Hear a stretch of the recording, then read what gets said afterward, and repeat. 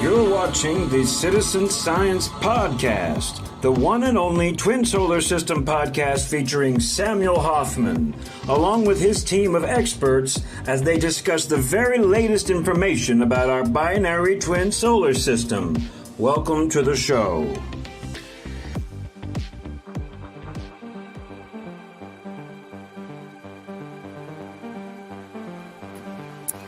Okay, hello, everybody, and welcome to the Citizen Science Podcast. And sorry we're a little bit late. Sam and I got to talking and realized it was showtime. But thank you for being here. I already see we have a pretty crowd, and I cannot wait. I really need to have a show today. I don't know about you all. Let's turn that down a little bit. But yeah, let's go ahead and get Sam on here because we have so much to share with you all. I cannot believe how much is happening so far this week. So here we go. Hey, Mr. Sam Hofman, how are you today? Hello, Rebecca. Hello, everybody out there. So much. We have been busy week. Great captures and sightings and comments and a few naysayers and a few unfortunate misnomers where there's a whole bunch of people talking about a bunch of stuff over.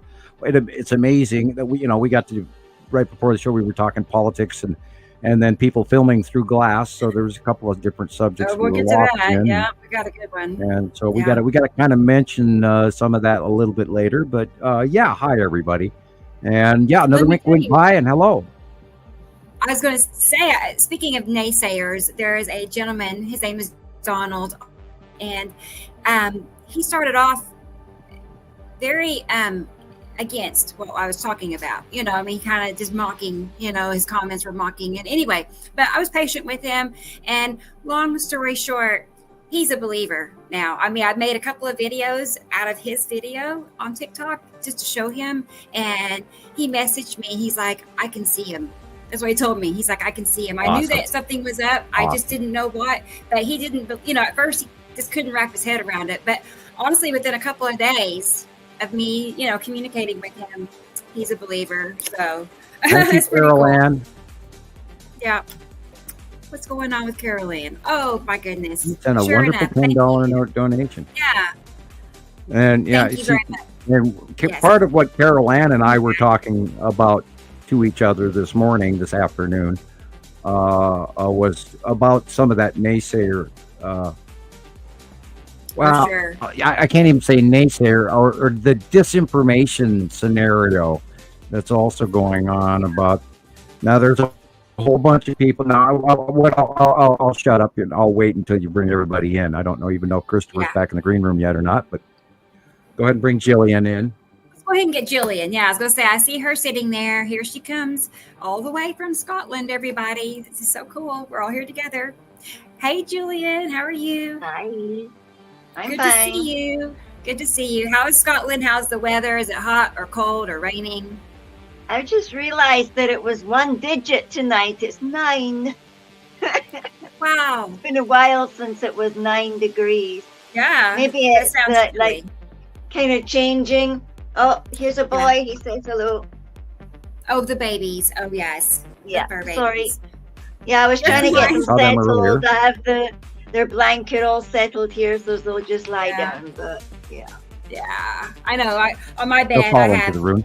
Mittens, and Mittens has taken a liking to our oldest cat, and they are like, Mittens acts like that's her mother. You know, they just sleep together, and it's super sweet.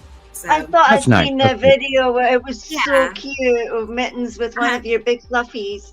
Is Yes. that Princess? her name is Little Runt. SO original, but that's what Taylor named her years. She's like 8 years old, you know. And Little Runt and Mittens are just like best friends. It's awesome. It was so sweet. I meant to say to you, but it's just been one of those crazy weeks. Well, Yes, and it I has know been a crazy week. Yeah, we were just talking about that. I don't know about everybody that's listening, but Sam and I have just discovered how like tired we feel. I don't know how it's like Atu's moon. I know is close by. I was out earlier today. I saw it, and it feels like Atu's moon is the one that affects us the most physically. Yeah, it's a draining thing. I feel both of us. I got up this morning and I said, "Oh my God, I feel like I have a minor hangover," and you know I haven't had one of those in many years. So it was like, God, why do I feel this weird? And then I look out the window, and there, of course, is the sunrise, and Atu's moon is due north straight at sunrise today, and can't argue with it. God.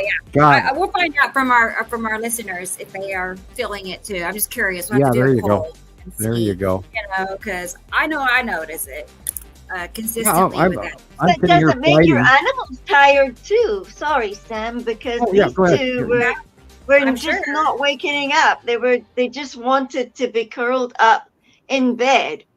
They can't get And- enough. Yeah. Right. Especially Yeah. the one guy. But I thought it was because he's been shaved, so he Right. doesn't want to go out. Anyway, well, let's look at the comments a second and see who else here. Oh, there's a lot of people here. Who is here? Oh boy, here we go. We have Audrey. Hi, Audrey. It's 2:00 in the afternoon in South Africa. Oh, that was when she came on. It must have Is been. it really? because- How can that be? Oh, maybe That this was was at made yesterday. 5:57 a.m. my time. So that was a Yeah, I don't know long time which- ago. Yeah, okay, I was gonna say. But hi, Audrey. And now it's 10:00 tonight. Yeah, it was earlier. I see. I think Figured it everybody out. likes to Okay. get set up so that they can find I it know. straight off. Right. Yeah, well, good to see you, Audrey. And hi, Nicole. Good to see you. Hi, Nicole. I sent you a letter Hi, back. Nicole. It should be in the mail in a day or two. Cool. Nicole sent me a nice sympathy letter, and thank you very much That's nice. for Yeah, our it's loss. helpful. And we're getting over it slowly.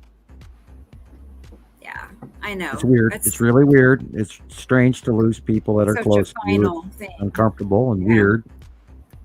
And I am a little bit being that I'm I don't like to use the labels or the tags or ADHD or whatever you want to call it, because those are, in my opinion, negative labelings by society that are only meant to put down the gifted people that they can't deal with. So I'm not going to tag myself, but generically, I don't have the same emotional response to loss of people around me. I just remember them as living and in my memory, and I don't go to funerals anymore. I did a few funerals as my teenage years, and after that, I swore I'm done. And we weren't even invited to this recent one, which was a little weird. Anyway, I'm not going to go into too much detail other than that. The loss is still there. It's weird. It's odd. It's strange to me. It's foreign, and yet it's powerful. Anyway, back to what we were talking about. I apologize. Yeah, no. Got distracted by the sight of Nicole. Talk about that's it, Sam. I mean, it's our show, so we can just talk about whatever. Yeah, I know, but I so easily sometimes stray away from the actual topic, Yeah. and All of I our do need friends to are adhere to science Yeah. rather than emotional stuff. But I yeah, what a know. weird week. What a weird Oh my week. God. I mean, but this A is like our weird chance week to for sure. visit Wow. with people. But good to see you, Nicole. Let's see, where did we go here? Oh, here is Dennis. Hi, Mr. Dennis Glass. Good to see you. He's in the house, everybody. Reminds me of all the rap songs. Okay, here is Carol Ann. She is here again. Hi, Carol Ann. Hope we're doing good. Yep. Yeah, she's our little cheerleader. She sent me like 20 heart emojis just to now on Messenger. Just, she's super, super sweet. Super thoughtful. Let's see. Where did we? Here is Katie Jo. You're right. Hi, Katie Jo in New Jersey. Hi, Katie Jo. Good to see you. Good to see you here. Be sure to plug her site. Oh, yeah. Plug her site so people on the East Coast. I know. Let me get that. I actually have it. Let me get the actual slide so we can do it properly. 1 second. Sorry. There you go. Yes. Thanks for reminding me. Oh. I'll get that pulled up. I say that. Hi, and welcome to a rather mellow start to the show. I'm melting, I know. I'm sitting in this chair just going, I need energy. I did open my first can of Coca-Cola. Yeah. I feel just all washed out. Does everybody else feel tired? Is it just me and Sam? Tell me how you all feel. I am just. I thought it was because I went to the dentist yesterday and you got what, but Yeah. Are you done with them now? Well, Are you done with the dentist now? And hopefully you don't have too many more visits. Well, they want me to go back one more time, but yeah. Well, you got to listen. Well, you have to pay attention it's to just that. to check up after this last one because they had to, whip it out like. Well, when you become, pardon the expression, when we become older, bacteria and tooth problems can actually be horrendously dangerous. So if you have any teeth issues and you are past 50 years old, I recommend that you get it taken care of right away because it can lead to strokes and peritoneal sac around your heart infections to all sorts of things, and that it is severe. So do pay attention to oral care. Says Dr. Hofman. Thank you, dentist Sam. sure. Yeah, me. Jack of all trades, master of none. Nothing at least is glued on my wall behind a piece of glass, in a frame. But I do still. Boy, God, what a week! I spent all week studying history again. I even watched a really good Michael Wood video that I will. It's like a 3.5 to 4 hour long video that I will recommend here again in just a few minutes. But go ahead and keep saying hi to everybody. Okay. And I see that Experimental is here. Yep. So T-Racy, to have you. And let me keep looking. Yeah, Experimental is next in line. Hi there. 9:00 UK time. That's awesome. Let's see. Not too late, so I'm saying. So, and Let There Be Light. Hi, Let There Be Light. Unless we go like 6 or 7 hours. I don't think you want to stay up all night, but you might. I'm that type. I stay up to how late? Like 3 a.m. But I'm not the only one. I've noticed there's a group of us like Carol Ann and Maria, and we're up till 3 and 4 a.m. It's weird. But hi, Let There Be Light. And let's see here. Oh, Susie is here. Slovenia. I always love her videos. Like she's like a time lapse master. She really is. I'm making a video of all her videos. I'm working on that. Hopefully by next week, I'll have it all done. So really pretty videos. Let's see. So good to see you, Susie. And here's Mr. Kevin W. Hi. Good to have you here. Let's keep on going. Esri Colette from Canada. Good to see you. I tried to message you. I don't know if you got my email or not, but he sent me us a nice donation last show, and I discovered I cannot receive it unless I have a bank account in Canada. Wow. So, I don't know. Yeah, I know. No, I don't think he knows that, but now he does. But yeah, I went to the website and I have to have it has to be a banking. Speaking of banking, I did find finally a bank that will take after the C virus happened. No federal bank locally would take euros or the sterling pound or other foreign money. That all shut down, and I've been looking for months to cash in some euros that some nice people from Europe have sent me. And I couldn't find anywhere to do that. Now, I did find one recently this week, but they want to charge me $12 for any money that I trade in. So it's like, that's not cool. What you used to do for free, now all of a sudden I have to pay you $12 for? Yeah, that's absurd. It's like, I thought you were a federally insured bank. Shouldn't you be connected?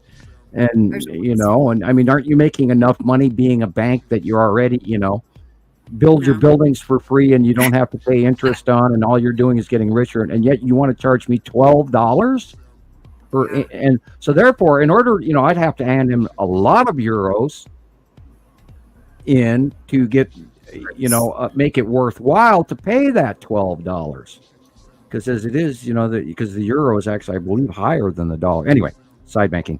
Silly. Yeah, banking and, everything since the C virus has become broken. Thank you, Teleporter Mission. That's very kind. Customer service is gone. Guarantees, warranties gone. Yeah. No, I was going to tell Esri Colette, I don't know if I'm able to, return, because I never accepted that, because I can't. So I don't know if it's in limbo with the bank or what he needs to do to get that back. I'll look again and see if there's anything I've been checking the mail again strongly this week, looking for that letter that this one gentleman we talked about last week's show. And if we can, Hector, shame. Hector. I still have not gotten Hector's mail. And that's what, like 3 weeks or something? This literally a month and a half now that I haven't. It's not here, and I kept running to the post office box looking for that particular. And I am not getting any mail, people. So would be really nice. That's and strange, though, Sam. That's really strange. Yeah, I will mention publicly that since we started doing these shows, my donations have dropped off the edge of a cliff. And we do rely on those donations in order to get by.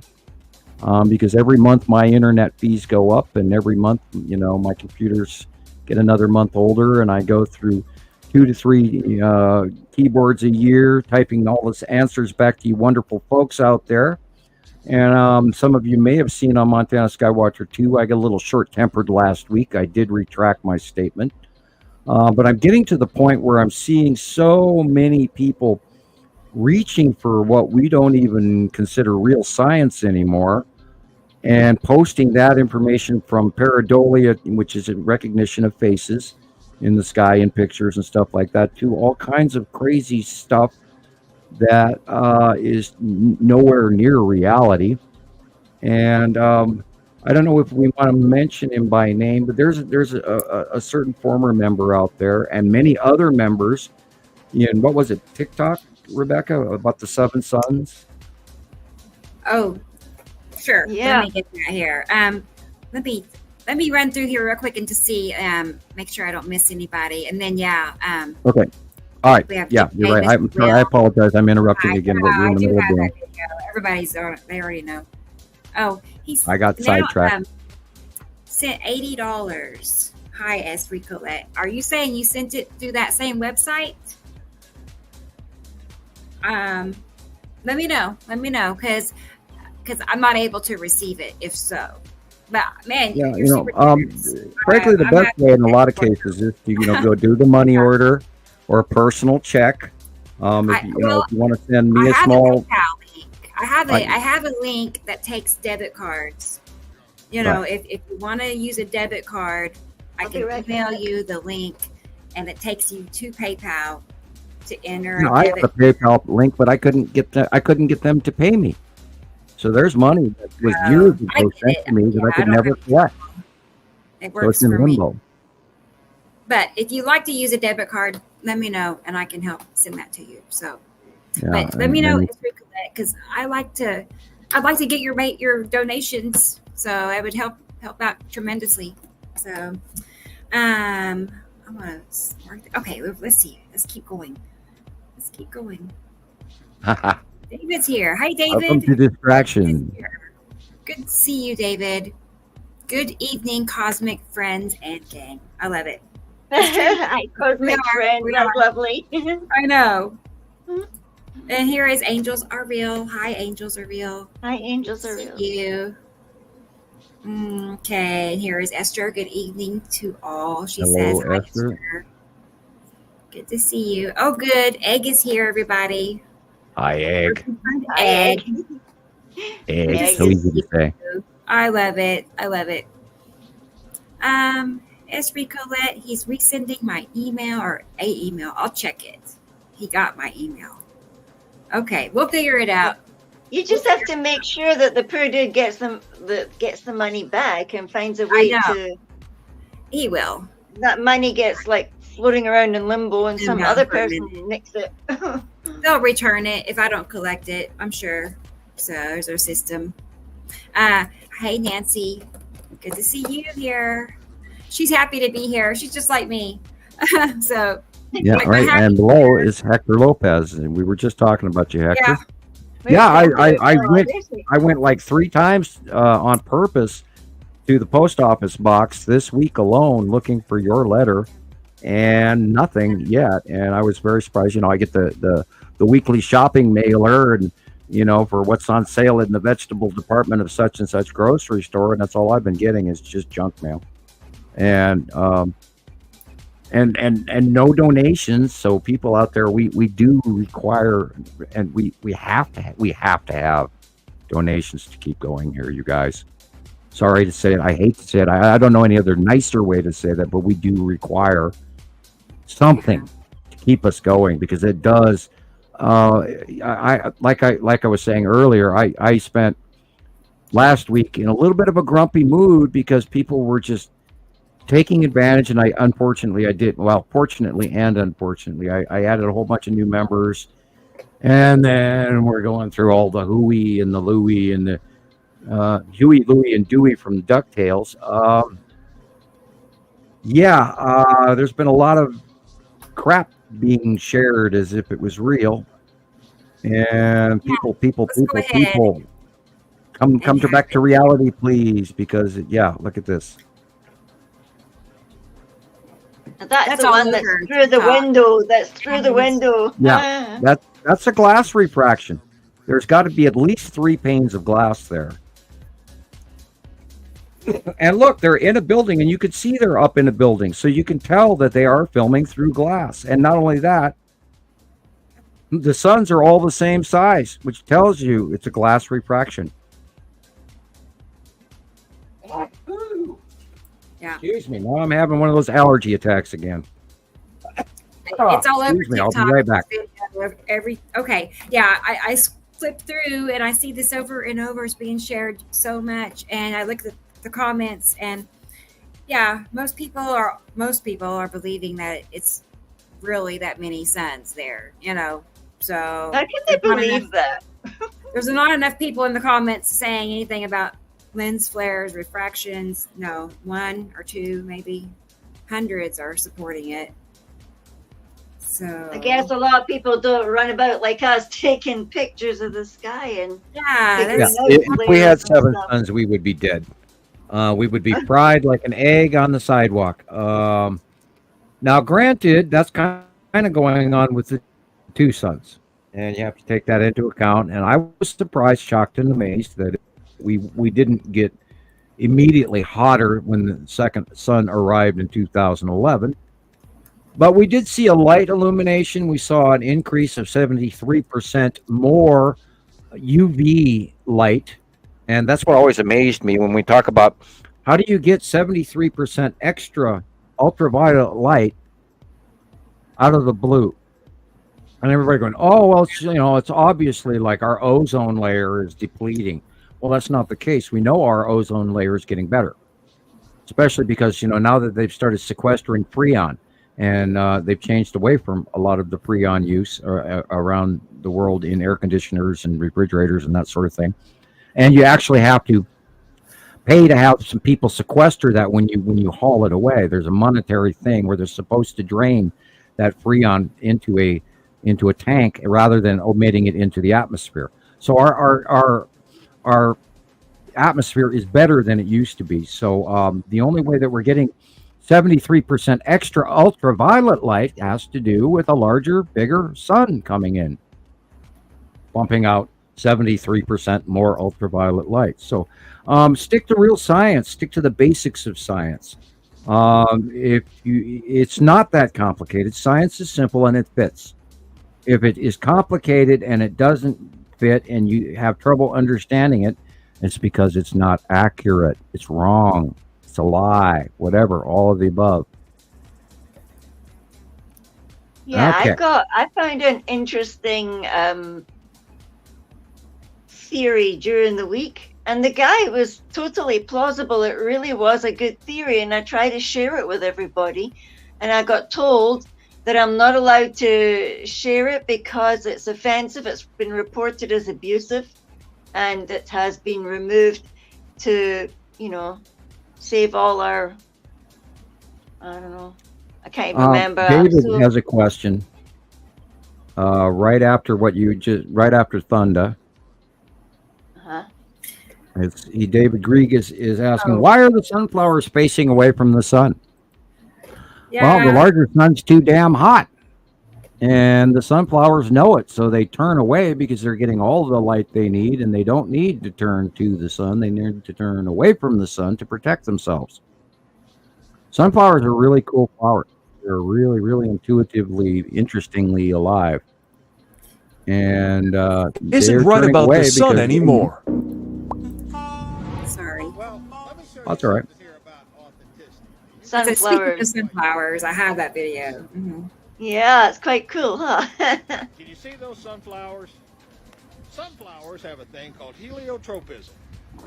They face the sun and curve their They're face telling towards you the sun something's every wrong. day, all day, every hour, to absorb the sun.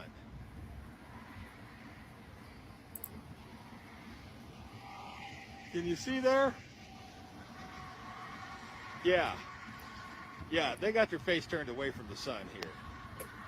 Now, if you look up over through there, you can see the beans and the corn and all that kind of stuff. And they don't have much choice. It's either grow straight up or fall down. But these sunflowers have a completely different mechanism. And for some reason, they don't like the sun. Now, I don't know what's causing that. Because they are smarter than the average bear. The very people that took down my videos also might be responsible for this. I don't know that to be the truth. It's a government And I have no conspiracy, one to I point a tell you. finger at. Yep. There's that. That's a joke. I'm kidding.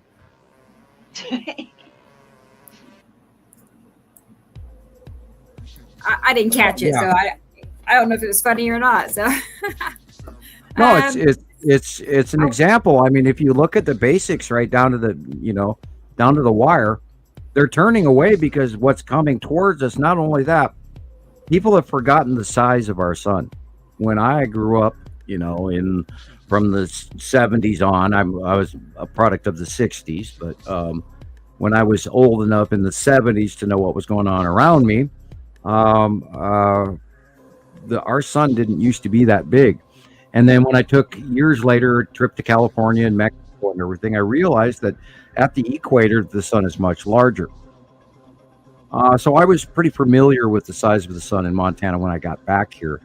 But then as of 2010, 2011, 2012, we watched our sun get very, very much larger. But we also knew that there was a second star with this planetary group of extra planets of our binary solar system that came along, because you cannot have a solar system without a star. So that second star is here. It is now separating, we do believe. I got a couple of pictures in this week that have actually calmed my nerves a little bit because they're actually showing the second star now on the left.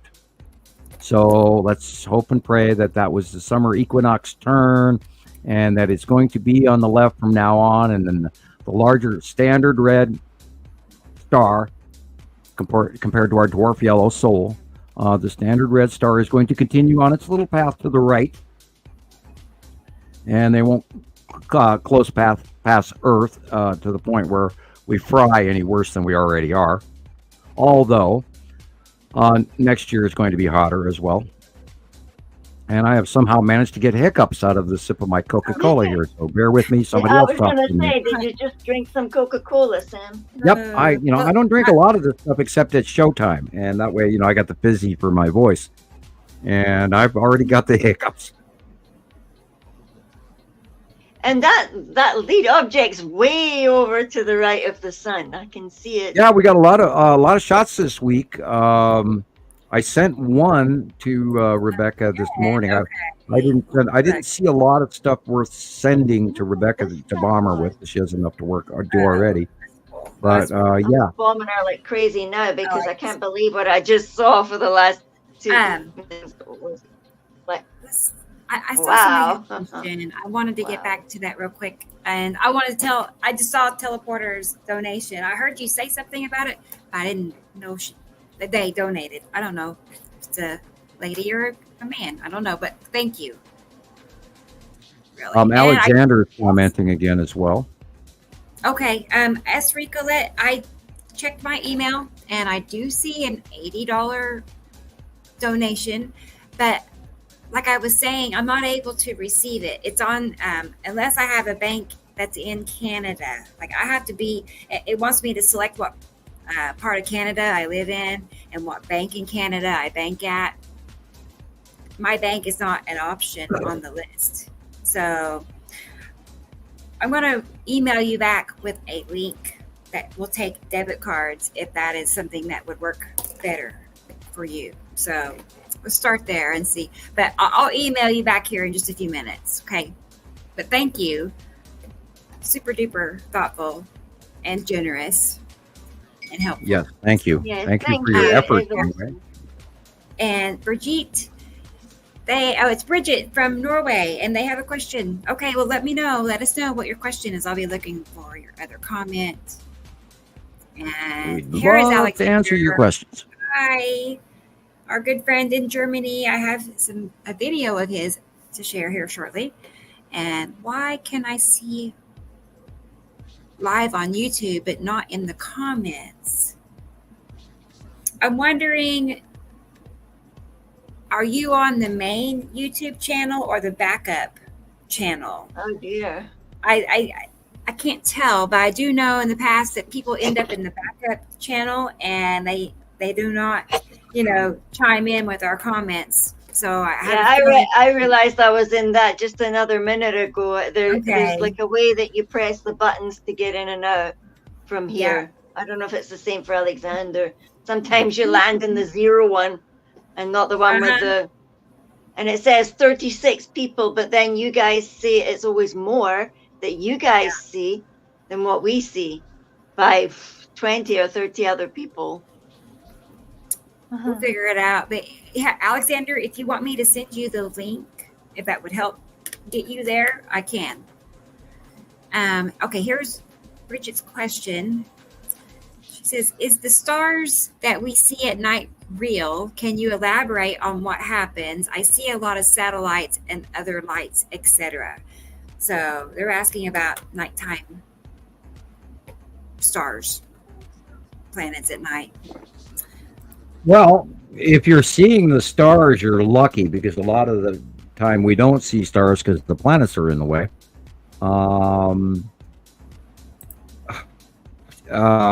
Yes, of course the stars are real. There isn't a psyop going on to give us fake stars or anything like that. That would be very huge and very massive and very impossible. Wow. God, that brings me right back. You guys have got to believe that the system is real.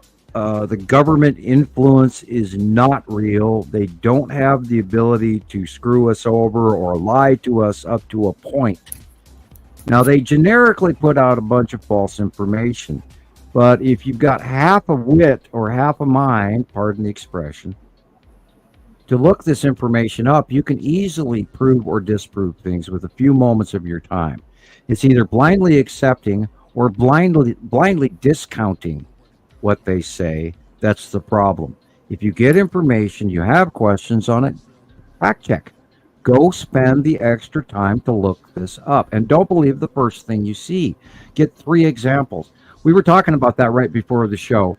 And Rebecca doesn't know which news service to watch because she has this level of doubt that has been incorporated in her system over the many years that we have become conditioned to believe that we're being lied to, or conditioned to believe that we're being told the truth. On both spectrums, on both sides of that coin, the person that is listening to it and not fact checking is the responsible one. If you believe everything everyone tells you, well, then you're a fool. If you don't believe everything everyone tells you, you're also a fool. So the trick is, go in there. If you got a question, go in, look it up. I mean, you have one of the greatest, we have the ability now to find more information at our fingertips than we've ever had throughout mankind, recent mankind. I'm not going to account for the previous civilizations that were high-tech level by commenting, saying mankind, because our history only goes back 5,000, 8,000, 12,000 years. And prior to roughly 3,500 years is when writing on a standard human basis has been advantageous, or literacy has been normal. So you have to be careful who you believe, who you listen to, what scientists you trust. We have learned over the years to completely discount what NASA is telling us. 3/4 of what they say is a lie, and 1/4 of it is the truth. So you have to take everything with a grain of salt and do your research, exactly as Katie Jo says, research. Check those facts. If you hear something that doesn't agree with you, look it up. And then don't believe the first thing you're going to find. Then go and look up some more. Write it on a piece of paper and say, okay, today I'm going to study this, which is what I do all the time. I mean, I spent all week going back through history again, trying to get, fill in those blanks. Gotta know. Is the stars in the real night sky? Yeah, most of them are real. I was going to also add to that. Some of them. Destroyers. I mean, not all things that look like stars are actually stars. You should cover that too. Right, and some of them are asteroids. And we've seen the close passing planets where they looked like stars, but we could tell the planet was there, so we knew that those were city lights on the planet. So if you're looking at stars, learn your constellations. Oh, I'm blanking out again. Am I scrolling? Am I patching out? Because I got a scroll going here. Oh, you're fine on my end, but yeah, you can tell that these are not stars. Yeah, if you're going to do a check for constellations, then you're looking at real stars. There is the possibility of some of the things that you're seeing in the sky are actually asteroids in front of passing planets. And this is why the auroras have been so unbelievably awesome lately, like never seen in our entire human recorded history. Because those are planets in a lot of cases putting off auroras because of their electrical atmosphere and southern pole and northern pole and all of that, including the asteroids as well. So if you're in question about the stars, start by looking for a familiar constellation like Perseus or Andromeda or Orion or even the Big Dipper or the Little Dipper or whatever. Learn your constellations, and then Cassiopeia is a really easy one to find as well. So learn a couple of constellations, and then you can check the stars. And then also remember, if you see something that looks like a triangle but it's a tiny, tiny dot, it's very likely a star destroyer, because there's lots and lots of star destroyers flying overhead day and night.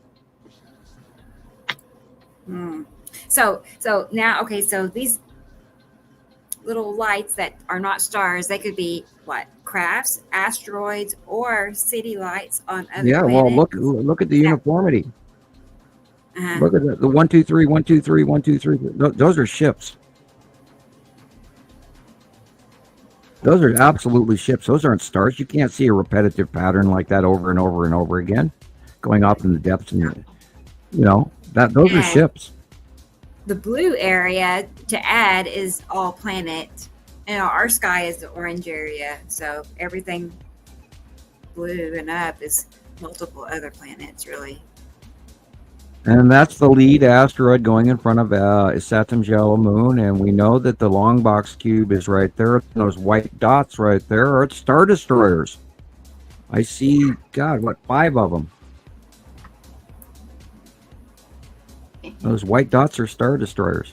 Yeah. And those are smaller craft, or they could even be star destroyers. And you're seeing the front and then the side illumination. Yeah, we are not alone. The green asteroid, or that's an asteroid that could even be the spiral asteroid by the facial markings, but it's so digitized it's impossible to give you an absolute answer. Okay, so that's not a real picture. Yeah, there you go. Yeah, pretty cool. Okay. And it's funny, we talk about this regularly, and we barely ever get anybody biting into it because, I'm sure a lot of people is very fearful to people. So they don't comment on it or they don't know what to think. But we know that star destroyers were offloaded out of the cubes because we have real live sightings and footage going back many years. This isn't just one sighting going, oh my God, look at that. No, this isn't one crackpot standing there on YouTube trying to tell you this stuff. We've had hundreds and hundreds and hundreds of sightings going back all the way just till 2019 alone. And remember that in 2017 is when the long box got here. In 2015 is when the Texas cube got here. And in 2009 is when the Empire orb came through the Norway spiral. And we have documentation going by the thousands of sightings. Not 10, not 15, not 20, not one guy on YouTube or on TikTok, but thousands over the years. Thousands. They're quite real.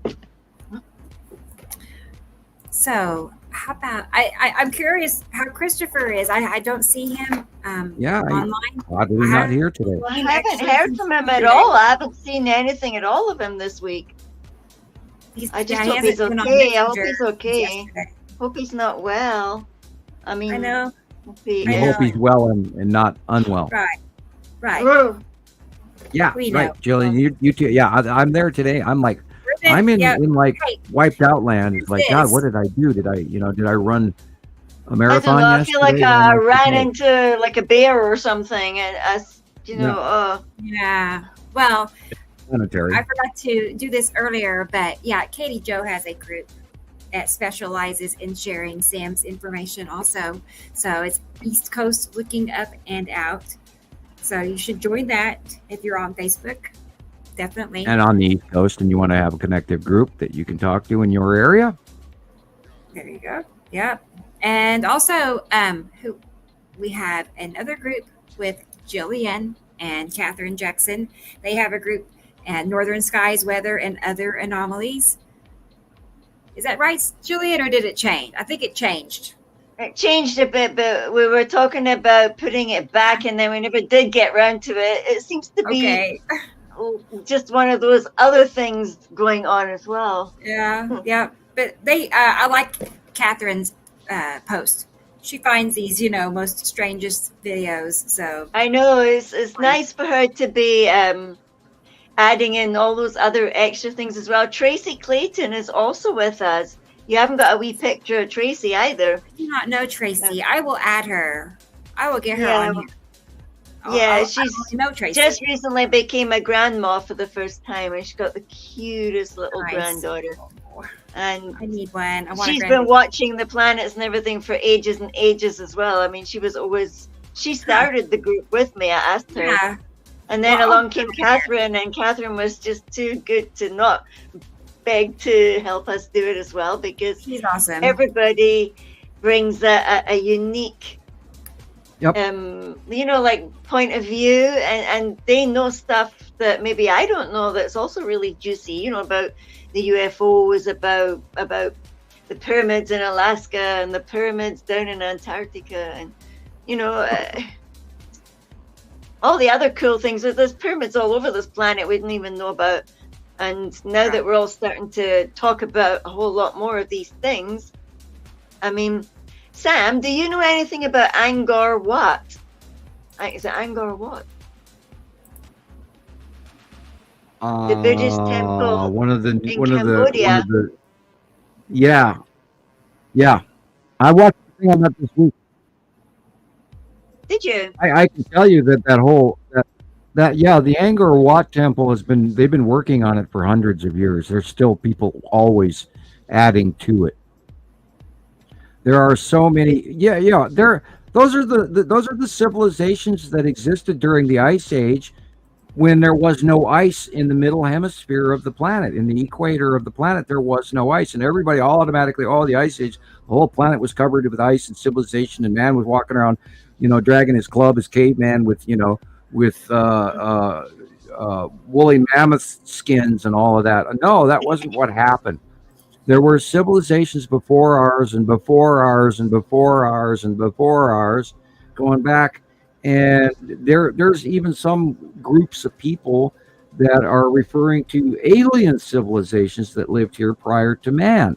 And by the way, I will point out, there is a lot of time in between 65 million years ago, at the demise of the larger dinosaurs and the uprise of the mammal population and smaller dinosaurs that actually did live and evolve, and the number of species that have been extinct ever since. There's been 65 million years is a long time, and it's entirely possible that there was a civilization that grew up here normally and actually left the planet. So we don't have the market cornered on Earth, and we have to point that out. I mean, we're infants. We're wearing our diapers still here, compared to the time of how long man's been running around. And all you got to do is start getting into some of these lost cities in America, and lost cities in South America, and lost cities in Asia, and in Russia, especially. A lot of Russian archaeology has been completely stifled and hidden from us, and they've got unbelievable amounts of information that is being kept away from Western science. So unfortunately, China. Yeah, and China. And Western science is not the smart guy on the block here, even though we assume and automatically think that that's the case. It's not. Western civilization is blind in comparison to the Chinese and the Arabs and et cetera, et cetera. So the next time you throw out infidels, excuse me? I had a question for you, but go on. I'll tell you. No, the next time we throw out the term infidels or third world countries, we should kind of maybe rethink that, especially, when we're talking about India. India is an unbelievable culture that I think we discount all too often. Yeah. Go ahead. Like I said, during the week, there was this very unusual theory came over my feed, and I really wanted to share it with you. But the man was talking about how about if that there's different time periods, and the Earth is like 4.6 billion years old, for example, and they were talking about the substrata and going down the layers of the Earth. Like you do the rings of a tree, they go down the layers of the Earth. They were trying to decide by the layers of the Earth how old Earth was. And they came to a conclusion. This man came to some kind of conclusion that to explain a great big blank time period, that it must have been frozen, and that the ice melting in between the two stratas would just disappear. If I've explained that right. Looks like Sam's just disappeared. Yeah, I was going to say, he's stalling, isn't he? Mm-hmm. Somebody doesn't want me to tell him this. I guess, I know. It's like, what timing is that about? We haven't had any trouble up until now. Uh-huh. I mean, wow. And I've been waiting all week to ask Sam this question. And I'm so tired. I don't even know if I've got the words right. It's just not funny. Well, he'll be back. He'll be back. Yeah, they told me, no, you can't post this because it was reported as abusive. But I don't want to get us into trouble and mention names and stuff like that. But that was the gist of the theory. And I just wondered if something like that's like a theory, because Sam does say if it's simple, it's better if it's simple than have like 92 big long words and, you know. But this particular theory was really clever. It explained that there was a strata up here, there was a strata here, and it was as if something was missing in between. And how about if it was frozen and it melted and now it's gone?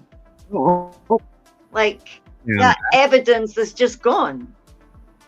See what I mean? Does that make sense? I missed half of what you said there. I got booted out here a little while ago. I know, because I've been trying to ask you this question all week. I swear to God. Okay, say it again. I'm sorry. I'll start again. So this guy has this theory, right? You know, Earth is, for example, 4.6 billion years old, and they could go down through all the substratas, just like the rings of a tree, to get an actual fix on how many layers and how many years and you know, things like that. And they can tell by these different, you know, geomorphology, you know. Anyway, his theory was that not all of the Earth, like you said, was covered in ice, but how about if the Earth was a snowball Earth for like once in its life, and this whole layer of ice simply melted off, and as all the information that was kept, that was inside this ice, everything just disappeared and was destroyed because this whole layer there's a period, has vanished. There's a period of that going on in the Grand Canyon, for example. They I can't remember exactly what they call it. Part of the Grand Canyon, yes. Right, and that is where the ice actually does, because of its weight, does actually rip the geological and tear it free and move it across the country, across the planet, or wherever. Yes, glaciation can be removed a great deal of sedimentary history as well. And that's that uncertainty principle that they have found in the geologic records in the Grand Canyon. And that's probably the only thing that screenshotted some of the words as well. But you take into account that everything after 5,000 years, just about everything is gone. From most pottery to absolutely wood is gone, unless you're like a bog mummy or something like that, where there's no oxygen. So recorded history only goes about 5,000 years, and beyond that, it starts to completely get crushed or decayed. And now, if you could wander around, you know, and find, you know, the fossil records in between shale and stuff and mud layers in lakes and stuff like we do, then you see perfect examples of fossils, but that's only in sedimentary records.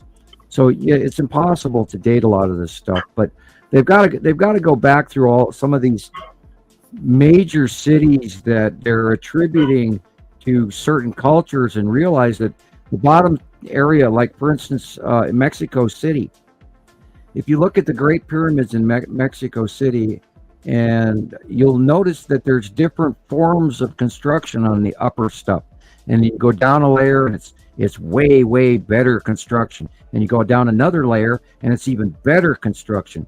You have to take into account that there were many ages and many rebuilding ages where they come back and another civilization comes back and builds on it. And an example of that is the Romans in England, for example. They built on already pre-existing sites from the Bronze Age. And then the Bronze Age people built on top of the sites from the Copper Age. And so man is rebuilding on top of man all the time. Yeah, because I kept some of the screenshots, you see, because they said they were trying to delete the stuff so that I have my evidence here. And it was talking about the snowball Earth and about the cryogenian period. Right. There's been numerous ice ages on the planet. I think I really have to go back up and look that back up. I think about 5 known ice ages. And they called it the Great Unconformity. Yeah, the Great Unconformity. Yeah, and that is where the glaciation was so thick and so heavy that because of the weight, as the glaciers moved upon, for many numerous reasons, then they did remove land masses and geological layers were physically moved and taken elsewhere.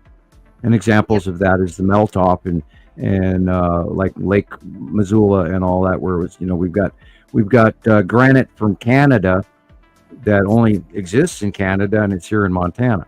And unfortunately, a lot of those people were selling that off in Montana. I was still upset about that to this day. Yeah, I see. He was talking about it, and there's a guy called you can't share this link. I'm going to go run real quick into the other room and grab this piece of paper because I do have a really good video I would like to promote. We talked about it earlier. 2 seconds. Okay, sure. Thanks, yeah. And then we have a question from Alexander about how soupy the sky looks. I have not noticed it here so much lately, but I do know what he's talking about. I have a certain video I'm thinking about. I'll have to get it so we all can watch it. But it is like soup, isn't it? It's weird, especially at night as well. I know. To me, it seems like the more soupy it is, the closer things are. It's just like, it just turns into a. Yeah, let me get this video and we can look at it. Alexander, we could be having Uri whiteout. Yep. Because Uri is coming so strongly over the top of us again, where she's putting in, and what you're seeing is the gaseous bottom of all the asteroids and stuff, and so you're probably being completely blotted out. I couldn't see the stars last night either. And then, of course, the first thing this morning, I'm looking at Attu and Attu's moon coming in, and so right behind that, of course, we know is Uri. So. Yeah, it's entirely possible.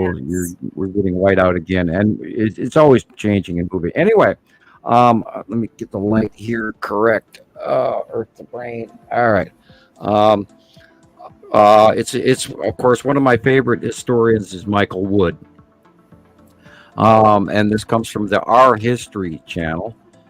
Discovering the Origins of Civilization by Our History, and it's narrated by Michael Wood.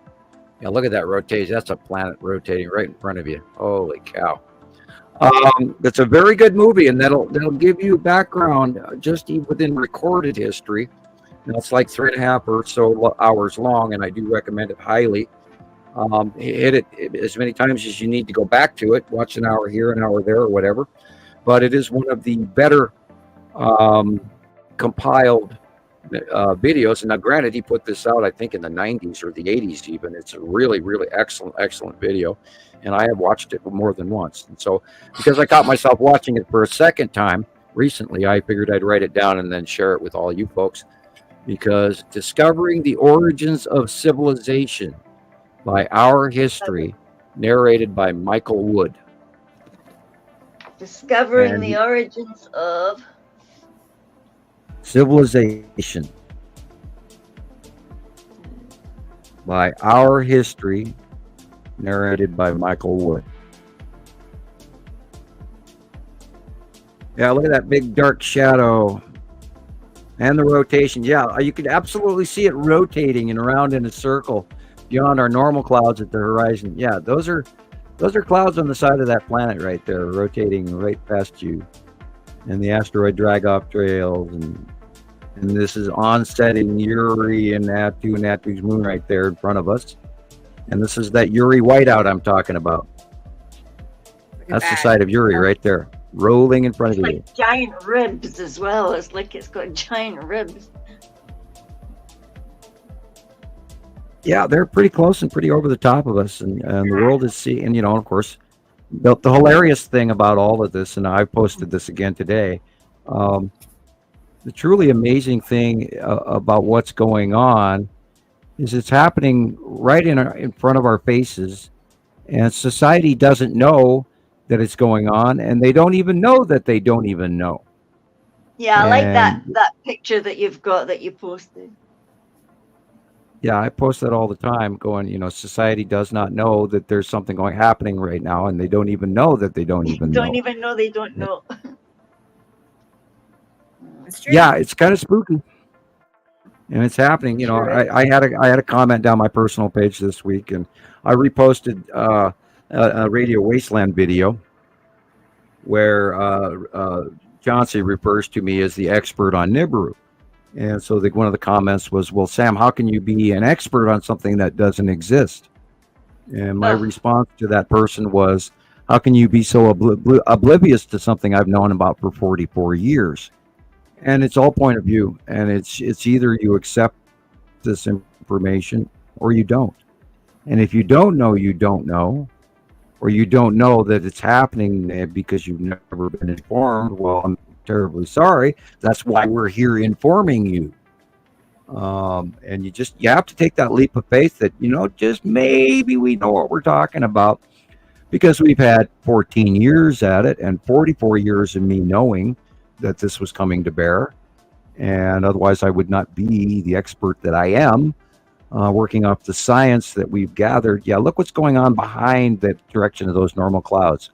This is what I always talk about. Learn to look at the secondary clouds in the background. Yeah, you can see these rotating planets right in front of your face. Yeah, and you can't decide if those are like asteroid trails going across all those those lines. Like, I mean, well, it could easily be a lot of sea trails up there. Those look like sea trails galore. It looks like they're trying to hide what's rolling over the top of us. See, I have a lot of videos, Sam, where I slow them down and I watch them really closely, and 9 out of 10 times there's no planes. Like, there's no planes. It looks like two little dots like that, because I've tried to zero in on them, and sometimes they've got the cheek to make it sound like a plane. Well, they might even be drones. Really I'm tiny, sure small some of them are drones. man. Maybe they moved on to the drone technology here locally with our local government, or we've even seen examples of possibility of space chemies, where the other factions who are out in space could be covering in front of their planet for some reason as well. I'm not going to, conspiracy finger point, but we've seen a lot of examples that they are trying to hide it. Right. I mean, because there are plenty of times that I go out, especially at sunset, and go live on TikTok, and I'll be out there for hours, 3 hours, and I'll even keep track of how many planes I do see, because we talk about it, but that's just it. At the most, one night I counted like 24 planes, which is most that I counted was 12, and I'd lost count by the time I got to 12. I thought, no way. There was millions of like this. It was like this. It was just streaks everywhere. So 24 planes. Streaks, yeah. You can't even count all of them sometimes, but. So there's more going on than just them spraying. That's what I'm saying. Because you can watch it. You can see for yourself. Yeah. So. Yeah. And yet there are space clouds also. So. Clouds do exist in space. All you got to do is interject some water, and it leaves a cloud. Yeah, that big dark shadow right dead center in front of us is a planet, and you can't argue with the light blue versus the dark blue. And of course, just go to YouTube and watch Nibiru Followers Anonymous and see all of the shorts that Rebecca has been putting out. Awesome. Thanks. And I love them. I watched them again the other day. Got to add to that view count. Got to get you monetized. I just think you're funny sometimes. You say the funniest things, and then I just sort of. Okay. You make it Me funny. or Sam? Right. Oh, No, me? it's when you say, when you go, Yeah. yep, you guessed it, a planet, and then you point the way Jesus points with a finger, that screen behind you, like, come on, Yeah. you Yeah. can't miss it. I Look love. at it, it's round. I like that too. It's very obvious to you, and you're tired of. I mean, we are tired of trying to say this to people, and them doubting us, and then we've got a decade plus information and knowledge, and yet these people look at us like we're the crazy ones. And in actuality, unfortunately, people are uninformed, and it's like so blatantly uninformed. It's scary. It's scary that we know stuff and they don't. It's weird. Well, How can you miss it? I don't know. I do not know how everybody, generically, most people are missing this. But then people don't take time to go outside and look up anymore. Is the people that are not willing to listen or change their minds. That's the worst of it. Well, if that was real, we'd be dead by now. Because, they take into account gravity. It's like, oh, they're going to crash into us. Planet X, the destroyer, or Nemesis, the destroyer. And they've got all everybody's brain preloaded. Or if you talk about aliens and UFOs in public, well, then you're a nut job. Well, a good portion of people are, but there are some real stories. This is what I talked about earlier. You have to learn, to be discerning in the truth and in the lies. You have to look up. You have to fact check the truth. You have to fact check the lie. You have to learn for yourself what's right, what's wrong. You cannot take things at face value just because somebody across the fence or at the office water cooler told you something. If you've got a question, go look it up. My God, you've got a computer in the palm of your hand that's 10 times more powerful than what they flew to the moon on. And yes, they did fly to the moon. And there's people out there that don't even believe that. So, Yes, Thunder, you does look just like got to the wade clouds are through much it. lower. Aren't they? It seems like they're lower, but you say they're higher up over us, Sam. But it feels sometimes like the clouds are bulging really low. These different storms we've been having. Well, we got close passing planets. Atu's moon, Nepacity are still doing close passes. Now Uri's coming in and doing a Uri whiteout, which it did last year at this time, and that's back down to the 180-day cycle. And we've talked about that show after show after show, and you got to grab the science. Now, I saw a video somebody posted on Montana Skywatcher 2 the other day, and they were, here, and they're using the finger, and they're pointing, and this lady, and I just immediately removed it, and this lady's going, and there's planet Atu, and she's pointing to the right-hand side of the sun. And then she goes on to say, yeah, it's a big, huge water-type planet. And blah, blah, blah, blah. And I immediately went, okay, remove. Because A, Atu is not on the right-hand side of the sun. B, Atu is not a water-type planet. Atu is a gas giant. And if you're not getting these details, please do not make videos and misinform a whole bunch of other new folk out there that might actually be trying to learn the real information. So, I hope you know who you are, you're a new member on Montana Skywatcher 2. I did not warn you. I just removed it. I didn't have time. I was busy removing a whole bunch of other stuff because every time I let new members in, I end up playing hall monitor rather than scientist. So, and that's an example of what we go through every time we let people in. Look at that. You can just see it rotating up there. Look at the rotation. It. Beautiful. I love time lapse. That's amazing. Me too. And that is Uri rotating right in front of us.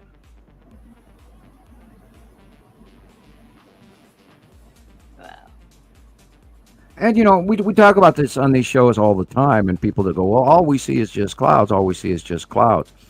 But if you're at that stage where you want to learn more, you have to actually dive in.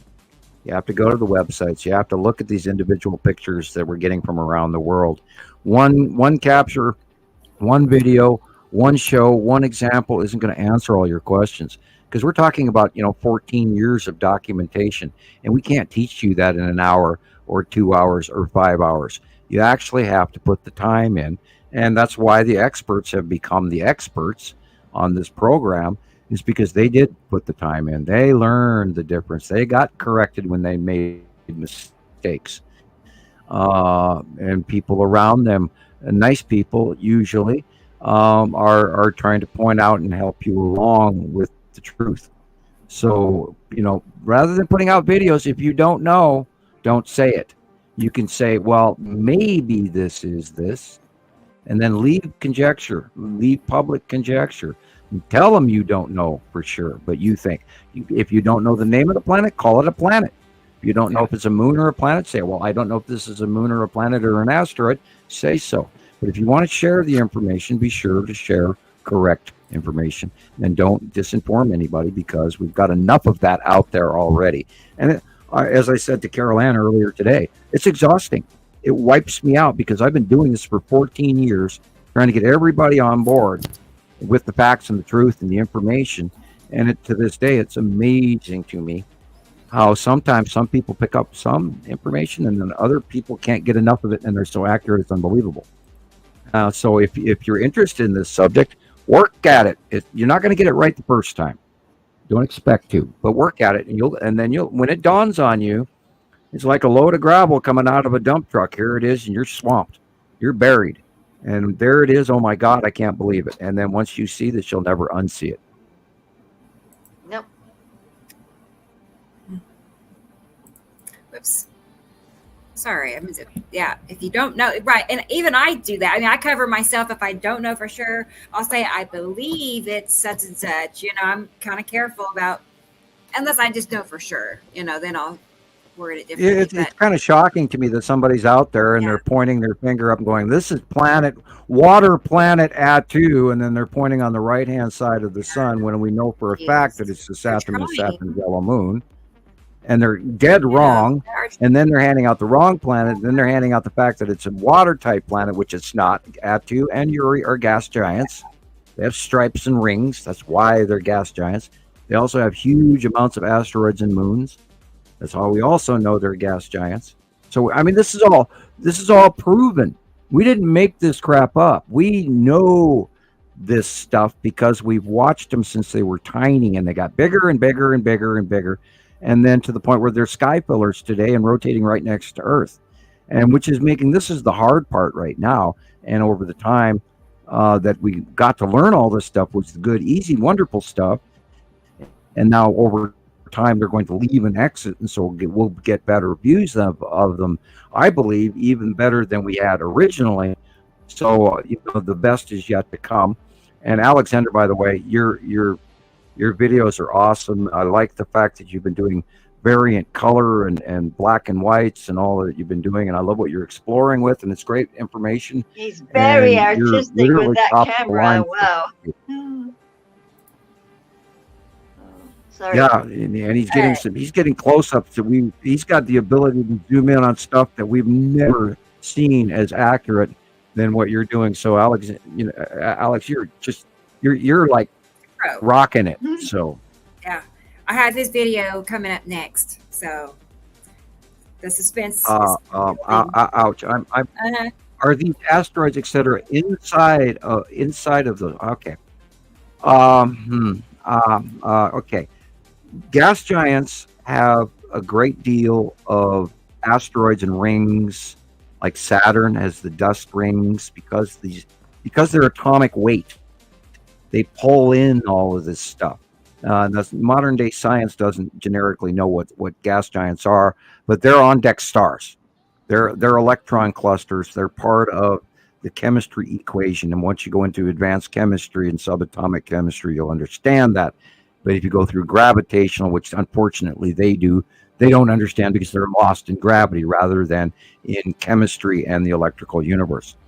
They're not inside. The Uri and Atu have a very, very large asteroid field around them. And that's where they're all in the southern hemisphere of Attu and Uri. Where in our normal solar system, around Saturn and I can't even brain glitch. Venus.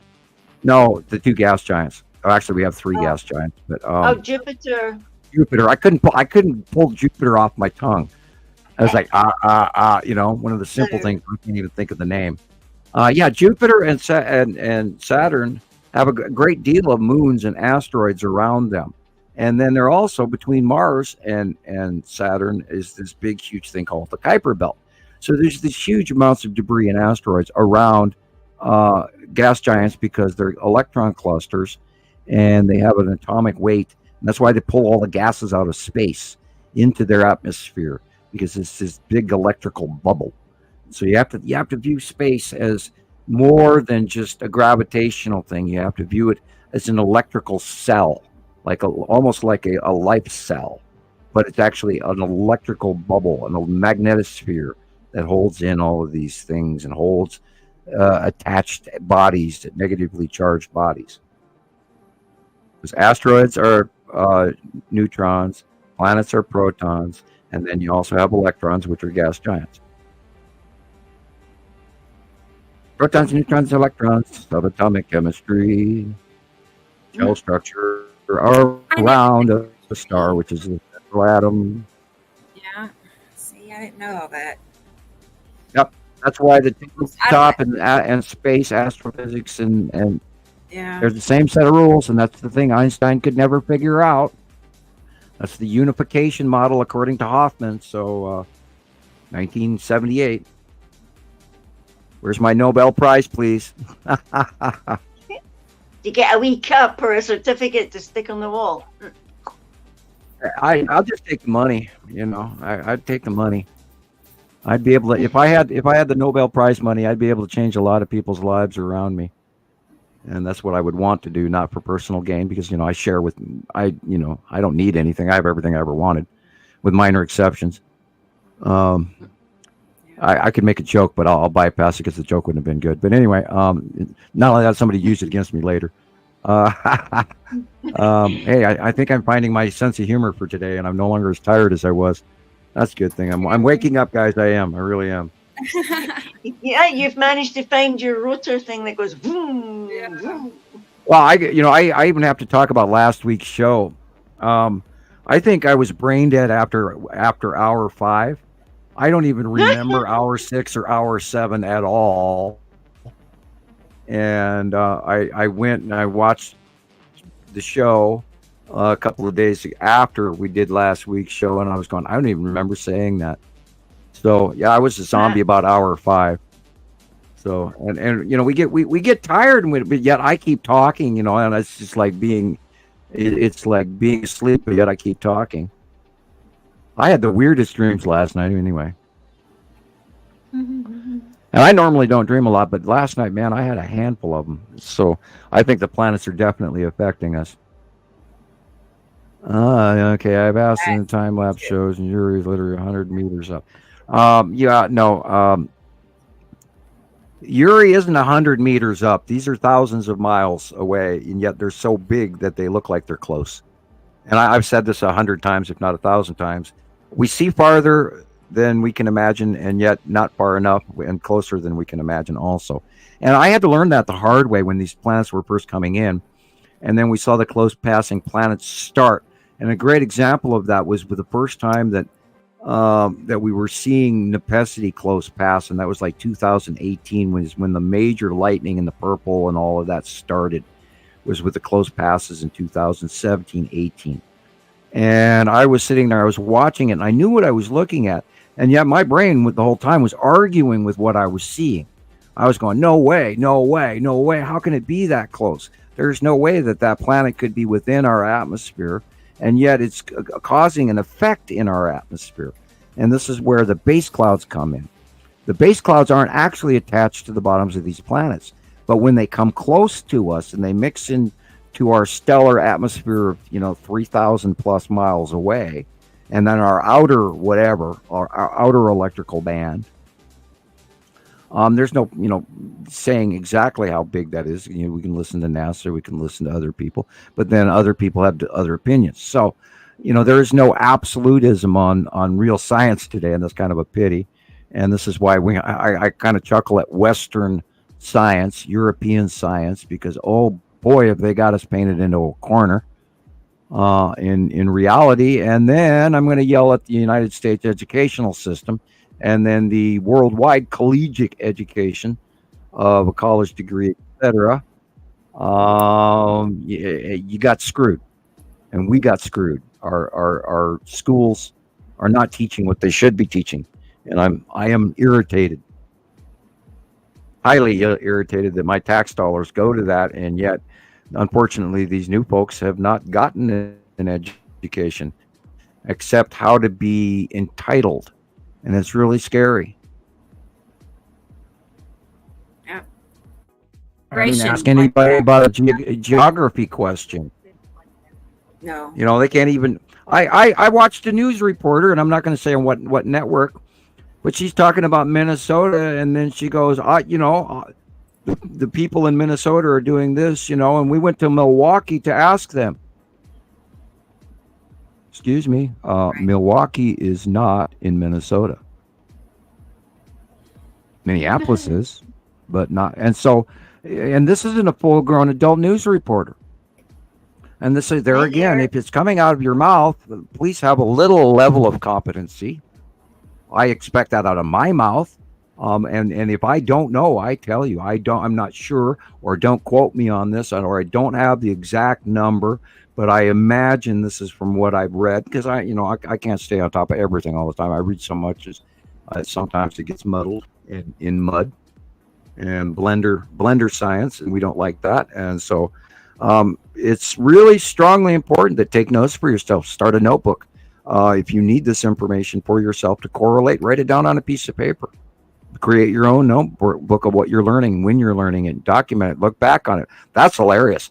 I have gone back through some of my old notebooks and caught myself at inaccuracies and went, oh my God, did I really? And it's a learning curve to teach yourself how to be a little bit more correct.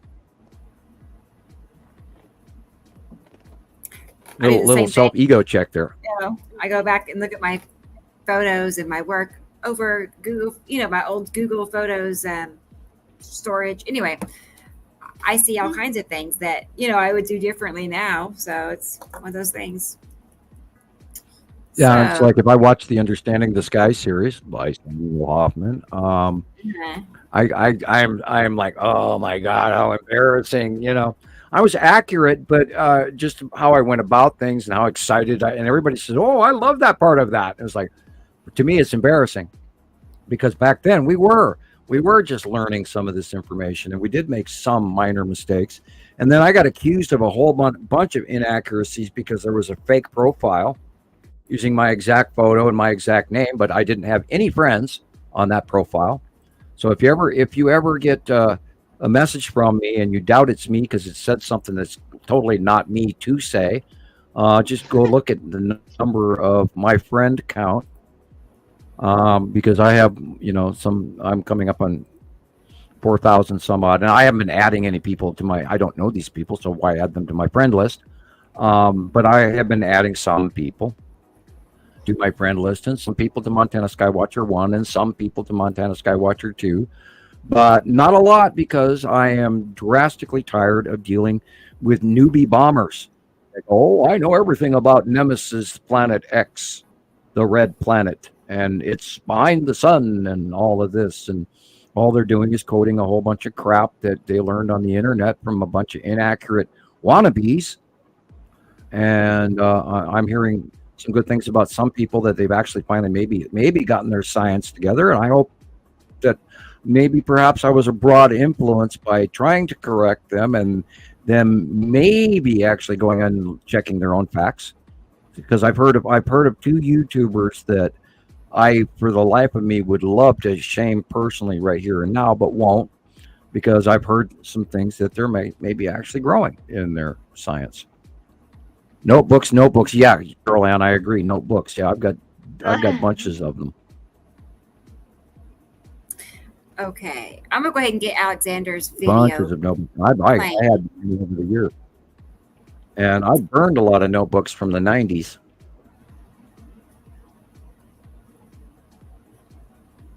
I know my didn't want to get cornered on my information from the 90s. I get another one.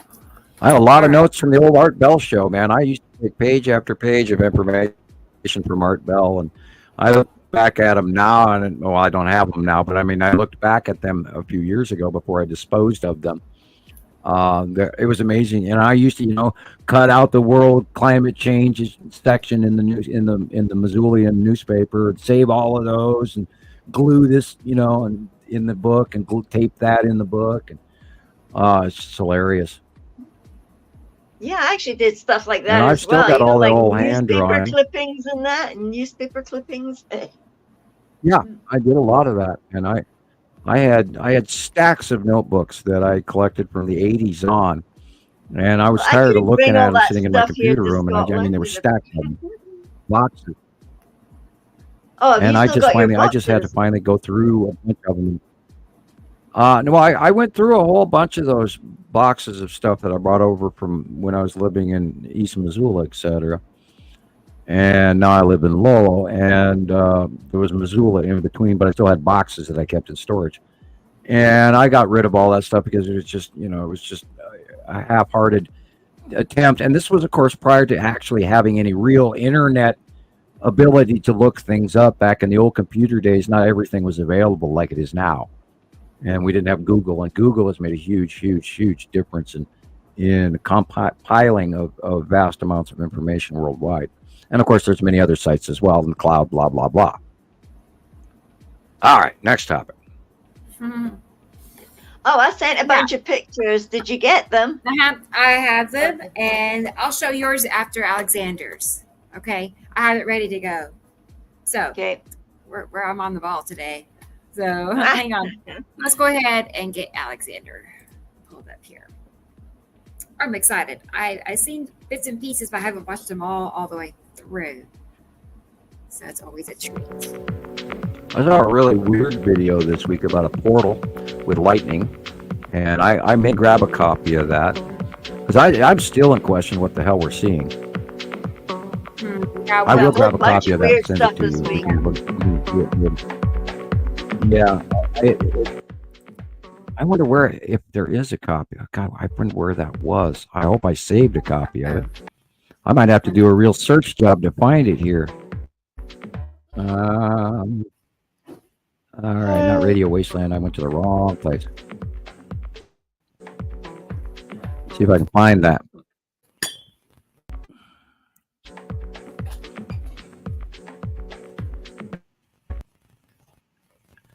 Funny noises everywhere.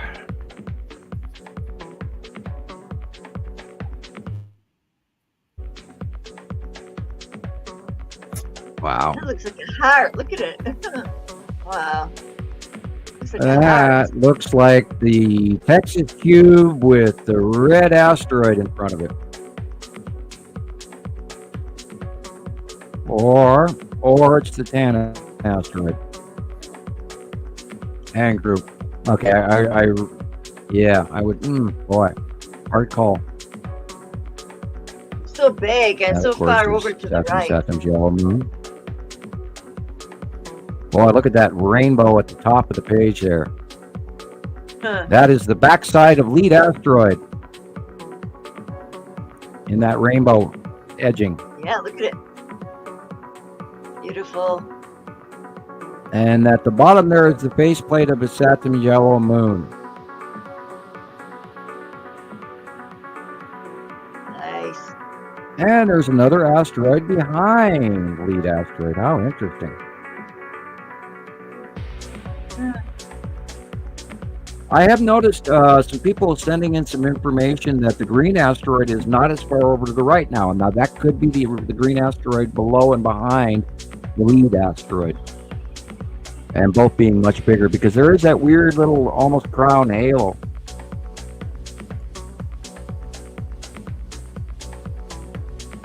Right there. It almost looks like the Statue of Liberty flying to the side with,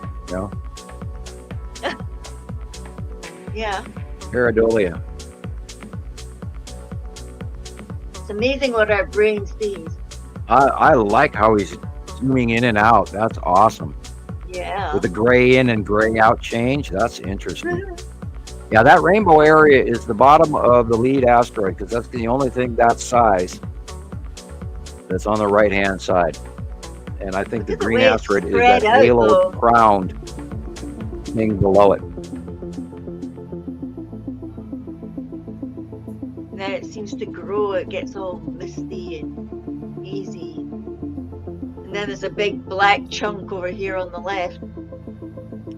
That would be where the red asteroid should be, is just to the right below the sun. And then spiral asteroid should be right there. And Leander was asking me about this one picture, and Pappy is also visible, P-A-P-I. And Lorraine was visible last week. And that up in the upper left corner, that is the Tan asteroid and the Salamander asteroid group right there at the bottom of Uri. And boy, are they big. Yeah, they're huge. That is Pappy right there. I was seeing them as well. That big one on the left right there that's Pappy coming in at that angle. No way, that's Pappy. It's so Pappy even got big. Got big this week. You know, we talked about it last week. We're all of a sudden, you know, within the last week or two, these asteroids are getting way bigger. And remember, 180-day close past cycle. I was warning about like upcoming those pointy September. things pulling off the top of them. Wow. Oh, there's all kinds of them back there. There's bunches and bunches together. But up there in the dark area, that's where the Tan and the Salamander asteroid is, up in that dark area. And then there's Pappy and Lorraine are sort of in front of and beside the Tan asteroid, which is the big dark circle at the up right now. And then the red asteroid and the Texas cube and all of that are in front of and below Attu and Attu's moon. But most of what we're looking at right here is Uri. And then a bunch of asteroids underneath it. Yeah, you can see that's Uri at something. Now, somewhere straight up is where the Skull asteroid will be also. It's there somewhere on the left of the sun. But we're probably higher up. I could have sworn I've seen that thing I could have sworn I've seen that thing this week. Skull with I haven't eyeballs. seen it much recently. A lot of it has to do with shadowing and angle of the planets. It was just behind Attu or not. It was behind something. I'd just seen eyes that looked like its eyes.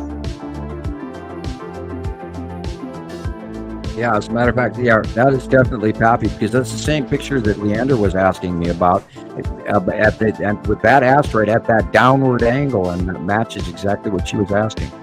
So I hope that's a good example for her if she sees this show. Yeah, because and I've got over to the right lower of the sun is the blue asteroid. Just above the house, there's a smaller blue asteroid just right there below. It's about an inch below and just slightly an inch over to the right of the sun. And it's small, and you can see it. It's perfectly circular. Now remember, don't look at the light stuff. Look at the dark stuff. I can't believe I see this as well. Pay It's attention to the amazing. light. That's in Germany, and I'm in Scotland. Yep. Around the world, we can all see it. Just time of day where it is, when it is. When it's illuminated, or when it's nighttime, or when it's daytime. Big white ball left of the sun. Well, that big white ball left of the sun is very likely planet Matim. Because we know Matim is right there, just to the left of the sun. And it's entirely possible that it's brightly illuminated because Matim is very bright. But being so close to the star, it will be out illuminated by the star. Yeah, that looks like the green asteroid right there, definitely. And then above it is lead asteroid again. And that bottom wispy stuff is the base cloud at the bottom of the Saturn's yellow moon. Ion tail going around it. That's ion tail, that little bubbly, feathery, weird-looking cloud there. And then we always just call it flame light. And somewhere over there is also the long box cube, because we know the long box cube is on the right-hand side, hiding in front of its atom in Saturn's yellow moon, and sometimes in the ion tail. But I do believe the green asteroid is right there, that circular haloed blob, dead center, in the middle of where it's stopped right now. And then the lead asteroid is above it, but it's dark because you can see that the earlier video was showing that rainbow illuminated edge farther over to the left, and that was the rainbow illumination of the atmosphere around. Even though it's an asteroid, it still has a sort of an atmosphere around it. And that's, yeah. See the dots? That's most likely the green asteroid.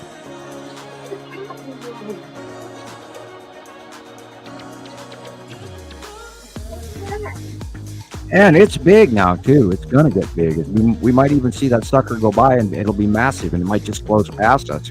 Dude, we don't know what's coming in September. Look at how big that got.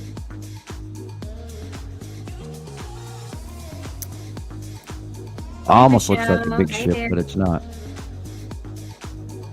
Hi, Michelle.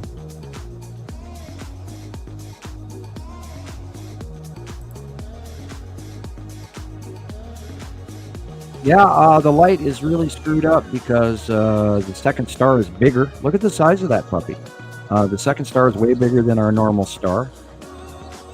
It used to be the size of a quarter or a 50-cent piece up in the sky, and now it's the size of, of a grapefruit, and shouldn't be. And we're still looking for the object beside it on the right hand or on the left. It's as equally illuminated. And it should be smaller because we believe our second star is smaller, and that we believe the separation of the two stars is occurring from reports that we've done. Yeah, that's the base round of the bottom of the base plate of Saturn's yellow moon. And that's the ion tail right there. See the flame-like clouds coming off of it? Yeah. Now remember, the ion tail goes both directions around Saturn. That's why it's going two directions.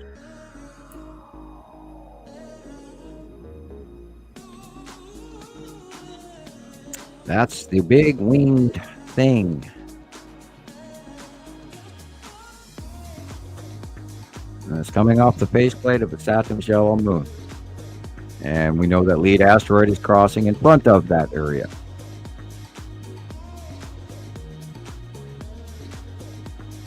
Especially according to this month's site drawing for August 2024. And just for the record, today is the 24th of August. Where did that month go again? Man, I mean it. Can you believe it's the 24th? There's 1 week left of the month. Yeah, there's only 7 days left of this month. It's like, what the heck? Do you also see triangle? Boy, look at that. Oh. Wow. Looks like people That's really over interesting. there. There's two lines. Look like people. Look at them. Yeah, I would bet money right there. We're looking at the long box cube. Wow. And craft. Those are triangles. And I've seen the three lines of the long box cube, and if you see, there's a sort of a back shadow illumination behind those three lines. That is the long box cube and star destroyers and support craft. At night.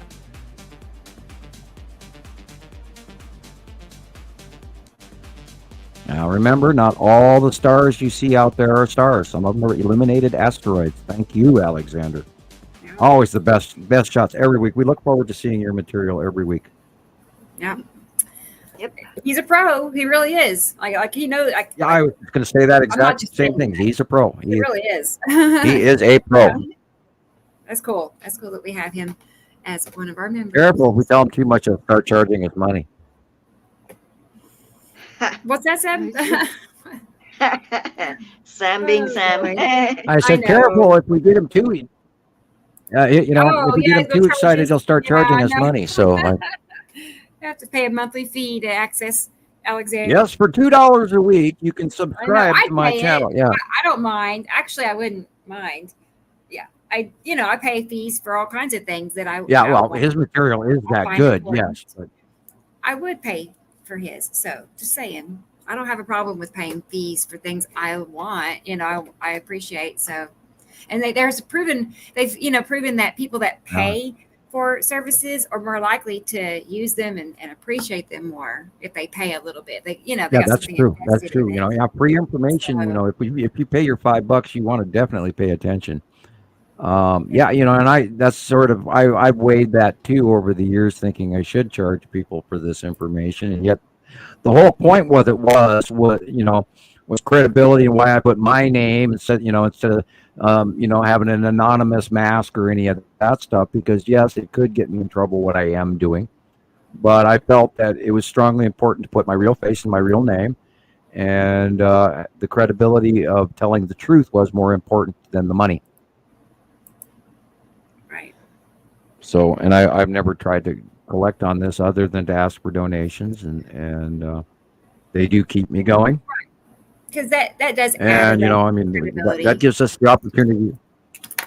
Yeah, I wouldn't even have a car right now if it wasn't for Montana Skywatcher and all you wonderful people that have helped me in the past. And there's a lot of things that still require fixing, and I can't afford to do anything, and I could never afford the internet in the first place. And yet, I've been paying for it for 14 years, and now it's $160 a month. So, boy, that went up like everything else. Yeah. I mean, even a New York cut steak is twice what Right. I used to pay for it. I just saw You buy a jar of sauce on the counter, and you buy a bottle of teriyaki sauce, and the damn stuff is $5 now. It's like, wait a minute, that was $1.29. The last time I looked at the price tag, and now you're charging me $5 for it. And I'm still mad that Yoshida's is not making any more Yoshida's teriyaki sauce. Dang it! And if you have any, let me know. I'll order it somehow by the case. Jesus, of course I can't even afford that, but Yoshida? get people start mailing me bottles with Yoshida's in the mail. How do you spell that? They went out of production. I think they sold their company and they stopped making it. And then we saw a news thing on YouTube that said they were coming back. I haven't found them yet again. And nobody makes a decent teriyaki sauce anymore. It's like, Yoshida's. Okay, let's see. Yoshida's. You can type in YouTube and it'll Yoshida's teriyaki sauce and it'll come up. It says Mr. Yoshida's original Japanese barbecue gourmet sweet teriyaki marinade and cooking sauce. I don't know if that's it or not, but maybe. It didn't used to say, that's the one. So now they've made it Mr. Yoshida's. okay, for $20. Okay, well I can't get that here. Yeah, I could get it. £9. Huh? Yeah. Yeah, that must be the new stuff because I'll send you Yoshida some. said they were coming back, but I haven't found it yet. Yeah. Awesome. My daughters are mad because we eat beef teriyaki every week, and now I've tried 5 different sauces off 5 different market areas, and none of them are even edible. And Here's I'm in awe at why can't other people It says the do original. quality anymore? And everything you buy is right. Is that it? Original? Right. And boy, I bet the Costco probably has it by the gallon, but Now that, for the longest time I couldn't find Maggi either with the European meat sauce. I had trouble finding Maggi. I found it back recently.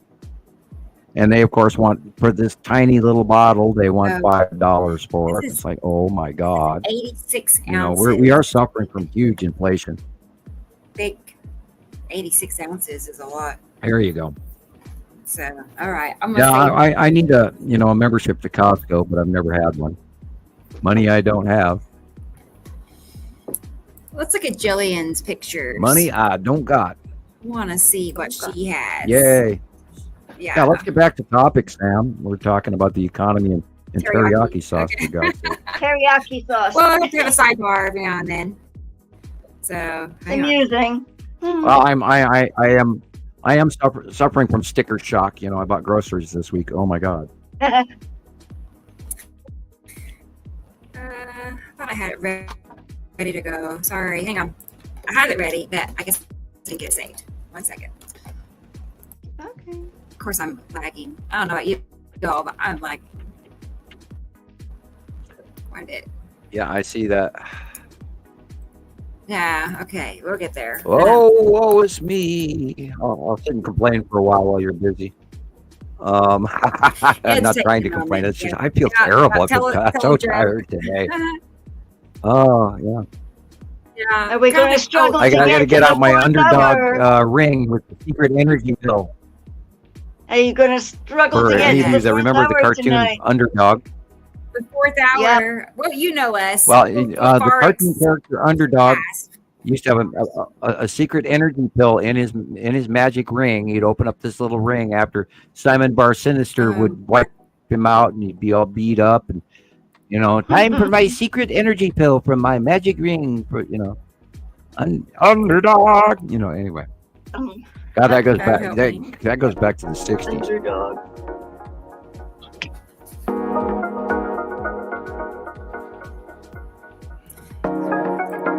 Yeah, and the story of my life, always supporting the underdog. Look at that thing there. It was you could just Look see how small rays. that sun is.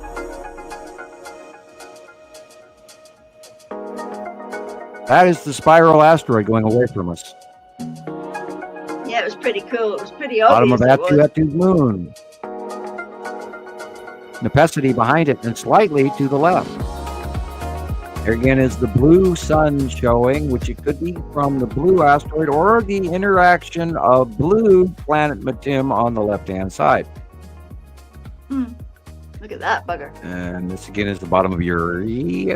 No, just the asteroids. Again, Uri is to the left, and that is the asteroids in the upper blue area to the left. Facially illuminated Uri. That is the bottom of Nepacity and Atu. That is Saturn's yellow moon with Nepacity slightly behind it, oddly over to the right. Yeah. All those oddly, because I hadn't seen it this week like that. See, I've seen it big like that, but Alexander's seen it more away from them. But look at all those old things. Yeah, there's a lot of asteroids. There's a lot of small stuff now that's coming into the mix. And that cannot be the Skull asteroid, even though I see like 3-4 major faces in there. But yeah, they're asteroids. And they unfortunately have... Well, yeah, it looks like a bunch of stuff. Now, we've seen a lot of stuff over the years, too, that have been leading us to believe that something even more miraculously spooky and macabre was going on inside the folds of the base clouds of Uri. And we've talked about that on previous shows, and I encourage you to go back to some of the early shows where we discussed it. Because if you take into account some of the legends from Greek mythology or Egyptian mythology, there's a lot to that.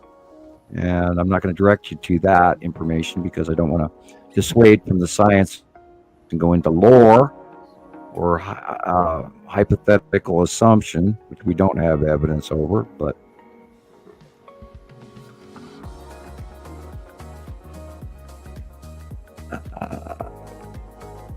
I'm reading the column here. It's so cool.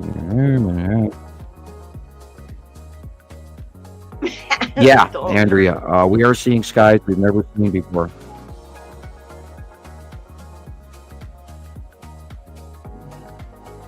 Sun was just such a weird shape.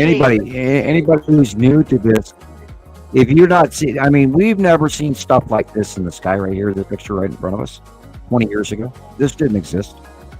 Look at that.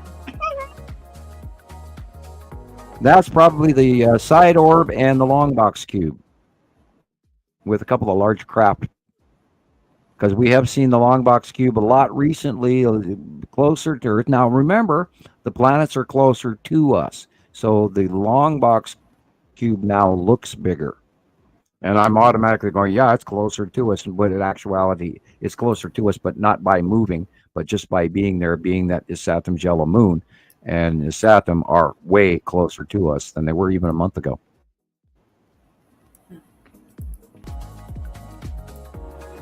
Yeah, Andrea, I still have the excitement as well. Look at the outline, the illumination going on here. Look at the cutoff. Yeah, the colors. I didn't even change that. Thank you, Gillian. Pleasure. Yeah, the yellows and the oranges are insane. This morning we had a very yellow sunrise, and I believe that's directly related to Asatum and her orangish yellow base cloud that we regularly see, which is now over the top of the sun, but moreover to the left. It still has a little bit of left axis tip to it. But we're going to see an influence of a very large regular orange yellow sky at sunrise and stuff like that due to the nature of Asatum being visible. And then, of course, for green blue, we saw last week, we saw tons of pictures coming in where the green blue was just absolutely dominant in the sky. And then Nepesity in front of it is like, I'm right, and I privately chuckled to myself at how accurate the monthly drawing is still after all these years. I just love it. And which is part of why we're doing this, because the accuracy is so accurate. Better way to say that than that, but it's been so correct for so long that we are quite confident in our science. And this is, it's beyond reproach. I get a lot of people that go, "Oh, how do you know? How do you know what you're talking about?" Well, we went at this every day for 14 years now, and I also expected them to come, so I was one of the first people to see them because it was something that was within my knowledge. And if you don't have this in your base knowledge, then it's probably harder to see. You have to talk yourself into wanting to see this or believing that it's possible. And then, like all the other people that have gone before you and all our experts here and the thousands and thousands of people we talk to every week, they see them. We know this is real. We know this is happening. And you couldn't make this stuff up. We couldn't make up the ion tail of Asatum unless we'd watched it come in, going back all the way to 2014, 2015, 16. And then passing over the top of the sun in 2018 and going distant away from us till 2019 and then coming back at us. And I knew that it was going to happen. And I knew that I could draw it this way because we'd seen those examples several years prior. So I knew what to expect. And then, it got bigger and bigger and bigger and bigger. And hello, Nibiru again. And so this is absolutely proven. There is not a thing you could tell me to dissuade me from the evidence that we have seen in the last 14 years. 14 years, and the people are still not on board. I find that so shocking. It's mind-boggling. But we are picking up every day. We're picking up, new followers. Like, I know in my group on Facebook and definitely on TikTok, probably at least I have to keep 100 a week. I was surprised. I got a few new applications, and a few people hundred a week though is pretty good, I think. I thought that about 3 to 4 to 5, and the small group was good as well. So yeah. Well, but you want them to stay, I want people to stay. I want people to question and watch the podcast and think about it, and maybe go away and tell somebody else as well, and make another follower for us. That's I was going to say we have to have word of mouth. Here is a video. Let's see. Well, no, it's not. Yeah, here it is. That person I mentioned earlier who he wanted to see a picture of a planet without any clouds. Oh man, Taylor will get it. We have issues with our lighting. Actually, it's a break. I know. Embarrassing. Anyway, it's all right though. Here's my response to this person, and he's turned around his whole point of view and is excited that he has found our information. But here was something I wanted to look just picture perfect. Is that right? Something like that, perhaps. Something just so ideal.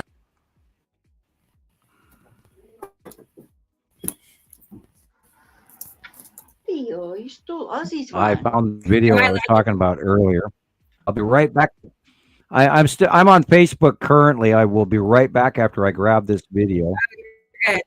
I have questions about this myself, so that's why I just left Facebook and the hard way, and I didn't send it to you. Hold on one second. What about it? I'll be right there. This I picture, promise. You I'm should sorry be for able to just distracting plainly see them because that's not how and things work.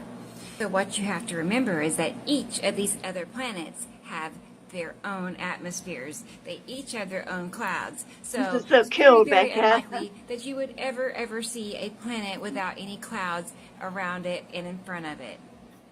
Need to understand is that yes, these other planets definitely have clouds, and here is another example of a planet that is wrapped in its own clouds. Obvious curve. You can see that that's not a I'm natural back. shape for clouds. Clouds are not round. Here's another example of an unusually rounded shape for clouds. That is because it's a planet wrapped in its own clouds. I think you get the point. yeah.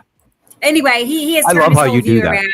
I love how Oh, thanks. See, you shouldn't I love think how about that what you're you going to just you go. say. I It's do just actually. blatantly obvious. How can you not see this big round thing in the sky? Big And we've got round thing. picture after picture after picture after picture Yeah. that matches coming in every day, that match each other every day, week in, week out, year in, year out. And you can't make this crap up. I mean, it's not like we're going, oh, Alaska sky cam, and here's this white multi-dotted lens flare going past the screen here, that's nothing in the comparison to the size of the planets that we're looking at. And so many people bite into that. Please, if you're watching Alaska live sky cams and people are posting that information, go someplace else. Alaska's sky cams are notorious for lens flares above all else around the planet. I don't know why, but they're a completely not reliable source of information. And if somebody's handing you a picture of a white circle, it's a full circle with all these dots on it, and they go, it's a planet, they're full of shit. I'm sorry, they're full of shit. And we see so much disinformation being spread about. It's insane. It's just like, oh my God. I mean, if you know what you're talking about, great. But if you don't, then don't say anything, because all you're doing is misleading everybody and making more problems for us and more problems for those that really want to learn the facts. And we have gathered the facts because I have been horrendously strict over the years on submitted information, what becomes topic, what is acceptable, what people post, how they post it. Now, recently, Montana Skywatcher 2 has been a little bit more lenient now that we no longer have the hall monitor, Lucinda, and she was in there working every day. And she would hall monitor everybody, and some people hated her, but she did a damn good job. She knew what she was doing. She took the time to learn. She worked. She earned her place. So anybody, yes, maybe she was a pain in the butt, but you know what? Sometimes teachers have to be. So, right, her heart was in the anyway. right place. I'm getting some pictures saved from Alexander, and I had a lot of people, pictures they have sent me, so I'm working on that. A lot of people complain about her, and I would try to work it out. Right. I had a long conversation with her one night. We could not get off the phone. We talked for about 4 hours. We had everything in common. Honestly, it was Lucinda. We talked one night. Yeah, and she was actually really nice. So I know she's, got this impression people have. And it's a sad thing. Lucinda passed away, and we do miss her. She's actually super cool. So. Are too young. Let's go ahead and get another. Oh, you know what? I don't know if Egg is still listening. Yeah, she had some health issues, and they caught up with her. But she had more than one health issue, and it ended up being a really big problem for her. Yeah, it's too bad. Here is a. Here it is. If Egg is listening, I don't know. Thank you, Andrea. She'll be here or not, but I'll let her know. But here is just some pictures that she has posted to Facebook. And here we go. Yay! Yeah. We love pictures. I enjoyed the pyramid in this week's thumbnail.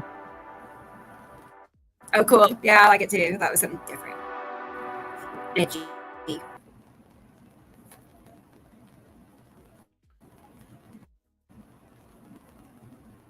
Yeah, look at that illumination. Yep.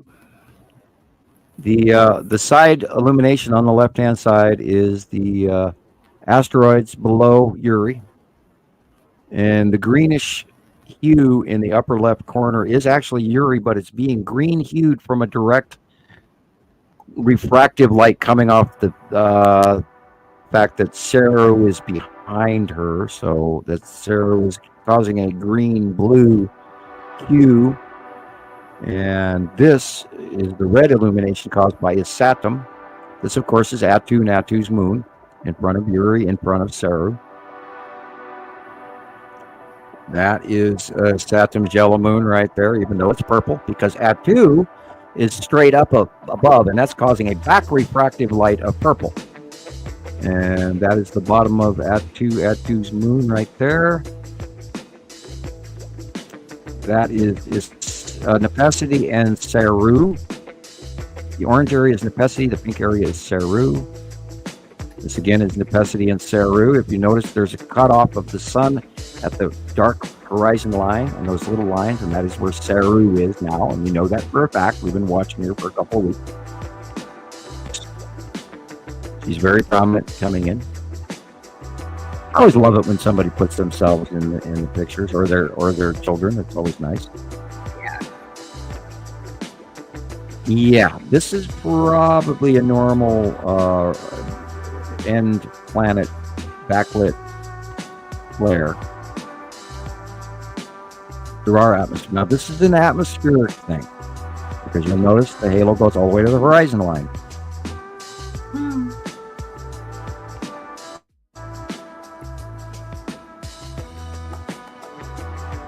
That's the illuminated edge of Uri.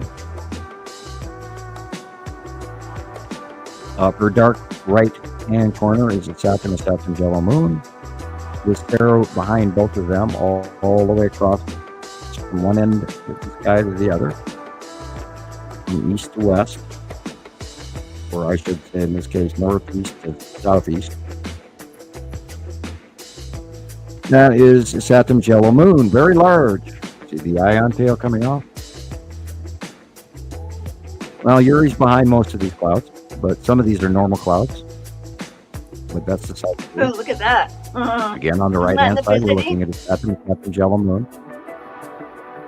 No. Saturn's yellow moon with a green asteroid showing. And this, again, is mostly normal clouds. Again, it's on the right-hand side, so you're looking at the bottom of the planet of Saturn. No, it's going up higher. It's above the center. It's going straight up above us now. It's going to be over the top of us here in the next month or so. And rising higher up, that again is the central thing that's going on in the center. You've got, and this one is Atu's moon with Nepacity behind it on the right. This is Uri onset, the clouds of the atmosphere debris coming in from Uri, clouding out, whiting out the whole sky. And some natural clouds, our clouds. And that again is on the upper right is Saturn's yellow moon in the upper right. And lead asteroid is somewhere in that mix, but it's probably just the standard circle of white in the center. We know it's there.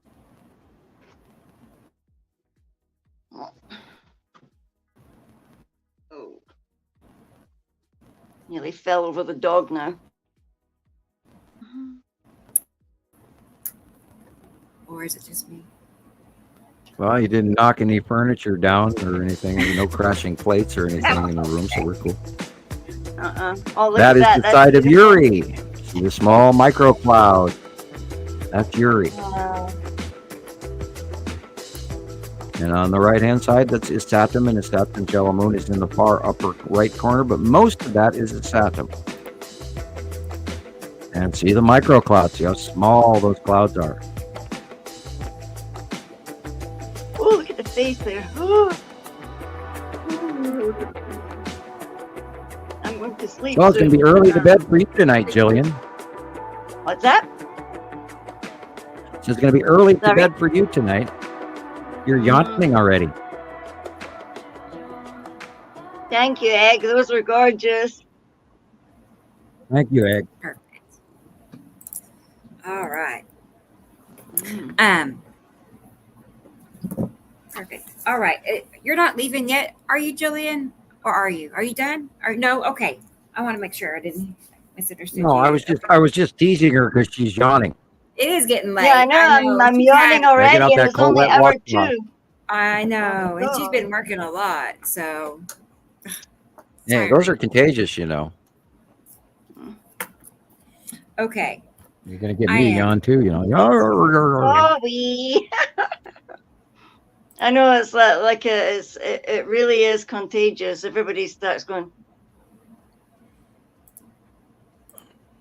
Here we go. I noticed this week that there's a whole plethora of new material out about background information from Lord of the Rings.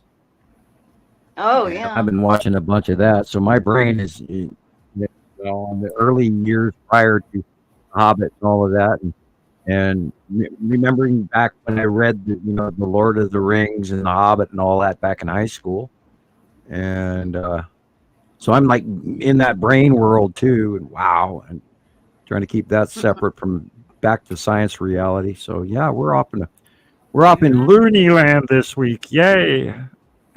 It's fun. Here's some. I just found this why channel. yawning is. Oh, and the Iceland volcano went off again. I did when yesterday, today. 20. Yeah. Just has gone off. Yeah, people were getting evacuated out of. Oh, good. More stuff to watch. Blue Lagoon. Oh my God! Look at that. Can you go back to the start of that, please? I sure can. Because there was like a green drop snorkel there on the beginning shot. Look at that. What the hell is that thing? Look at it. You want me to pause it? Oh, I can. that's snail foot. Look at that. That's Go all the way back to the beginning again. All right. Yeah, that's snail foot drop from Attu and Attu's moon. And inside that is the red asteroid. Yeah, but the very beginning, right where they start filming, I thought I saw the snorkel drop of a very green planet in opacity. So if you could rewind that all the way to the beginning and then hit play and then pause it immediately. Okay, I paused it. This isn't the beginning, is it? It is. Is this the beginning? Yeah. Okay, then my eye grabbed opacity, but this is actually Snailfoot from Attu, which is because otherwise the background area would be green, and this is white, so that's Attu's moon, and the dropping Snailfoot. Because the red asteroid, if you look just over the guy's head, see the shape of the red asteroid? They connect electrically because they're electrically connected, and it's all part of what Snailfoot's all about. The asteroids and the planets and the moons, when they get close to us, they all envelop in these clouds because of electrical reaction from between the planets. It's that electrical connection. Wow, and you can hit play. Go ahead. I mean, that now that we've identified what that is, it's like. Yeah, and the obvious curve that's behind it, that curved cloud, is that Attu or it's moon? It's actually Attu, right? That is most likely Attu. And then Attu's moon would be that secondary lump in the upper right corner. Yeah. And then very possibly right where the words that says "Let's go." Do you see it says "Let's go storm chasing"? You see that object behind? That is where the Skull asteroid should be. Oh, there's like right Scully there. in there. Scully's there. So right behind the word "Let's go," is probably the Skull asteroid staring at us, and unfortunately, they rode over the top of it. Yeah. I just wish these clips lasted longer. They're so cool.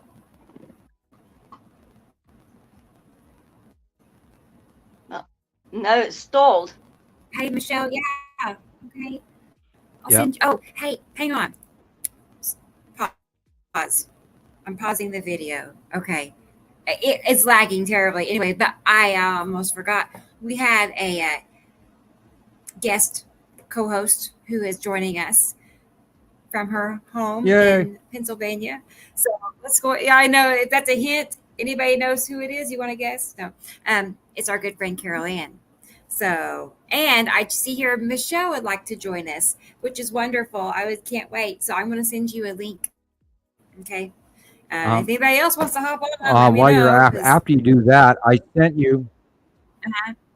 I sent you a video that I think we need to look at and talk about, and it's not. Okay. I don't even have an answer for it, but I did. It's on Facebook PM, and I sent it to you. Okay. I hope you can use that link. Get it. And another thing, if you don't play, you should turn the volume down on these people, because I think that's what's demonetizing your shots or our videos. And this is number 76, and we want you to be monetized. So I suggest that you turn the volume off of it. That way you're not playing their soundtrack, and then maybe we can get away with that. That maybe would help. I know every little thing they pick up on, like you said, soundtracks is a big one that keeps. They get obsessed with the soundtrack. At least they're doing some of their homework. Yeah, I got notified today that they had removed a video. I got notified today that they had removed a video from Nibiru Followers Anonymous that I posted on May 2nd. But I got the notice today telling me that they removed it. Whatever. And then I couldn't even look up what it was. Yeah, you won't get to know. That's just typical. Yeah, I know. You're in trouble. You don't know why. Yeah, it's like, what? What did I do? Okay, let's go ahead and get Carol Ann on here. I don't want to keep forgetting. I don't forget about that. Here she is. Let's go ahead. Here she is. Hey, Miss Carol Ann. Hi. Hello. Can you hear me okay? Yep. Hear me okay? New webcam. I'm trying it out today. Hello, Carol Ann. Good. Yeah. Hi, Carol Ann. Hello. Hope everybody's doing okay today. Good to see you. Thanks for joining. Thank you. And we'll say hello if the hubby's in the background. Hello, Carol Ann's hubby. He's outside. He got new tires on the car yesterday. Not in the background? So he's out cleaning. Not yet. Okay, well, he got an honorable mention today anyway. I will tell him. Thank you, sir. Thank you. Okay, thanks. I sent you a link, Michelle. Yeah, we were discussing before the show that that unfortunate. We like the guy's material, but unfortunately, he's going out there and reaching in some really non-science information that he's telling people, and it's kind of sad. Yeah, I checked quite a few of them. It was about 7 sons. Yeah. Yeah. I talked to Rebecca. If we had 7 sons, we'd all know it would be absolutely dead. But you can see they're all the identical. We'd be, crispy critters or Melba toast. Yeah. Unfortunately, no. Yeah, that's probably 2 layers of glass or 3 layers of glass or whatever. And I imagine the higher up in buildings that you go, the thicker glass has to be. Right. It's almost look like at that. the same concept as an airplane. That's insane. With 3 layers of glass. So I always check with you guys first. Right. Because when I don't feel right about it, then I question it. That's necessity. Right. See the 1, 2, 3. Like the 3 bands. That's the bottom of close passing planet necessity. I would love to see that in person. And people go, "Oh, it's a supercell." No, supercell is like what you'd see in that size of frame right there, not going halfway across the sky. Right. Oh, rattlesnake. Wow. Too close. This makes me want to be a storm chaser. I know that. I should be a storm chaser before. Oh, I'd love to, but all the cars you'd end up replacing, you have to have really great car insurance. Yeah. If they even if you tell them you're a storm chaser, they probably wouldn't take you now. We'll be paying out windshields every month, that kind of thing. I like that Reed Timmer made a really cool machine. I can't even remember what he called it. I watched his material quite a while because I got tired of him screaming at me. And I hope he can take that into account. I've watched a few other storm chasers over the top of him because they were a little calmer. But yeah, I would. I've been in this scenario where I've been in a tornado where it chased me down the road and we had to hide. So it's not something I look forward to. Now, if I had all the money in the world, yeah, I'd do that. Get a big camper and a chase car, and park the camper Look at and that drive the lightning. chase car. And look at the color of the lightning. Uh-huh. And I'm amazed that normal meteorologists don't even talk about the color of the lightning, because the color of the lightning tells you how high up it is.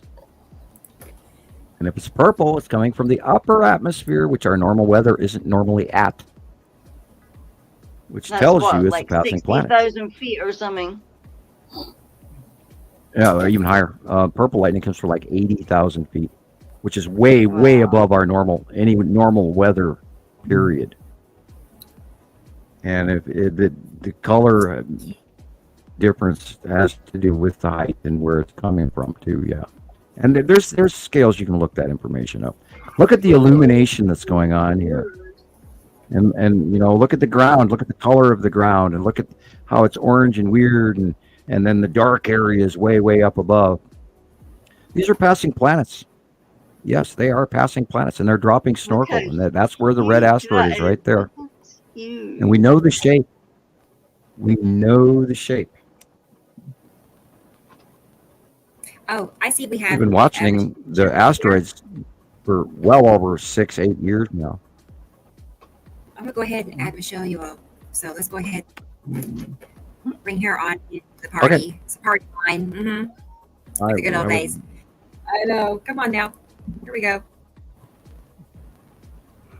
It's not letting me. Come on. It's so slow.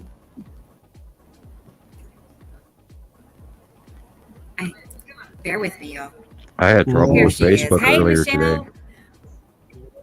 Yeah. Hi. How are you? Good. I'm glad you're here. Hi everyone. Well, it's good and it's bad. August has been a really horrific month. My CEO passed away on like the 4th of the 5th. My ex-husband passed away on the 16th, and my friend from Texas, dad, passed away Friday morning, and they all, to put it a better way, decided to go out on their own time. And it's given me some clarity about some things, and I guess what I wanted to come on here and say is everybody needs to start learning to love each other and get along and let people know that you care. Let people know how you feel before it's too late. Mm-hmm. It is time for new hope. Because you never know. It's time. It's time that we all get a new.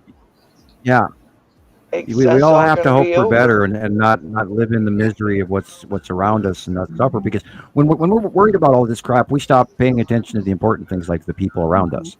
And so you got to get that hope back, and that hi, hey, nice to see you, and I'm glad to see you, and it's important, and and you warm me and you feel me, and I appreciate you, and I got a huge dose of that with the wife passing away, and still really weird. I didn't expect that to happen for the world, but anyway. Yeah, it slaps you in the face, and it gives you a reality check that you're not ready for, and yet here it is. It really does, because we were having problems with the company and the payroll, and so all of a sudden my CEO disappeared, and then my ex-husband, we were together for like almost 30 years, and he had health problems. But he just recently found out he had a aneurysm in his brain. And then he found out he had an aneurysm in his heart. Mm-hmm. And I guess he just decided, instead of wondering, You know, the fear of living every day of, well, when am I going to drop dead? Is it going to be on my motorcycle with his wife on the back, in the truck, you know, and take out a family of 4, or heaven forbid, in front of his grandchildren? So he just decided to go out on his own timing and when he wanted to. I couldn't live with it, you know, to know that you got an aneurysm in your brain and your heart. I can't say that Let's not go there. We're not judging, sometimes, Michelle. We don't judge. No, sometimes it's just Everyone- more than we can bear to live with. Yeah, but everyone has reasons, and I don't want to think about it for myself. Like, oh my God, no. Yeah. So there are some good thoughts. So yeah. On a more cheery note, I do love watching your podcast about the planets, and I'm still learning. And I'm so glad you're here. I've been, you know, hoping you could join us. And so this is a surprise, you know, appearance. I love it. And actually, well, I see. I wish it was for better reasons, but you know, everyone's got to love each other, and you know, quit arguing. And one day at a time. That's the best part. Yes, Carol Ann. Really are. Really are. That's my girl over there. Right. I'm so glad to see your face, Michelle. I love seeing your face too, Carol Ann. So cool. We're having a good time. I do see somebody else here, y'all. Somebody else is in the green room, and it's a surprise guest. I know. You know how this. Well, we better make it a party then. If 6 is too I many know on it the is turning into screen. a party. I can hold 10 people. So, okay, but if Oh, 10. Let's call some more friends quickly and ask them over. Cup of tea time. Come on, everybody. I could have made onion dip. Yeah, that'd be fun. Yeah. Christoper sends Let me his know. regards. Okay. Well, it's our good friend Daniel, y'all, in California. Oh, okay. And I can see he's out in the sun, getting some sunshine. Yeah. So let's go ahead and get him on here with us. So thank you for all Good. your He gets to talk for a while. Hey guys, hi Daniel. how's it going? Yeah, just be good to yourself and remember self-care too, Michelle. You gotta take care of you Sam. also. I know, I am. I said take care of yourself as well. You have to. I am. Hello, Daniel. I explained Hello, everything to my mom and my mother-in-law, and she made, you know, it gave me clarity. So, hi, Daniel. There's been an awful lot of loss. There's been an awful lot of loss this month. I think it's really playing on a lot of us. These planets, the asteroids, I'm sure, are really messing with a lot of the electrical goings on of our brains, of our hearts, of our emotions. I mean, it seems like everybody around me this side is just so angry and so negative and frustrated, and they take it out on everybody around them. And then you walk around with this in you as well. You don't realize until you get home, and you're also like, you know, right. And I don't know if there's a word for zzz. Is there a word? Yeah, it's called hopelessness. Yeah, it's like electricalness, and I think the Colburn Bible actually talked about that, how it played with the minds of man, and other research. It also talked about how, but without them understanding, it was planetary passes, talking about pole shift and stuff, and something messing with the electrical vibration of the planet and pulling everything all to sherbet. Yeah. So let's go back to topic, and then we'll let Daniel inform us of what he has seen this week. Our reporter from California. Cool yeah. Hey guys, how's it going? I have Daniel's. I have a slideshow of his that we can show here shortly. So just wanted to throw that in there. Sweet. Yeah. Great. Yeah. So, well, last few days there's been actually quite a bit visible. For a long time there wasn't a whole lot visible down here in SoCal, but like trying to think. So this morning, so it'd be more towards the north, like, center right above at sunrise. You could see all those slide lines of nepacity, but you can only see it as a strip. See, yesterday, so right now it's what, like 3:30 or something like that. Okay, so about 5 o'clock, the sun was a little bit more further down towards the tree line over here, and you could see this dark area over here. All right, that, if I'm not mistaken, that's, Asatum's yellow moon and stuff is off over here. And then there's this little strip right here that's next to the sun. That's where I could see those lines of nepacity with that other real bright blue one. What's the one that's right above the sun right now, Sam? I forget. The Saru? Matim. Saru. Matim is to the left of the sun, but it's small. But Saru it's small. is You can't really behind see and above that. the sun. But it illuminates like a real pale, like whitish blue, right? Because that's what I was seeing. Very bright blue. Yeah. So that's what I was seeing over here. Just to the side of the sun here is where I was seeing that. And this morning it was kind of crazy as the sun was coming up over this direction over here. You could see it. It's just a little strip. It's just a little bit of nepacity peeking out the side. That was pretty interesting. And then,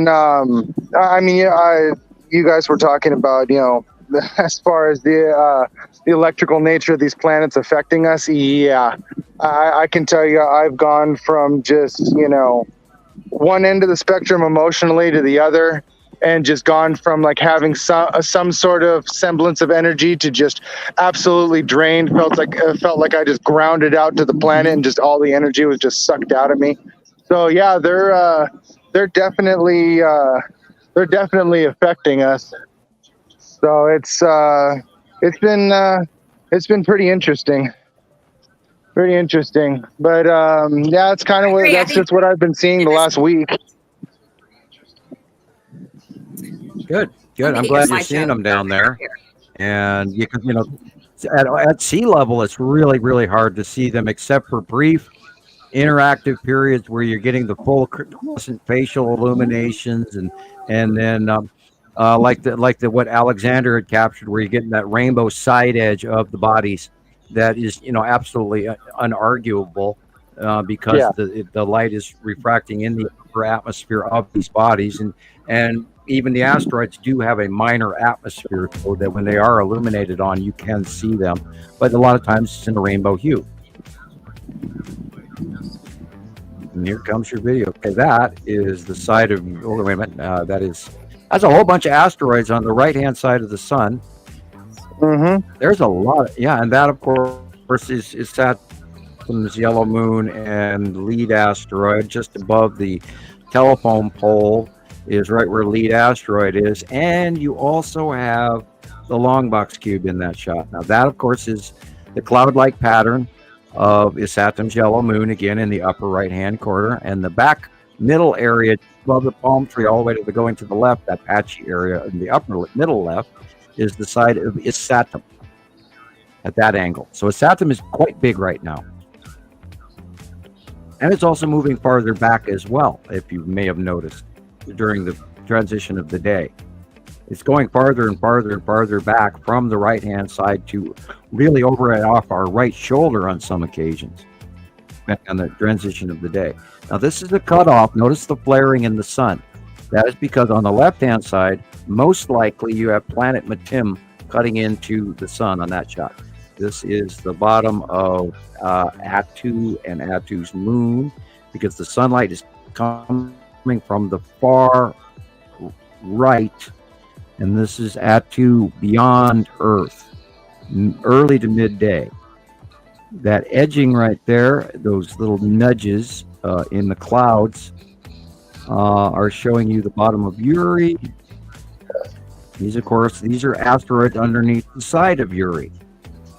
And you can see the patterns where they're coming out of and going at that angle, the same angle, tipped axis of Uri.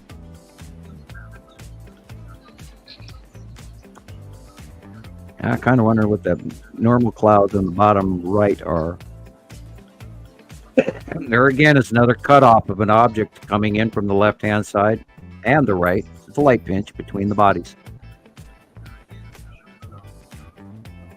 And if you look in the upper left corner, it's big. It is big. And that one is small and very blue. That's probably Matim cutting into the outview. I bet you anything Matim is coming towards us. I've waited a couple of weeks to say it, but it is actually getting bigger. I was wondering if it was going away, and we'd see, back when a couple of weeks ago it was really small, about the size of a cherry. And now it's becoming the size of a golf ball. And it will get bigger. And maybe we're going to see a very, very bright blue representation of her anytime soon, which would be really cool because it's very, very bright blue. Yeah, there's that weird straight downward streak. Yeah, I've that you seen were that talking too. about. I believe in the upper right off the center is like the green asteroid, but these could be other minute asteroids coming in along underneath at a deep, steep angle coming in off of God only knows what. Yeah, the skies have changed this week. The asteroid directional patterns are different again, and it takes usually a couple of weeks from, we use that drawing of the orbitation of the asteroids below at 2 RIP model regularly. It's a drawing. And it does take a couple of weeks to transcend from left model to middle model to right model. And we're seeing a transition of them again. We're going to start seeing the asteroids go downward and away from us in the next couple of days again. So pretty cool shots. Thank you. Yeah, no problem. I really am trying to be awake. What I have the time to take pictures of, I do. Yeah, good job. Good work. And that was a very interesting below on the right hand side set of unique clouds that are definitely something. And we've seen a few sightings of it going back about 3 days now. So it's going to have to be something to watch and pay attention to. Yeah. Probably more little asteroids that we have no way of, documenting all of them because there are so many right now. And this is proof of the 180-day cycle close pass. And we're entering September, which is the original tail end of the 180-day cycle is around September 30th-ish, 23rd, etc.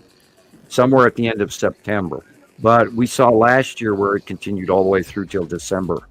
And that had to do with our odd transition in orbit. I think our summer orbit and our winter orbit were minutely altered because of the proximity of these planets. Because I didn't see Orion, for example, in the winter pattern this last winter.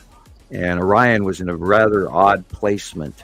And now that's stellar, galactic light years away. But it normally is in a normal place that you can say, okay, such and such time of year, Orion is over here. And come springtime, Orion is in the due east. And last year, it didn't match up at all compared to normal. And these are one of those minute things I look at occasionally. So, and I'll just resort back to we're not in Kansas anymore, Toto, because it's all the rules have changed in our sun pattern, where the sun is, what the sun looks like, and all where the planets are, and all of it's changing and changing and changing. And it is also confusing. Sam. Here's that video. Yeah, look at this. Watch the circular lightning and then listen. Oh, we can't have the sound. I turned it now, down. when that happens, see this illumination of lightning that's starting to form? There is a clap of thunder that goes along this. You may want to turn the sound up if you can, just for that, and maybe they won't demonetize you. But you have to listen to the thunder that goes along with this.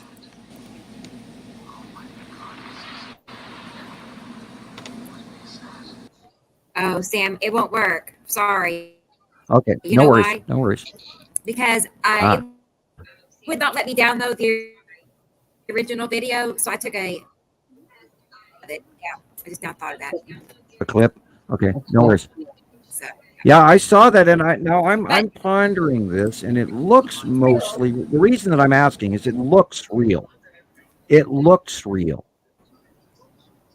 but where is this on TikTok? I was thinking, no. It just looks too far out for me. Too unbelievable. Yeah, but look what's Where above is it. this?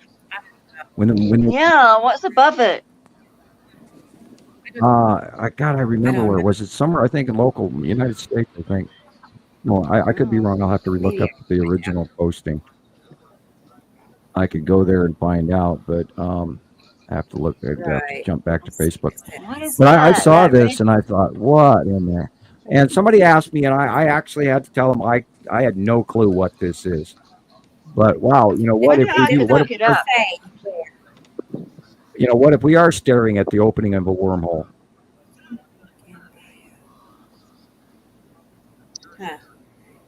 I say, heck, one of the guys that I listen to. Oddly. See, what gets me there is they focus on that part, but they're not showing what's above it enough. Once they see the top, they quick go back down again. Yeah, there's one of the asteroids directly above it. It looks like the red one, yeah. Or one of them. I don't know. When they pan up briefly, right there. Yeah. You just see that's an asteroid. That's the red asteroid directly above. That's the red asteroid directly above it. So, I mean, wow. I saw that, and I just figured I'd send you a copy of it because I have never seen anything like this ever in my entire life. And there's a level of reality to it because the cloud, kind of the illumination of the cloud and the saturation of the building look pretty much the same. And normally with photoshopping, you don't get that. One will be darker or brighter than the rest of the surroundings where it's placed, as a cut from one scene to and added to another. And I don't see that in this, which is why I posted and shared it.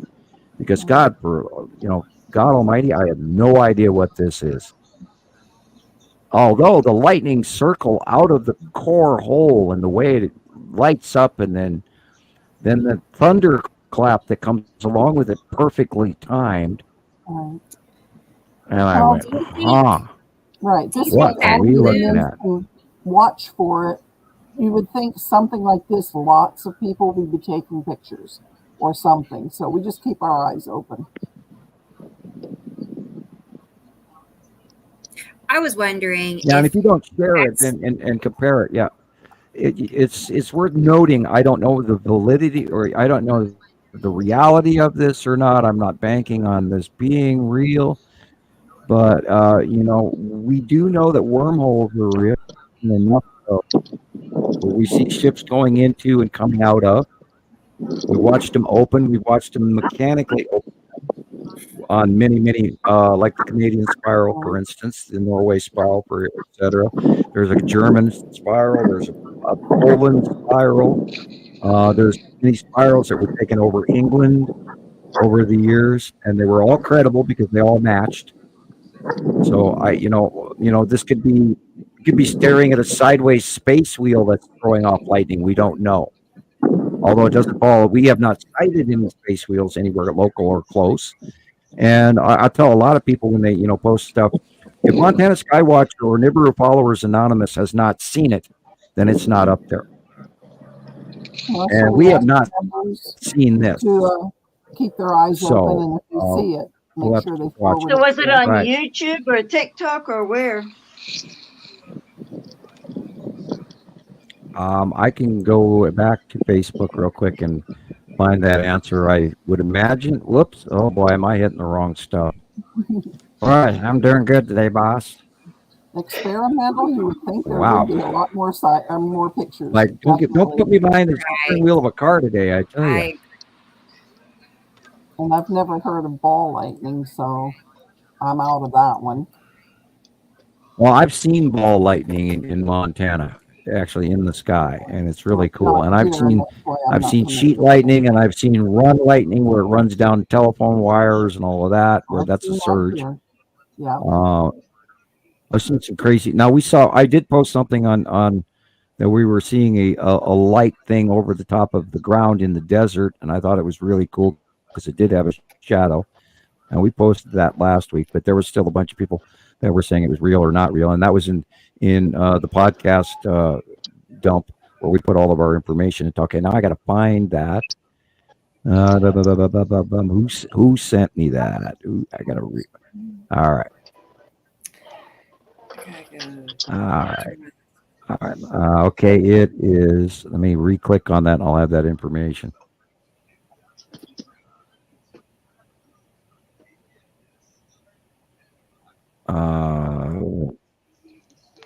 It's a YouTube link. From Unseen Events. Unseen event.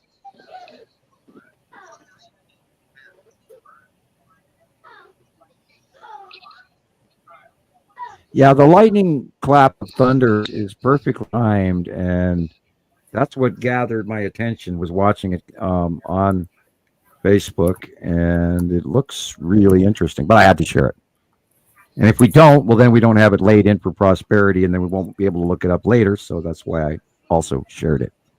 Samuel, Alexandria, my kid, no. Alexander Walls from Germany just put a little blurb there. Look at that. Yeah. There. And I got your videos, Audrey. I'll share those next. And I gotta go turn my lights back on. So.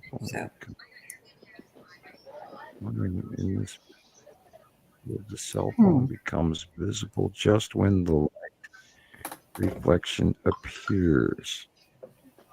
I wasn't paying attention to what the cell phone does. Good thing that you caught that. I don't know anything about cell phones to answer that. Yeah. I don't even know how to work one, frankly. I've never owned. Well, I've owned flip phones, and I have a cell phone, and I can't really use it because I drain them right away. I've been having events even with my regular wireless plug-in phone. People call me, I pick the thing up, and it's dead. You know, when I pick it up, it has a full battery. And I turn the damn thing on and stick it near my head, and that battery goes blink, and it's gone. And it shuts off. So I've been having unusual electrical. Again, I think we lost Rebecca. She probably went out so she could reload. You just sent it to me, Nicole. What, on Facebook? I'll go back to Facebook, have a look real quick. Yeah, hi everybody out there in YouTube and TikTok land. We're having a rather interesting show because we're all semi-disconnected from reality. Me included. I mean, That's an understatement. Melting in my chair. I am just melting in my chair today. Yeah, okay. Yeah, I have that same link. Thank you, Nicole. I could. Anyway, there's too many numbers to stop it. Yeah. Thank you, Nicole. All right. Here is just a cool video, and I'll be right back. I'm going to go check my light situation out. I don't know why it's happening. Yeah, look at that. Oh, that's cool. I love lightning. That is lightning that is reaching around the bottom of the planet. Notice it's purple. And it's what we refer to as the red Sonia nonstop lightning. And just flash, flash, flash, flash, flash, flash, flash. And then it's wiping out. It's such intense lightning, it's wiping out the camera. That's awesome.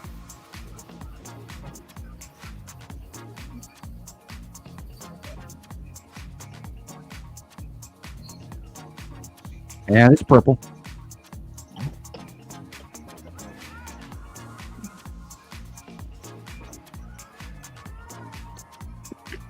You know, and they look so damn close, and yet they're not. I just wonder how long those lightning bolts are. You know, are we looking at 3,000, 5,000 mile long lightning bolts reaching up into the heavens? You know, and we saw many reports over the years where entire herds of cattle were killed with a single lightning strike. You know, and deer and northern Icelandic animals being killed by the herd, and I entirely believe it.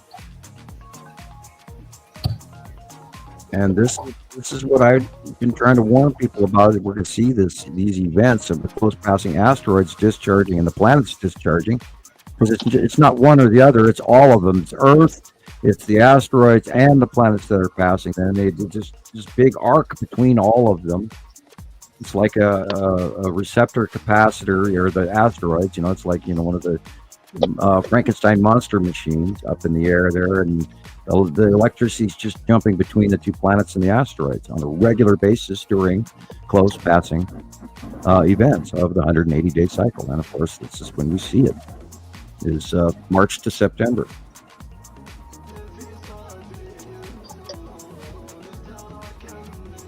Because we've never seen storms like this in our lifetimes.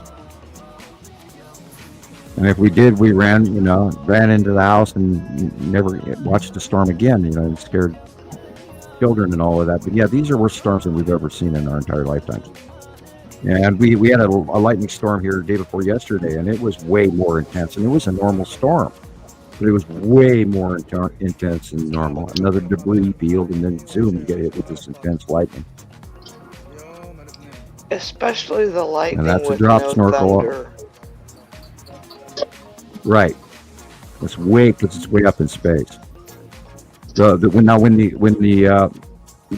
object cluster group did a close pass in 2018, 19, 20, and 21, there were these booming passes here in Montana where the thunder never quit, because it happened so high above us that it ran through the mountains and back to the other mountains and went back to the other mountains and then back across over to those mountains and back across over to those mountains and back again, and it just kept going and going. Kept rolling and rolling. And I've never heard thunder. Yeah, back and forth and back and forth, back and forth and back and forth between the mountain ranges, and it was just amazing because it didn't quit. And I knew immediately then, when we started hearing that kind of behavior, that they were very, very high up. Because usually if a sound, if a clap of lightning from a storm in the mountains goes, it bounces off maybe one mountain range and maybe off another one. And you can hear the difference in the traveling lightning.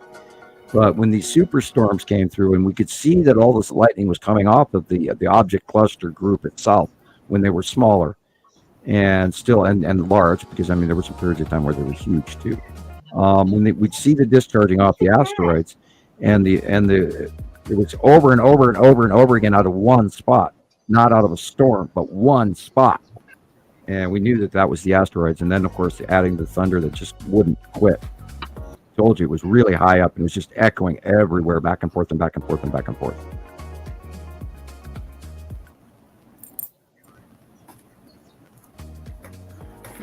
Yeah, I have no way to convince everybody that this shit's real, because we've watched it all. We've documented it. We've watched it happen. We watched it happen year after year after year after year. And we debated it. We talked about it amongst ourselves in many different sites, and we had a lot of folks that were going, nah. And then we worked it out with them, and we talked about it. A lot of people are, come over to the reality, and a lot of people have walked away. The point with it is the only way this information is going to get out is unless people become used to it and become part of it, and then start sharing it. Because when you're comfortable with the information, it'll become secondhand to you, and it'll come out of your mouth a lot easier. And then hopefully you will be able to influence the people around you that are important enough to care about taking the time and the effort to do so. And I do warn you against talking to your coworkers, because sometimes that can get you in trouble with HR if you start sounding like a conspiracy theorist. And there are not 3 suns, there are not 7 suns. We have a binary, meaning 2 binary solar system. Always have, always will. 2 sets of planets. They come by every 3,654 years to 4,000 years, somewhere in that period of time. All you got to do is go and look at the collapse of the Bronze Age and the origins of the Hittites and the origin, for example, if you go into the history of India and the folks who lived in India and Pakistan and that area, and they were considered at one time pretty much the same group of people, and the Indian folk, they were invaded in 1650 BC by what they called the Aryans. And these were white folk who infiltrated and mixed in with the brown-skinned Indian Asian people, and they have suffered from that culture adherence and transition to their culture since 1650 BC, I might add. And then if you look at the Age of Enlightenment, and this is something I've been, because I talked about it, studied a lot of studying. Do you know that most of the major enlightened beings, that have written consequential works that are carried over to our society today, were in 500 BC? From Buddha to Confucius to et cetera, et cetera, et cetera, et cetera. The Age of Enlightenment was 500 BC. And people don't mix their history and their logic and science together very well throughout even my education of history. And I just, voraciously eat all I can get. And yet, I was sitting there laughing when it dawned on me. It was like, hey, so-and-so was in 500 BC, so-and-so was in 500, the Iliad and the Odyssey and Pythagoras and a couple of Chinese major philosophers were 500 BC, and so you have to really review the history of the planet better to get a feeling. Like we talk about the Sumerians all the time, and the Arcadians, and the Hittites, and the Egyptians, and the Greeks, and and the Picts, and all of this, and all of that was going on. And there's so much more information that we're missing. And that all goes back to wake up and what they call collapse of the Bronze Age, which was at the same time as the passing of the cycle. So if you want to know what's coming, just look back then. Check the past to see what the future will be. And those are good portions of study that will direly help you understand, if you can find the right places to find that information. And it does take effort. It really does. It applies to and I always chuckle when they get it wrong. Like even Dr. Phil, he always tells people to look at people's past behavior. If you can judge somebody or what they're going to be like, for their future. Look at people don't change that much. So anyway, things repeat. Oh, but they can. A lot of people don't believe they can, but they can drastically and direly change if they, for better or for worse. You can become worse and you can become better. People really need to believe and learn that they're not stuck. If you're unhappy with yourself, you're not stuck. You can change. You just have to do it. Then you can't complain about it and blame others. And that, of course, has to do with accountability and growing up. And says a 63-year-old person who has been around a while, and I'm still atoning for shit that I did in my 30s that is crossing my mind and haunting me now. Well, I promise you. Little things, because I could have been better in a lot of ways, but then all of us could have been. And now it took me this many years to learn it. And watching the passing of close friends and people around you, Michelle, is what is bringing a lot of that back. And you can, and I refer to that of the new ascensions from 2010 on as this is the clearing of the shelf. We have to go through these emotions and thoughts and feelings so that we can clear out some of the crap so we can be better. And this is part of my personal science, is trying to be the best I can be at my science and make sure that I give you guys a bunch of hard-earned research rather than sitting here in front of this microphone every week and handing you a bunch of bullshit about, pardon the expression, but 7 suns. And going off on one video that somebody sent on the internet, and we went through that with the Money Boys way back when, and I won't mention those guys just to, so I don't down them any further. I hope they paid their penance. But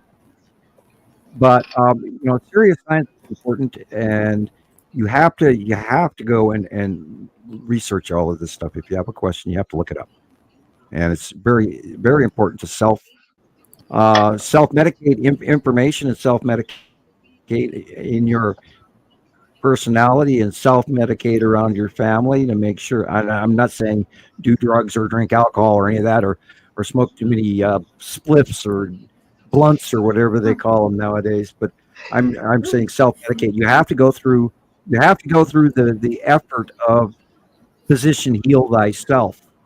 because you have to fix things. We all can. We can all get smarter. We can all get better at what we're doing, and we can all treat each other with a little bit more respect. In a nutshell. And it's time. It is time. It is. I mean, God, look what we're going from these minutes.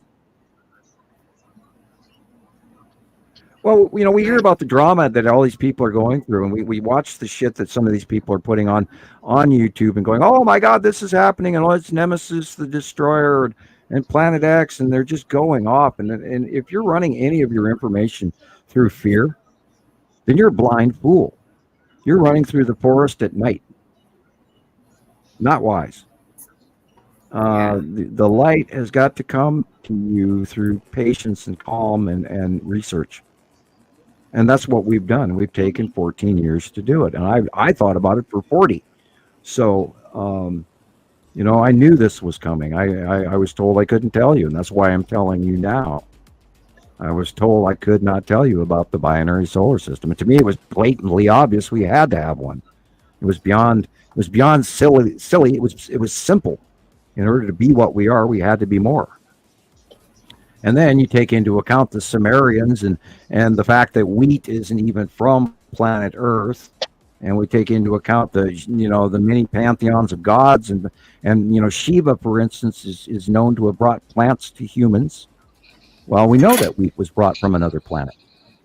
And if you've got your answer there, we know right there that extraterrestrials therefore exist. And we know we've been citing the planets for many, many years now, and so we know that there are extraterrestrials that exist on that planet, and we know that there's even factions above them of even higher tech and higher race by the billions out there. And we know that there are billions of galaxies. And how many life forms are in each galaxy? Yeah, we are not alone. I mean, there's just no getting around that. No, absolutely not. And there's so much more going on. And I mean, my God, man to think in his arrogant little way that, oh, are we all that exist? Hell no. Nope. It's not possible. Not only that, and then we can talk about our clipped 24th chromosome. And now they're trying to teach everybody 23andMe. And we actually have 24 chromosomes, and one of them is only half a chromosome. And that is lab, petri dish, clipped genetic manipulation.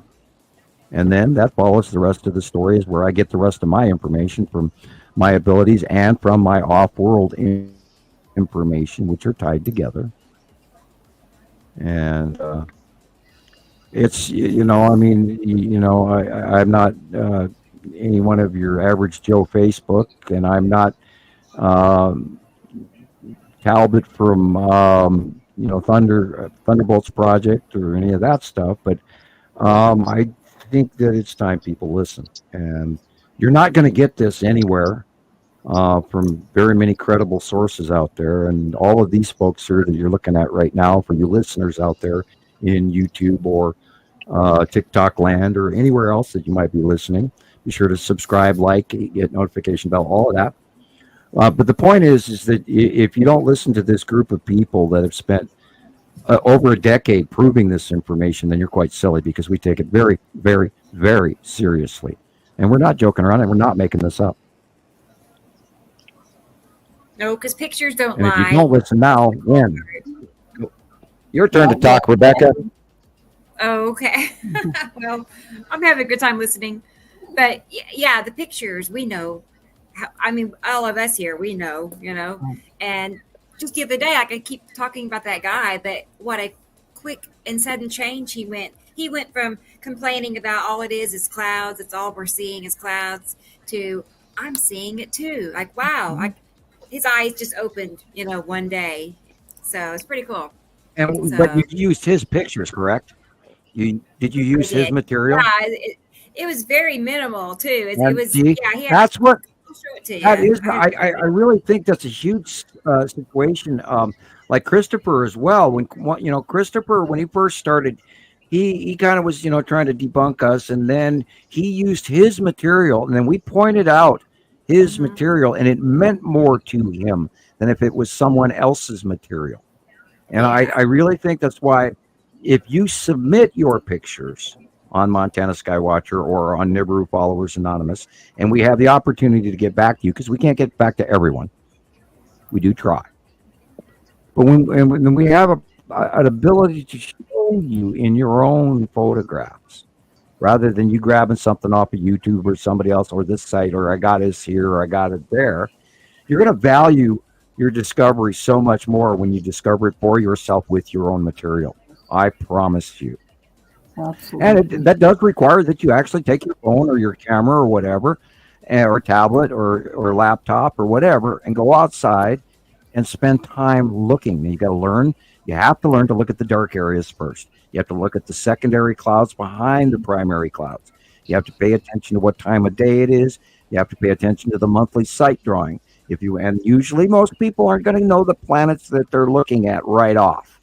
But once you start to identify the planets, and then you start to take into account, okay, I got a general idea of the planets, and oh, gee, where are the asteroids? Then the asteroid falls into place. And then before you know it, orbital model will grab your brain, and you'll have it like that's where Jesus is at. He's finally got an orbital model inside his brain, and it functions and it works, and he knows how they all work together.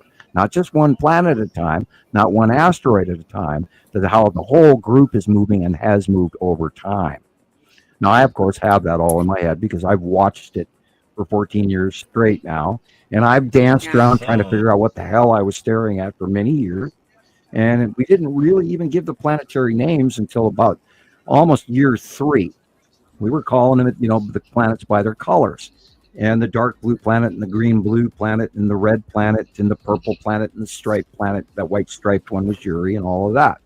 But once we cross-referenced it after Atu got here and Atu's moon, we didn't even know Atu had a moon at first. But anyway, once purple Atu got here and it matched our information, and that was literally about 2.5 years of waiting, because there was Uri and there was this small purple thing in front of Uri. I mean, we didn't even know until Uri got really close to us that was the purple planet Atu, when we started seeing them separate from each other upon a level of proximity where you could actually see that they were separate bodies and they were close enough.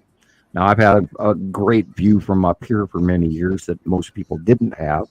I'm looking south from way up here in Montana, right, just off the Canadian border, so I see it more northerly. Now we have our friend Maria up in Alaska. She gets some great shots, but they're different angles. Same thing with Robert in New Zealand. So, we've got all these reporters around the world, and we've been doing this for so long that eventually you're going to get the model in your head. And once you do, it's just like, the Hallelujah song goes off in your brain, some big, cathedral choir, Hallelujah, it's awesome. And it takes a lot of effort, though. It does. And you have to work at it. And everybody makes mistakes. They do. I make mistakes still. And I caught myself at a couple last week even. And Rebecca does, and Jesus, and even Dan, is still going on. You're actually seeing the planets now, aren't you, Dan? Dan. Are you talking? Oh, me? Yeah. Daniel. Oh, yeah. Sorry. I'm just listening intently. Yeah. No. They're obvious, and when you were talking about with Christoper, how at first it was like, I don't see them. Can you show me where they are? And sending in your own personal pictures, and then you guys saying, oh, hey, yeah, look here. And it's like, wait, hold on. So you can actually, because the picture doesn't do it justice from what you're actually seeing with your own eyes, because you guys see what I take pictures of, but you guys don't live down here in SoCal, so you don't see everything that I see, versus like if I went up to Montana, where you are, Sam, and I were to look up, I'd be like, holy moly, this is a whole hell of a lot better than what I see every single day. Yeah. We all get a different view of it from a different elevation. In the middle. Right. So, and that's what Jesus went through when he went from New Mexico to Utah. And now he's up even higher than I am.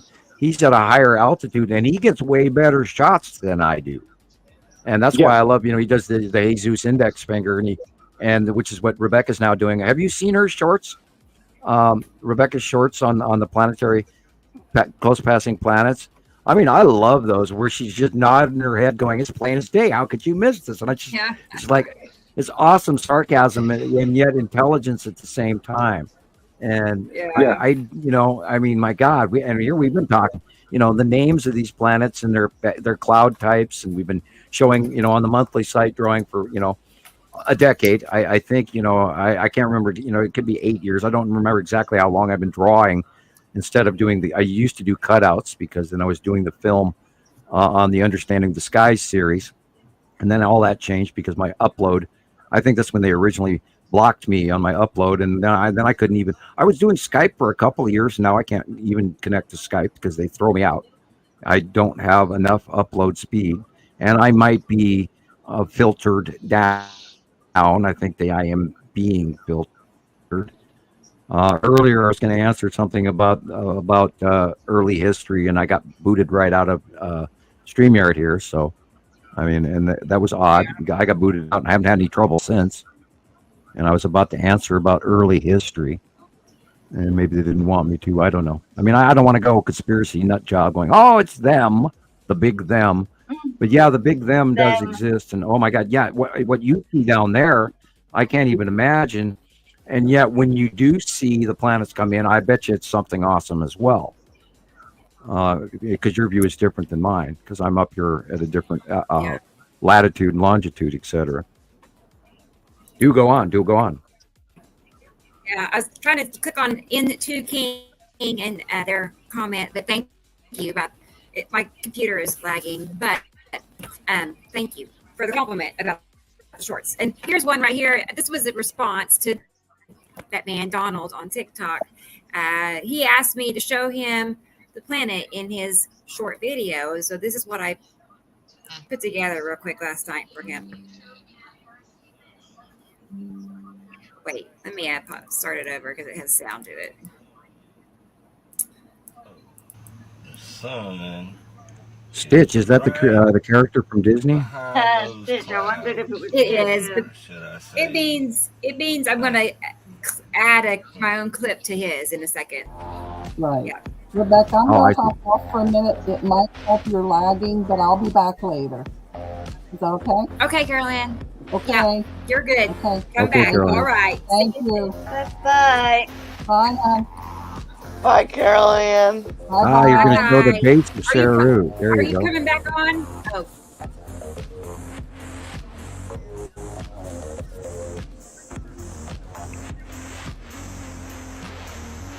I love these how-to videos. Yeah, I'm sitting here going, man, I wish I was that technologically inclined. Oh, geez. It's not bad at Yeah, all. and- But thanks. You wouldn't learned all of this stuff. That's why, that's why I always go, God, you're doing such a great job, Rebecca. You are. I love these thank you. layovers. I love them. Oh, good. Yeah. That's nice of you, really. I love doing it. I mean, that's like my creative outlet in life, is sitting around playing. I'm always checking to see if anything, what you made this week while I was away. Yeah. Hi, Maria. So I got to get more out there, making some more tonight. Hi, Maria. Good to see you in Alaska. Maria you from sent me Denali. pictures? So we're going to go, Molly from Denali. Probably hates that show. I don't know if Alexander is still watching. I know it's probably late, but he sent me 3 pictures and he wanted me to show them. So Awesome. here they are. And I love new material. I may have seen them, but yeah, Hi, look at Doobie-Doo. that. Good to see you. All right, next one. There it is. Yeah, I keep seeing that as well. What is that?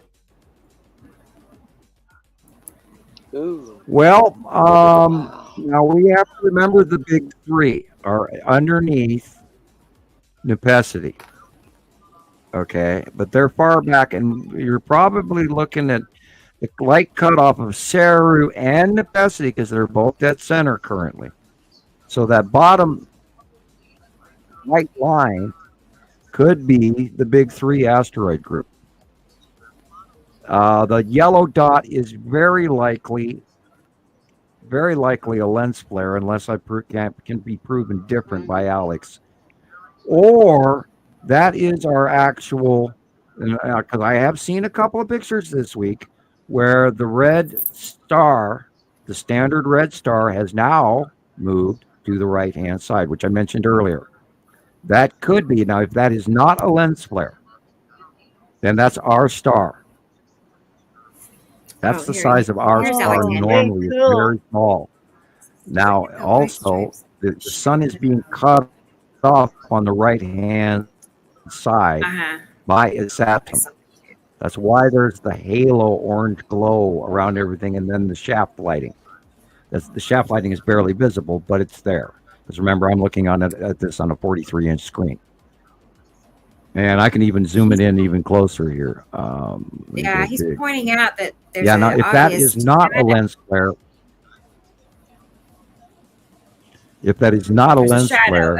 you can actually see what in the upper, to the right, upper right of the sun. If that is not a lens flare, that little yellow dot does have the looks of literally almost like coronal holes and shadows on it from what I'm looking at. So that's entirely possible.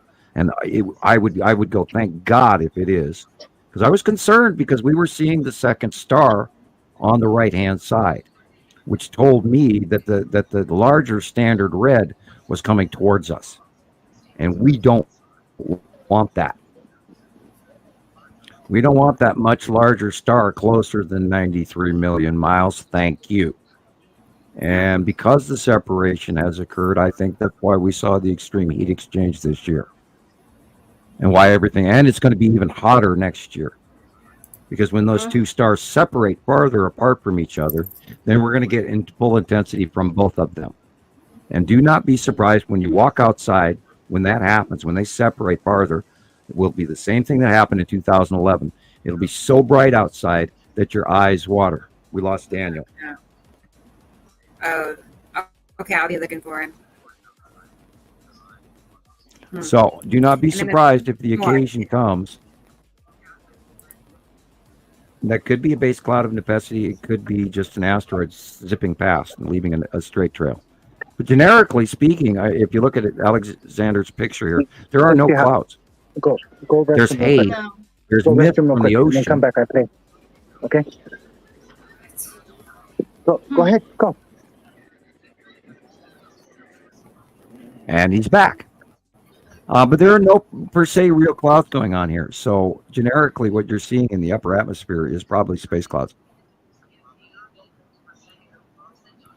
with the minor exception that some of these could be asteroid clouds, which are closer in between. And oh boy, do I need to clean my oven.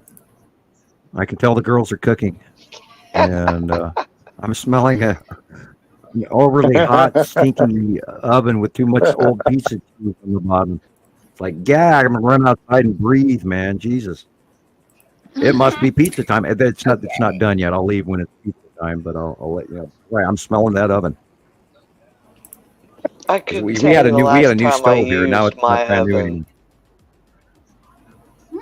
Oh, we do when the girls like podcast day because that way they get frozen pizzas every week. That's Daddy bought the pizza. Yeah. That's all. I try to feed them, nice, happy 3 square meals. Tomorrow I'm making a roast. Ooh, what roast you making? Carrots and potatoes and peas, and celery. Chuck roast. I really like my Instapot. Big I had a old friend chuck give me an Instapot, and that's like a crock pot on steroids. Well, I oh yeah. I brown my roast at about 10 o'clock in the morning, 11 o'clock in the morning, and then I put it in the slow cooker all day. And come 5 o'clock and falls apart. If you cook it for five hours, I used to cook it only 4 hours on high, and I throw the stuff in after 2 hours after I let the meat cook and marinate, and I barely put any water in it, and then I've got some seasoning stuff that I add. But yeah, I do it. I like to do Sunday meals every once in a while. I'll make a big Sunday meal, but see, that way the girls, back to the topic, the girls get just a junk food pizza on Saturdays. So yeah, and I still try to feed them well and make sure they eat their vegetables and all of that. I cook from scratch. Hi, Irene. Yeah, I'm gonna actually have to get going here pretty soon because we're we're making albondigas tonight, so it's like a Hispanic meatball and vegetable soup. So Yum. Oh, That's yummy. Awesome. yeah, there's a Well, lot of thank you for your ingredients. report. It's great Yeah. to see you again. Oh yeah, no problem. I try to make it on Saturdays, but I mean, like, yeah, it's just been really crazy for me. I worked 52 hours this week alone at one job, and then I'm actually currently looking for a second job, a night job, because I can't afford living here in California anymore. It's next to impossible. So, but yeah, no, anything that I see or anything that I have. What was that? We got Californicated as well up here, and our cost of living is so exuberant, it's insane. And not only that, we have a housing shortage on top of it, and you can't afford to move nowhere.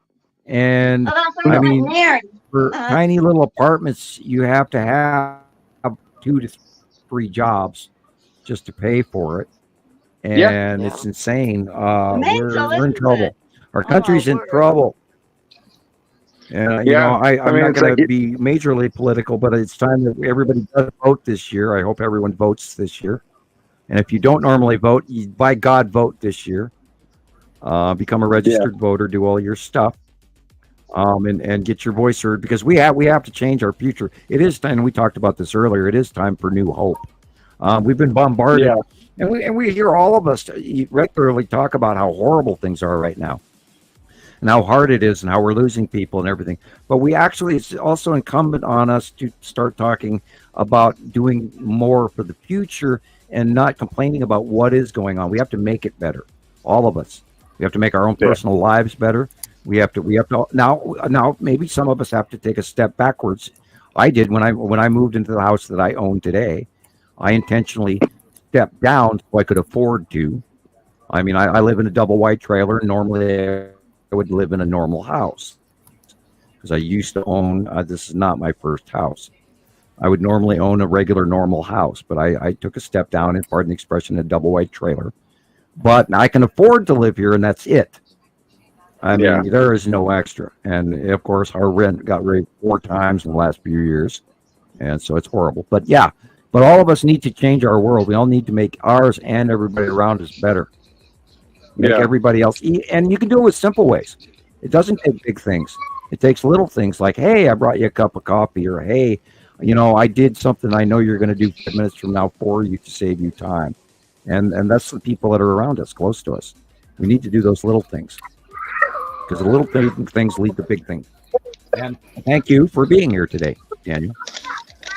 Yeah, no problem. I do appreciate you. Sorry, the girls are. Here. Hold on, Amelia, come here. You're allowed to wait and say hi. Oh, Wave. hello. You don't have to say anything. Just wave. You say hello. Hello. No, you don't want to say hello to everybody. Oh, she's in a bad mood. She's that. Grumpy. That's okay. She Hello. definitely she'll definitely tell you Big how smile she is from feeling Montana. emotionally. Oh, you say hi? Okay. Oh, there's a No, that's hand. good. Yeah, so you Hello.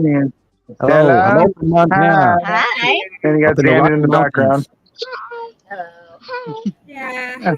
So you say bye to everybody. We're gonna go because then we're going to make dinner. Yeah. Yeah. Have an awesome day. All right, y'all. Oh, the Take care. girls Hopefully, look see you like next each weekend. other. Oh wow, they're very alike, aren't they? The girls. Oh, the girls are like they're like twins, just separated by 2 years. I tell my wife that she was absolutely lazy because she just pressed copy and paste. Yeah. Oh, There you go. Shane, they're gorgeous. Yeah. So, anyways, all right, guys, we'll Thank you take care. very Hopefully, I'll see you next weekend. Any You other take care, pictures I get, I'll too. send them to the Sam's Gmail, or I'll try and post them on Facebook. Yeah. All right. Okay. Take care. Cool. That sounds good, Daniel. All right. Bye-bye. Bye, Daniel. Bye. Bye bye. All right. Mhm. All right. Irene, That's always I cool. did not hear Pelosi saying that. She would never say that. I don't think for a second. You may have unfortunately seen an AI produced video. We don't have to worry about the lizard. I mean, that disappeared on me because it scrolled up. A reptilian. We do not have to worry about reptilian shape changers. I promise you, the reptilians are so bold. Because I have met one. They are so bold, they would not willingly hide behind a fake face. They're not here to invade or take over or reclimatize planet Earth, no matter what you've heard, because they already are part of a faction that already owns this region of space. So therefore, I don't know where. Irene, would you tell me the source of that video you're talking about? I'd like the background information, and we'll look it up. And no, that's not going to be the case. Nancy Pelosi is not a reptilian. And anyone that says that there's a dark reptilian government, no, they don't have to come in and invade our people and hide into jobs. They're high enough up there. They just tell us what to do when we go, yes, boss. It's bigger than you realize. There is no incursion or invasion going on, because the invasion happened 400,000 years ago. And we are just a reoccurring cycle. They don't have to do anything. They already own Earth. And they'll watch us all just eat each other up down here and then pick each other off. They don't have to get involved. We do a great job all by ourselves. Especially when we finger point and scream, "She's a witch," or we do mob shifters. Are reptilians not that I know of. Shifters? I do not. That is not within my knowledge of having met. Now, I didn't stop the reptilian person that I met for a conversation, let alone to ask that particular question.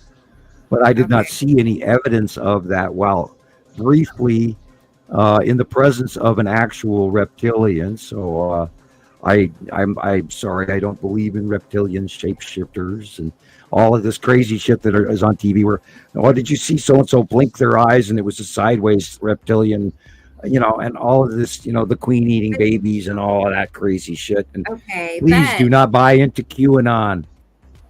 Stay away from QAnon. This is not QAnon, but I have, researched looking at pictures of eyes, people's eyes and pupils, and there are people who have, like slitted eyes, cat eyes. Yeah, the blacks of their eyes are like elongated, and it happens so quick. There's many videos of like Miley Cyrus or Katy Perry. I'm just saying they're out there. Let's go to the other side of the street. Let's walk from the parking meter by the church and go over to the courthouse. Okay, we're across the street. What if we have lizard people here? What if we have half-breed grays that are half human, half gray? What if we have so-and-so from the Arcturians or so-and-so from the Andromedas? The whole point with it is we still have to get along with each other, including every other human on this planet, including the animals. We're so cruel to all of our environment. It's insane. And we think it's okay. We do. I was hunting them deer and I'm, killing cattle and chickens. Good night. We don't even think about where we get our chickens from. Alexander. Oh, are you going to bed, Gillian? Oh, okay. No, Alexander. Okay. We're inhumane. We're terribly inhumane to each other, and we have wars and we're blowing the living shit out of each other, where our limbs are flying off and our guts are splattering all over the wall and our brains are going all over the place. And yet you people, and I'm you people, that's a bad statement. I apologize for that. Yet there are people that are fearful of a unproven things that go bump in the night scenario. So even if we do have aliens, and if they do come and land and they walk into your house, which I have had happen and didn't like it, and I have said that from then till this day forward, that if you're going to come and visit me, then don't be a chicken shit and don't be invisible. Don't use technology on me or whatever, and you can actually approach me. But the whole idea of being fearful, and anytime, and we talked about this earlier as well, anytime you're basing your science on fear, anytime you're basing your information from fear, anytime you're formulating your opinions from fear, then you're wrong. You're a fool, because you're not calmly checking the facts, and self-educating for the right reasons of discovery and knowledge rather than fear. Excuse me, dry throat. Anyway, yeah, you cannot live life out of fear. And if a reptilian were to land on the planet and they landed in my front yard, do you think I would be shooting at them? Hell no. Not only that, anything I shoot, they're going to shoot back 10 times bigger than tech level than what I have. And that'd be a shitty way to stand there and greet another race. Because we are our brother's keeper, and who says that only our brothers are on this planet? And the question is, how many actual humans have been sold throughout the galaxy as commodities in the last 400 million years?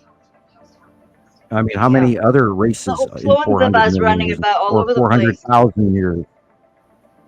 There's so much going, and see, people, everybody talks about, oh, is it pizza time? Yeah. Okay, I got to go cut pizza. But anyway, we have to realize that there's so much more history going on than just even within our last 5,000 years, within the Bronze Age, within the Copper Age, within the Stone Age.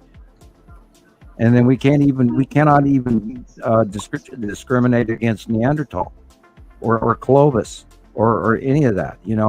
Remember, there's so much more. And now they're finally starting to talk about some of the pre-civilizations that may have lived here before us. It's starting to eke out of the corners. Anyway, I'll let you do something, and you ladies can have a discussion. I'll go cut pizza. I'll be right back. Okay, Sam. I might be going away now. I know it's that time, isn't it? Isn't it like what, 12:30? 12:30, yeah. It goes by too fast. My tablet's starting to die as well, so I was actually surprised now my tablet was going, dead. Yeah. Dead. I'm gonna plug mine in. Not go totally dead. It's on 12. Yeah.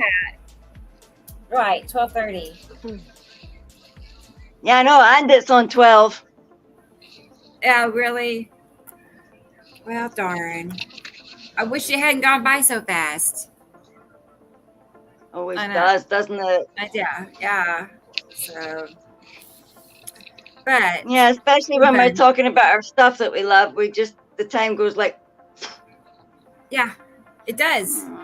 It does. Even just working on it, just working on whatever it is, it always flies by. Hours can just, zoom by, and all I do is look at clouds or something. It's great, but. I know, it just seems like all I've seen this week was the underside of Uri and all them asteroids going over, but like whole bunches of pointy triangle looking ones flying to the side like that with their stripes on, all heading over the wrong side. And I thought, we're going different side of ways. We've obviously gone doing over to the side again. Right. Must have been like Sarah pulled on us and we went doing, but we haven't even talked about the volcano going off in Iceland. Right. Well, I do have a video of current events we haven't gone over, and I think there's some clips from Iceland in there. Yeah, I just got sent so many TikTok videos of people going, we're just getting evacuated. We've got to run now.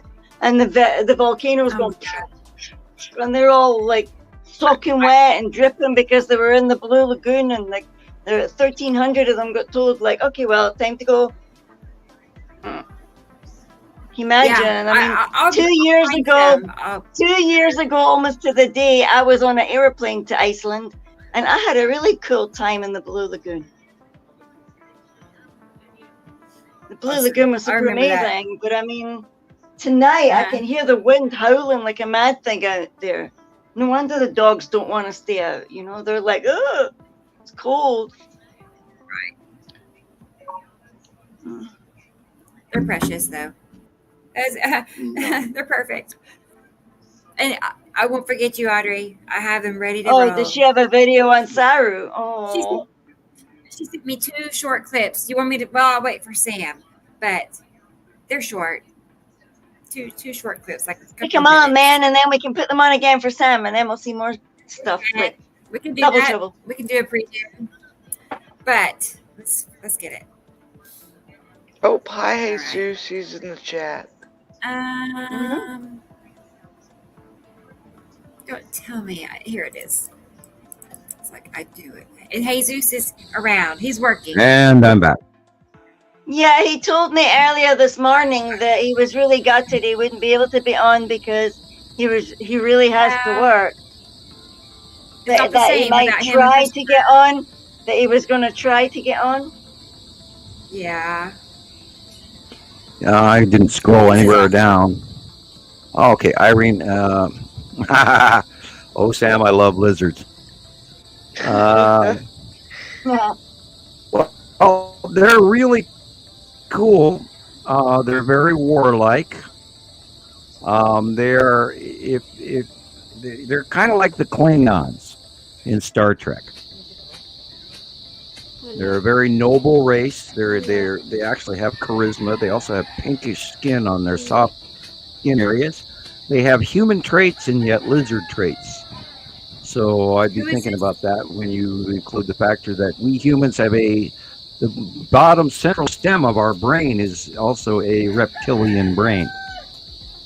So you need to study the human brain a little bit. And the inner core of our brain is reptilian.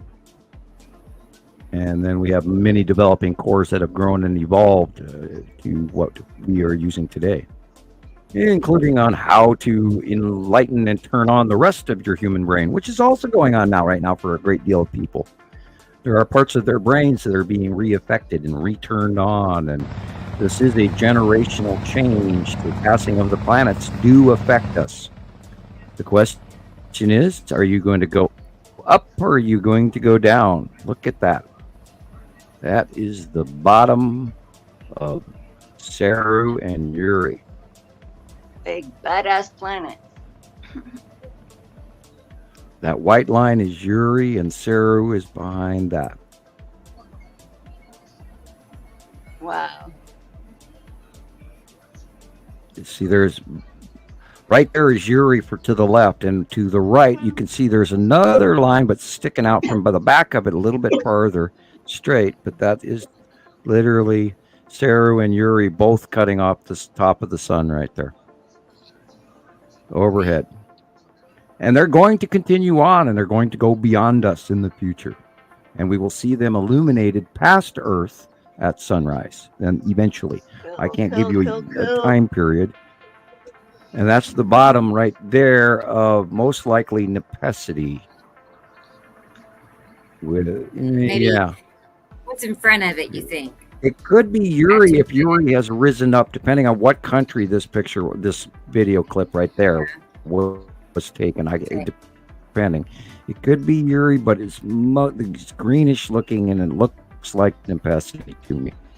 Now, I saw some really cool shots of Nepesity where, I don't know if you remember, Rebecca, back in 2018 and 19, Nepesity's close passes were showing where we were seeing the atmospheric sort of like pimple poking little green dots on the base of Nepesity, which we didn't see for the last few years because she's been so over the top of us. We were seeing the bottom of her, but not the side face.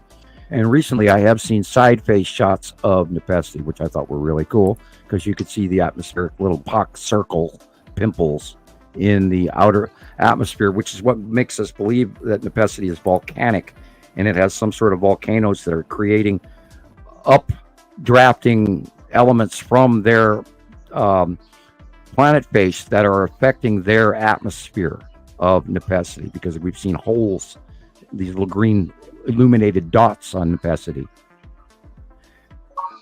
and we haven't seen it in quite a few years, but I saw some the other day and I was going, oh cool, there you can see two of them, and it's like, and there's quite a few of them on the side view of Nepesity.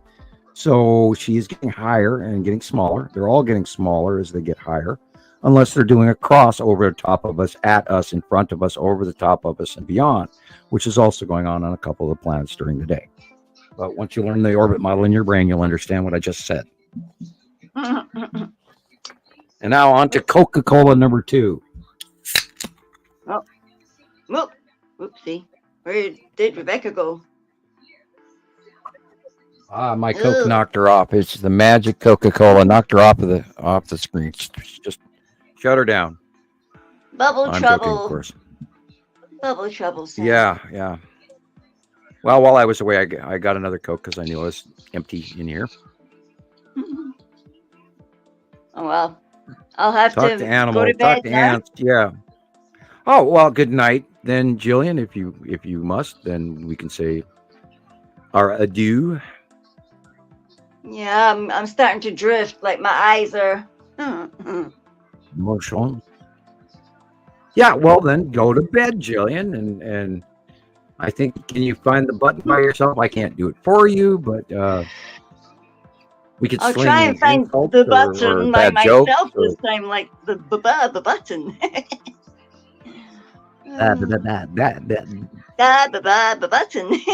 That's all, folks.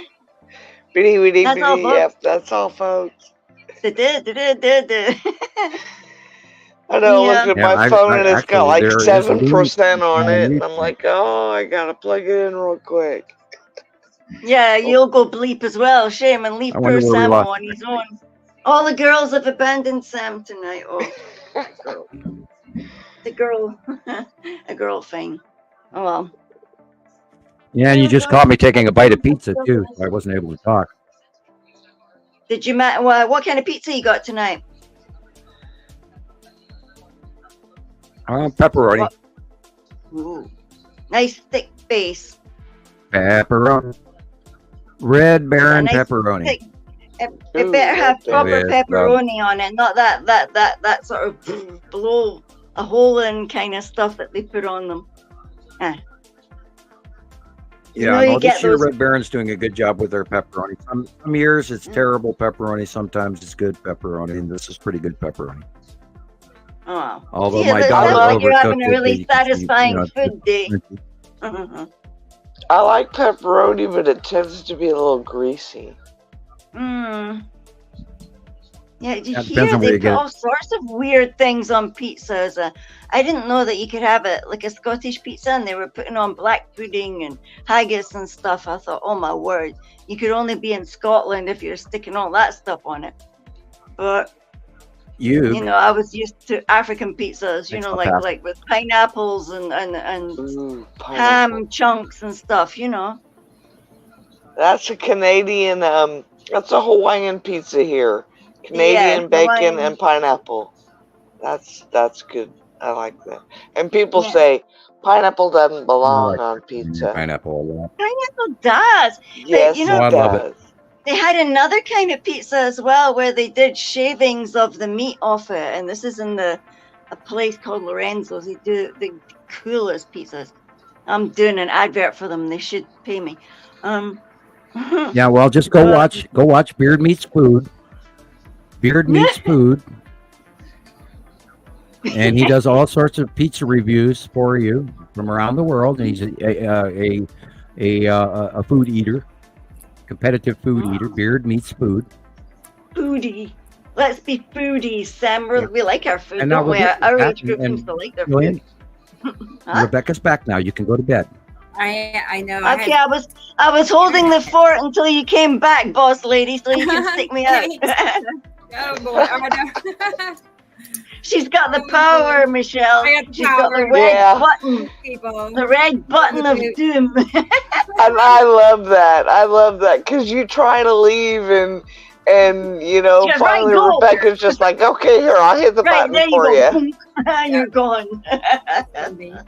Oh boy. Well, right. Yeah, what was it? Something came into my head there. Something we used to do in South Africa. Now I forgot about it. It's like, there was one of those shows that we watched, and and it was like, right, well, that's you. Now you're cancelled. Goodbye. What show was that, man? It was one of them game shows. It was a British one. Yeah, I don't know. You are the weakest link. The weakest link, and they would go like, "You're the weakest link." Boom. Goodbye. Okay, I must be going mindless, or I've got blood loss or something because I'm going a bit. I love the lady that hosts The Weakest Link. She's funny. She was priceless, wasn't she? She's funny. She was so deadpan, and she had that hairdo, that scary hairdo, and then she'd go, "Goodbye, boom," and you were gone. That's it. Huh? Oh, hi, cat. All right, here's a cat. Yeah. Hey, kitty. Cat. Meow, meow. Say meow. Oh, how pretty. I know. I have one solid black cat. Like solid black. She's really pretty. Yeah, it's a Stella, but Stella, I think she's been sulking or something. I think that there's 2 new kitty cats moved into the area, and one is pure white and the other one's black. Maybe it's got like a wee white chest or something. Oh, Nene! Look Yeah. how stretchy she is. She's like a gymnast. She's so long. Oh my word. Yeah. Your little gymnast. Oh my God. She's so perfect, isn't she? Is that her in Lifetime? Look at the little tummy. She's Yeah, getting a tummy. that was a few minutes ago. Oh, look at the tummy. She's looking at her own tummy in the mirror. Yeah. Oh my gave God, her what a little life. girl thing. Yeah. Did you see Right. I that? just lie there and look at my tummy, man. Oh. Oh, mama. Look how big she's Oh, wow. getting. She is. She's catching Stella now. Yeah. Yeah. Yeah. Cute. My cat last night totally surprised me because I feed her dry food during the day. That's her food. And at night, at dinner time, I feed her wet food, and that's her dinner. And she Yeah. had like 2 bites left of her dinner. And I told her, I said, eat your dinner so I can pick up the bowl, and I'll give you some more food. Well, she walked right over to her bowl, ate her last couple of bites of dinner, and I gave her more food. Like she totally understood what I was saying to her. It Yeah. was crazy. I believe it. I know my cats understand certain things, like going in or out or what come on, or they know little phrases. Oh yeah, So- dinner. She knows dinner. So cool. I get done working and I say, "Are you ready for dinner?" And she's up and in the kitchen, meowing and rubbing up against But my I leg. think that they also follow our ritual patterns. We're all very That too. set in our ways, and the ritual pattern that we follow, they know instantly what we're doing. Oh, here comes the food, man! And they're That's and they're true. all sat there like. That is so true. And time change. They know when the time changes because they're like, it's like, it's not time to eat yet. It's Right. time change. You don't understand time wait. change, but it's an hour off, and they don't understand that. I got a little camera to watch the animals when I'm not here, and sometimes I put it on, and I noticed that it's like the dogs are psychic. They know just before I'm coming, and they're right ready, like sat looking at that door, like just waiting.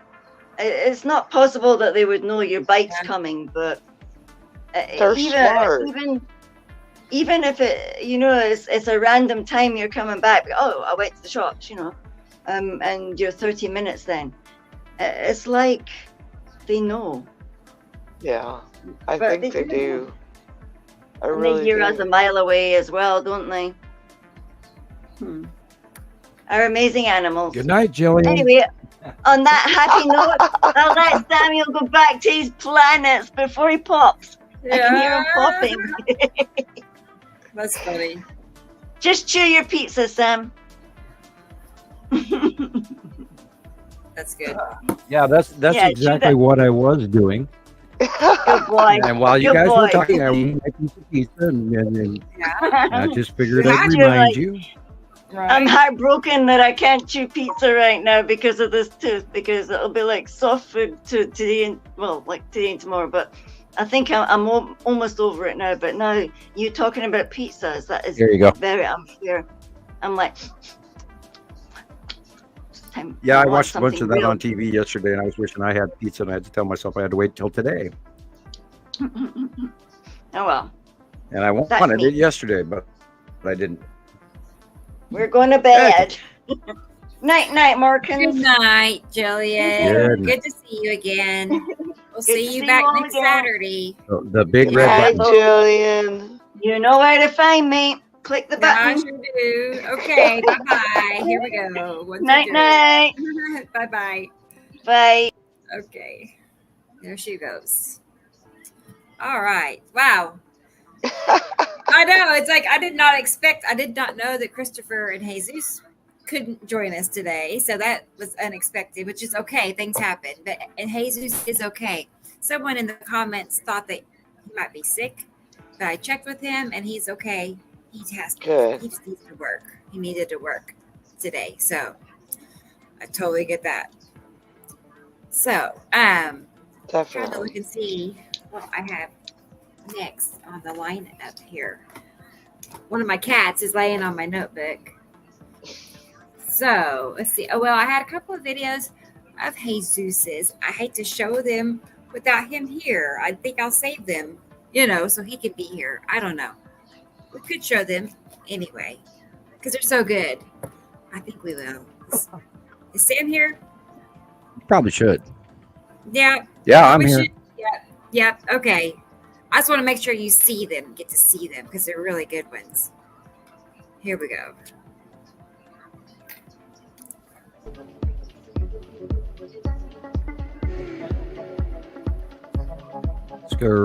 Scroll.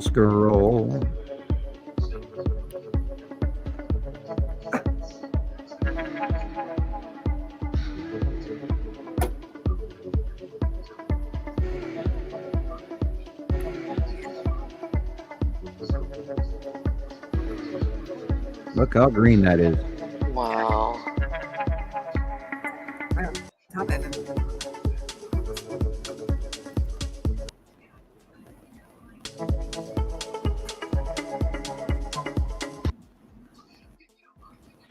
Boy, I'm torn. That is either a Saturn's yellow moon. I think that it is. Very close past that.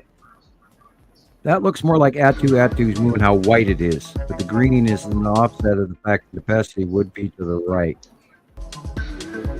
Wow. He gets such good shots up there. I just don't get stuff that amazing here. I don't either. Well, look at I'll show you my video here next. And it was a special night, but not very often. That has to be Atu's moon. But yeah, that is Atu's moon right there with the asteroid coming in from the left. And it's on the left-hand side. And Saru is in the background on the right at the horizon by the sun there. And Uri's behind it to the left. The other white line there on the bottom horizon, that's the bottom of Uri. Yeah, that's Atu's moon right there. That's Uri. Look at the darkness compared to down here, guys. Look at that. Huge shadow up there. Yep, that's big old Uri right there on the left-hand side. There again is Uri.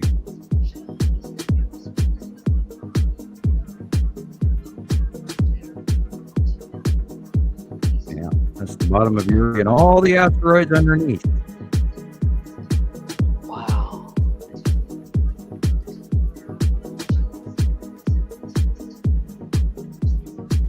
This is what, when we say, 180-day close pass, it's coming over the top of it.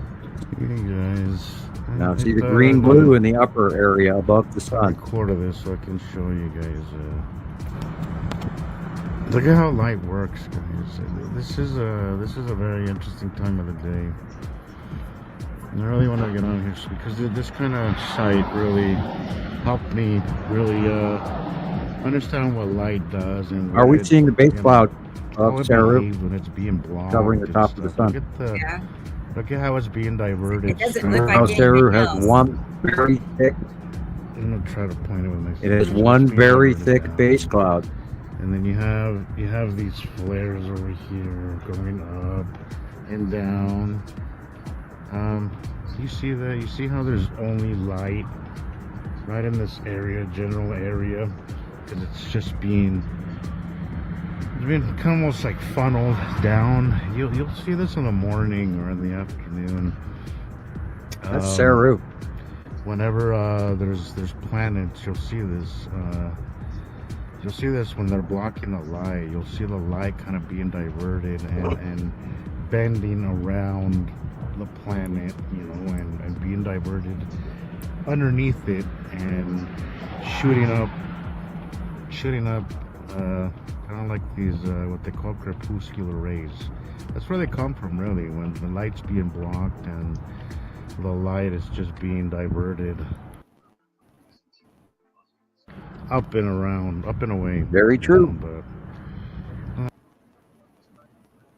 my camera is not very large from one side of the page to the other side of the page is how big Saru is. It is huge. Green blue. Can I get it, guys, and understand? If you look at the horizon color of the sun at the ground, just above the mountains, it's yellow and orange. And the entire upper blue area is blue-green planet Saru. Like it's misshapen. Why it looks just wrong. It's huge. There's things in our atmosphere. Well, not our atmosphere. Yes. Outside our atmosphere. And getting closer, and we'll go over the top of us. The Nibiru goes the other way. Nibiru is behind us as we're looking at, this is sunset, probably, in the evening. And so Nibiru is directly behind us, in the, so if you were to look the other direction. You see as the planets are being just as big. You see how light looks weird and the sunlight looks misshapen and the sun looks boxy.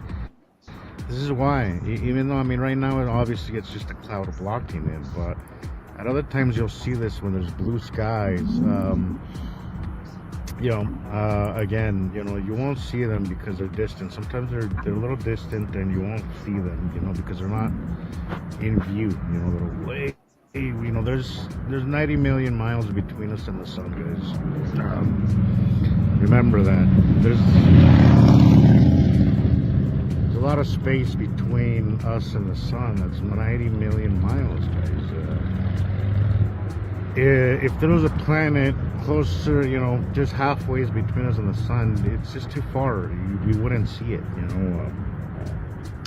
But if you were to see, if it were to be a little close, of course, when you have a close pass, I had one just a couple of days. I posted it, and you go see and go and look at that, But sometimes, guys, the planets won't be visible, but they're still there, right? They're just too far away from Earth for us to be able to see them, but they'll still block the light, and you'll see how the light is being blocked. Again, here you see how it's just a cloud, or maybe something else is blocking it, I don't know, but in our immediate, what we can see, it's just a cloud right now. Right? Maybe there's something behind there, I don't know. I'm thinking there is, because look at these. Look at this crepuscular rays, as they say. There's got to be something there. So, but let's just focus on this closer stuff. Look at how it behaves. Look at how the sun behaves. It'll just funnel right through the middle of the planet above, and whatever's blocking it above and Earth, and it'll just be funneled through the middle. You'll see this every time, guys. I think I'm ranting now, but I hope this helps. I don't know if I'll post this or not, but I've decided that I'm going to start making these little videos explaining stuff, because there's few of us that seem to get this, and to I don't want to, I'm not saying I don't want to, okay, but I'm not going to say that I know that I'm smart or anything, but some of us have spent the greater part of 6 years obsessing over this and recording it and watching it every day of our lives, and there's a lot of people who don't get it, who don't really understand how the sunlight works, and also because we've had so much bad information. NASA has not been very forthcoming. We've caught them in many lies before. But either way, you gotta have to be self-taught, guys. Make your own observations, and it's not really hard to follow. This information is not really hard to follow.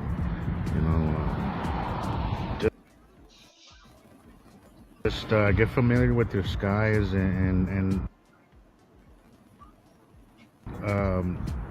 with the sun as well, guys. I gotta go, but I'll start saving these and then see if they'll come out later. I don't know.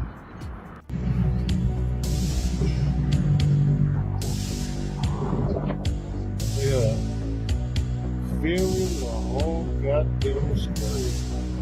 Good Lord. See, I was talking about all the light always will be funneled between us, Earth, and them, the planet, and the sun behind.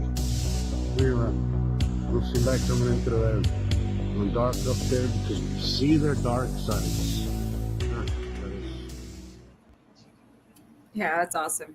And the light is the light is the light. And if you don't get that part, that is not a storm front.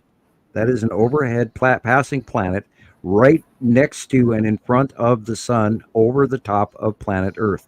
Most likely that was probably, depending on when it was captured, it was either Attu or Nepesity, or both in the darkness. And that's what's going on. And yes, there are sky fillers.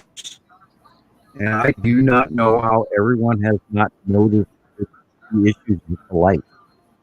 Either, we're rushing home to get to the 5 o'clock news, or, we're staring at our phones too much, or, seeing basketball and football. But come on, guys. I mean, this is the greatest show of all time.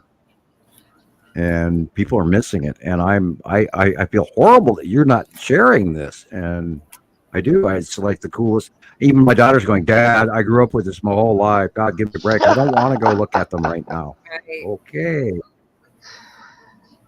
This is only something older people I saw the coolest. Really appreciate, I think. Really, because we can base it And on maybe that's the case. I don't know. Yeah, we know it's something different. Well, if it's happening every day of your life, which for most of my kids, they've been around this nonstop.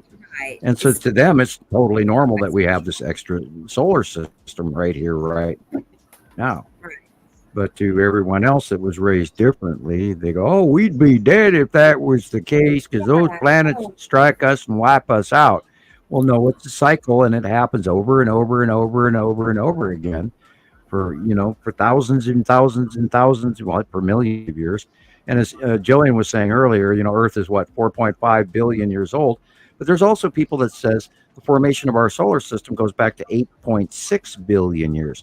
So where do you draw the date line of the formation of planet Earth? Well, we don't have that. We have assumptions. And this is unfortunately through Western science. And if we were to go to the Aztecs and ask them, they would probably have a better answer for us in 1500 BC than we currently hold right now here in 2024. Because the Aztecs and the Incas and all of those people had way better star charting knowledge and mathematics than we do today. And these are people that didn't have calculators. Or the Chinese who came up with the abacus and things like that. And you got to remember, we've lost so much. We have lost the ability to do things, and we're not even aware of it. Because we have been lulled, and it's a saying from Rome. You lull a group of people into slavery through convenience and comfort. And that's a direct quote from early Rome. Probably about 200 AD.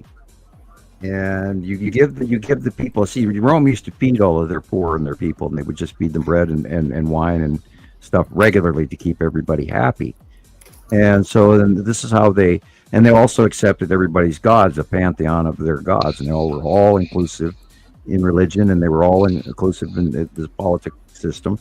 And of course it was set up from a version of the Greeks, which was set up from a version of the Hittites, which is barely recorded because the Hittites go back all the way to the last cycle at the breakdown of the Bronze Age. And if you go back to the Abrahamic religions of all mankind currently, that also is within the time period since post that.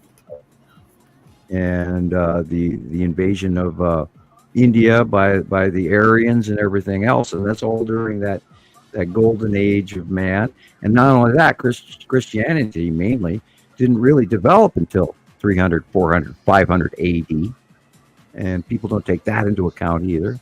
So you have to relook at the history that we're living with, that we believe is normal, and it's not.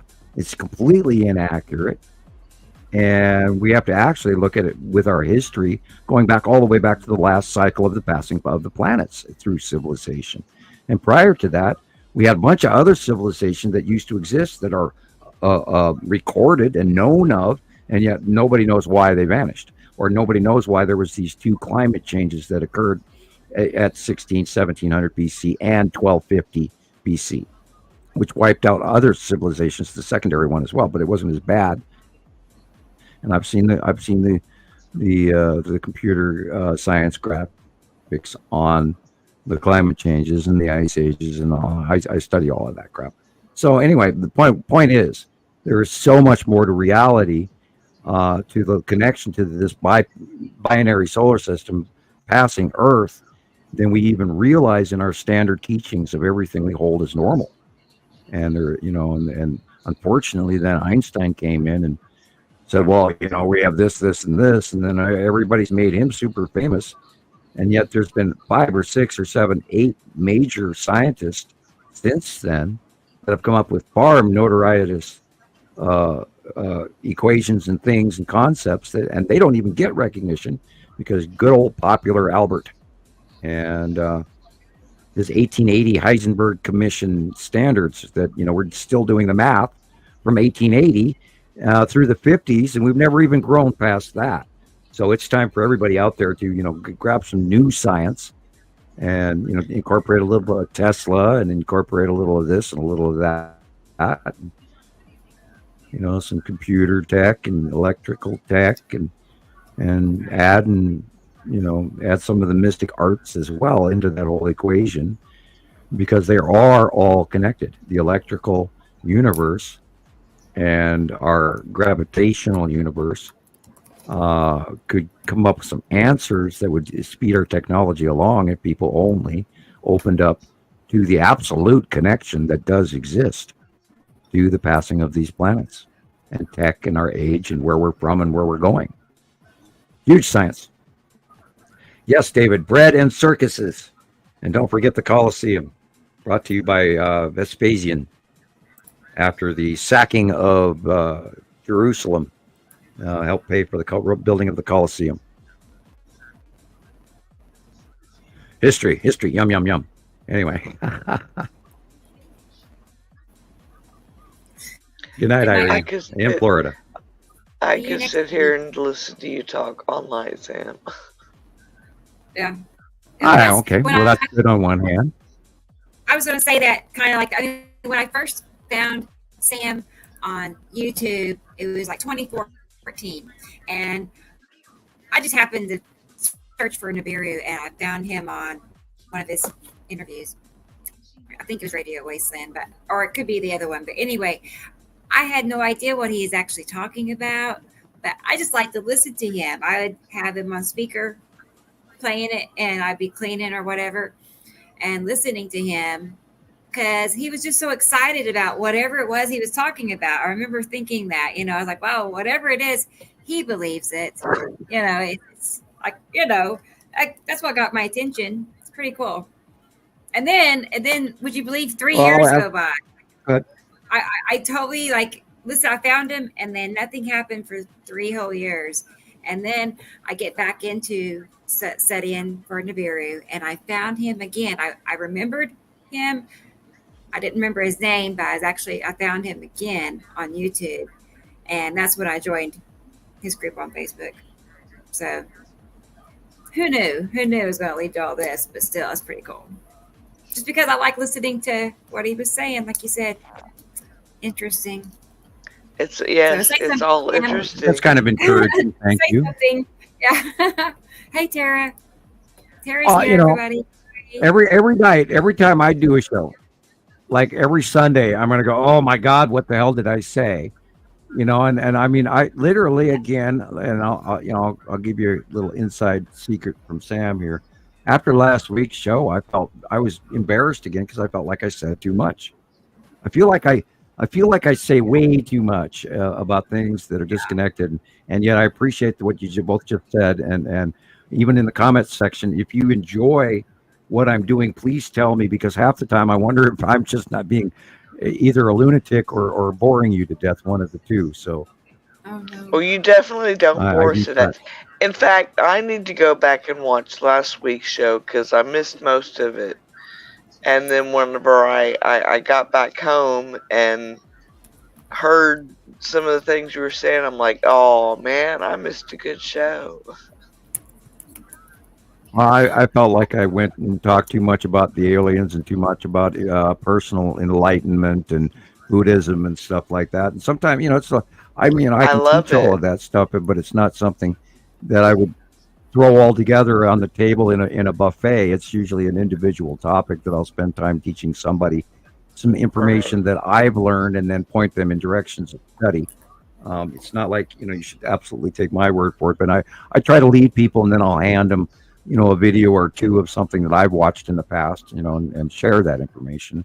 And personal enlightenment does come mostly from trusting yourself, and nobody, or I shouldn't say nobody, correct myself, a portion of people do not trust themselves, and then they'll come up with statements like, "Oh, well, I don't know," or "This is beyond my education," and we limit ourselves. And the trick to all of this is following what your drive and your desire is. Montessori learning, where you follow through with your interests. And that's what I do. Is I study stuff that leads me. I'm led to. Oh, hey, this topic, and then hey, I have a question that way, and then I learn more, and I learn more, and I learn more. And that's all I try to do, is share everything that I keep learning for everybody. That way, I know what I'm talking about, and I'm not talking out my nose. And right before the show, we were talking about how this group of people were talking out their backsides, and wow, they make it hard when they throw information out there. Oh, 7 sons. Don't do that. That's not cool. We're trying to do real science here, and you're peeing in the pool.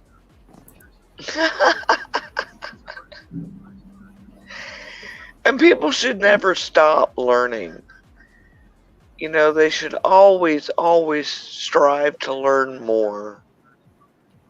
Yeah, and it's not like what we give. Years ago when I first started doing this, everybody goes, "Sam, you've got to dumb it down.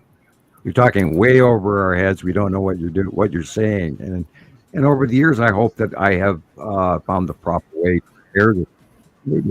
Maybe I'm still not great at it, but the important thing is that we do, and this is why we do this every week, and we come up with and we are also laying it down in recorded history. So therefore, there's a copy of it out there, and we're documenting publicly by a weekly discussion. That way, we'll be able to look back at this 2 years from now and go, "Oh, hey, I remember when that did that, or that was where Atu was, or that was where Uri was, or hey, remember when the Saturn's yellow moon was first coming in and so huge over the top of us, we couldn't believe it, and wow, that happened within, look, we look back, it's a month that it took to do that."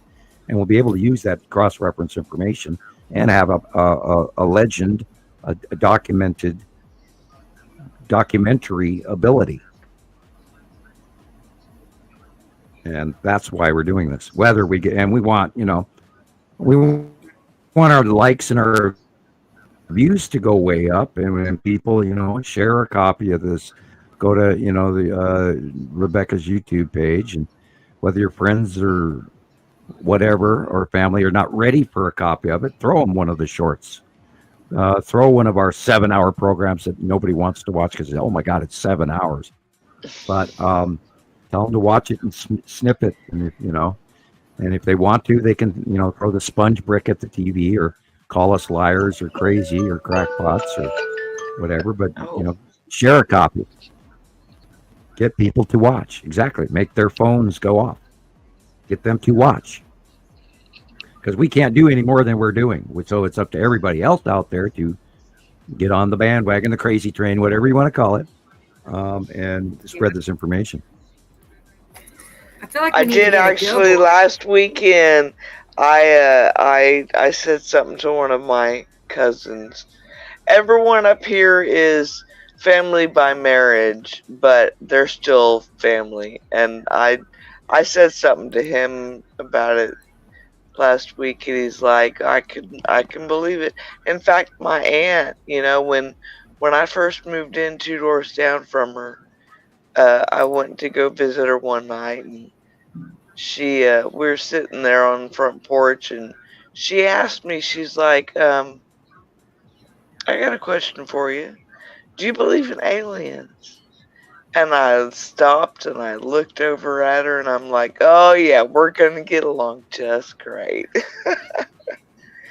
Because we all, and her sons and, all the rest of the family, they just we're all on the same page. We're all on the same page. We've been watching in Montana Skywatcher. We've been watching the Texas Cube and the Empire Orb and the Longbox Cube and all these Star Destroyers. And they've been parked in the same place since April of 2019. Now, they got here long before that, both of them individually. And we did cite them. And, we even had the discussion the day that the reason it's called the Texas Cube was because the day it arrived out of a wormhole over the top of Texas, which is documented in 2015. And we're talking about this shit every week. And do you think it's gone viral yet? And we're talking all the way 5 years ago where we're completely publishing on a daily basis the location of these alien craft that we've got, if not thousands of captures of by now. I was going to say hundreds, but I mean, we're up in somewhere in the thousands now. And they're always the same, and we know where they're at, and they're always in the same place. And they're, look, there's 5 ships around this one, and oh my God, there's 14 around that one. And oh look, there's the space tube. Oh, look, there's the Empire Orb, and it just blows me away that this doesn't even remotely go viral. You'd think everyone would want to know this, either through fear or amazement, whichever. Well, see, that's the problem. I'm in awe. People know about Nibiru or Planet X or Nemesis, but they don't know the correct information. Michael Hall, I shared information with him and then realized that he's on your Montana Skywatchers page. And I'm like, oh, so, you already know what's going on. He's like, yeah, I've followed Sam for years. Well, unfortunately, for Michael, Michael is a friend of Billy. And I'm not going to add his last name, but I don't think he's with us anymore. But unfortunately, those folks sort of went off to the QAnon side as well, and they added it into a very large milkshake science blend, a couple of eggs on top of it, some paprika nutmeg. Yeah, and that unfortunately a lot of people they'll add all of this crap together, and then they get this mosh posh like Mardi Gras party of all these other conspiracy theories added into on top of our information. And oh my God.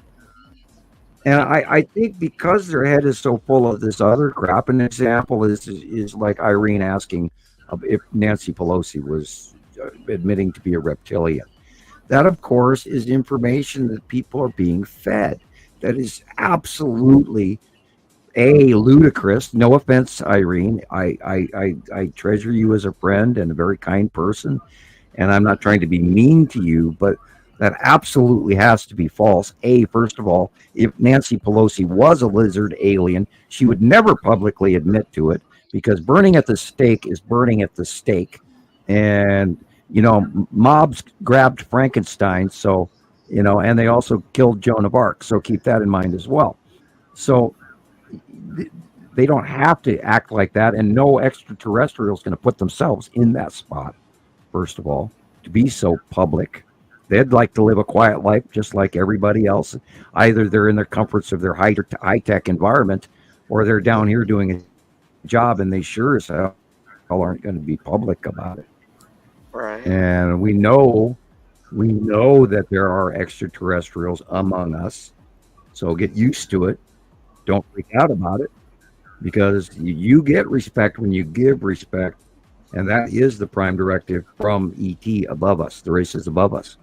So if you attack them, they're going to attack you, and you ain't going to win. That's all there's to it. So, the best thing you can do is get used to it and learn how to become. Go ahead.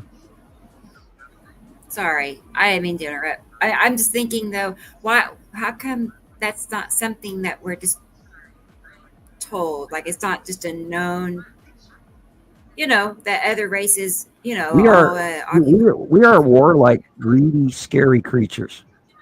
We are not smart. We are very collectively, like we talk about mob rule. Mm-hmm. We tolerate evil and don't recognize the things that we should cherish. We are bred to steal from each other and to gather as much gold and commodities in one place so that we can pass the tribute of the gods to the gods. And we are here as factory workers, and we are made to be these factory workers. And we're also made to wipe each other out at the end of each of these cycles greedily to keep this all for ourselves, except for the coming group of people who are hopefully ascending and will grow in the future, because this is supposedly a little bit different cycle this time around, where there's supposed to be people that are supposed to evolve.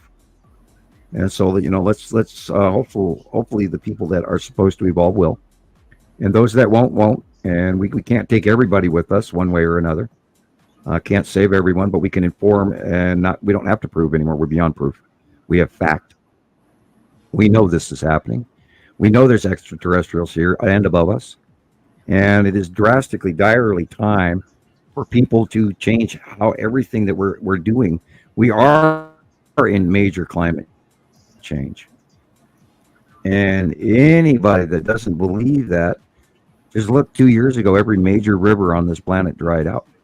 And now this year it's the Amazon and the Mississippi and a few others. And we're having massive flooding, which is the opposite effect. All over China has been flooding. It's still flooding. France, Germany, Europe, Spain, on fire. Spain's on fire. Greece has been on fire. Lots of complete climate change extremities that you're not seeing news over.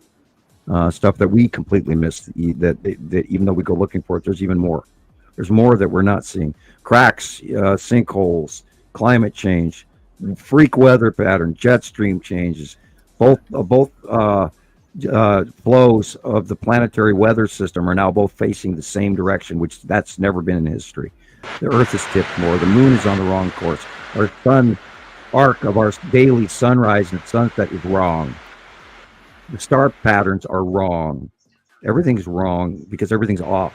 And if you don't pay attention to that, well, then whatever happens to you, you've got coming. You either wake up and smell the coffee, or you don't get any coffee. And it's that simple. And it's time. It is time for people to smarten up and start listening and do the right thing. We have to take care of our planet. Our planet takes care of us. It's called it's a circle. It's reciprocation. Yeah. We have to. And right now she's warning us. Look, everything's breaking up. There's the crack. It's flooding. It's frying. Everything. The mountain just moved. Now you have to. That kind of thing. It's all going on right before our very eyes. This is not normal. Nope. Oh, once in a 1,000-year flood. Yeah, and then it happens the next year. Right. And then, a year's worth of rain in 2 hours. Right. If you don't see the signs now, you're not gonna. I hope and pray everybody wakes up what's going on right in front of us. And this is why climate migration occurs, because people find they have to move. They can't stay where they're staying because they can't keep fixing it. And, this is where the Sahara Desert came in. This is where Mesopotamia and the Sumer region and Turkey, all of that, the climate change happened. They used to be fertile and green and tropical and grow fruit and all that, and they had stable climate. And now they're deserts. The planet changed the last cycle, 1650 BC. The planet changed, and then we see all these new civilizations and people migrating everywhere. because they had to, because the planet changed. We tipped, we rolled. We may not roll back when they leave. I don't know. The scientists are talking how the liquid core in the Earth has moved. Well, maybe it has because we've been tipped so long that it now finally moved, and it's going to stay that way. So our orbit model has changed. Our rotation has changed. Our weather has changed. The mid-ocean bulge has changed. Things have changed. Our weather has changed. Our jet streams have changed. Our Arctic region. My God, look what's going on the South Pole right now in the jet streams. I've never seen it so huge, immensely large. And we're supposed to have like 4 supermoons in the next 4 months, which I know has does anybody ask why it's called a supermoon? Does anybody ever wonder why they're now, within the last decade, starting to call all these non-stop supermoons? Because there's a larger body behind our moon. Right. And sometimes I wonder if it's the Empire Orb. Oh. Other times I wonder what it is. I mean, NASA announced that we had several moons, but then they, we have Makemake and Ceres and Cestus and all of that. There's other planetoid bodies in our solar system they don't even talk about, because our atomic structure of our binary solar system has a way higher proton and neutron count than they even give Earth credit for. And that's why we are able to make soft metals, which was also part of my paper, which I was slapped with a non-disclosure agreement over. We have soft metals. We are a factory planet. We produce soft metals on this planet, and it's highly sought after. What do you consider soft metals? Mercury, tin, zinc, gold, copper, silver. Okay. The precious, the ones that chemistry-wise you can separate because they don't vanish in harsh chemicals. They are pure. Okay. And they're positively proton charged. Their atomic makeup. That's why gold shines and luminesces and never tarnishes, because it's positively charged. Just like water, one of the few things in our universe that is an element that is positively charged. And it's a huge thing. And that's also why the aliens are taking it, and they want it because it's also will heal the body. That's why people take monatomic gold. It actually physically heals your body cells. Hi, Carol Ann. Carol Ann's back. Yay.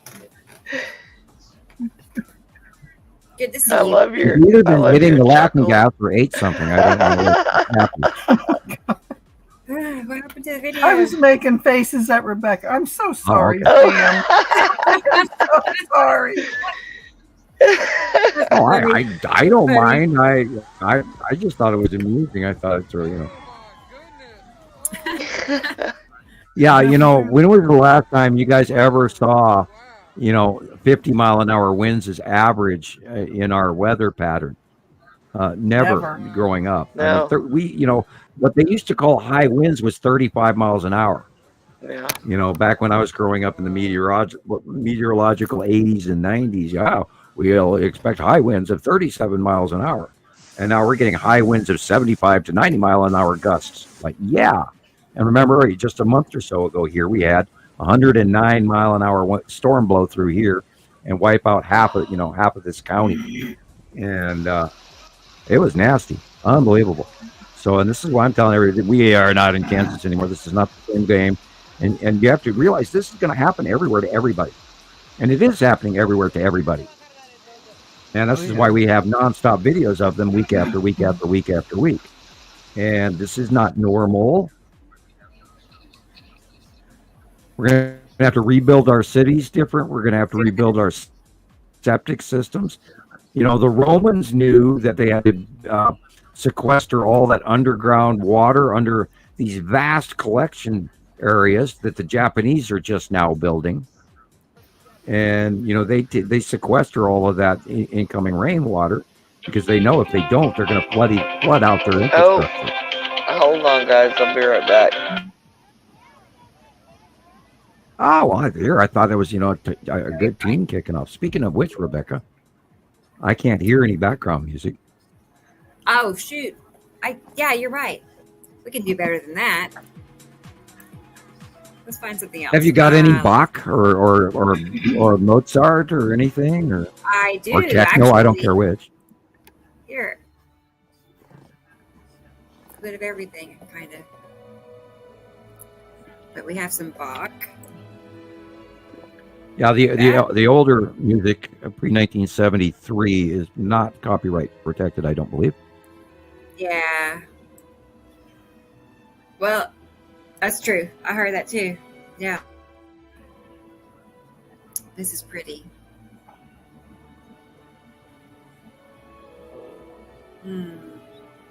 Yeah, we're gonna find. Okay, imagine that this goes on for another 5 years like this. What's going to happen to our world economy trying to replace all of this over and over and over again? Can you imagine how many swamped cars are being resold? And the price of Don't even get me insurance. started about the RV industry. Yeah. Oh, yeah. Watch insurance companies fail.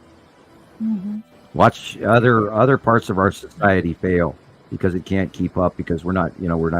Well, let's talk about just what happened to the Idaho farmers this year, where one town downstream, all the way at the other end of the state, is telling all these farmers that they can't water potatoes now, and they're going to lose millions of dollars worth of their land and loans that they have taken out to gamble every year over to try and produce the potatoes for this country in Idaho state.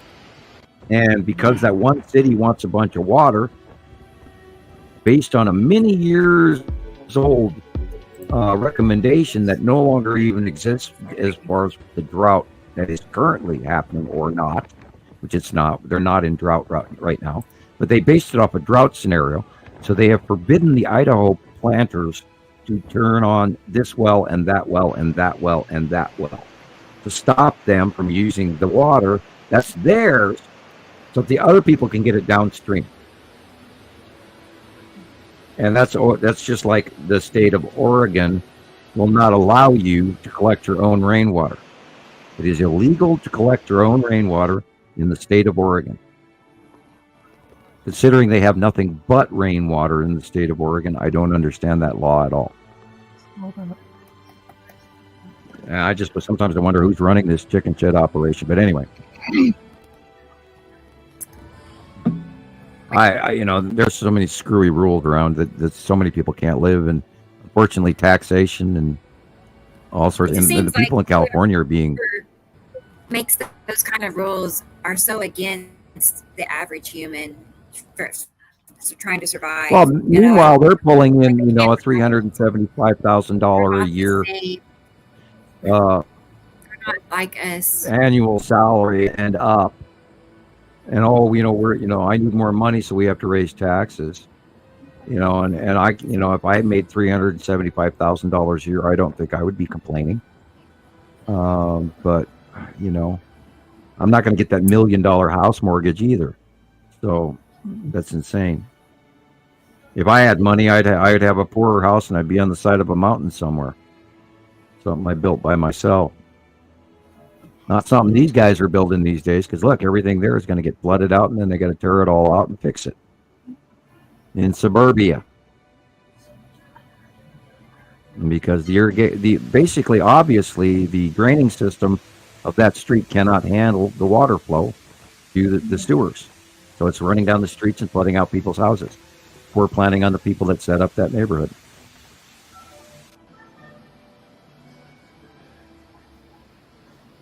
Now, China's problem has been their rivers have been overflowing, and the government just lets it loose rather than lose their electrical power generators, which one way or another, it is safety because they put in so many dams that they've created a sequestration issue.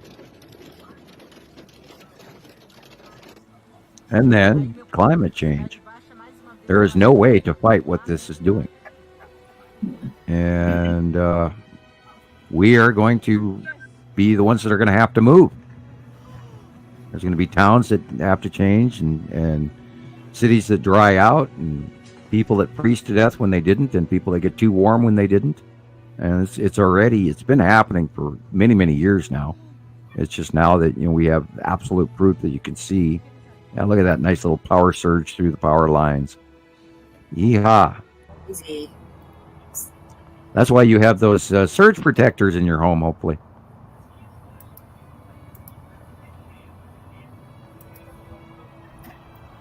Another good thing that people could actually think of, if they wanted to put a bunch of people in the United States to work, they could work for the Army Corps of Engineers and start putting up walls to deal with floods better. Raise a really nice handmade human rock wall. Let's build some real nice, stoic monuments all over this country and re-deal with our water before it's too late. But they won't listen. Infrastructure. And we haven't paid for a very long time on America's infrastructure. We've been well overdue for 50 years. And if we're an example, look at the rest of the world. Yes. I don't know about where you live, but the roads over Tulsa are just rough. I mean, they're not fixing. You know what I'm saying, Sam? We've talked about this before, how they're not working on the infrastructure. That's how ours are too. Well, the money is available. It's up to a lot of the governors to actually take some of it. There's a lot of, I hate to be divisive, but there's a lot of Republican governors that are not taking the money that is available, that has been budgeted for infrastructure and for health and human services as well. There's lots of governors out there not taking government lunch programs for children. And that's part of what Tim Walz, and the governor of Minnesota, who is now a candidate for vice president, he signed into law that the children that went to school got breakfast and lunch, no matter what, for free from the state of Minnesota. And this is what our government should be doing. We should be taking better care of our children, their diet, the poor, our infrastructures, our hospitals, our schools, our roads, our bridges, our water sequestration, filtration systems. We haven't paid any attention to that for a very long time. We've only been worried about the mall and the movie theater and where the rich people live. Hey, let's build a real nice park over here, maybe a golf course. That's not what we should be doing. We should be investing in people. And we're not doing that. And these are these people with big money jobs, raising taxes and corporate this and corporate greed that. Corporations are making money. Not any of us are making it. And meanwhile, we're all getting poorer and poorer. And, this is all a planetary process. And who's going to pay for this? And who's going to keep paying for it? Because it's going to keep happening time after time now, because our weather and our climate have changed. And it's going to get worse. It's going to get worse. We don't know what happens as they leave. We don't know what happens when they're completely over the top of us. What happens when Saru goes over us? We don't know. We have no clue. We don't know what they're going to do when they exit. Are we going to roll back? Are we going to roll completely over? I doubt that. I don't think we're going to do it full spin. But what happens when they leave? We don't know. So this is all part of that thing where people have to start paying attention to what's going on around them. They tried to leave records, and go ahead. I'm sorry. They tried to leave records for us. And that's where you post a lot of your archaeology things, the information. So we don't know if each time they came and left, was it worse? Was it not as bad? So you plan for the worst. Well, right. Well, the Great Flood happened supposedly 2 cycles ago. And then the Noah's Ark and all of that. And we know about Doggerland, and that's about approximately the same time, where there's an entire region civilization between the coast of southern England to Germany. There was a landmass in between there, and now it's underwater. And there was a whole civilization of people living there. And I don't, that could have been, let's see, that would be like, Earth to brain, do my math. See, okay, the math. I'm trying to think. 3,654 plus 1650 BC would be approximately somewhere around 4,000, 5,000 BC. Oh. I'd have to do the math. I could do it really quick. Okay, hold on 2 seconds. I got to calculate. Make him work. 1650 plus 3,654 plus, yeah, 5,304 BC was approximately the time of the Noah's Great Flood, etc. In previous times, there were other ones. I refer to the Mayan calendar a lot for that, and they've got the central. If you look at the center of the Mayan calendar, there's that skull. Mm-hmm. Do you have the picture of that, Rebecca? By any chance? Mayan? I could send you. Yeah, I do have the Mayan calendar. Is that what you're wanting to see? Yeah. Yeah. If you can, depending on how fast you could post it. I would continue to describe what my assumptions are, and this is in fact. But I have assumptions when it comes according to the Mayan calendar. Okay. I don't know if this is a very good. Some of the things I've learned. Well, generalization is all we really need. Right. I've got a couple of different copies myself, and I have a good one and a couple of bad ones. Right. This one's good. Oh, sorry. It didn't move. Sorry. Okay. Yeah, you got to use a bigger hammer. I know, it's like not very fast. I don't know. It's not very full. I don't know why it's creeping along. Well, because you're doing a show, and then you're also pulling it on your own feed, so your feed. Yes. Yeah. Yeah. Well, yeah, that's true. And you start stalling out when you're looking stuff up, when you're going through work, and then you stall out. Is that it? There you go. Now, if you notice in the center of the picture, you have the face, which is like the skull. It's like a sort of a skull face. But there are 4 boxes around it. Gotcha. And those 4 boxes have a different picture in each one of them. Mm-hmm. And I have from what I've come to understand, that those are the 4 previous harbingers of doom. Oh. The transitionary markers for the end of each of the ages. 5th age to 6th age. The age that we're staring at is the one in the center. Okay. And the 4 previous, so the 5 total. The one that we're staring at is the harbinger of this one. And that one, to me, strikes me as the skull asteroid. It really does. See that? I just associated it with, because it reminds me of the skull asteroid. And if you look, one of them in the upper left corner looks to be like a great flood. So I didn't do a lot of study on the other ones, and I should actually go into and find a actual video on somebody who maybe reads the Mayan calendar in Mexico or in the Yucatan, and learn from them. And I've never chased it down, but I've learned a little bit about the time factor on the Mayan calendar and the Bakhtums and all of that. I've done some study, and I even kind of learned to read Mayan rope language. It is like an alphabet. It's very cool, but I haven't studied enough yet to come to complete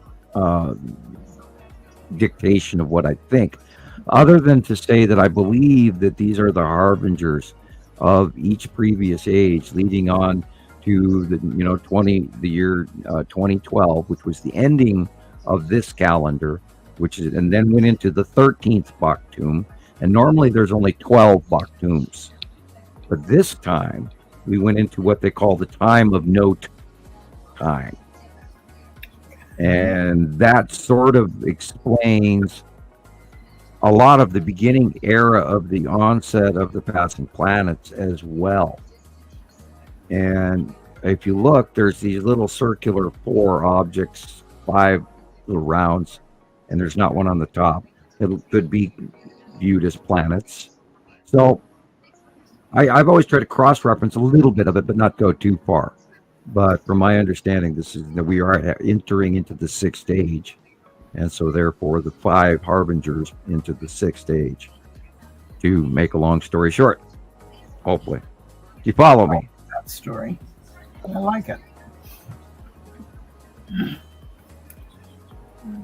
Okay, thank you. So, passing planets, this is, as we dawn into the sixth stage, we're passing, and this also occurred, we had the short period of time where the planets were coming up from below us. Now we're in the secondary. Now they're going by us and then are going to start to leave here soon. And so we are in the sixth stage, and should be very interesting. Sorry, I digress into supposition, but have you any more pictures to go through while you get ready for that? I'm going to run to the little scientist room. I've had a Coca-Cola and a half, and it's now time. Yeah.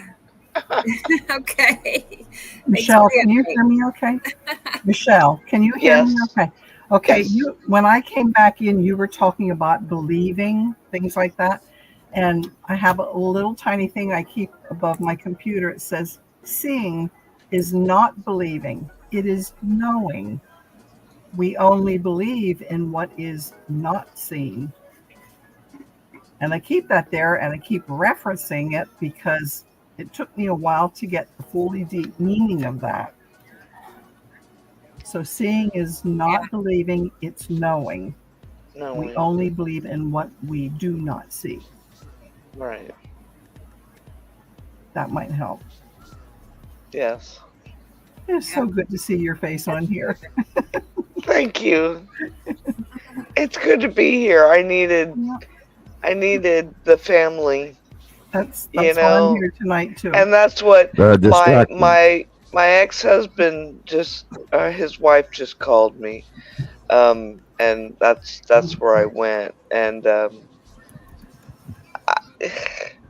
I just lost my train of thought. It's okay.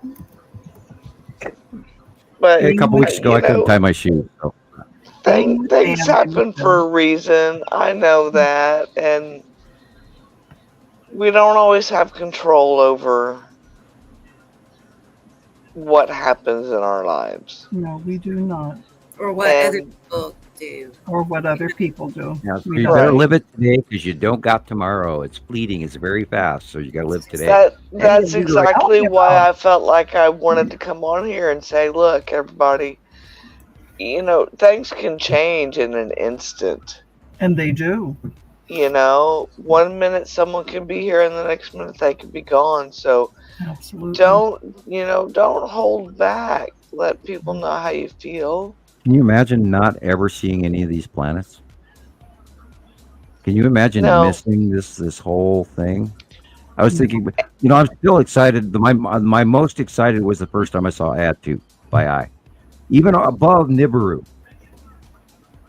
I don't know why it's weird, but the first time I saw that damn purple planet, and it stuck out. So it's like there's no mistaking that. Oh my God, look at that big ass purple planet right there in the sky. Look at it, there it is. And I was way more excited than when I saw Nibiru, knowing that there were people on there and you could see land masses and everything. Because still back then I was going, okay, my brain is making this shit up. There's no way I'm seeing what I'm seeing in 2012. By 2014 and 15, I'm going, oh my God, this is insane. That's a purple planet shit. Our information matches. Oh my God, And I can't even imagine not living this life right now and missing out on these planets and the events and the stuff that we know. And I'm seeing a cameo. Hello, hubby, in the background. Bro. If it wasn't for you and Rebecca, Sam, I probably would have missed it. Because, I had heard of Nibiru, years back. And, of course, like I said, I had heard it as the, it's going to come crash into us. And I'm like, no. And I found Sam first because it was Skywatchers. And I love clouds. I love watching the sky. And then I found Rebecca, and she was talking about Nibiru, and I'm like, okay, well, I'll give it a chance. And then the podcast and all the pictures, and I'm like Sam, oh shit, they're really here. It's real, and it's not just one. It's not just Nibiru, It's all the other planets that come along with it. Yeah. And I still don't know everything. I haven't learned all the clouds and the bases, but I know they're there. There's no mistaking that they're there. I know, Michelle. I mean, it just takes a little bit of time and an open mind. Once it all starts to fall together, you're like, wait, they said this, and then you look at the pictures and that matches what they said, and it doesn't take too long, but you have to be open to it in the first place. And I've always been open-minded. Waving back. Me too. Yep, I think the fact that so many people from around the world have participated in this in the last 14 years. And I mean, thousands and thousands and thousands of people do see the planet. Yeah. And they do see it. So, everybody who doesn't believe, you guys should, because you're missing out on you join the club, you are missing out on one of the coolest damn things you ever, there is no way I can even compare my life today to 2008 or 2007, for example, and the crazy shit I was going through back then. But living in the house, and I was still aware of this stuff. But when I jaw dropped in 2009, after filming this blob in the sky at night on my camera in 2008 and 9, and then I see a close passing planet by eye during the day that was huge, and I still to this day believe it was Matim on a strangely odd close pass. I still haven't worked out how that was in my brain, but there's a possibility I missed a whole bunch of stuff that went on even prior to that because I wasn't seeing it yet. But it is so mind-bogglingly different today than it was even just 5, 6, 7, 8 years ago of what we're seeing now and what's going on, and then the weather, and then everything falling into place exactly like we're fearing it, and the climate change issues and the weather change issues and the jet stream and the arc of the sun and where the moon is, and like we start talking about supermoons again. And that's because when they say supermoon, that means extraordinary, not normal moon. Right. Because we don't have supermoons until now. 15 new names for 15 new clouds. And oh, by the way, that's a derecho up there in Illinois. When an actual derecho is a straight line sand windstorm coming from New Mexico into Texas, or from Arizona into New Mexico. That is what a real derecho is, and where the name comes from. It's a sandstorm. It's not, we're about to wipe out, 5,000 homes with this lightning bow shock storm from hell because close passing asteroids that they're not telling you about, or a bomb cyclone, which is a close pass of necessity, and they're just throwing out these fake names.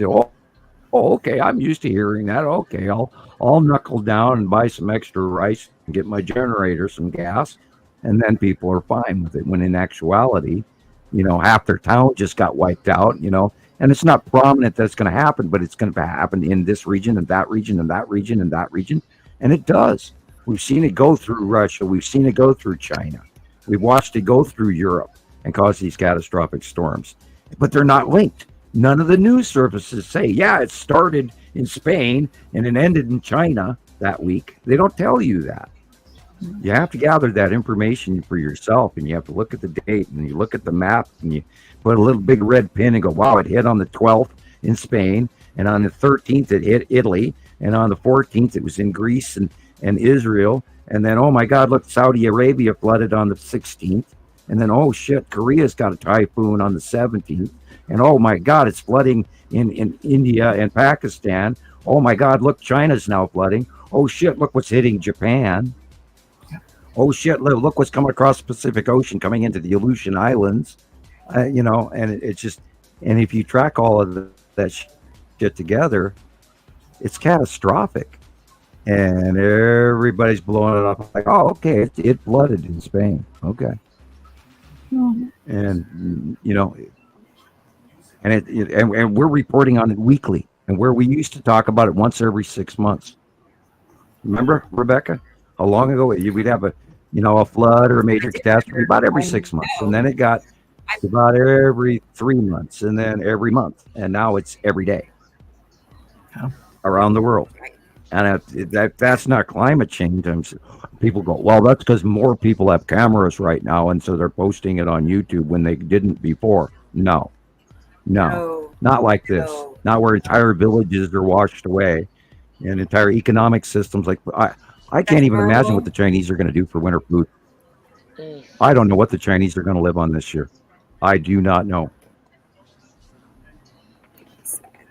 Are they going to have to import? I mean, they bought up every stick of corn and rice and wheat they could get their hands on from the U.S. Over the last few years. They even bought ground corn. You know, the stuff they pile on the ground, not in silos.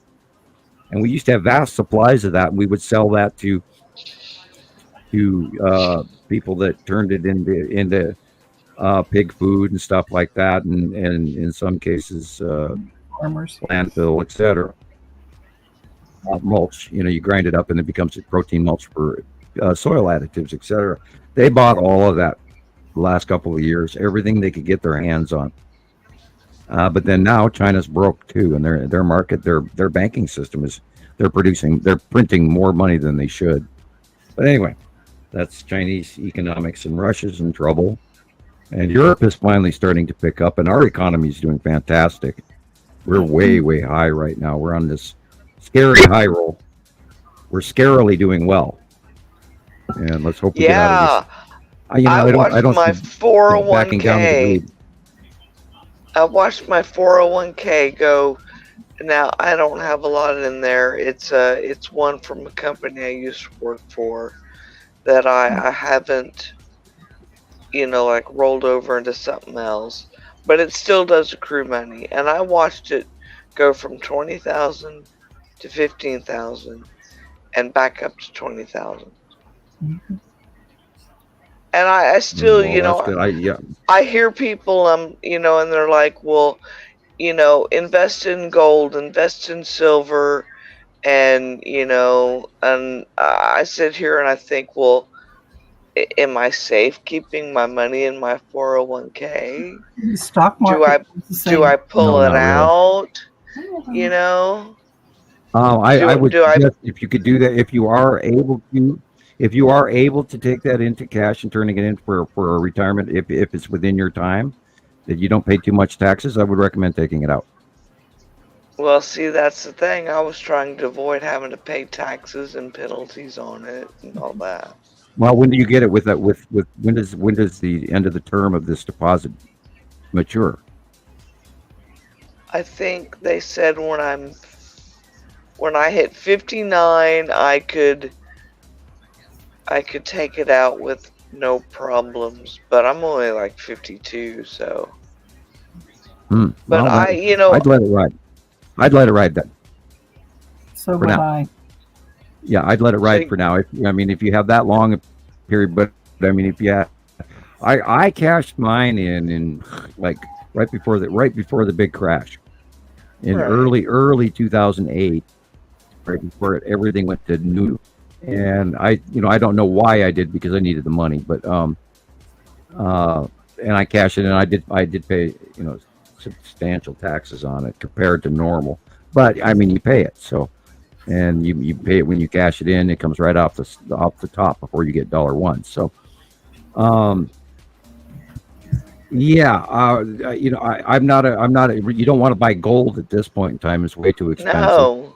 Yeah. Now, if you'd have bought gold 10 years ago, you'd be rich beyond your wildest dreams, because gold because since the arrival of the value of gold has gone skyrocketing above ever historical records, and it continues to go up. And that has to do with making sure that every little scrap and every little morsel comes out of everybody's jewelry box around the planet, and the commodities get sent over to who because it's a propped up, moderated inflationary system anyway, as far as money is concerned.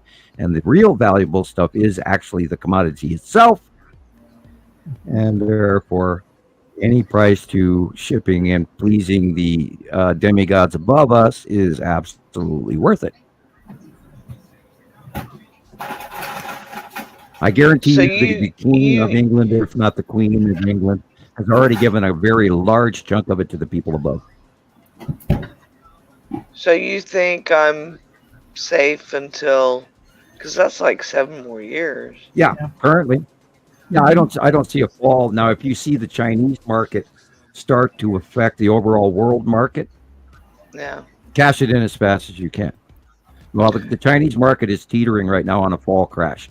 Now, they might be monetarily propped up for a period of time with their false production of money, but the Chinese market is crashing, and it may affect the world market just like it does. Our housing issue crashed in 2008, which affected the world market as well. So if you do see the Chinese world market crash, then I would contemplate it. But prior to that, there's nothing more that's probably going to wipe out any major amount of a 401k versus the stock market. Because currently the stock market is at its highest value it's ever been. It's at 41,000 something. I looked at it this morning. What was the stock market this morning? And the Thank you, Sam. I and everything's appreciate doing that. real well. Oh. You know me, I do my homework. I know I don't do my homework. I forgot to tell everybody. It's balmy 58 degrees in Montana. Yeah, you know. Yeah, I know the high today was like 94, and the high tomorrow is supposed to be like 95. But then the last couple of days, the high was like 79, 80, and I got my windows open. We have a cold thing now. We've been getting rain and some nice rain, and I of course get to mow the lawn again.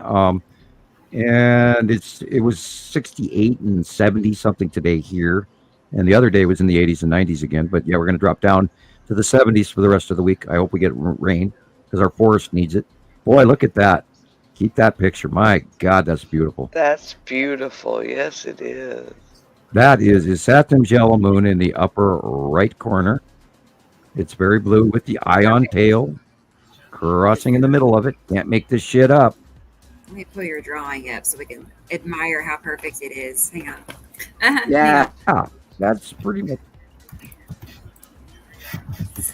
See, I sit here with my laptop and one of my cell phones, because the one cell phone that I have, the colors are so vibrant, and I can look at the picture on my phone and my laptop, and sometimes I can see stuff on my cell phone that I cannot see on my laptop. I've noticed that some of the videos when I watch on YouTube, that's a good drawing of it. I'd use the current one, but I have noticed that on some of the YouTube reproductions, like if I watch this show tomorrow, the pictures will look different than what I'm seeing them now on live. And Saturn is the orange area with the orange and purple, and behind it, I'm really tempted to say is the edge of Nepenthe, just over the sun where the white is to the left. The bottom is Nepenthe core, I believe. Okay, so and what's in this shot? The red is that Nibiru No, or the not? dark orange. The dark orange area is planet is Saturn. Where all the dark oranges are. Okay. Now on the upper right hand area in the blue is Saturn's yellow moon, and you can see the big dark ion cloud going in the front of it, going from the middle of the picture to the upper right corner. Okay. Now if we go over to the left base, there's an illuminated area behind the planet is Saturn, just above the sun, and you see there is a circular ring right above the dark cumulus nimbus normal clouds at the horizon, with the exception of the spiral asteroid, which is in the left middle, coming in from the left middle. But the rest of those clouds are normal cumulus nimbus. Behind it, in the light purple, where it's illuminated, that is the tipped axis of Nepacity, just above the sun. And Saru is making the orange-yellow at the horizon. Dang. Because the real sky color is at the far. The real sky color is at the far left horizon, just above the mountains and the houses. On the see that color? That's the real sky. Everything else is planet. It's different to see Nepacity behind Isatum. Yeah, behind Isatum, right? Yeah, it's different. Right, okay. because it makes sense. Because look at the drawing. Because we are now.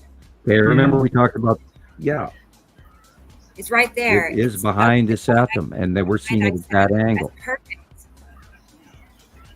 That is actually perfect. This photograph. Because Nibiru and Isatum are rotating over the top of us now, and we have gone from the far left side of Uri and Atu to around the face of Uri and Atu, right next to Nepacity, which is in front of us, and Saru, which is now in front of us, because Uri got out of the way.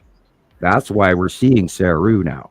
Meanwhile, Nibiru and Isatum have come in at our faces, at our front right shoulder, and have now gone to our right shoulder and are slightly behind us and above us on our right shoulder as our out view. And so we're seeing Nepacity and Saru underneath because we rotated. They have rotated as they rise above us. Yeah, that's good. Let's see what's next. Oh boy, look at that. What is that? Is that Uri? Bottom of Uri. Yep, it's the bottom base cloud of Uri. Yeah. Wow. That is cool. See the illumination of the cumulus nimbus clouds on the horizon? Mm-hmm. Because that's the light shining underneath Uri. And the upper left or the upper right corner is dark because that's still Uri. And the light is shining under Uri. Okay. Which is why you have those bright white cumulus nimbus at the top of our atmosphere. And we always see those stripes. Like here's a good example. That kind of looks just like it. Look at that, Sam. That's from 2019. Oh my God. Okay, so there the asteroids back when they were all closely clustered together because of our out view. I gotta get those set side by side. Yeah, and that's 2024. Yep, same shape over and over and over and over and over and over and over and over again. Yep. Oh, cool. I love it. Okay, neat. And we watched it for 14 years, and here it is, and you can't make that up. Now look at that. We know what that is. That's the open base core of Nepacity, and she's just getting ready to drop her snorkel. Let me get that drawing. That's amazing. Where is it? Let's find it. Surely I have it, right? What? But yeah, it has. We've had thousands of really awesome captures of Nepacity. We see more of her because she's small. She's one of the smaller planets of the group. Only Matim is smaller than Nepacity. Yeah. And that's why she causes the snorkels, because she rotates so fast.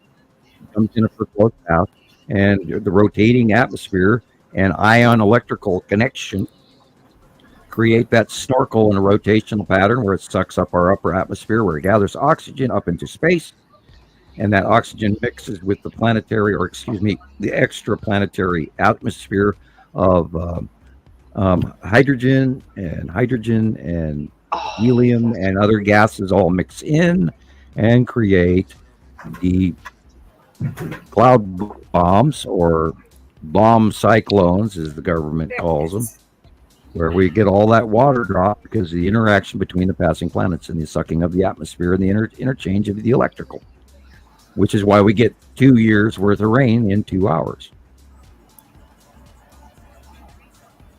And ice crystals the size of grapefruits Oh. What they're now calling gorilla hail. Yeah. Oh, we know this one. That's easy. That's Atu's moon.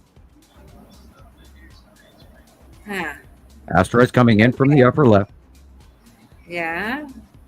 Okay. And the white illumination on the bottom is the bottom of Atu's moon, with Atu in the far right-hand corner. And Uri is behind them. But this is Atu's moon. And you can always tell by looking at the other clouds in the front on the upper left. If you see asteroids coming in from the upper left, it's Atu. Now, it's entirely possible Nepesity is right there with the open core, right behind it. I could be, calling it that Atu's moon. That could be a combination between Atu's moon and Nepesity open core mix. Huh. We know they stack up together regularly in outview. That's pretty cool. But I started that assumption through looking at in the upper left corner, seeing the asteroids coming in from the upper left. And that immediately tells me Atu's moon, and we know that Nepesity is behind it, so that's probably a mix. I like the right-hand side where it's from the asteroids, all that streaking, I know. Clouds. That's so cool looking. I mean, weird but cool. All right. Not something normally you'd see in the sky. No. Definitely not. And here again, look at the color of the sky. Look at the color above in the secondary background in the center, which shows you we're seeing two different somethings. Yes. The orange sky is the real sky. So that what is that blue object up there? Well, that's a passing planet. Most likely is Saturn. Why it is blue, I don't know. The damn thing should be red. Okay, so would that be doubtfully could behind it be Nibiru, but I doubt it. Or now if this is in the south, if this is taken in like New Zealand or something like that, it could be. I could be totally asked wrong. But look where the sun is on the left. So we know that we're looking at planetary bodies on the right-hand side of the sun at sunset. So therefore, it has to be a Saturn, yellow moon, and possibly Nepesity or Saru behind. So it's hard to. If I knew where this was captured, it would be easier to call. But I mean, generically, we know that the blue is a planet and the orange yellow is the real sky, and we've been seeing that for the last couple of weeks because, believe it or not, Saru, the base cloud of Saru, is influencing our sky color right now, as well as the yellow moon. Why we're seeing blue, I don't know. That could be just the shadowing. Okay. I've seen Isatum look blue before in other pictures. When it's smaller, you can definitely see the red. We've got many pictures of it as a red planet, and the wings and all of that, and the Saturn's yellow moon right in front of it, all over and over again, time after time.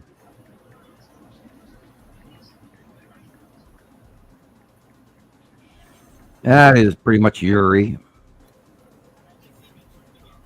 Base of Uri and the Salamander asteroid group on the left-hand side up there in the middle mix. And she's coming over in, and I'm almost tempted to say this is an early morning shot. I could be wrong. It could be sunset, but either way, that's where Uri is. Even sunset. Day or night, same thing. But that white line going up from the middle of the left, boy, look at that. Sorry. Unbelievable color. Sorry. Wow. Didn't mean to touch it. Sorry. What white line? No worries. The white line going from the middle left all the way up to above the sun to the middle right. Yeah. That is probably, and if you look, that's probably the edge of Uri. And if you look beside it to the left, you see the stripes of Uri. Oh man, yes, that So makes that's the total tip. sense. Uri is rising higher and higher and getting smaller and smaller. Yeah, I would have missed that. It may be quicker or it may be slower. I don't know, but we are seeing evidence of Uri rising up higher, off the horizon. See it Because now. before it used to cut off half You the see it, horizon. don't We only you, saw, Gillian? Yeah, we only I would have saw, missed Uri was below our horizon, and we only saw half of Uri, the half that was above the horizon. And then over time, she has risen up higher and higher. Now we're seeing the bottom of her again in the asteroids and the salamander, and which is We call it the Salamander asteroid group because it looks like a group of things semi-embedded in its outer atmosphere in the shape of a salamander holding onto the side of a ball. And that's why we've called it the Salamander asteroid group. Yeah, that's the edge of Uri right there mostly. Yeah, and look at that color. That could be a direct reaction from close passing planet Saturn, which is deeply red. So quite easily, this could be in the Saturn effect right there. That's far redder than any fire smoke I've ever seen. So that's awesome. And and we saw that here in Montana like a month ago. That maybe that picture is older. I don't know. Pretty purple. Pretty purple. It is kind of purple. Yeah, it's pretty. This is from Robert in New Zealand. Yeah. Look at that. Right. That's so good. That is the bottom of Nepenthe. That looks like Nepenthe to me. Yeah. What's nice about that is Robert takes a lot of pictures from there. A lot. And we can compare all of them and watch as different planets come around. He takes awesome pictures. Yes, and he's a very, very valued longtime member of Montana Skywatcher. I think he goes back all the way to Montana Skywatcher 1 even. I remember him from way back. Dear old friend. And keep up the good work. Thank you. Appreciate it. Well, here is a drawing that goes good with it. I'll say that one. Especially those striped effect that we see often. It totally stands out right here. All the way across the sky. The fingers. Yes. Now, Nibiru has fingers too, but they're farther apart. Nepenthe has smaller fingers. Of course, Nepenthe is a way smaller planet too. But yeah, that's good. Okay, love it. This is from Alexander. This is, from right. I was just going to say that. I think this is the Texas cube. Oh, which part? Under the sun? The stripy thing in the dead center in the middle. Really? Huh. Yeah. Okay. Huh. But is there something round in it's front of it? It's putting off straight lines. Yeah, I see what. No, it's putting off straight lines. Behind it is the square. Follow the top and bottom pattern of it. I do. I see a tilted box. You see that? But behind, I see a round thing in front of it. Well, there's a round thing in Well, your remember, face. it's got a side orb. There's a side orb supposedly always in the front. It's really, it looks round here too. Wouldn't that be crazy? That's a side orb and a cube. I do see the cube, Sam, now that you pointed out, right under the sun at a tilt behind. It is on a tilt, Yep. And we've had 5 or 6 sightings from last week as well, which is what led me to knowing pretty much we're seeing the Texas cube again. So this is it was a pretty automatic assumption for me. Yeah. And you got to remember, Rebecca, he's watching on a huge screen. Yeah. So it's like I'm trying to say which eye can see better. It's like, oh my God, is this changing? Oh, thanks. Yeah. That's why I like my cell phone too, because I can zoom in on it. Right. And there's a couple of triangles included in that central cloud pattern as well. So it could be ships. Smaller ships. And remember, the star cruisers or whatever we want to call them, the big triangular things that look like Star Wars ships, they are massive. So that shows you just how massive these cubes are, because they're tiny compared to the cube. Mm-hmm. And we've, even the long box cube, which is 2 cubes slapped together to make it the long box cube. So that thing's even more massive.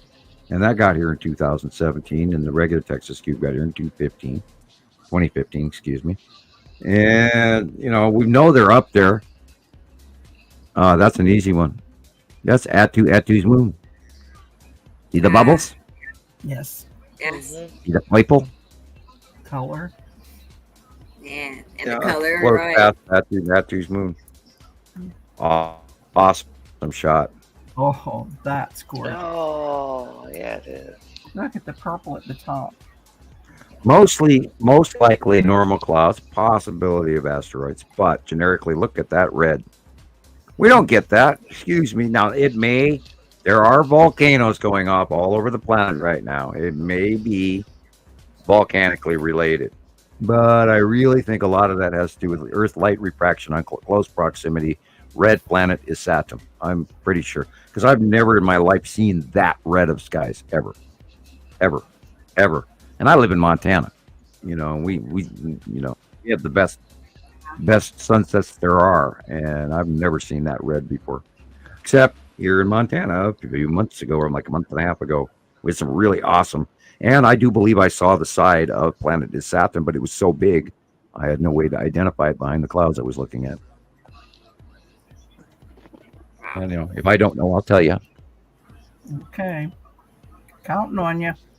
Well, there's another cutoff, of the sun over the top of it. Everything in that straight line that's cutting off is probably the bottom of Saru, with the light blue area being Uri above the clouds at sunset. Because the real sky color is yellow. Yeah, that makes sense. Wow. Uri and Saru, look at that. I'm still getting used to seeing Uri so much higher up, not the left side. And they're changing. It's gonna. Yeah. And there is an illuminated thing dead center in the middle. There's a circle with a completely light blue comparison to everything else. And I'd bet money that's the spiral asteroid dead center of the picture. Yeah. It sort of just jumped out at. I mean, now I've got it. I've got it blown up here in front of me. So directly above the sun. It's about the size of my thumb.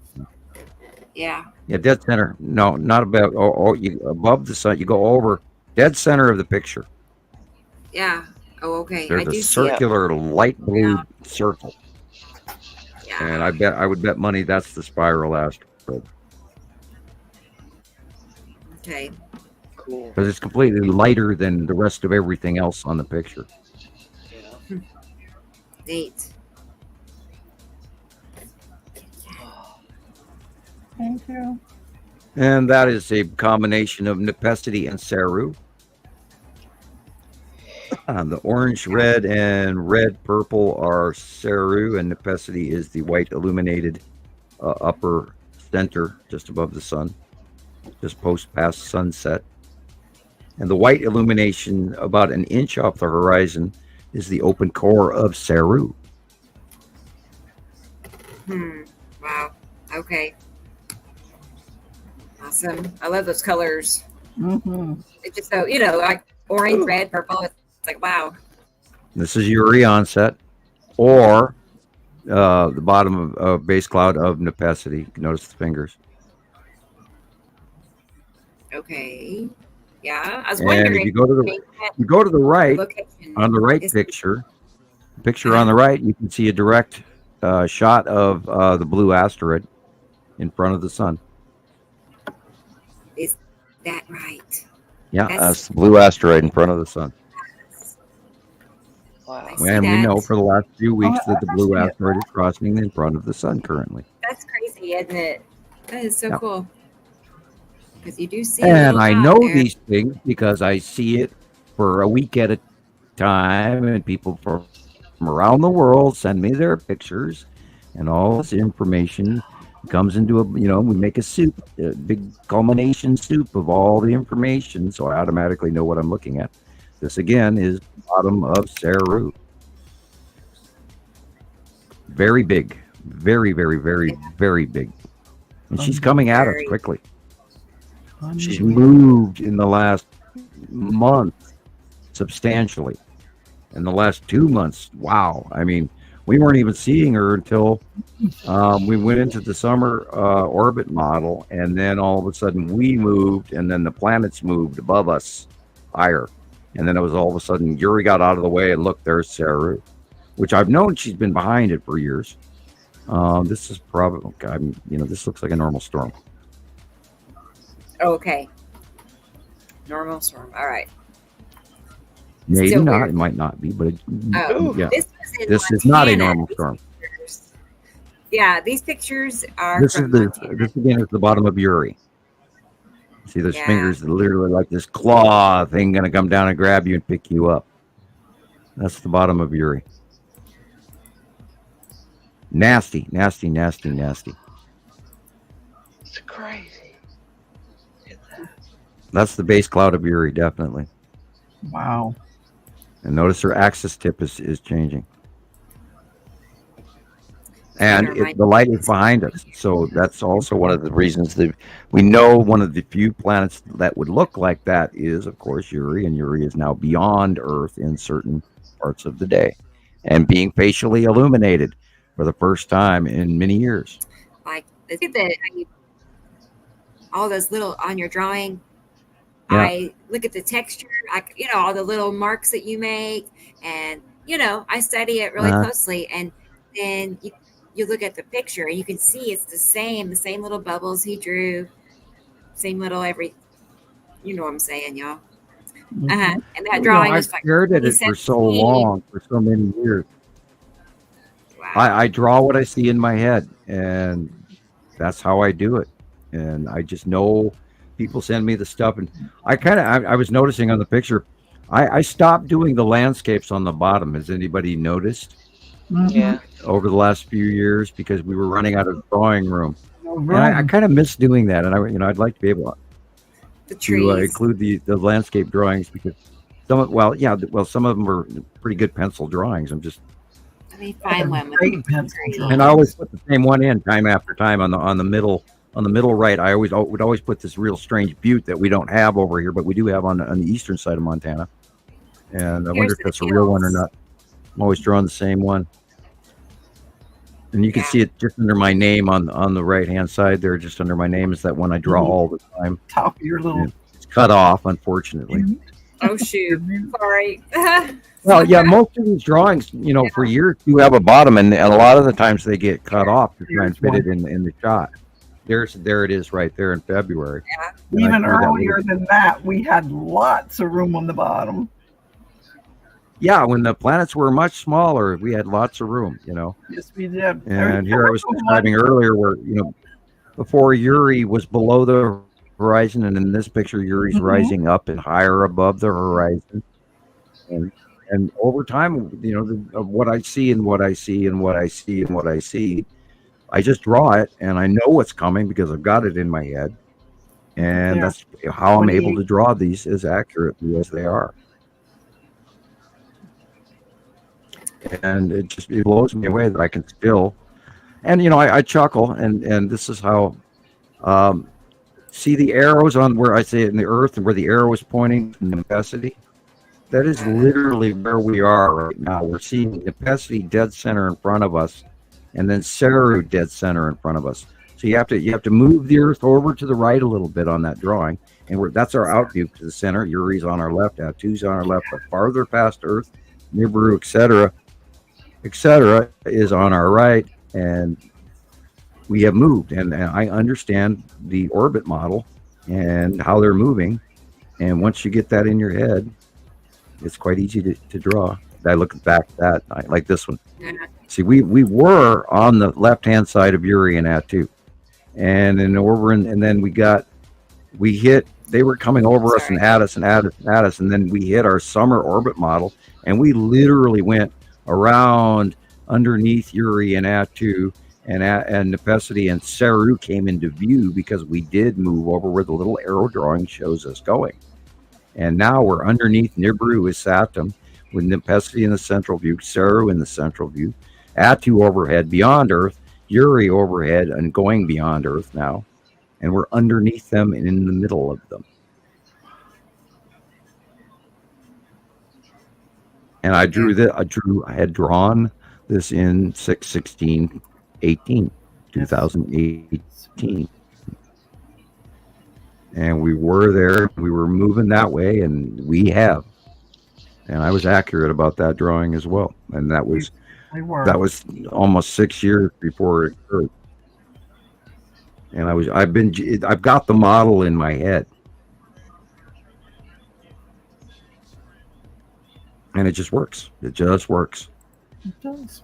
And years. I would hope I would know what I'm talking about.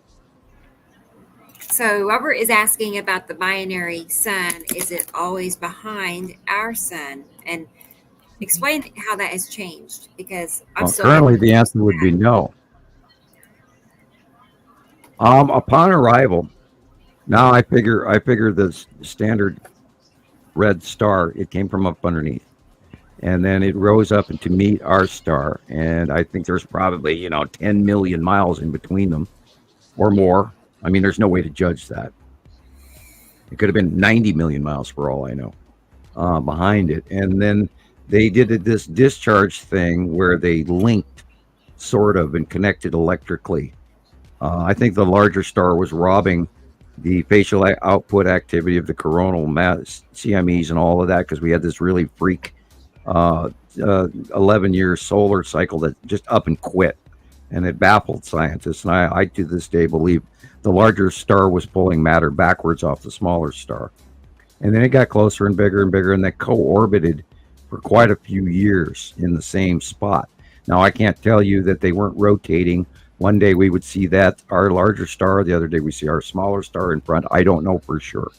I generically believe that our star was in front of the larger star for a very long time because of photos, the way the photos looked, the intensity brightness in the center versus the outside reddish ring, which is the gas giant Imaru behind it, which is what holds both stars.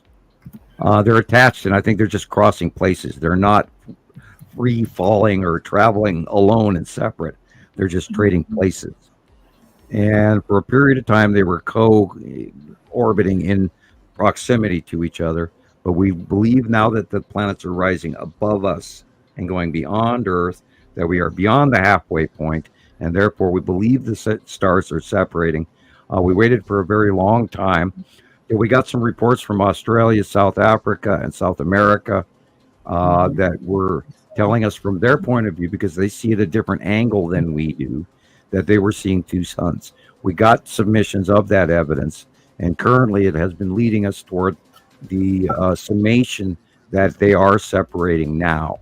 I believe due to the separation of what occurred this year, that's why we saw an increased temperature skyrocket in our planetary temperature, and why we had massive heat waves all over the place.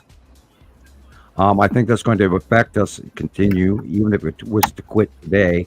I think we're going to see further trouble from that, because if the Amazon is in drought, we're in deep shit, because the Amazon makes 3/4 of all sorts of our weather and a huge percentage of our oxygen on this planet.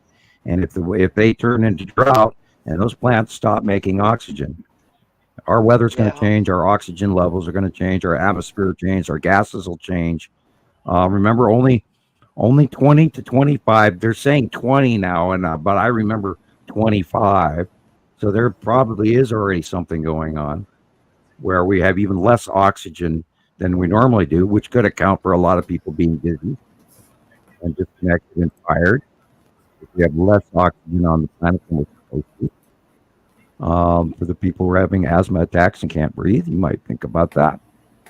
So we're seeing climatary changes, we're seeing oxygen level changes, we're seeing changes in nuclear radioactive degradation science, and all of that's changing. They haven't figured out how, and they see a change in the UV light index and where the planets are and where the sun is and the arc of this and where there's just so many things are all tied together that completely prove that this is all happening. It's all connected. And yeah, look at that. Argue with that. That happens to be a perfectly round orange cloud. Yeah, it's a round orange cloud. Just dare me. Nothing to argue about. That is a planet. I got a question, Sam.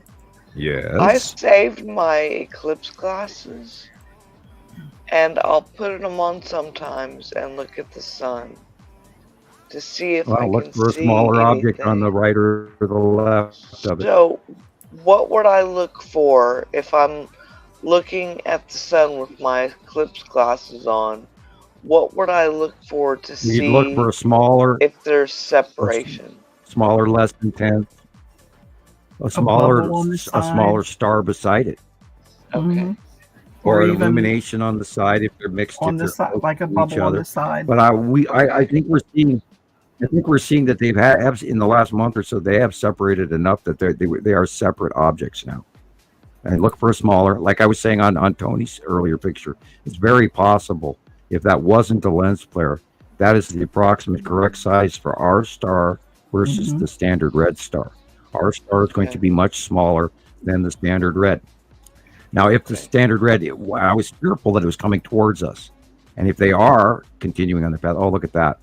That is the side of Attu. Look how purple that is. Wow. Yeah, and that white bubbly is Attu's moon. But that is purple, striped purple Attu. That's an awesome shot. That is. Yeah. And Sam, didn't you say a smaller star next to it? Yeah. Sam, if anybody shows you a picture of two stars and they're both the same size, it's a glass double. Go ahead. Oh, okay. Didn't you say when they separate, they are going to go up and over and to the right of us? Yeah, because they came in from the lower left. They're not going to change direction. Okay. We're ships passing in the night. We're trading places on location behind Imaru that holds the two stars. We're just passing one way and then the other. And being that we are binary and we are, I believe, electrically opposite, we're like two cogs that are turning in opposite polarity every 3,654 years. We pass by each other and repel and just go about our normal orbitation behind Imaru, which is so massive that if you don't have major technology, you wouldn't even know it's there, because to you it would be just a dark area of space that has no cloud or no stars. Right. And we're just now, starting to look out among the stars with halfway decent cameras, but everything we see is from thousands of years ago, from long, long ago light that isn't even anywhere close to where it came from or currently is by the time we see it. Because space is pitch black, and you only see it when it's being illuminated on a facial illumination. And the only reason that we even see some of the planets around some of the stars way out there in other galaxies is when they cross in front of the sun. That's right. And other than that, we don't generically see them. Now the new telescopes are changing that, so we're getting better look.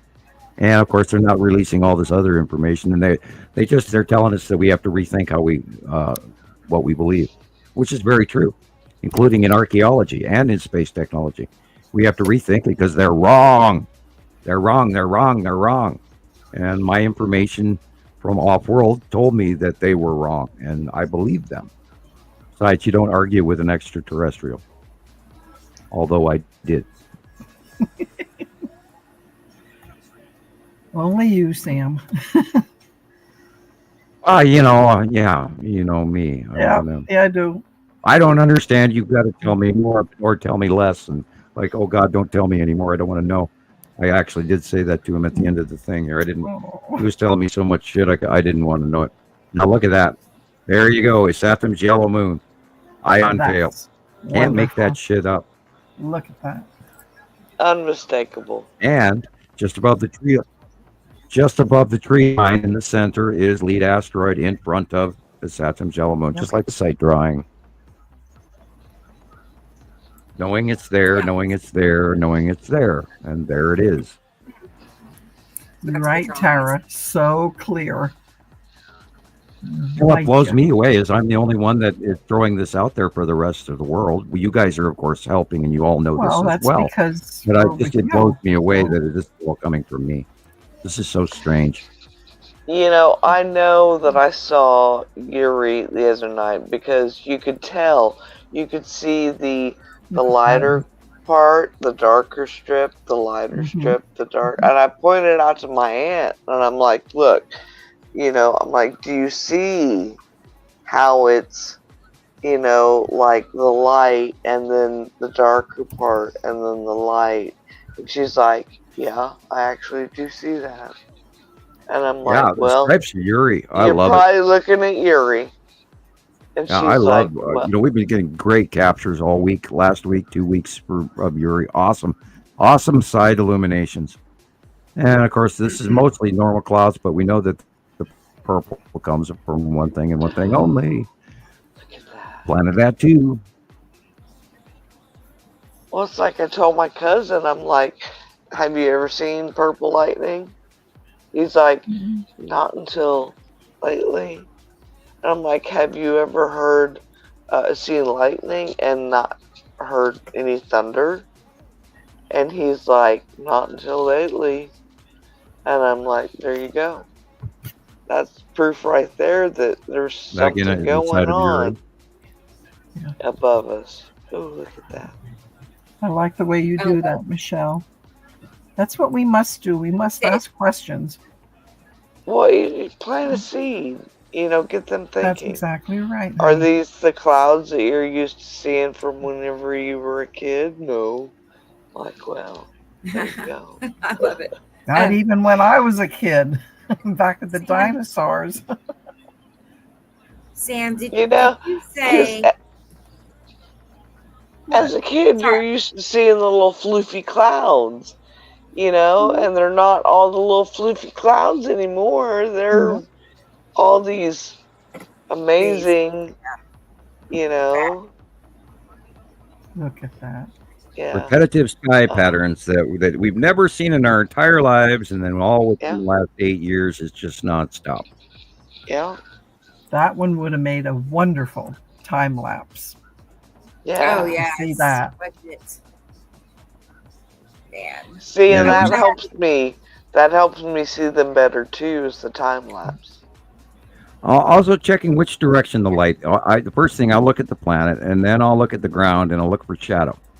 Yeah. Okay, where is the shadow? It tells me kind of sort of what time of day it is. It tells me which direction we're facing. In this case, if this is normal daytime, it'd be in the morning, roughly somewhere around 11 o'clock.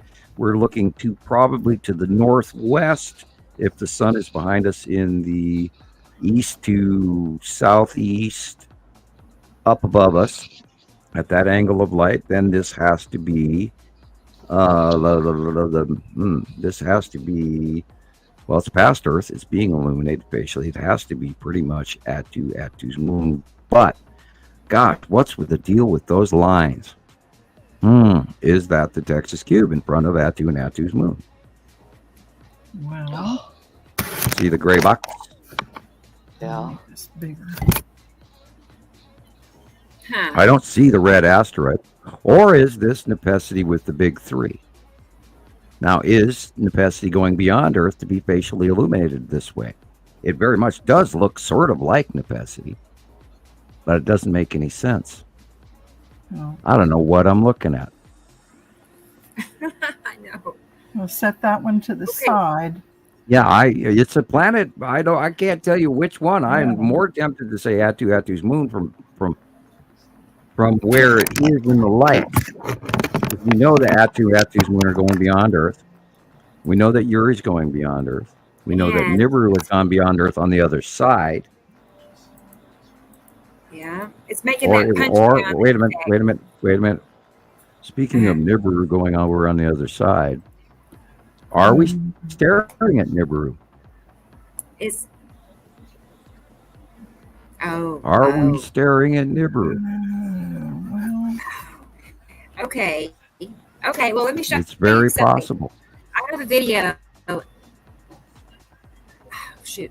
Okay. Because it is beyond in the light, and we've been talking about it, and yet we don't show any shots of it lately. Yeah.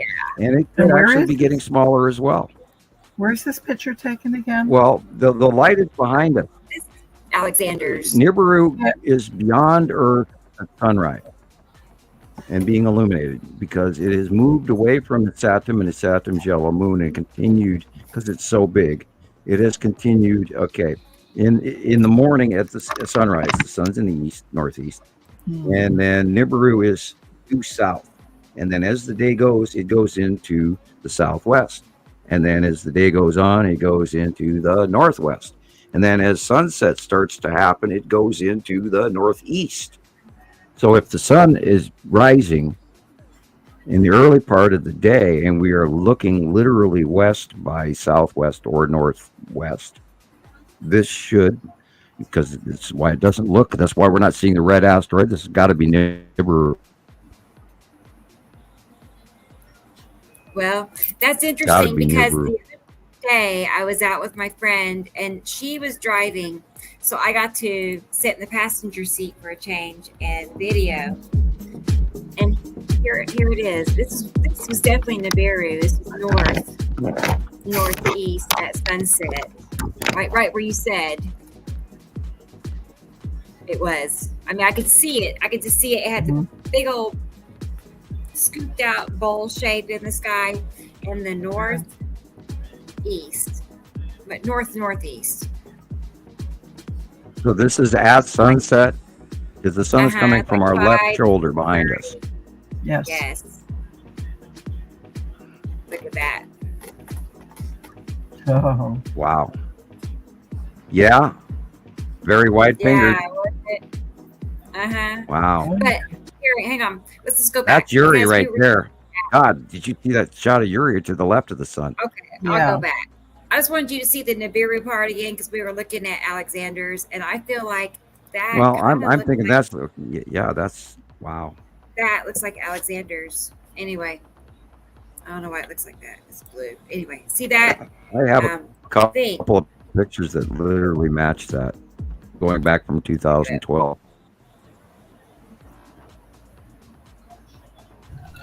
Sorry. All right, try to get it back there. No worries. But that is right where Nibiru is, northeast at sunset. And you can see there's something there. There's big blue rounded shape. Yeah. Huge. Look at that. Base cloud with big white fingers. I was telling my friend all about it, and she was like, yeah, I see. I said, see how it's light blue and it's dark blue and it's perfect curve and yeah. Whew. And that's where it's at. And the yellow moon should be. It's right there. Yeah. And then on the left of it, when you get ready to pause, right there. Pause. Yeah. Okay. Right there, Rebecca. Stop. That is Yuri. That's Yuri and Attu on the left. See, the dark blue is Yuri. And in the upper left corner, that is Attu and Attu's moon. And then behind that, right next to above the sun, behind Yuri is Saru. But that dark blue area is Attu and Attu's moon and Yuri. Oh my God. And see the little white line in the middle between the two telephone poles on the left? Mm-hmm. Texas Cube. Oh, get out. Now say that where again? It's right there in the dark shadow. See that line? Sitting right there underneath Attu and Attu's moon on the side of Attu in the dark bluish purplish area. Closer to the left light pole. There's that white straight line with a blip in the middle of it. And I'll blow it up even bigger. Are you moving something around there, Carol Ann? I'm trying to This is making a lot of noise. Okay. Oh, shoot. I have to move it. Okay, all right, I will. I'm just okay, thank you, sir. Yeah, that straight line is the edge of Texas You Cube. too, Sam. Yeah, Robert sees it. Good. Yeah, Robert sees it. And Dennis, he says, Rebecca and Sam, it would be great to have a Google Sky Hour. Google Sky Hour. That sounds like fun. What does that mean? I know. I wish we had the ability to use a cursor arrow to point out what we see rather than describing, because you know, my understanding the Sky series, I was able to do that because it was recorded, and so I could do that and use pointer stick and point out to everybody intentionally. Yeah, you know, we always got up, but in order to do that, folks, we got to get donations. We cannot do new science if we don't have new money. I bet tell you, but we're limited. Would provide that for us. Really, I bet. Well, there, show more. But the problem is, have to record it. You put it on the cloud, and then you send it out later. I don't know of a live one. There might be one out there that's new. I don't know anything about it, but I use Showmore, and you can use it for a period of time for free, but then you get full. And then apparently I took my money, but they didn't give me credit for it. I paid for more, but never got it. I'm gonna write this down. Actually, Google Sky Hour. Yeah, check that out. And we could go through Google Sky Pics, looking at, because there are some awesome pictures that are captured on Google Sky. I see those, so that's a good idea. That could be a TikTok channel in itself. Well, I try to stick to member submissions because then we have a right to the copies of their pictures. Because all submitted pictures that come to Montana Skywatcher become the property of Montana Skywatcher. So we can use it for scientific comparison. And we ask if you want credit for your submissions, please watermark your pictures with your name, the date, time would be great, and the direction you're looking, and anything else you believe you see. You can add little columns even on the bottom of your pictures before you post them, and we'd love to see it that way. But we ask that people send in their personal submissions so that you'll learn the science a whole lot better. That way we can teach better.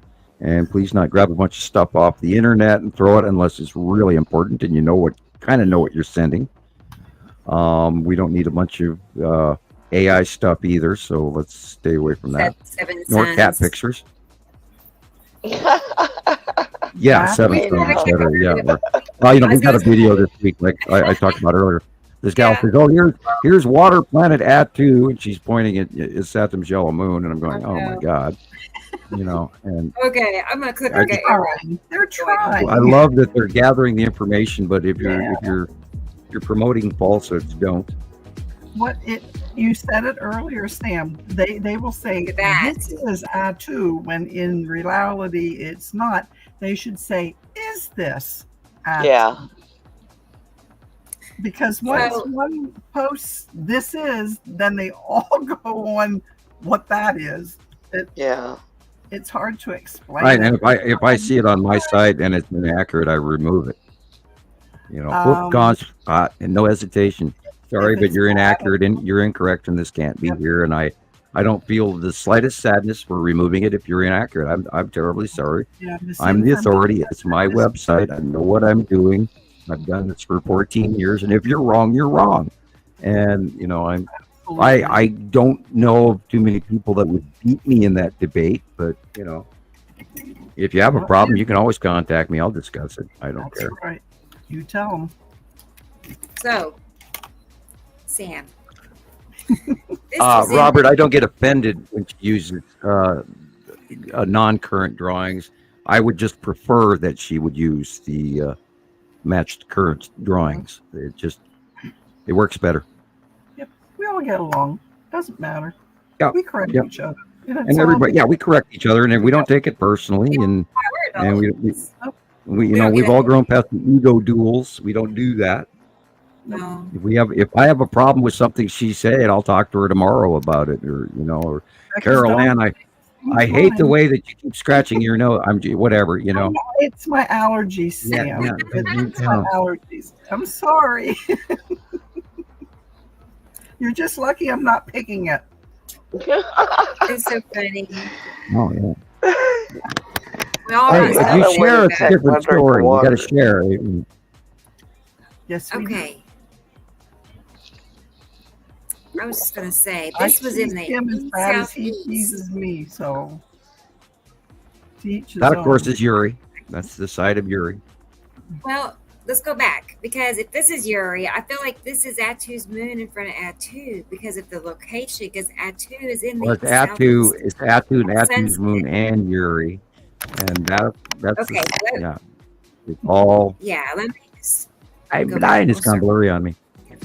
I need some guidance because I got confused. But based on location, and it has that V shape. So you got Uri there, right? Right there. Uri. Keep going. You got purple Atu and Atu's moon. And okay, what I said was Uri there. That's actually Atu's moon, very large. Okay. And then you keep going a little bit more, and then there's Nibiru again. That's what was happening. Yeah, right. There's the edge of, there's Nibiru right there. There it is. Mm-hmm. That was the.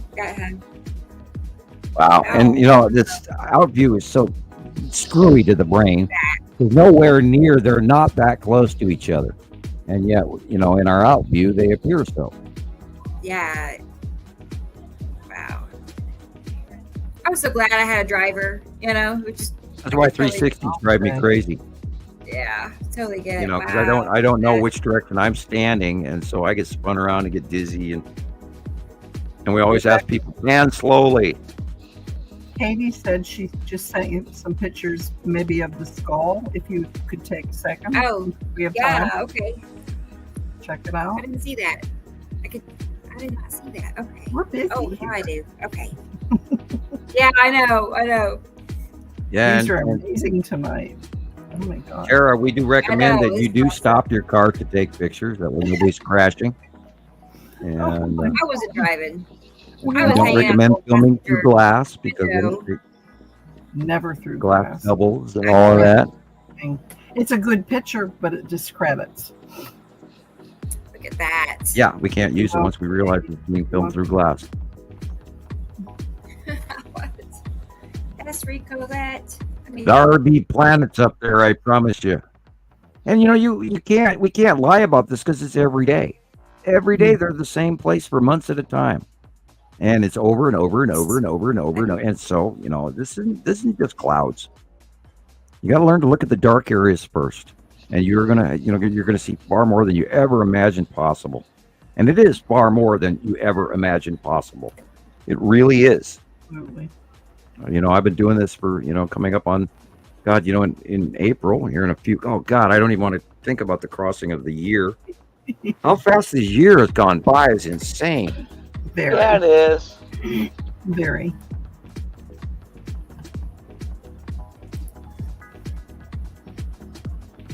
Yeah.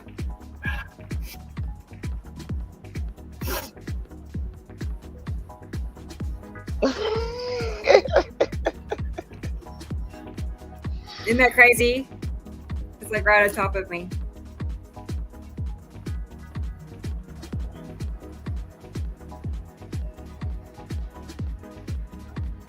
I have my husband well trained. I just go. He pulls over to the side of the road now, and I'm half off the car before he can stop. And then Nibiru, that's northeast, right there, Nibiru. Wow. Yeah, they were just like all around. So incredible. So incredible. Yeah. Oh, I have a question on that one.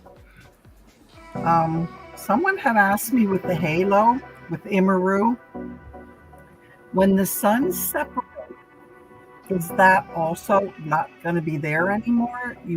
The halo you would see is because of no, it'll be there. It will still be there. Yeah, that's a good question. Now, in some cases, this halo is a cutoff halo because you can see that it's rounding. This is a planetary cutoff coming in from the left. That's why there's a halo in this one. If it's a halo and it's orange inside, there's a color inside the halo, then it's Imaru. Okay. This is a cutoff refraction halo. If you look in the left-hand side, there's a straight, clear-cut line cutting off half the sun, which is why it's flashing. Because that planet that's cutting off the light is orbiting and rotating, and the atmosphere is moving. That's why it's flashing. Because the orbiting atmosphere is turning and changing the light refraction. But I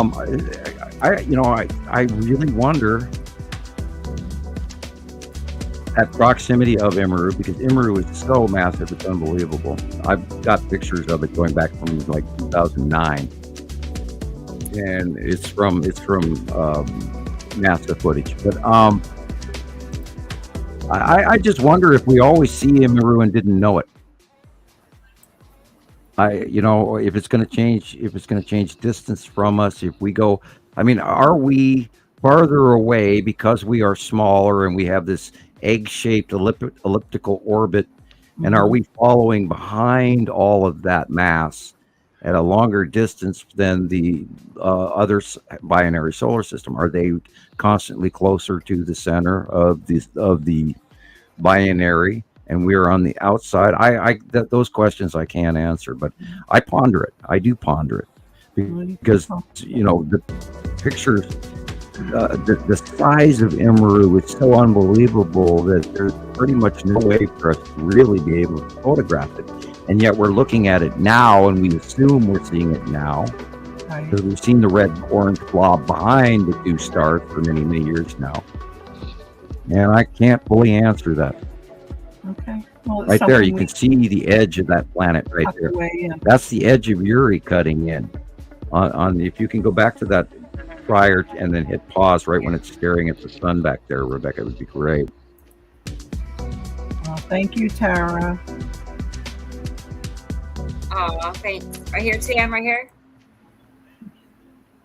Is this what you wanted? Yeah, that'll work. Do you see the rounded edge of everything on the left-hand side of the sun? Do you see that the light flare that goes in all the way down to the telephone wires on the lower left? Mm-hmm. That is the edge of Uri cutting into the light, which is where the halo is coming from. Because the halo is shining brighter on the side of Uri than it is on the right-hand side, which is where Saturn's yellow moon is on the right-hand side, and that's why it's darker. Okay. Because it's closer to us than Uri is, and so the darker shading is on the right-hand side, and the illumination is sneaking through on the left-hand side. Correct. Mm-hmm. Wow. Yeah. Yeah.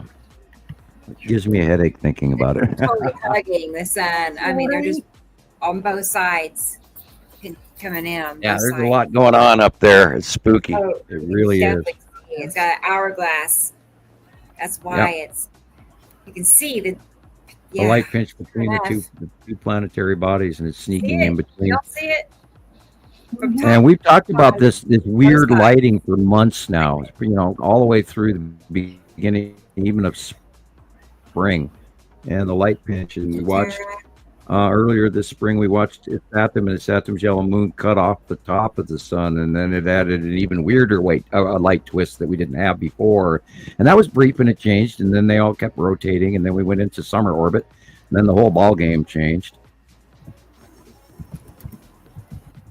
Akashic record keeper. Yeah, Robert, sort of. I am sort of kind of the Hierophant who was trying to teach the new way about the stars. Homer, Pythagoras, those kind of guys, Let's hope I do a good job and history records me well. I'll let you know. Let's hope I change science and man actually grows up and wakes up to the realization that we are not alone. Nor do we dictate how everything goes. We don't make the rules. We just follow them. Get those pictures. And I'm stuck right now. I don't know. My computer won't move. Well, maybe I'll try it again. Have you cleared your browsing history lately? You asked me that. I have not. I should. I'll try it. Yes. Because if you clear your browsing history, everything will work faster. I'll do it. This is not cool. I did that the other day at work. Clear everything else out. It was lagging on my schedules that I bring up for my patient names, and I'm like, well, clear my browsing history, and it started running smoother. I'm like, thank you, Sam. Really? Okay. Yeah, it keeps attachments, but you keep your cookies. Especially if you use them regularly to link to automatically link to the site that you want by clicking on it. But if you clear everything else but the cookies, and on a medium setting of clearing your browsing, I clear mine going back 4 months, but I do it every day. Mm-hmm. Yeah. And I'm doing it right now. As a matter of fact, I am clearing my browsing history. I never do it. And I go back 4 weeks.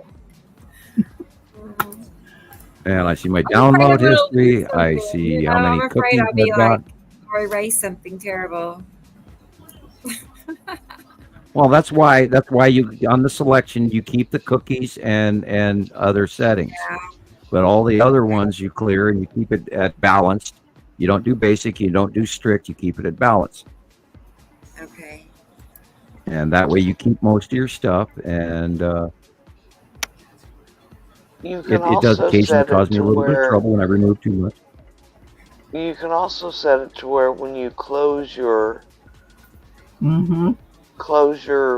browser. your browser, that it will automatically clear your history. Yep. That's how mine is. Oh, okay. Huh. I just let it do it. Yeah. Oh, thanks, because I don't know this stuff, the ins and outs of cleaning. I know a little bit, I know a little bit.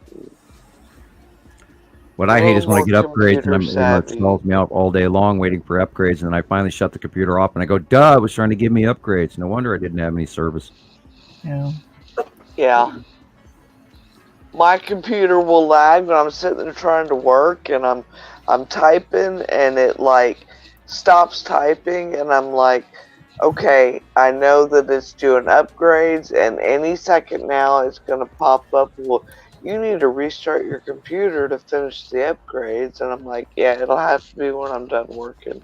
I can't stop working and restart my computer, because I get paid by how much I type. So if I'm not sitting there typing, I'm not making money.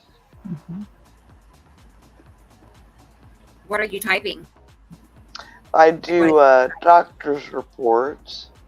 Is it the transcripts? Transcriptions, medical transcriptions. Yep. Yes. Yeah. And they do not pay us what they used to. I used to make good money. Yeah. And now they don't call it outsourcing, they call it offshoring. Oh. Yeah. So some of our work is offshore to like the Philippines and stuff like that. Yeah. They can pay That's them exactly less. what happened to me at Verizon.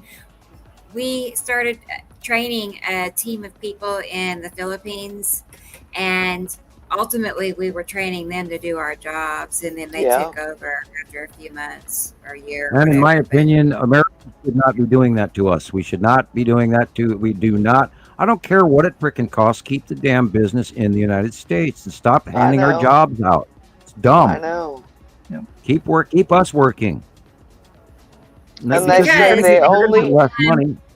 They only do it with the ones that request it. And I'm thinking, these doctors, look at the money that they make, and they can't put out a little bit more money to pay us here in the States, for quality. And to me, I would think it'd be a HIPAA violation. I don't know if everyone knows what HIPAA is, but, it's law that you can't share information about stuff. And I'm thinking, well, how can you send it to overseas people and have them do they don't have any control over it over there. Unfortunately, the business and the corporations are getting away with murder. Meanwhile, we're all suffering, trying to get keep a damn roof over our heads. And we have to change this. It's time. We cannot keep living the way we're living. We can't keep thinking, well, it's cheaper to go and do outsourcing. No, it's not. What you're doing in the long run is you're chopping your own feet off. It's dumb. Yeah. Stop. Keep it local. I don't care if you pay an extra $1 an hour. It's worth it. It is. Not only that, you're supporting your country, and okay, look, mental health issues, drug addiction issues all come from the people who are poor and lost and hopeless. And if you have mental health issues,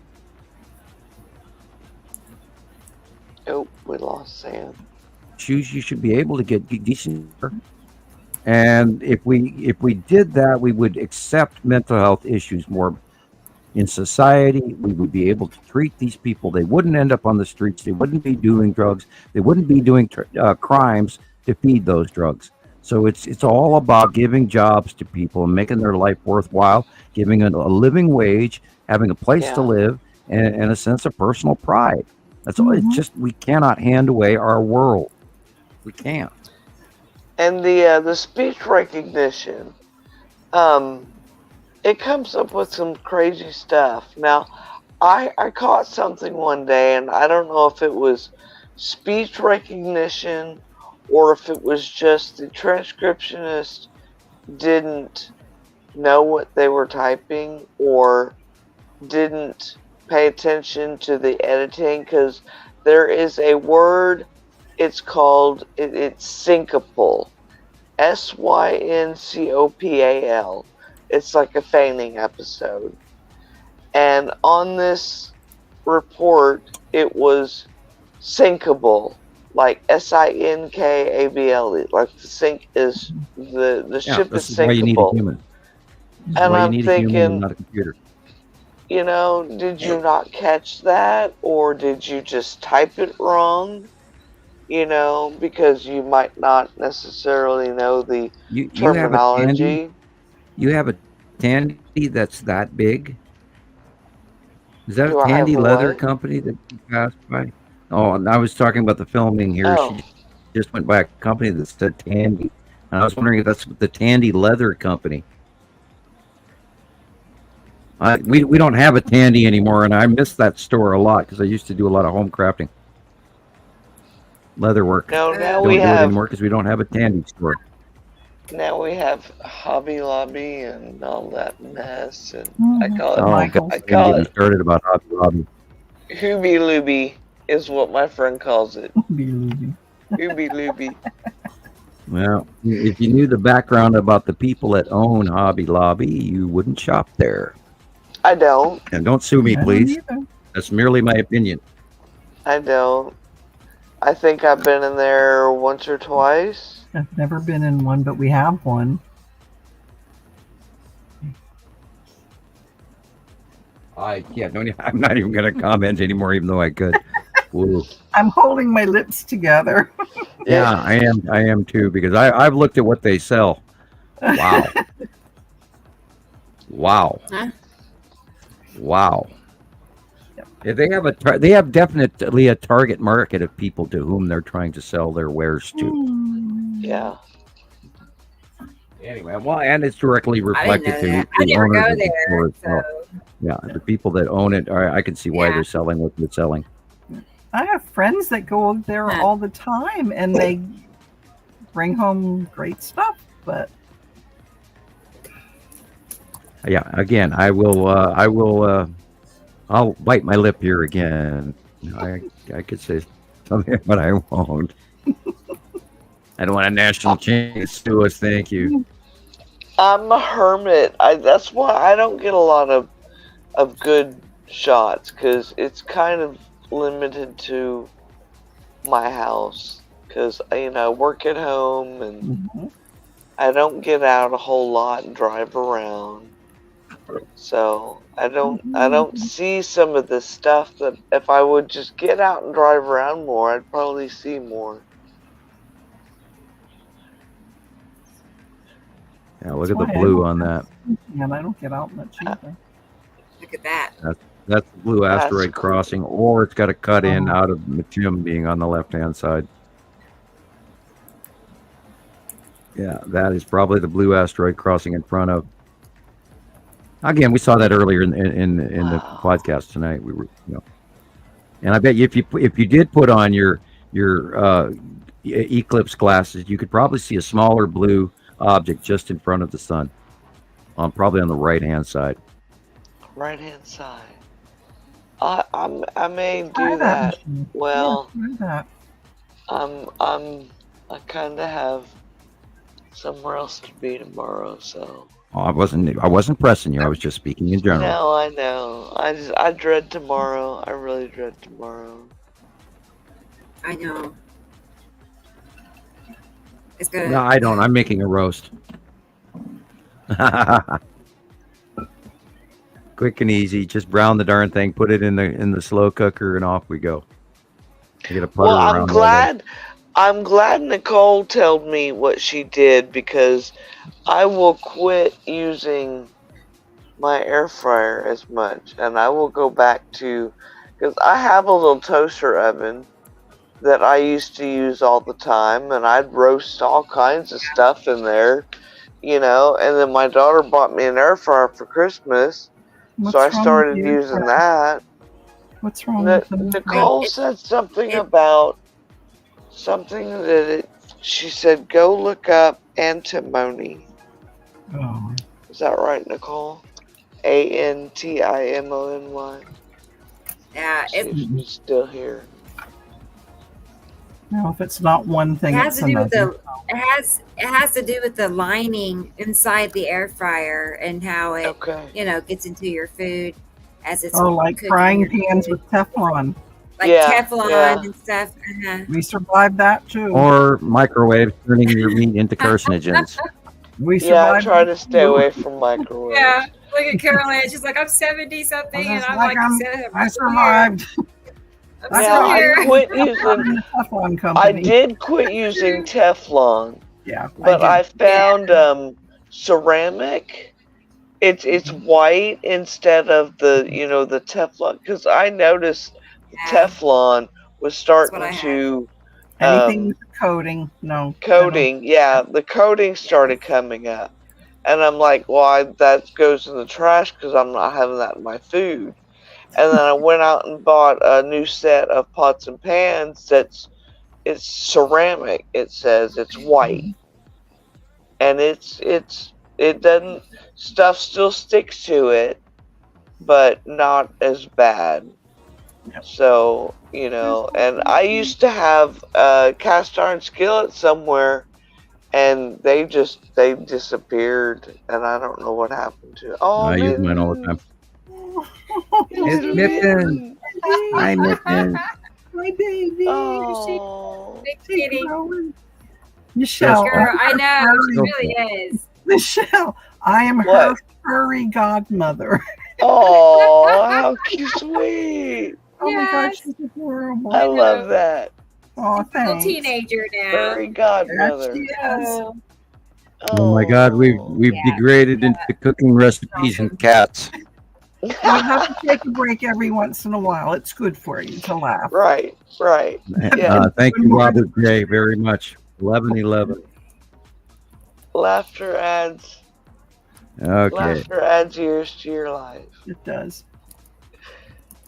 I laugh all the time. I'm sorry. Hang on one second. Okay, back to the guys. What you got, Rebecca? What you got up there?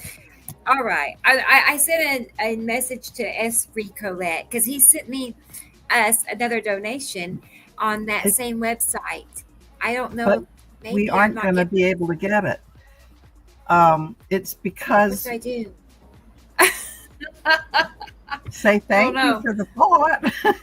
But I do. I did. S. Colette. I sent you an email, and it has all the different options or ways that you can donate, and in there is a link that you can use to pay with a debit card, and that might be helpful for you. But everything that you're sending me through that particular website, I cannot receive it. I can't receive it because I don't have a bank in Canada. I'm not in Canada, basically. Right. International transfers are tough. He will lose nothing in his account if there's no transaction. It is where it originates from, but it's not valid to us. The thought is, we thank you for that. It's sweet. It really is. Yeah, it is. It really is nice. He sent me a couple He's $100. trying so hard, and we appreciate that. We really do. But it is a problem. It's just the same as Ireland and England and that for them to send with the exchange rate and everything. It's really difficult. Yeah. I send music to the UK or Ireland or Scotland, and they go, I can't play this even. So I mean, a lot of the music is like even stalled. The folks dealing with the crown are a little bit tighter rules than here in the U.S. Australia, Canada, and the U.K. and Ireland, and they've got a tighter fist on things than we do. But as much as Esri Colette wants to help us out, which is very deeply heartfelt, it's just not going to work. Not this way. There has to be some other way. We just don't know. Yeah. But I sent you an email. If you want to email me back, and we can communicate and talk about a way. Debit cards might be the answer. I think I'll re-email you Something that like just that. so you have it. Mm-hmm. Yeah. So And I'll then- be in Yeah, touch. I've had Canadian money orders and they don't transfer well either. The bank gets a little nervous. Yeah, but I would think, Carol Ann, don't you think if he used that link for the PayPal debit card that would work anywhere in the world? I would feel it did because I know it works over in Ireland and England. I know that works there. Oh, So you're right. It has to. I think I think you're right. it would be worth a try. Don't you just love the fact that we've all become international? This. Robert, I mean, sent us we are $11. international YouTubers, you guys. We're international YouTubers. We're avant-garde. We are actually. we are the new. I'm not going to say nouveau riche, but we're the nouveau. Because we ain't riche. But make sure the girls have their lipstick on. We're going there. You go. International. Make this good. I don't wear lipstick. There we go. I don't wear makeup at all anymore. Neither do I. I do. That's why I look like I'm I use chapstick all the time. I see. Did we acknowledge Robert J's donation by any chance? Robert's donated. I see. Yeah, I 11 did say thank you a little while back. Okay. Did you? 11:11. Okay. I heard you say 11:11. When it popped up, I said, Yep, I heard you say I did say Robert J. I got it. that. You did. Okay. Yes, Thank you, Robert. Yeah, and everything helps because Rebecca has to pay for things. I have to pay for things. And if, I need to get some bills with or me, if you something. just slap a $2 bill or a $5 bill in an envelope and mail it to me at PO Box 625, Lolo, Montana 59847. That works. Then I can get a donation too and add. I don't make any off of it lately. I hate to say it, but donations have dropped off since we started doing the show. I don't know why. But yeah, here's my PO box number. It's because everybody's struggling. Yeah, that's true. Well, I understand. No, I But, mean, if you tip your waiters and waitresses at the restaurant, a couple of dollars. I know. I'm a recruiting tipper. my direction would be nice. It helps, and I haven't been making any hardly at all. And there've been a couple of really nice people, and I thank them. But that's within the last 6 months. So, And you're in trouble next year, Sam. why is that? May. Because in May, I plan on coming out west again. Oh boy! For over a week, and I'm going to hand you a donation myself. Oh, okay, that's cool. Card. Well, you better bring your camera and do a live feed for everybody because they're I will that's going make to be sure a we rare do that. shot or But I something. better get a gold card, so you better save one for me. And I'll have to put on real.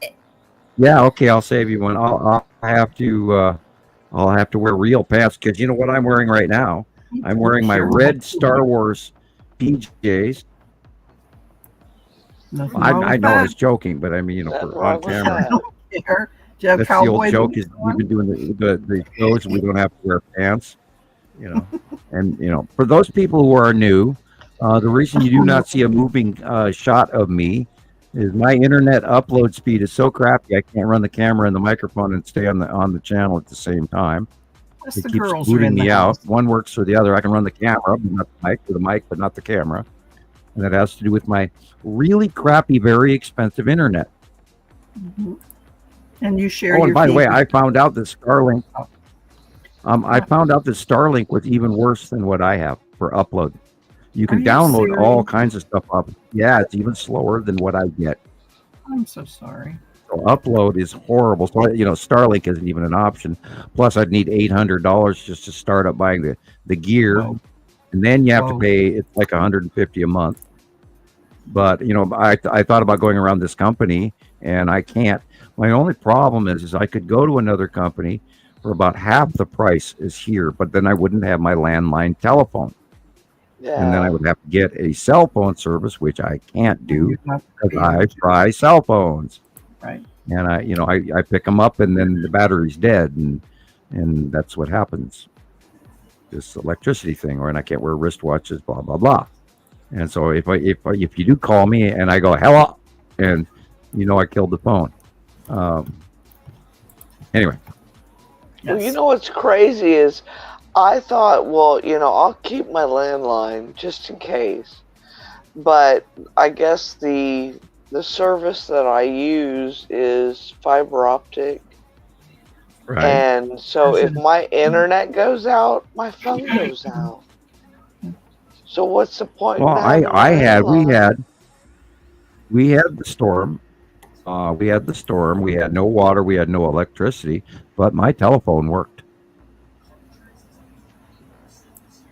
So I did have phone service that 2 days that we were without power, and so and we had no water.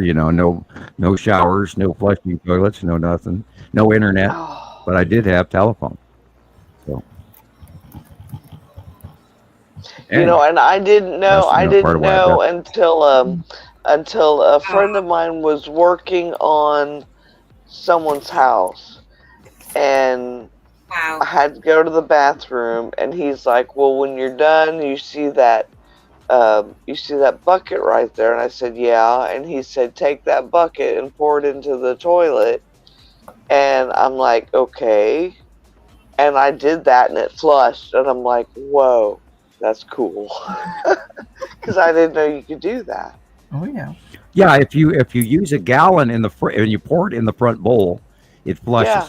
If you pour it in the back tank, it takes 2 gallons. Yeah. And that's that centrifugal S curve in the drain of the actual bowl itself. And as much as I hate plastic, that's what I get my cat litter in. So when I'm done with the cat litter and it's empty, I take it and I wash it out and I fill it up with water and I set it to the side or put it down in my basement or something. So I know that, if worse comes to worse and I at least need water to flush the toilet or whatever, I've got I wouldn't recommend water. drinking it unless you like boil it first. But no. I wouldn't, if it's for flushing, absolutely, that's a great way to store it. Although, I'll even bleach containers and gallon jugs. I've had that. I used to store a lot of 1 gallon milk jugs full of water, and they do break down. And if you're going to stack them, be very careful and make sure they're in an area by themselves near a drain, sitting on a pallet. That way, you don't ruin your floor, and because they do over time wear out. So you have to always plan. Storage containers are really a serious thing to think about and ponder.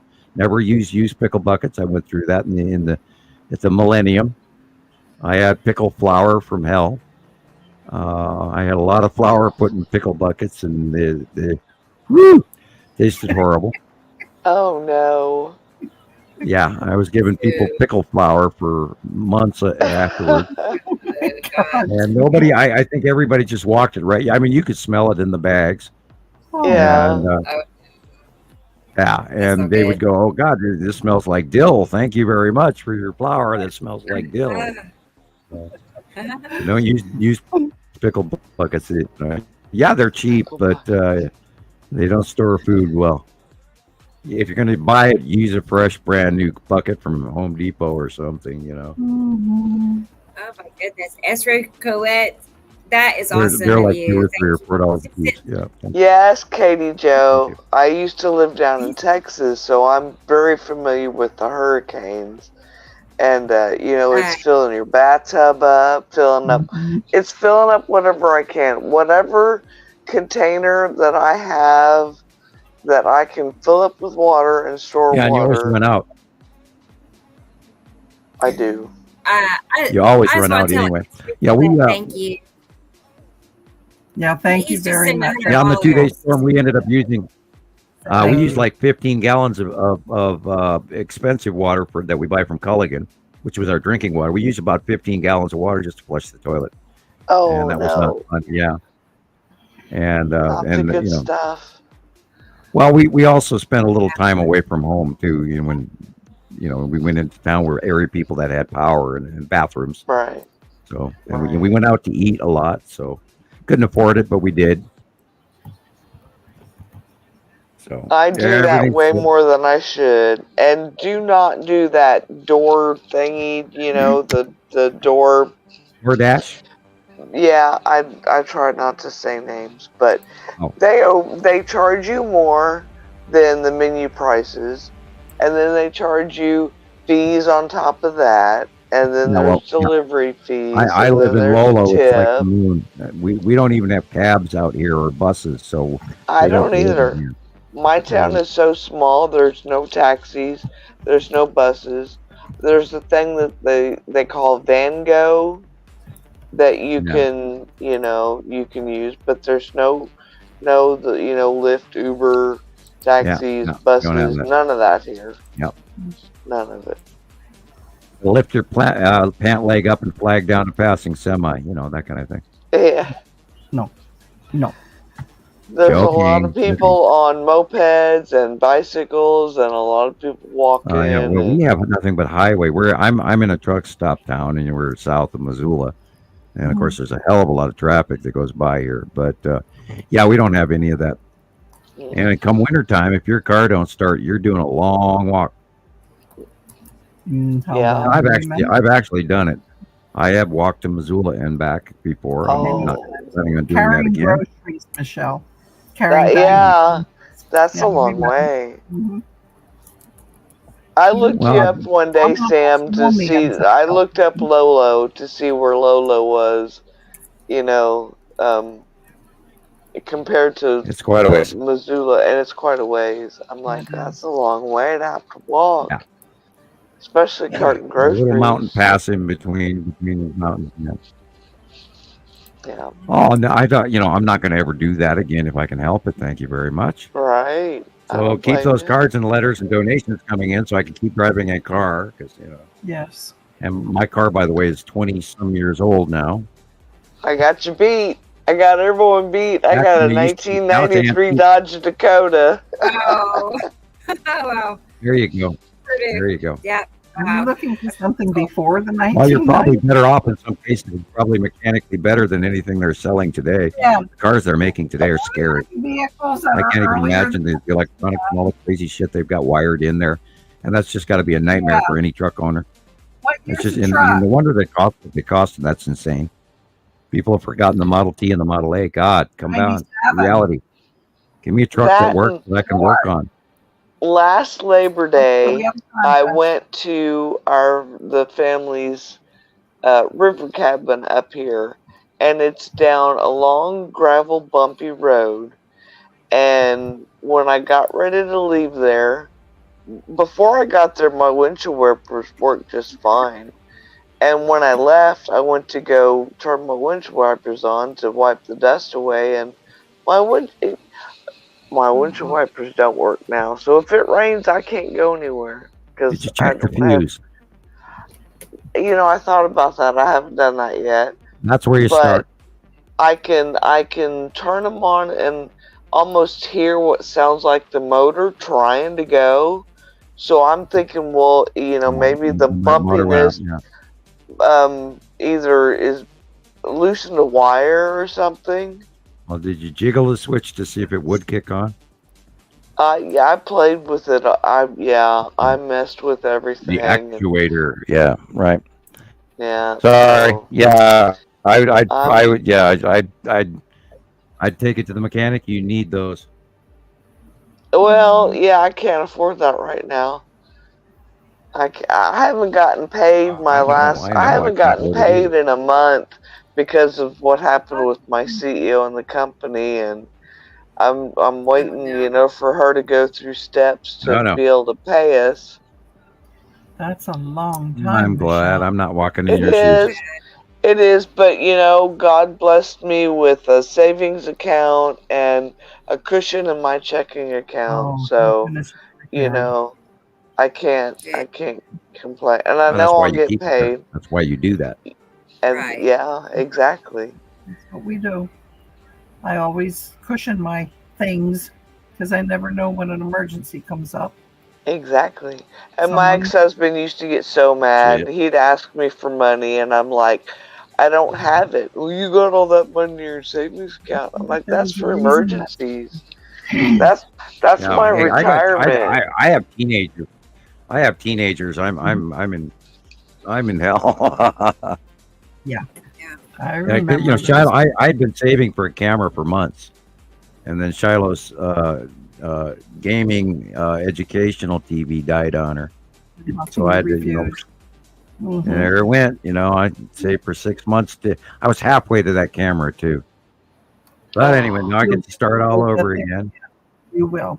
It will always show up. You know, It will. do that. And here they're talking about Halloween already, and we've been working on Nova's headdress for Anubis, believe it or not. Oh, I would love to be there to help. And I'm going to eventually take a picture of it and post it for you guys. Love to see it. Once I talk somebody into wearing it. Anyway, not done yet. We're almost done with it. We still have the gems and beads to add to it, but got it built up from a head frame and wire and all sorts of this and that and the other thing over. And we worked on it for a couple of months now. It's going to be awesome. Can't wait to see it. Yeah, And it is. Yeah, that'll be better than anything you could go out and buy. That's what she'll remember. Oh yeah, you know, it'll be substantial. We've over engineered it to make sure it's built out of wire and the best glue possible. And then we've run through many adherence problems, different surfaces, plastic versus. We've added a cloth fiber to it to make it look like real hair and real skin of the actual wolf head or deep, dark god of death of the Egyptian pantheon. And oddly, that she's wanting to go as Anubis is a little bit weird to me, but macabre, yeah. But okay, what's that? Is she going to do the staff that he carries? I hadn't pointed that out yet because I didn't want. I didn't point that out yet because I didn't want to have to make it. Although I'm looking at the neck band, the very large Egyptian front collar with the stones that are usually in turquoise and gold. Yeah. And you know, that would be the next project. Glue dots and just take. You'll figure it out. You will. Well, what I was going to do is I was going to build it out of a wire mesh and then add paper mache, and then you put a harder surface of harder paper on it, and you spray paint it, and then you seal it, and then you paint over the top of that the colors of the little cutout squares of cardboard that you paint blue, turquoise, or gold, and the inlay and neckband like Egyptian. But I haven't got there yet. I haven't mentioned it because she still wants to go to Spirit Halloween and buy an outfit. I'm going, no, they're $80 to $100. Oh, she'll have a one of a kind. I'll make it better. I can make the outfit. If I buy the cloth, I can get the cloth for about $20, $25 and make it by hand. But I don't have a sewing machine, and I've been doing hand stitching. And we added the. And I'm a terrible seamstress because I'm a lazy seamstress. I can do good things, but I can also do quick sewing, and I do a lot of that and gluing and all of that. I own damn near every glue on the planet, so it's gonna be awesome. It costs you money, but I work with the kids because they like build their own costumes. You got to do fun things. Because I have a lot of practice. We used to do armor and all sorts of stuff years ago, so I make a lot of Halloween costumes. Anyway, that's really topic, isn't it, Rebecca? Anything goes. Yeah. Home crafting. Hey, have you got any more, or should we wind up the show? I do actually have something to show you real quick. Katie Jo sent these to me. Oh, okay. I was wondering. I caught myself, standing here gossiping instead of doing a show, and I hope everybody enjoys being part of our lives. Preparedness. Yeah. Gotta have crafts at home to do when you can't go outside and things like that. Look at that. So, Boy, look She at wants that. to know awesome. if this is the skull asteroid. Is it the And then this skull? is further back. Okay, views. now question is, where is that located in? New Jersey. There's the sun. No, I meant where. Okay, where is that picture right there located on where's the that? overall bigger? Yeah, where is that? Yeah, where is that? Is that it right there? Like top of our I'm sun? not sure. That little. It should be one of the two. It should be one of the two rounded blips on the left-hand side, encased in a long cloud or a short cloud. Let me look at it. We'll zoom in on it. But I need to see the other one again a couple of times. It could be in front, dead center in the middle of Attu's moon, which is on the left-hand side, in front of Uri. We've got the dark area in the middle upper left top of the page is probably Attu with Attu's moon, and these are probably drop tails coming in off of Attu's moon, because Attu puts down an ion drop tail. Is it that blip that's And then that white line closer to the sun in the middle, it's got to be this edge of Uri. Yeah. And then the Is it ion that tail one? of a Saturn yellow moon is on the right-hand side above the sun. So Right. I'm still, let me blow this up again even bigger, and I don't The other see where picture that looked is. like her She sun said was middle. way down in the middle. So I'm looking where the sun is, and I'm going straight up and a little bit to the left. Is it that round? It's really hard for me to. Screen's Well, not okay. big enough. It could quite easily be on this side directly in front of us. There are quite a few objects right there. Yeah. I see them. They're very minute compared to the rest of the clouding. There's this one. Yeah, go back to that close up again, and I'll just stare at that for a minute. Oh, that could quite easily be the skull asteroid. Oh yeah, look at you can. I can see it. Yeah. I can see it there. Okay, look at the light angle. Look where the light coming from.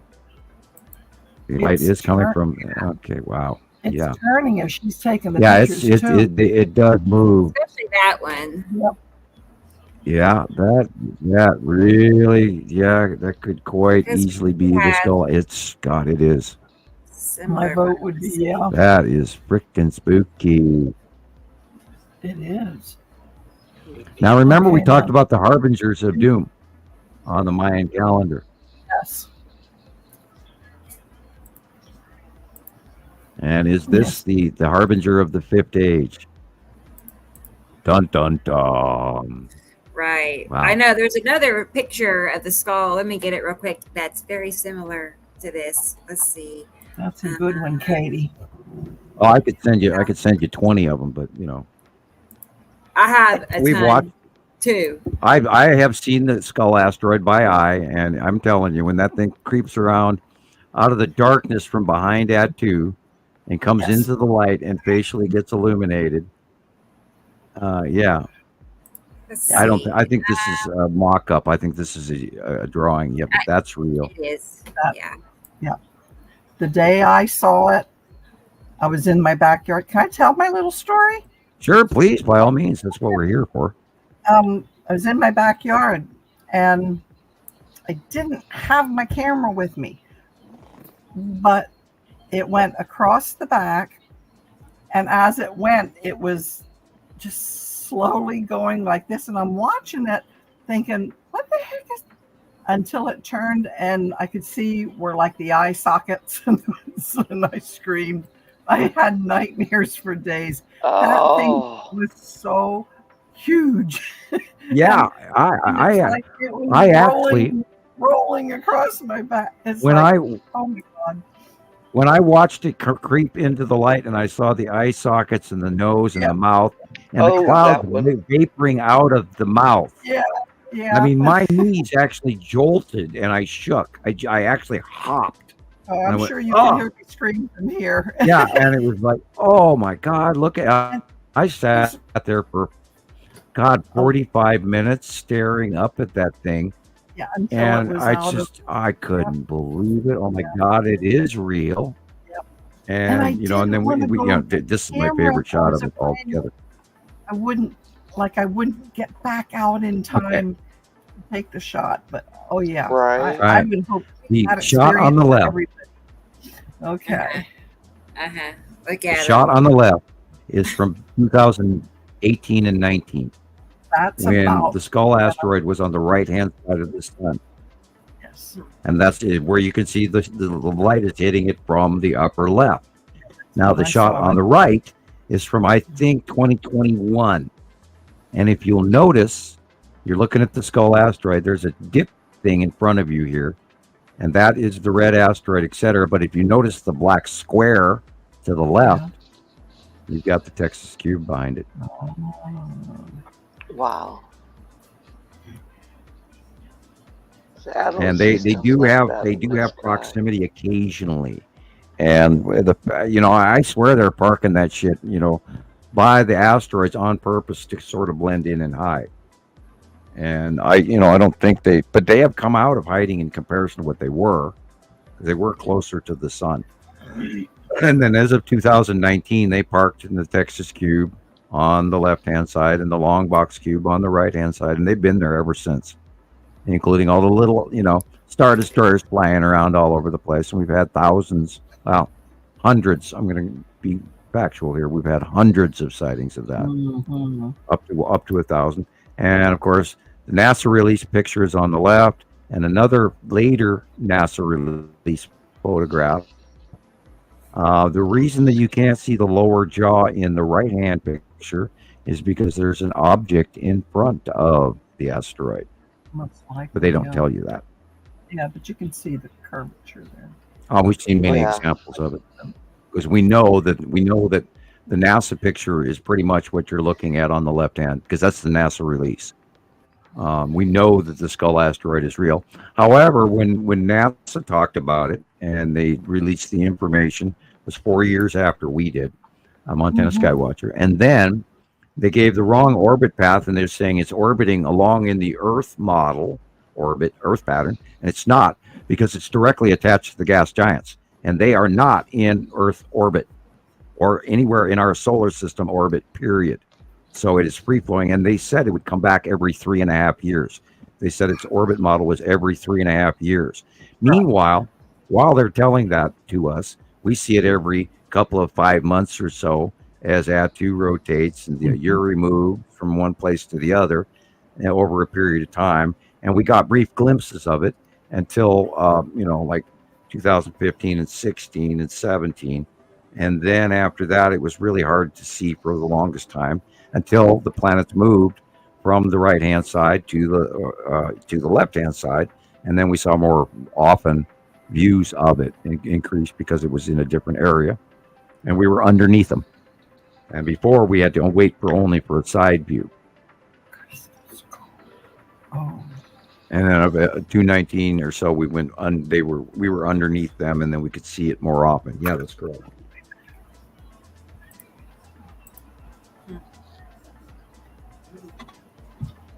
And yes, the Skull asteroid is quite scary. It's quite real, and it's really, really spooky when it comes out of the darkness. I've seen it like a couple of times. A good, where you just get a good glimpse, but not very often. That is for sure. And I have a trouble, spotting. We got to look at Carolina. Because for us people who see faces, you see faces all over. You can't tell which one's the face of the asteroid almost. It's. What, you can't turn off your pareidolia? Definitely not. No, I see it. I can switch. Being a painter, I'm an artist, and I paint and I draw, and I'm not a great drawer. I can draw anything I see, but I'm not great at it. Shiloh's way better. But you learn to look at things in different, like 3 different shades from Art Deco to Cezanne to Rembrandt to Da Vinci or whatever. If you close your eyes partially, you can actually break pareidolia, and you look at a distance, you'll add pareidolia. There's ways to break it in your conscious point of view by changing your light source in your imagination as well. If you look at the dark areas and then the light areas, then the light areas and the dark areas, you will lose and turn off your pareidolia. By looking at, even if you change your view, like a lot of times, I'll see items jump out at me while I'm looking at the desk or at the keyboard, or I'm writing something down, and I've got a picture up in front of me, and yet my peripheral vision will actually flag me that there's something there, including thumbnails, tiny little thumbnails. I'll see, hey, look at that. What the hell is that? And then I'll bring the picture up and I go, oh. But see, here I'm thinking though, is like, not only am I seeing faces, but why? I mean, because if I point them out, anybody could see them. You know, I mean, they really are shaped. Right. And then they're blind from then on. That's all they see. Yeah, get them out of my really, but they are really there. I mean, they really. Question is, are there a bunch of spirits included in the asteroids?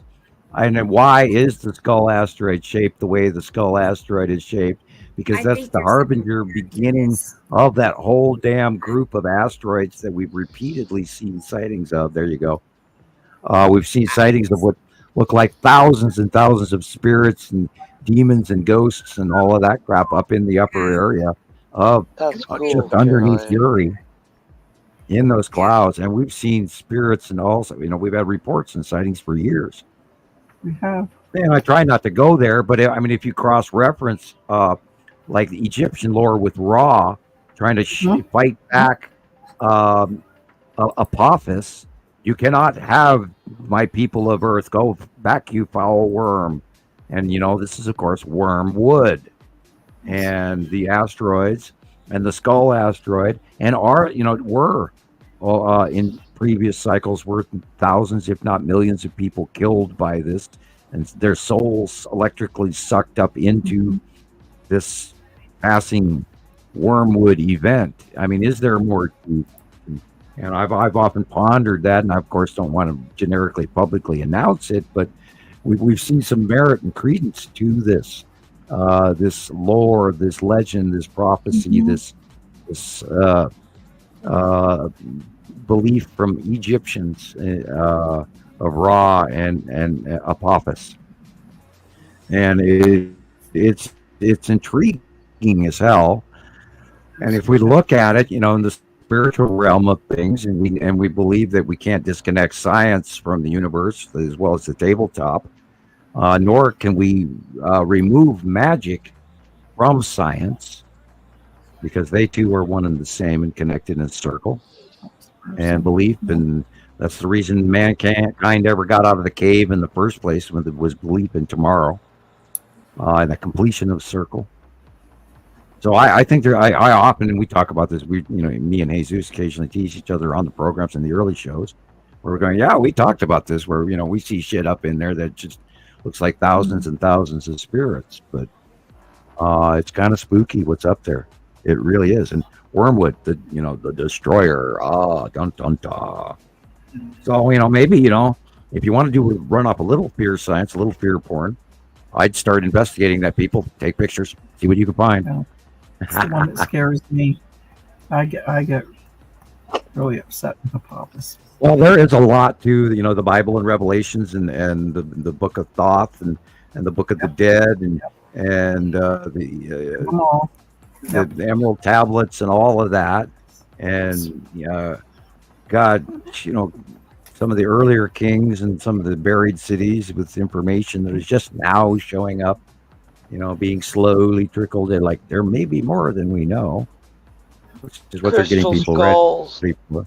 Has anyone ever heard of the 13 crystal skulls that are supposed to be I have a lot of books on that. Spread around the, That's way more to it. When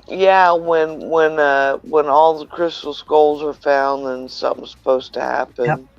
Right. Well, and the giants in China and the giants in Russia, do you know that most of Russia, from Siberia east, is uninhabited?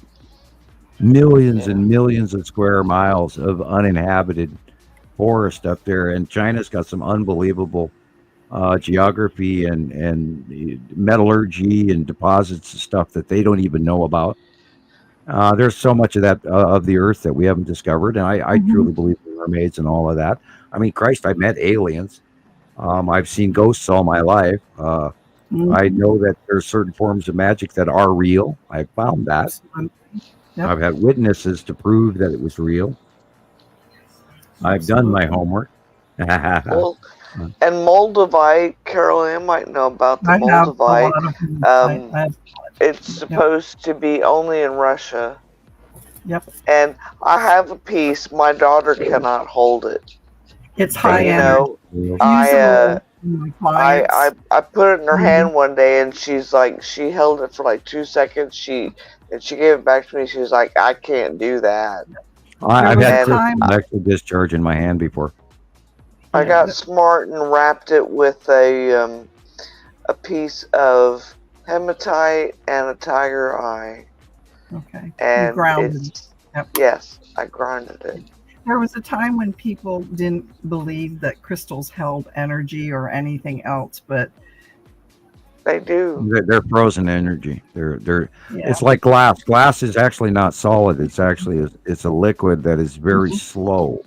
It's a slow pouring. This is what crystals are. Is they're frozen, but they oscillate. They're changing, and they are harmonic. Yes, harmonic made them, and so they continue humming. And you'll have some crystals that do. And I have gotten electrical shock. Somebody laid a crystal in my hand one time, and I got burned. And I went, no, immediately. I mean, it burned. I actually left a burn in my hand. There's a few I knew that person was not anyone I wanted to deal with. Yeah, some I can't use, but for the most part. But this skull, when I saw, there's a lot more to this one has mysticism and tarot cards and knowing and that's Farseeing and science. But the thing is, it's all connected. Science and magic are one and the same, basically. Yeah. And you go back to the 1400s, and you can look at the rules. You look at the rules of chemistry. Then they were discovered in the 1400s and written down. And I think the guy's name was Beans. I can't remember exactly what his. I should remember his name because he's literally the father of chemistry. And I should be a little more respectful because I live for chemistry in my brain, and I'm not done shell structure compounding in my head like I used to when I was a teenager, nor do I spend time on it anymore. Try to figure out the surface area, circumference of a sphere, that which they made us do in high school and all of that. But I believe that there is so much more that we can learn immediately now, right away, before all of this. We take it for granted these machines are going to be here tomorrow. I mean, what if we do have a Carrington event? What if we are sent back into the Stone Age? Yeah. What do you have written down that you can actually look up to use? How are you going to fix anything? How are we going to fix anything if this climate change keeps wiping everybody out and our infrastructure gets broken? And we already see evidence of that happening now in our inner cities, and our population is breaking down and our people are breaking down. And that most major countries in the world are not replacing themselves population-wise. More people are dying right now than are being born. And that's in many major countries, including the United States. We are in population decline. And this happens every cycle.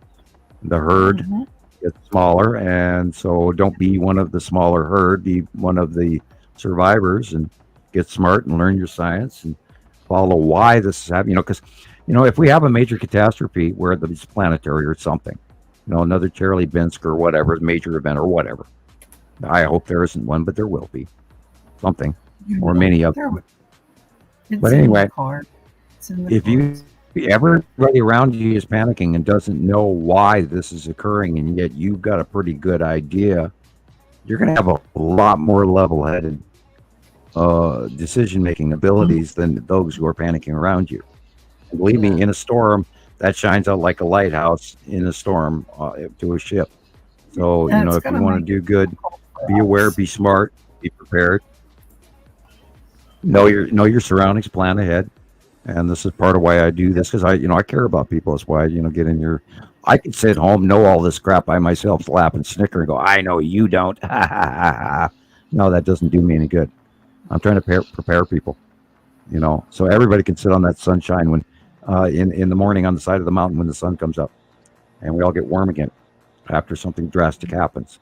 The idea is tomorrow the sun will come up, and we have to keep furthering that message and a message of hope, and we can't be negative. And this is why I try not to go into the fear shit and all of that, and do real science rather than fear science. Or we could talk about something, You still have to cover it, because even if we don't go into it, the people out there who are spreading misinformation are. So you almost and there's so much you can't clean it up. I mean, we don't have a big enough mop. There is no way. And the only way that you're gonna, Rebecca and I were having this conversation ahead of time. The only way that you're going to figure out who is telling you the truth is by having multiple sources of news information. And like with Irene, she's obviously watching something that is either Fox News related or even farther down the tube. And unfortunately, a lot of people are being affected by QAnon information, even though they may not know it. Never have believed in that and gotten into that. I've heard about it, but I investigated it. Did you? Quite heavily, yeah. Oh boy, I did too. And you almost have to know what's real and what's not real, or right or not right. You have to investigate. You got to check. I had to look into where, and most people do not know the original source of QAnon, and it, of course, comes from Russia. And it's directly related to Russia. I've been down all kinds of rabbit holes. And what's going on is they're creating division in our society. It is. And if we're divided, then we start fighting each other, and they don't have to. And that's what's going on. And they're putting so much fear. And then we can talk about the Christian Coalition, and they're living entirely in fear, because there's a certain group of people that are talking about the end of the world and the end of their pensions and criminals coming across the border and diseases, and we're going to have World War III. And anytime you hear anyone tell you that, whether it's true or not, the point is if they are a public speaker with any level of conscious authority and mentality for compassion, they would not say those things. All right. They wouldn't utter them in public because they have influence and people respect them. A true leader is someone that leads people forward with solutions, not fearful regret. Right. We have to move forward. We can't live in the past. We can't think. I'm not walking down Kensington Avenue in Philadelphia, although we could have an entire show about that alone. Okay, we have a serious problem in this country, and most of the problem is we stopped caring about the people around us and started hiding. And now I've been posting the Charlie Chaplin video, World's Greatest Speech, and Facebook has blocked it and removed it, and that's partially why I'm going to Facebook jail. Because he says you have to fight. We have to fight. We have to fight. And that word blocked the whole video. But the entire message was for all of us to get out here and fight to change our world and fight to make our world better, not fighting in ill not way. In a bad way. It's working. And I work together and make it I better. took the entire speech and I removed the word fight, and I posted it on my personal page. And instead of fight, I said work. And it's printed on my personal wall, word for word from his speech. But they blocked it and banned it, and it's one of the greatest messages that ever were. And I, to this day, and Charlie Chaplin put it out right before World War II. It was a direct slam against Hitler, and we have to make sure we're not going back to that kind of a world. We have to move forward and hope. And no matter what's going on, no matter what's bad happening now, we have to still talk about the good and the solutions, not he did this to me and they did that to us and this person is screwing us over and they're terraforming and we're being invaded by lizard people, blah, blah, blah, blah, blah, blah. We can't do that. I take what I hear and I file it away. You know? Well, even if we do get invaded, we still have to accept what happens, whether we like it or not. And to fight against a superior, higher tech society is stupid. At least immediately, right off the bat, it is until you learn, your P's and Q's. So we have to learn, no matter what happens or what's coming, we have to be calm, knowledgeable, and patient, and not living in fear and not going, oh, this is going to kill us and wipe us out. No, it's not. I'm going to live through this, damn it. That's what I'm going to do. Yeah, you can't live in fear. And anyone that hands you fear, you got to immediately go, this source of information is either unethical or incredible, not credible. And if they are sending you a message and they want you to listen to them and they're fear mongering or preaching it, you should be afraid, or this is wrong, or those people are bad and those people are bad. Anyone who's doing that is not a responsible person that you want to follow.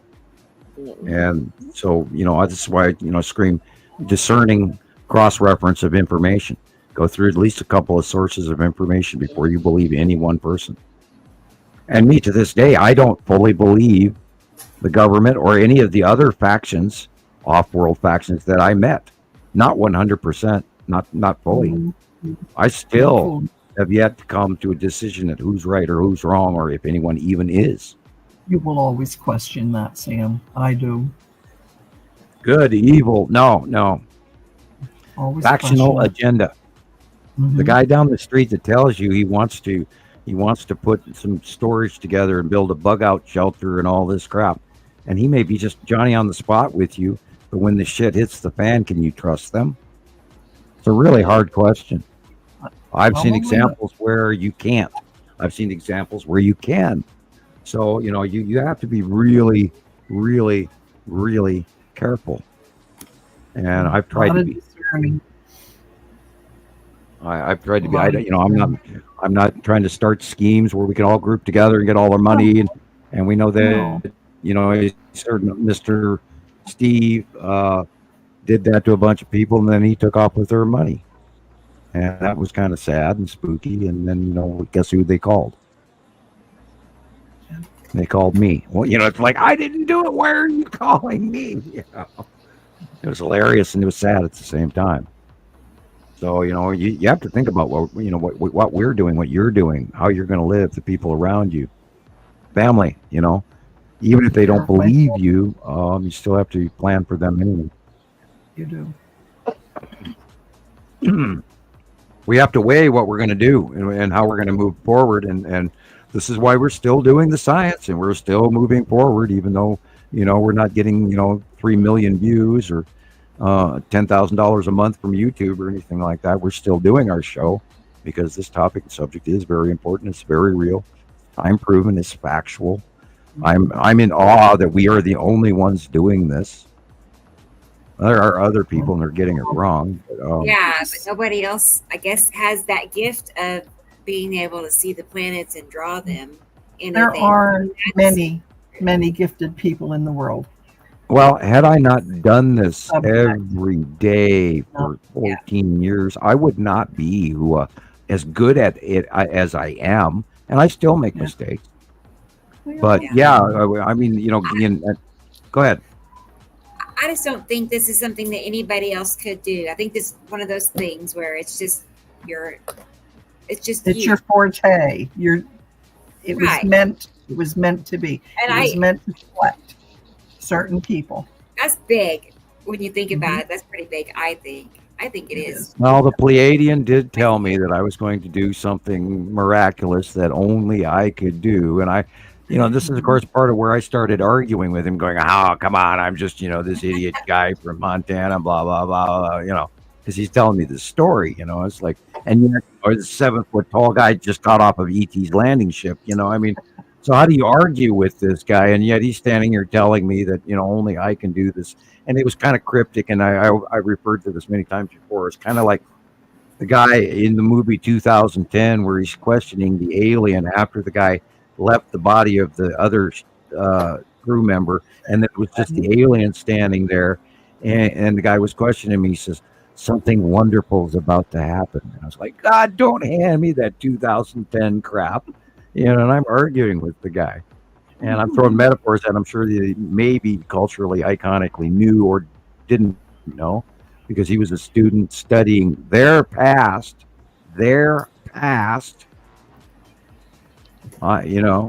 I'm in the history books, and which is how they're able to look me up from his present, which blew me away. And he told me a whole bunch of crap about my life and everything else, and my kids and that weren't even born yet, and all of that, and all the way up into including parts about my death. And anyway, and a little of this and that, and then the other thing in between that I don't share a lot of information about until it's time.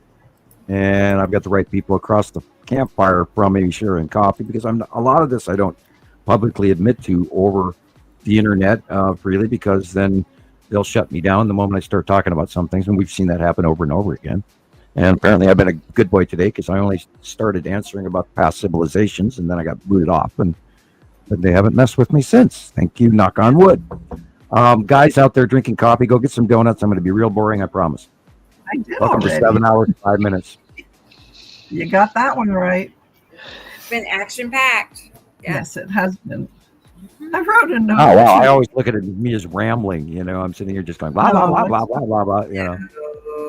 We're instigators, aren't we, Michelle? Hey, have I somehow become a celebrity and didn't know it? I think so. Yeah. You should be. I mean, you should be right now. So No, I am known totally around the world, and they've translated quite a few of my earlier videos into other languages in Sweden. We never find this out because we don't get enough people to talk to us regularly. And if you are, and you've known about us on the comments section on YouTube, even tomorrow, and you want to comment on YouTube, please do. Somebody will come back on YouTube and give you an answer lately. Well, I hope they do, because our comments on the videos, our weekly shows have been 5 or 7 or 11. I wish there were a lot more. I mean, if there's 52 likes or 100 likes, then comment. Say hi, Bill from Pasadena or wherever. Just let us know where you're from and your first name or whatever you care to divulge, or give us a story or a report or whatever you'd like. We'd love to hear from you. And the only way that we really feel like we're connecting with people is when you connect back. Because otherwise I'm just some guy that sits talking to my microphone every Saturday night in my computer room. And so we need to hear from you. And, throw $1 or $2 in an envelope and send some to Rebecca, send some to me, and then we can keep going. Let us know you care, gift cards, personal checks, whatever. I just deposit them in my I've had the same bank account for 20 years, and so they trust me and know me. And I just deposit in the special Montana Skywatcher account. And I have 2 accounts. One is my normal house budget, and the other one's got $18 in it. And that's my Montana Skywatcher account. And I put them in there, and then I save up for needed computer items or for internet when it's, if I ever got enough to actually pay the internet with it. But usually it's either car repairs or internet and emergency, this, that, and the other thing. So thank you for your support, and off drop time. Go for it. Drink time. On some of the old... I love the rambles, as they call it. I just call it off topic. It is off topic, and we do that too, and we do it very well. Yeah. And too often, no, I'm teasing, but yeah, I'd like to be more science and logical, but and when you sit for 7 hours, when you sit for 7 hours talking, you do occasionally break off topic. You can't help it. Thank you, Sabrina. Yeah. Well, We were doing but 2 hours. One thing. it all like It it all all ties connects together. stuff. Yeah, It ties connects together. everything. Like Yeah. we talked about watering the bathtub, and everybody's going, "Oh God, can we talk about the Anunnaki?" And but that's preparedness. Yes. And there's We don't people really don't know a lot about the Anunnaki. We have drawings in and the Sumerian, references and from the there are references. references to them in the Mhm. Hittite language. There are references to them in the Greek texts. Some of the Egyptian mentioned them. The people in India mentioned different gods, and of course, they have a pantheon all on their own. Egypt had like 2,000. Rome had hundreds, dozens. There's all, and they're all pretty much based on shared stories from culture to culture and time period to time period. And all you got to do is, do some study in those same time period groups of people in that area of planet Earth.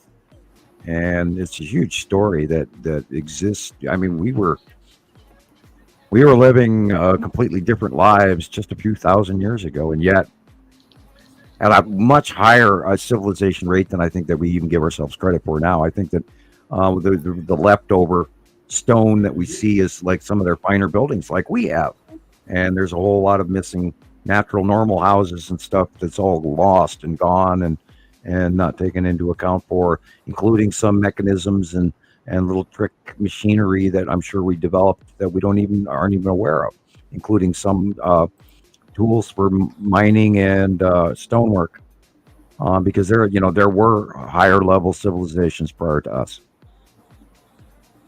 Whether it was us or not, I don't know, but there were other civilizations beyond the one that we know of.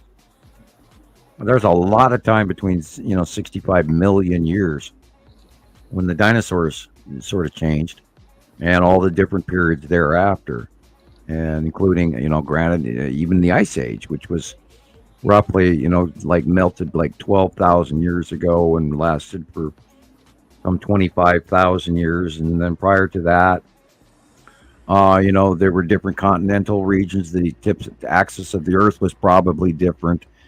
Some areas were different than the North Pole now. We could be seeing that change occurring now, which we have in the last decade. In the last 20 years, the North Pole has gone from the North Pole. It is now somewhere in the middle of Russia, in the northern hemisphere, central Russia. That's the new North Pole, and that's why they froze their asses off this year, and why China froze really bad. And they had poor people that were dying because they were freezing their asses off because they didn't have coal or oil to burn in China. And that's why a good portion of the factories closed down this year. They suffered a really nasty winter last year. And of course, science doesn't talk about that here in Western culture. And, of course, the Chinese and the Russians are not ample on handing over information. So it's a lot of it's being hidden. And then I'll go, back to the fear side. We are in trouble. And, I keep saying, every show I remind you, we are in trouble. And I don't know what next year the Farmer's Almanac came out with a new report, and I did not have a chance to read it yet. I have a supposition what I imagine is going to happen, but I will look it up. I bet that we're going to have a really gnarly winter. We'll see. I'm feeling it. So we could have no winter at all. I don't know. It depends on our winter orbit, if it's changed, if it's depending on the second star, is it coming close towards us? Is it going to be warm? I don't know. So you're going to have to watch this progress and see what happens. And what's going on in the South Pole is just insane. And I've never ever seen it like that. I don't know what's going to go on in the South Pole. We should check to see whether or not expeditions are being canceled down there or not, because I would imagine that would start to take place. And if they start evacuating the South Pole, I don't know, because I know they're having a really nasty winter down there right now. So, and of course, we don't get information about that either. So, if you can look it up, get us the information, share the information. Everybody do research, find out things, learn stuff. Send us, let's culminate the information so we can form a good synaptic opinion. Summations. Speaking of geese, I saw for the first time in many years a big full V of geese. We have not seen geese in Montana in years. Really? So bird yeah, I saw somebody. I read the We can word have geese. some of ours. We have way too many. Well, the flight path has changed. They don't come over here. And I was like, what? And I was, I always love watching the geese fly over. And I haven't seen geese fly over in years. And I mean, we used to have waves of them, Yeah. Thousands of them flying over regularly. Yeah. And I saw my first V of geese this week in probably the last easy 8 years. Yeah. And the bird population is way down. You're early Way than down. we are. We don't have any of the most of the small birds are gone. The old house I lived in here in Indiana before my mom passed away, I'd hear the geese fly overhead. And I loved hearing it. Well, since I moved to where I live now 3 years ago, I don't hear them anymore. Right. And I don't know if it's just because of the flight pattern and where I moved to that they just don't fly this way or what. Oh, we can always look that up. We can, I imagine the National Arbor Society is arbor. Is that the right word? Not the avian. The National Avian Society. Audubon. Yeah, I bet they have the current expected forecasted flight path, and then go back and look what it was in the 70s, and see if they've changed. And there again, topics of research. And I would bet money they have. We know that our jet streams have changed. We know, hey, we're getting that monsoonal flow up here, and it never used to do that. It came into California and then went through Arizona, then Mexico to Texas, and that was it. That was monsoonal flow. Maybe made it to Utah.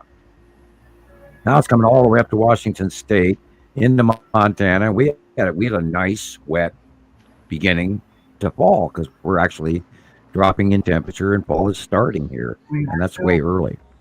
For us, it's 2 months early. We don't get fall up here until the end of September, and now we're at the end of August. My trees are my leaves have already dropped. We're a month early. 2 months early here. Yeah, I got two couple trees across the street from us, and Barbara and I sit out on the porch all the time. And we've noticed that one of the trees, the leaves are already starting to fall over. And we don't know if it's because the tree's dying or if it's just... Well, the other tree... The sunflowers are not facing the sun, and we know the sun is too hot. They're burning, everything's getting fried. And the tops of the pine trees are all fried. The tops of the trees all over Montana are fried. We talked about earlier today. My husband said, I think it's because of the sun being so hot. Yep. And I just saw Audrey said they're getting snow in South Africa where the winters. Yeah, they never used to. It never snowed there before. So, yeah, it's really changing. I grow a catnip for my cat, and I had to move it. I had to move it from one part of my house to a different part because it seemed like it was just burning the leaves. Mine burned off this year, and luckily I gave seed to my daughter, and hers is doing fine because where she planted it, the sun doesn't hit there.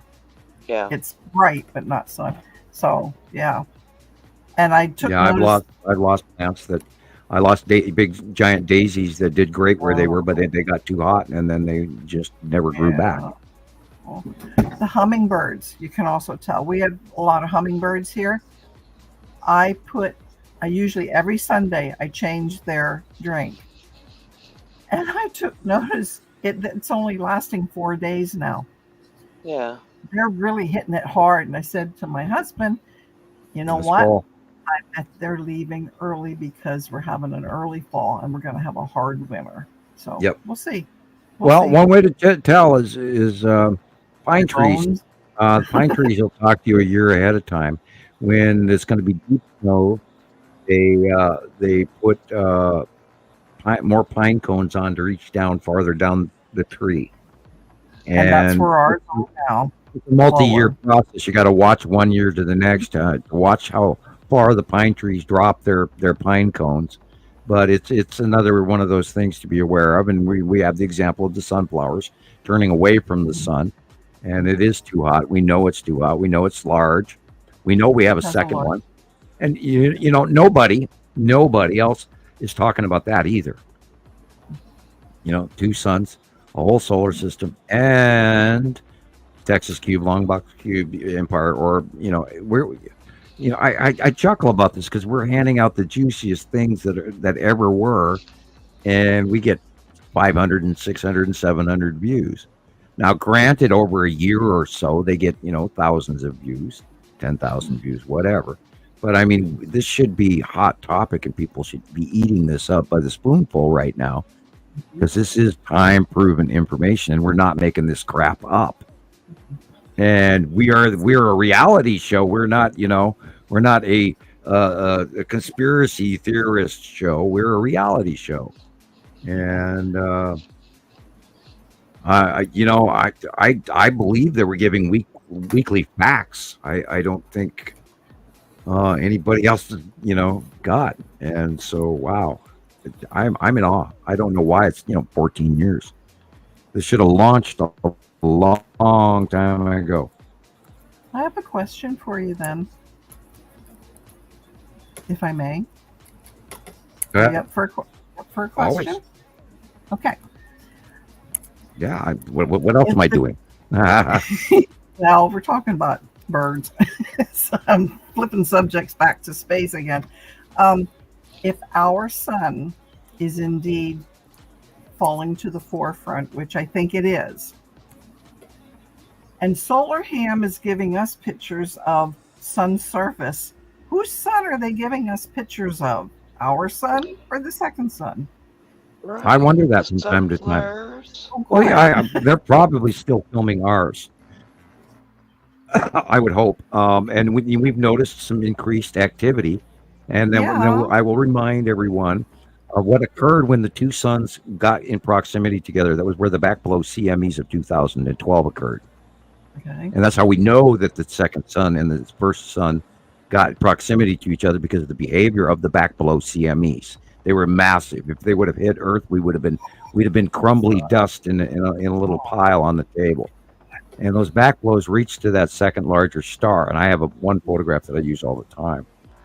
And that energy and the electricity and the backblows. Now we saw about a year and a half ago. I can't remember exactly when. These new backblow side events where they were bursting these unbelievable flares again. And that is what triggered me to believe that it was time. And then all of a sudden the sun cycle increased and the coronal hole started rounding again on the face of our star, and the activity went back up to normal and then beyond normal, where it's now doing these M-class flares and stuff. The ones we need to worry about are X-class flares, of course. But they are warning about M-class flare activity increases over the last few months, and a lot of people are noticing that the sun activity is huge going on. It's major change. So I believe it is probably our star burping towards the exiting larger star and sending. Now we should start seeing an ejecta to the right. So if we see the ejecta to the right, then we know that it's reaching hopefully towards where the expected standard red star will be going. We hope. And we hope it's not coming. We hope the standard red star is not coming closer to us, because if it does, we're going to fry. And we don't want to have 130 daytime temperatures. No, I just want to tell everybody I love them now.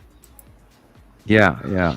So we don't know what's happening, but we got to watch. We had this summer part where we watched. Oh yeah, well, you know, Remember in Cappadocia in Turkey, those people that lived underground. Yes. Many levels down. So you know what they.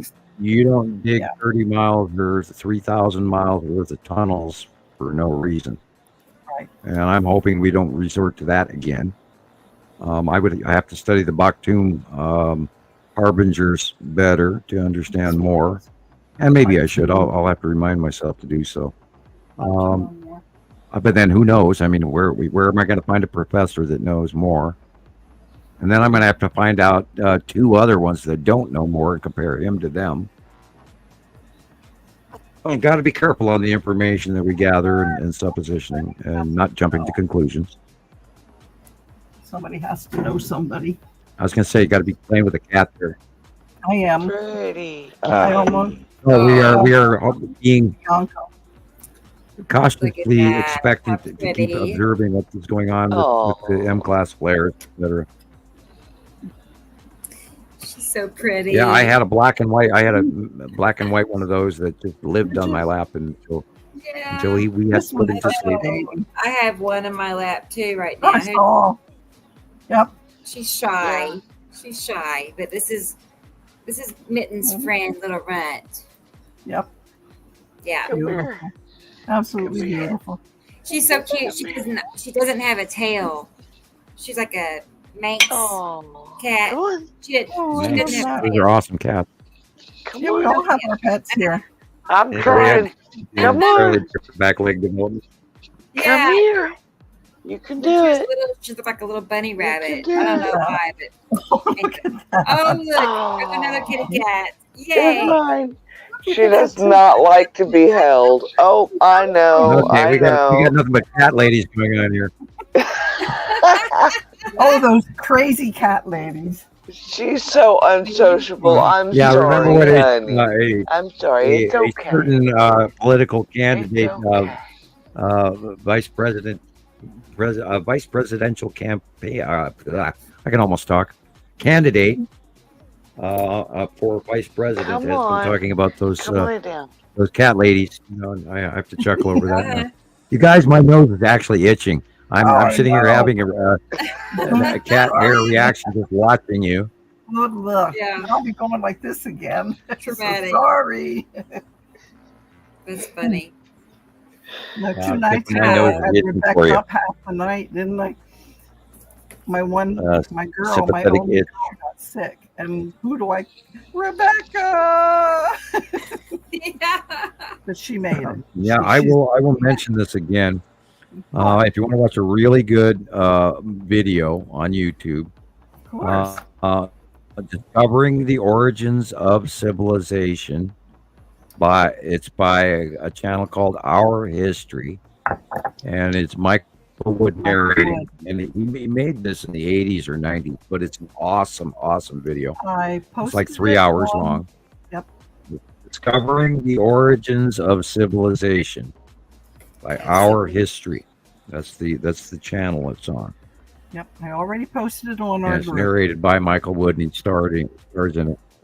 It's a really excellent video, and it will teach you some of the basics of what we miss in school, even college education, about the world around us and the civilizations that we share this planet with, and not just the United States. And I think it's an important amount of information for people to try to understand. And I watched it again for the second or third time. It might even be the third time this week again. So I figured I'd write it down and share it with you guys because it's a good view. I'll check it out. Yep. Yeah. We already have it on our site, Rebecca. And he's really good at what he does. He's an excellent teacher, and there's something about his voice work, and he gives you real information that is not tour guide. He gives you real researched background, true information that is incredible. Most or all of what he's saying is pretty much in line with what we're doing, or will lead to something that we're doing? He's of course the Cambridge people from England, and he's British. Okay. And it's the Western. He actually bucks Western science on purpose and goes beyond Western science. Okay. And will verbally tell you so. Okay. Fair enough. And that's why it's so good, because he's not handing you, he's bridge. He's highly educated, and he speaks Latin and many other languages, and even probably Gaelic and you name it, because he reads. He's a highly educated historian, and the guy's just got a phenomenal level of knowledge that I could only hope to ever. Because he has a formal education that I never got the opportunity to have, because I'm sure his parents paid for it. But anyway, I don't know. But I was not given the opportunity to go to school, even though I did ask the government to send me to school, and they wanted to send me to Bologna, Italy, and I should have gone, but I didn't. And I would have gone to the academy there, and I'm not going to put my foot too big in the trap there, but there's an academy that they send people to learn more, and I should have gone, but I didn't. There is a level of far-seeing fear of having the ability to see too much. I understand that. And I already see enough and more than I want to in many ways. It can be quite uncomfortable. I see stuff that I boy, there's things that it's hard to describe, but I know stuff that I, wish I didn't know. And there's no coming back from that. So be careful what you wish for. A lot of mine involves there's a level of problems when people, and there's a lot of responsibility with knowledge, and there is a level of ignorance is bliss. I believe there truly is something to be said for that. The more you're aware of things, the more you're concerned. I'm concerned about the children in India and the children on the Syrian border that are still being blocked from entering Turkey. And there's a couple of million people in that refugee camp alone. And there is approximately 50 refugee camps on this planet where people are sitting there. They have nowhere to go. They don't own anything. They live in tents. They live like rats. And it's horrible. And this is, we're a rich planet and we could feed everybody. And meanwhile, the oil nations have so much and so many have nothing. And because I know about that, that does make me sad. And this is what, we need to think about rather than, Super Bowl tickets or that new handbag that costs $5,000 or that $85,000 truck or or the $1 million home or the $20 million chateau or whatever, and yet these people with billions of dollars, they could change the world. They could. People with billions of dollars could change the world by themselves. They could, and they don't. You have more money than any of your family will ever spend in any 5 lifetimes. And this isn't Hogwarts, and you don't go to a vault kept by the goblins, who live beyond normal lifetimes. But spooky world we live in. Yeah. And with the corporations and the rich people have all the money, and we have nothing, and we're at the bottom. And that goes back to the movie Elysium. The technology, and they can make their own environment and pollute ours. And if we aren't going to notice that by now, then when? I mean, why is it that we don't have a living wage anymore? Why do we have to struggle to take care of our children? Why are we being told how to live? We're just going backwards. Yeah, we need to change that. And I always say I would love to come into some money or have money, but it's not so I can have it. It's so I can share it. It's for sharing. It's so I can share it. I'm 100% behind that. Part of the problem with money. I'm 100% behind that. I've had a few times I've had large sums of money in my bank account, and I've lived off of it. But what happens is you end up trying to spend a lot of time protecting that money as well, and that does shut you down. And the trick is to have so damn much money that you can't do anything but be nice to people. Right. And unfortunately, we don't see a lot of that going on. Not a whole lot. And, But thank God for maybe that's peace. why I'm not a rich man, because I already share what I have. I do. I share. Your knowledge. That's how what we price do things. put on that? What you share is important, Right. though. Yeah, you can't put You a should price see what on it cost me to get here. No. You should see, Yeah, we you know. should see what it cost me to Yeah. get here. Holy cow. We do understand that. Oh, right. We understand that. Well, I did a great deal of sacrifice over the last 14 years, just trying to keep going here, and then raising my daughters on nothing. And then your we health. did really. Yeah, yeah, I'm sure it aged me a little bit here. Yeah. Oh, yeah. I got a few gray hairs to account for. Yeah. And then the girls lost their mother recently, and and that was add that. and a good thing. And things take a wow, toll. what a journey. I'm a firm believer. I don't think I'd ever done as well with the kids had I not had all you guys to keep talking to. I think that it's I had to work, and then I had to take care of the kids, and it gave me a level of regimen that I went through and got my habits, and I did this in the morning. Although I haven't slept much in the last decade, I got my Samsonite baggage under my eyes. I promise Us you. would not do that. We don't sleep. But yeah, this Rebecca pays. She works her butt off. She does. We once in a while talk to her. She's like, I'm so tired. I want to wring this person's neck. And, I usually get her enough to say so and so goodnight did this to on her. the site, and I get phone calls. Oh, you got to go to the site. Somebody's doing this, and it's like, oh shit, here we go. Yep. That's what I do when to we're her. not, when we're not on, you calls need us to on the check phone. this And out. we got to go back to work. Like behind the scenes, all the behind the scenes drama. Always doing something. You would not think that sky drama exists, but Oh my God. it does. I guess Oh, it's just it does. people in general, but it's not all about people. But Well, in the years, we've had our major groups of trolls, and our we've grown a lot. our children that wouldn't behave in our website. I hate to say children, but our members Well, we felt in like our websites that wouldn't behave. We had quite a few people that turncoated on us and decided to bomb us with bad press. And there's a couple of people just a few miles away from me Those bad ones don't. that I look can so think bad. of. Oh God, the shit we've gone through to get here.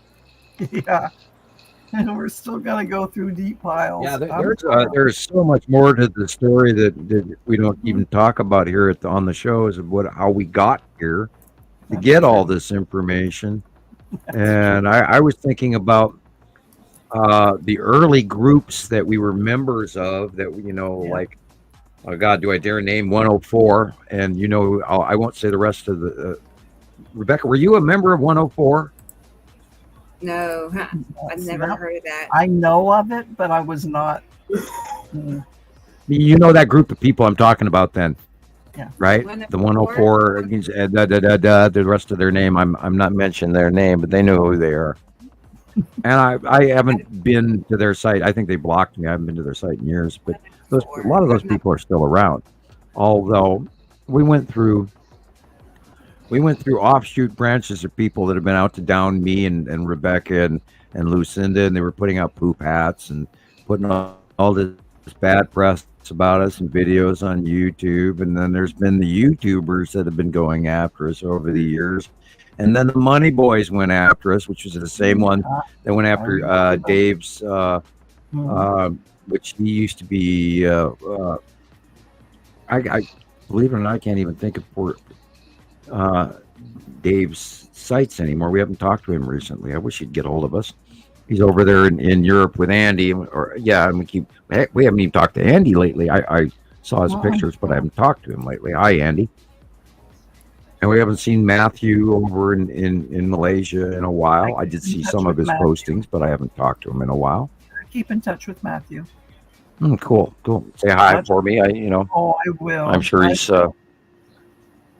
busy with his family. I think he got lost in trying to work for his family and caught up in his life. And maybe he's smart and could walk away from all of this. He's so intelligent, and he's work. Okay, I'm going to forget the word. patents. He works on making patents for things and getting patents for things that he has created.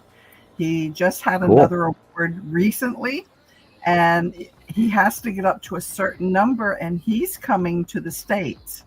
They're going to have a great big to-do somewhere out in your area. He's coming to the States. I'm picking that guy up. I'm picking him. I'm going to drag his hiney and meet everybody.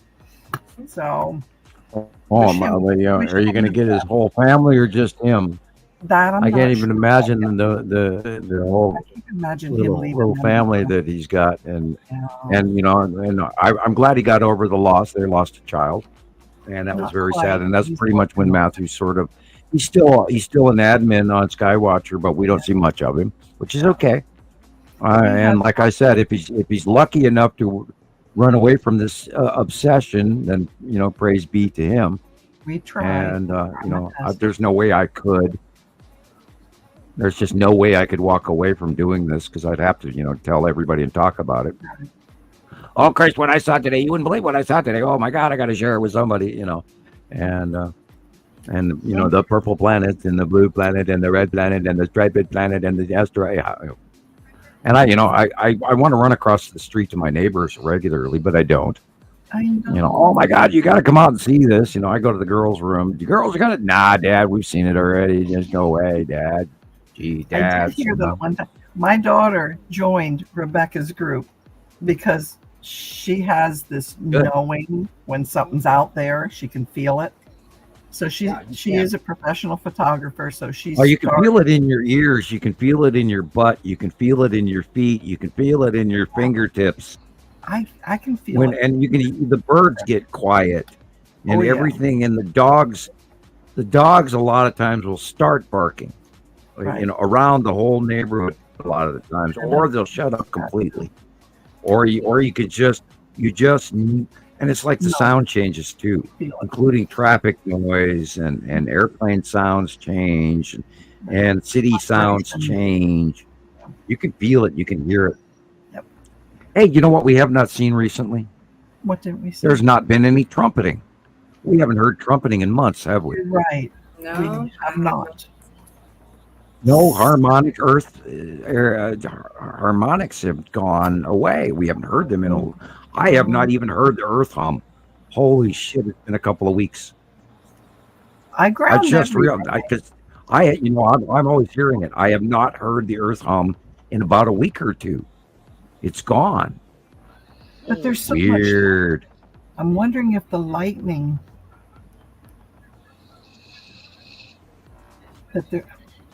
I have to think about this. I was hearing a wow, wow, wow, wow, wow, and then it would go wow, wow, wow, wow, wow, wow, wow, wow, wow, wow, and I would hear that hum all the time, and it drove me nuts. And I haven't heard it in a couple of weeks. No, because I was hearing it about 2 weeks ago on this last show. I remember you saying. And last week I did not hear it because I would have commented it on during the show, and I'm not hearing it right now, which is weird. That's weird. Right, Tara? See what my girl just said? It's awesome that all of us are teaching her kids, not just hers. Katie's the same way. Well, careful what you teach them. Don't scare them. Yeah, no. They do it with love. I know they do. Do not scare them. Hand it to them in a softer version as needed. And do use parental control because you don't want to, this could be catastrophic to the wrong person. And, this is what also, why some of the things I don't say about what I know. Mm-hmm. I mean, I know stuff about ET that you don't want to know. And, that I'm still trying to deal with. That's 20 years later, and I'm still trying to deal with it. Yeah. And they don't use doors. So. We'll always deal with it. You can tell me someday. I have my own stories. You know that. Yeah, well, we've seen it all on TV mostly, but it's all. Yeah, but when it really happens, in a negative manner, and we can't immediately. You cannot fight ET. You have to avoid them, but very hard. You do not want to attack them. No, I don't want to smell them either. Yeah, that too. You know, they don't want to smell you either. I know. I love it. Yeah, to some races, there are, you know, I'm not going to mention which Not all of ones, them. but Not there are all of some races that they think that we smell horrible. So, That's crazy. and then there are a couple that I know smell horrible. So, and I haven't met a lot of them. I've only met 3, but I noticed, I know there's differences between all 3 of them. Miraculously large differences. Neck and level. And I, of course, have never met an Anunnaki or anyone from Saru or Nibiru, if that's where they live. We know that there's at least 2 races in the other system. Yeah. I was told 3, I think, and I, you know, don't count on, you know, it's, don't quote me on it, but I know there's 2 at for least sure. 2 races We'll go 2 in for the sure. large planet. 2 for sure. The third is The 2 questionable. water planets where the life can possibly grow. We don't know what they look like. I believe that they look a lot like us, but I believe they're much larger than us, which is where the giants come from. Back. Okay, Michelle. And you know, the movie The Gods of Egypt might be a very good reference point, although don't take it with a grain of salt. There's a lot of lore. There's a lot of really, you know, some nice marshmallows or cookies or whatever you want to call them in the Gods of Egypt movie. There's a lot of information we're being handed, but you have to take your mythos with a grain of salt. Mm-hmm. Audrey Listen to any asks, religion as well too. Sam, did they? Wait. Audrey says, Sam, did they all have clothes on? Mine did not. Did yours? 2 out of the 3 had clothes on. Mine didn't.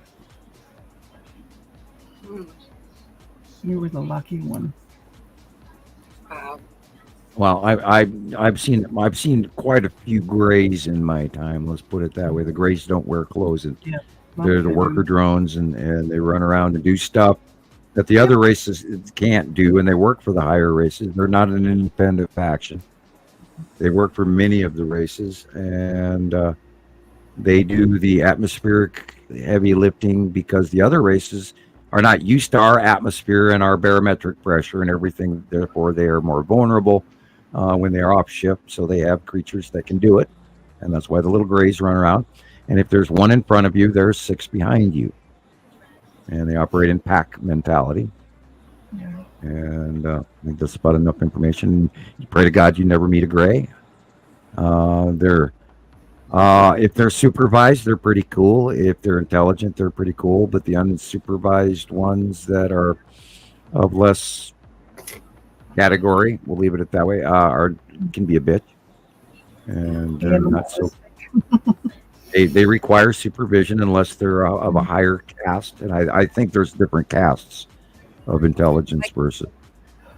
What would they do? Like, why would you be concerned with them? Well, some are workers and some are violent, and some are Animals, scientists, like and they're just, some are, you know, I don't know the caste system, but I believe they're of a caste structure of different elevated drone levels. I just sort of know this. I don't have the details, but it's like when let's just say I've met some that were nice and kind and intelligent, and I've met some that you just wondered, like, what animal did I just toil with? So, you know, like something in a cage or something that should be in a cage and isn't.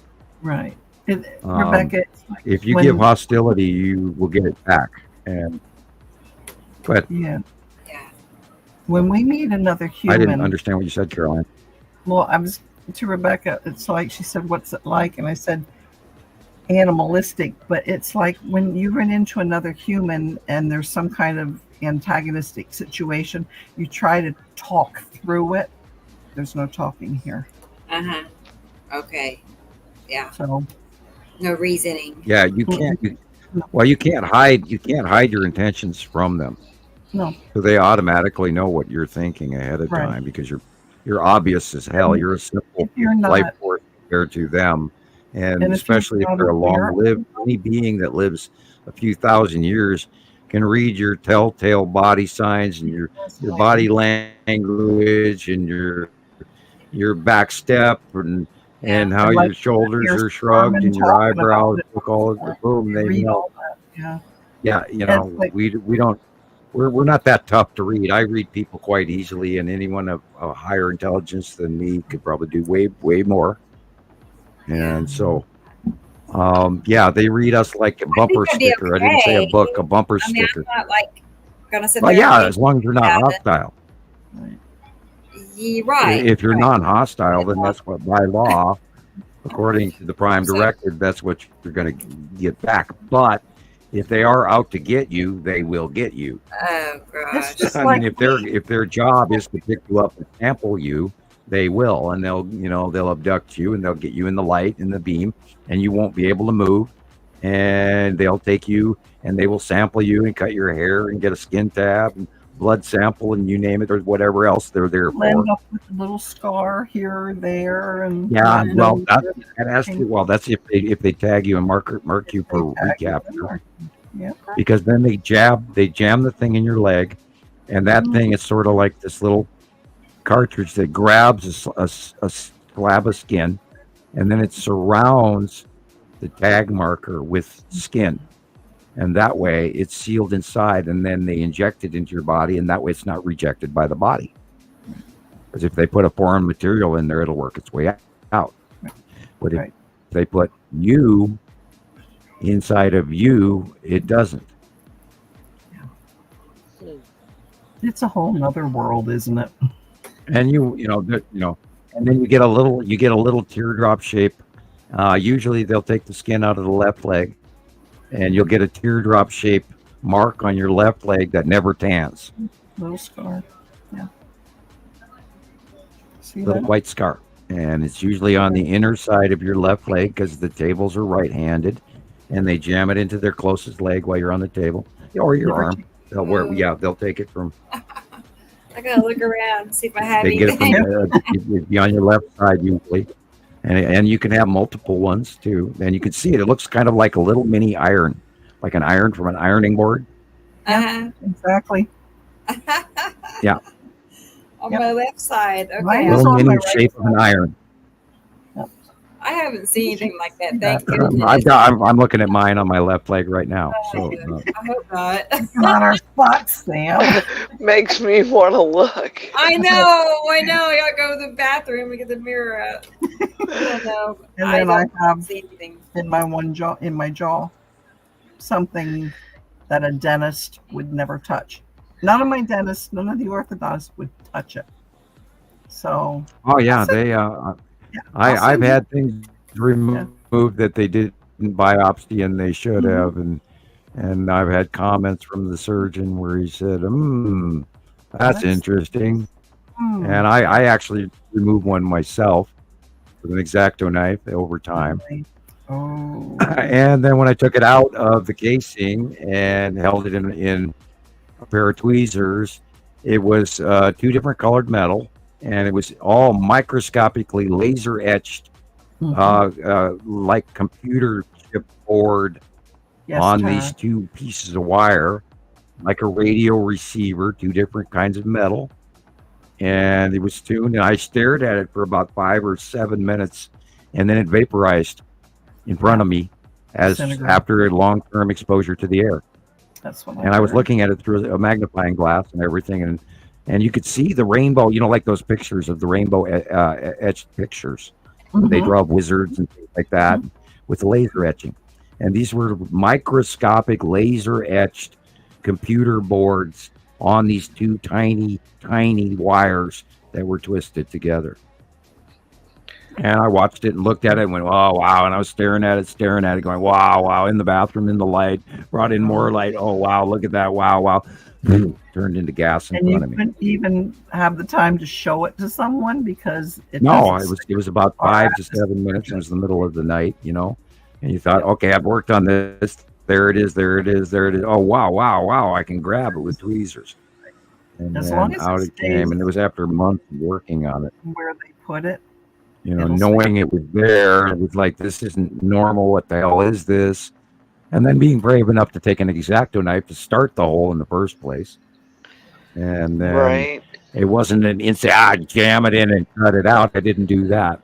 It was many months of work where I just would, I could see it there and I kept prying at it going, I got it, You know, then it gets sore, and then you pull the scab off, and then there's a bigger hole and a bigger hole, and that kind of thing. It was just over a process. I knew it wasn't supposed to be there, and so I started working on getting rid of it, and I finally did. You wanted it out. Oh, you know, and I was having a discussion with somebody about that years ago in Hawaii, and that's when I had somebody sneak up behind me while I was on a computer in the middle of the night, and I was actually having a conversation about that very thing. And I got slammed face first into the keyboards after something grabbed me that was invisible, but I could see my arm depressed down from being grabbed. And the next thing I know, I'm looking at, you know, GHYJM, you know, and up close, and my glasses are jammed in my face, and I'm sitting on a little purple chair with wheels, and I used the wheels in my legs to push and squirt free of whatever was jamming me face first, and I escaped and went across the house and went and got my gun. Meanwhile, as I'm running across the house, I'm bleeding all over the place like a stuck pig. You were. I left a trail from the computer room all the way to the bathroom on the other end of the house. And the kitchen floor was predominantly bloody because it was linoleum, and it splatters more rather than dripping on carpet. Right. And it was spooky. And then by the time I got to the other side of the house, it was running off my elbow. Yep. And I was grabbing wads of toilet paper, not just some wads, and got my gun and chased it out of the house. Couldn't see it, but I could smell it. I knew it was there. One of the reasons And, I've had. you know, it was near my kids' room, and I went, no, we're not having that. And I sat there for about 20 minutes waving the gun around going, I know you're here. I can feel you and I can smell you. And then they left. And, you know, and I've forgotten about it and gone really nonchalant over the years. And sometimes it just up and reminds me that this could happen again anytime. And I was kind of like almost thinking about it. I was kind of mad at myself for being remiss and not remembering it all the time. But yet I don't want to live in the fear of that. No, but it's good. It's something you can share now. We couldn't talk about it before. There's no way. It wasn't a couple of years ago. It was like 4 years ago that it happened. And I was actually typing about that very thing. And, you know, they cut me on the back of the ear like I was being sampled or tagged again. And that's where the blood was coming from behind my left ear. And it was just big time bleeding everywhere. So I think that somebody or something was watching me and went, oh, okay, you pulled out your tag. Well, no wonder. We'll come down and give you a new one. I mean, it's kind of ironic and silly and stupid and phantasmal, fantasy-like, or whatever, you know, Fantasy Island.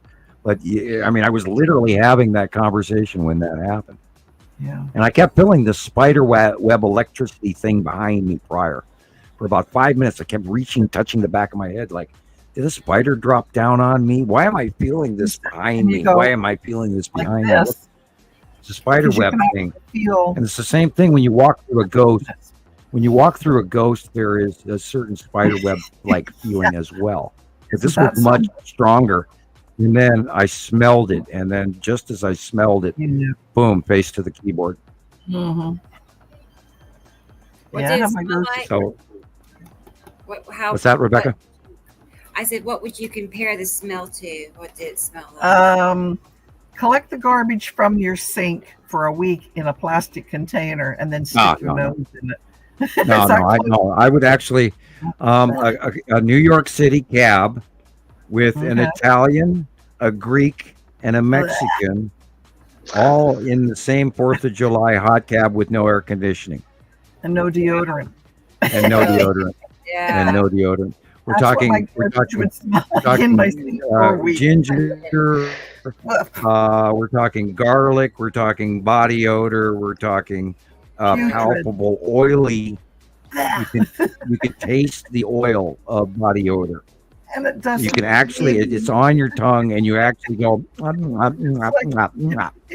because your tongue gets oily breathing near them. Yeah, they're quite oily. They are very profusely their skin, this particular race. No offense. It's just they smell like their skin is highly productive in pheromones and oils. Yeah. They're highly, you know, and you push in on their skin and it bounces back after you let go, you know, kind of, you know, like weird stuff. I think they sell something similar at Walmart. But anyway. Yeah. Yeah. The world is Anyway. not what we know, you guys. The world is a different place than anyone has ever taught you in any school that you ever went to.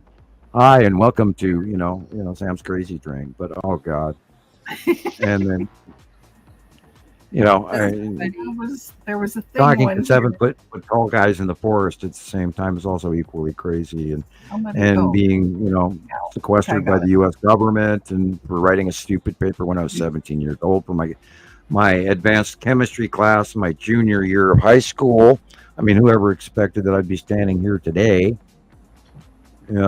captured by that same stupid piece of paper, 44 years later, or 46 years later. Yeah, 46 years later. I mean, holy cow! Write a paper for class. Wow. Hey, teacher, did I get an A? I got a 2-year A for that class anyway because I knew stuff my teacher didn't know. And she said, "Okay, you've already passed next year. Well, here we go." After they forced the NDA with me, I was not allowed to have contact with that teacher anymore.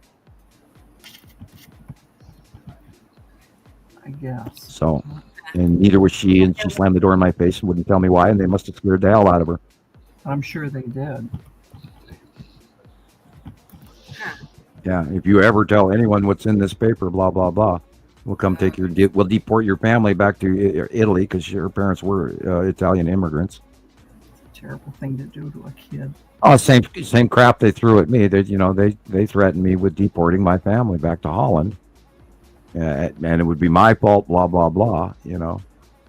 And they know exactly how to push your buttons, and yeah, they do. They do it. That's why they give you a psych eval, and they know what gets you. And I was, of course, concerned with my family. And now that I look back at my family, and the important ones are no longer with us, and my siblings are a rather unusual collection of folks that I wish were a little more family-like. I'll put it that way. Yeah, I wish they were family instead of I don't know what those guys all became. I try to reach out to them regularly, and they all ignore me. Yeah.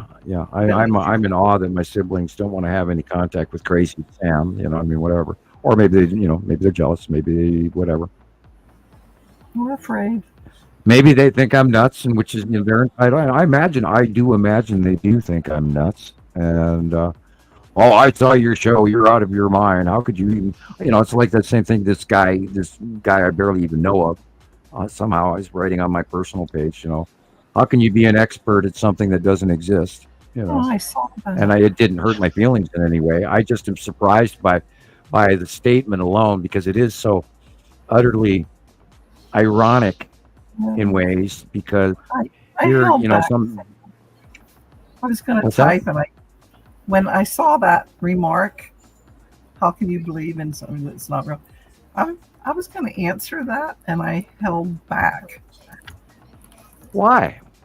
I love it when you give people a hard time. I love it. I enjoy reading your answers. Just a little more guts here lately because it's just I truly feel so deeply that we're trying to help people and they're not looking at it that we're helping. And so we just... No, they look at it like we've lost our damn minds. So we've lost our damn minds. We are out of our minds to imagine that there could be 7+ planets right here in an extra star, let alone the Texas Cube, Longbox Cube, or the Empire Orb. Dun dun dun dun dun dun dun dun dun. What, Darth Vader or the Borg are here? What? And I get that all the time. The cube was introduced on TV as the Borg in Star Trek series.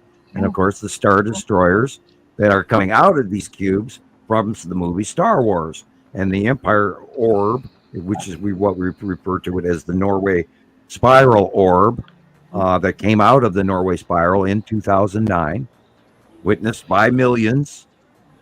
And all of that still hasn't gone public. And it's just insane. And yet they call us insane. And here, my family does think I am crazy, and there's no possible way that you knew about this or that you could even remotely be correct, because after all, you're just my brother, that kind of thing. A little bit of jealousy there too. I've had that. I've always been alpha, and they hated it. And I'm sorry, my IQ it's a prerequisite to my IQ. I can't be anything but alpha. I'm terribly sorry. Well, I'm a little different version of Sheldon Cooper, but in my own way. I checked that. I'm sure there's many more Sheldon Coopers out there. Oh, did you? Yes, I did. I went and watched a few things of Sheldon Cooper. And? Yeah, you're right. In a nice way. You can be goofy, Well, this is how I view everything through science. I view everything chemistry, and archaeology, and I'm going to throw out Shiloh's quote, all the oleologies, and because I study all the time, and this is all I'm terribly sorry I can't watch anything boring, and I have to chase the information that has to be fed, and so I watch a lot of documentaries. We all bring something to the table. and we all do, and we've all. This is why we're all here, and this is why we're gathering together, so that we can do that and share the information, so everybody else becomes more learned and broad-minded and farther spectrum of understanding. And this culmination of information that took 14 years was not done by me alone. Mm-hmm. This is all these wonderful, great, fantastic. I can never say nice enough things about all of those thousands of members of Rebecca's and mine and the other sister sites. I thank them. And I miss Italian Skywatcher. I really do. I miss Italian Skywatcher. I wish you'd come back. And our friends in England and Scotland and around the world, in Germany and Sweden and Portugal and Russia. And I saw one of our members is from was it way at the top, and I can't, Slovenia or something like that. Hi, I'm very. I didn't mention. I wanted to mention you. Thank you for being here. And we need more folks in that section of the world over there on the bordering edge of Russia. Now I've lost our South Korean friends have disappeared, and I had a couple of Chinese friends and a few Russian friends, and I have not heard from them in a very long time. And I hope you hear our shows, and I hope you come back and contact us. That would be nice. And I'm going to drink a sip of Coke, so somebody else talk, please. I was looking on. Esri Colette asked about. Yeah. And I see it. I'm looking at it from my laptop, and it's. I am too. It's right next to the chat. Where you type into chat. Yeah, there's a little Okay, he says he sees it. See, because mine says chat where I type it in, and it's got the little smiley face to put in the emojis, and then a little dollar sign. Okay. Yeah. He says he sees it now. Perfect. Oh, great, thanks, girl. Audrey says I never eat. If you only knew, I eat too much. Oh gosh, Audrey, did you miss me eating my donut holes a while ago? I'm one of those people that never eat. I'm so skinny. No. But I do miss a lot of meal. I can skip. You do. Good. Yeah. We do. I make up for it. So I make one meal a day. That's it. I never eat and breakfast. I am not skinny. Trust me, I am not. I really can't eat breakfast. Like I just physically. Yeah, it's like you go. You want to. You might be hungry, but you want to eat, but. And I love breakfast food.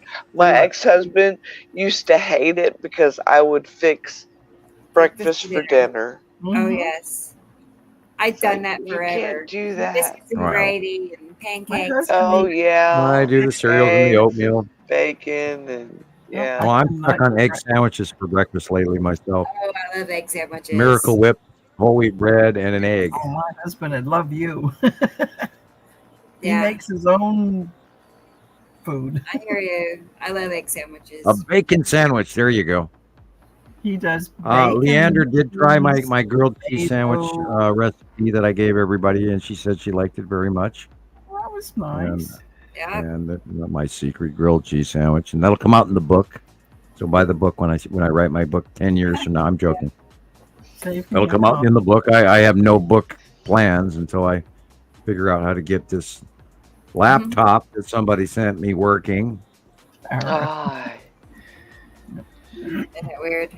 Yeah, I could spend a month on that alone, and every time I try to log it into the internet, it kicks my my internet offline. Bing.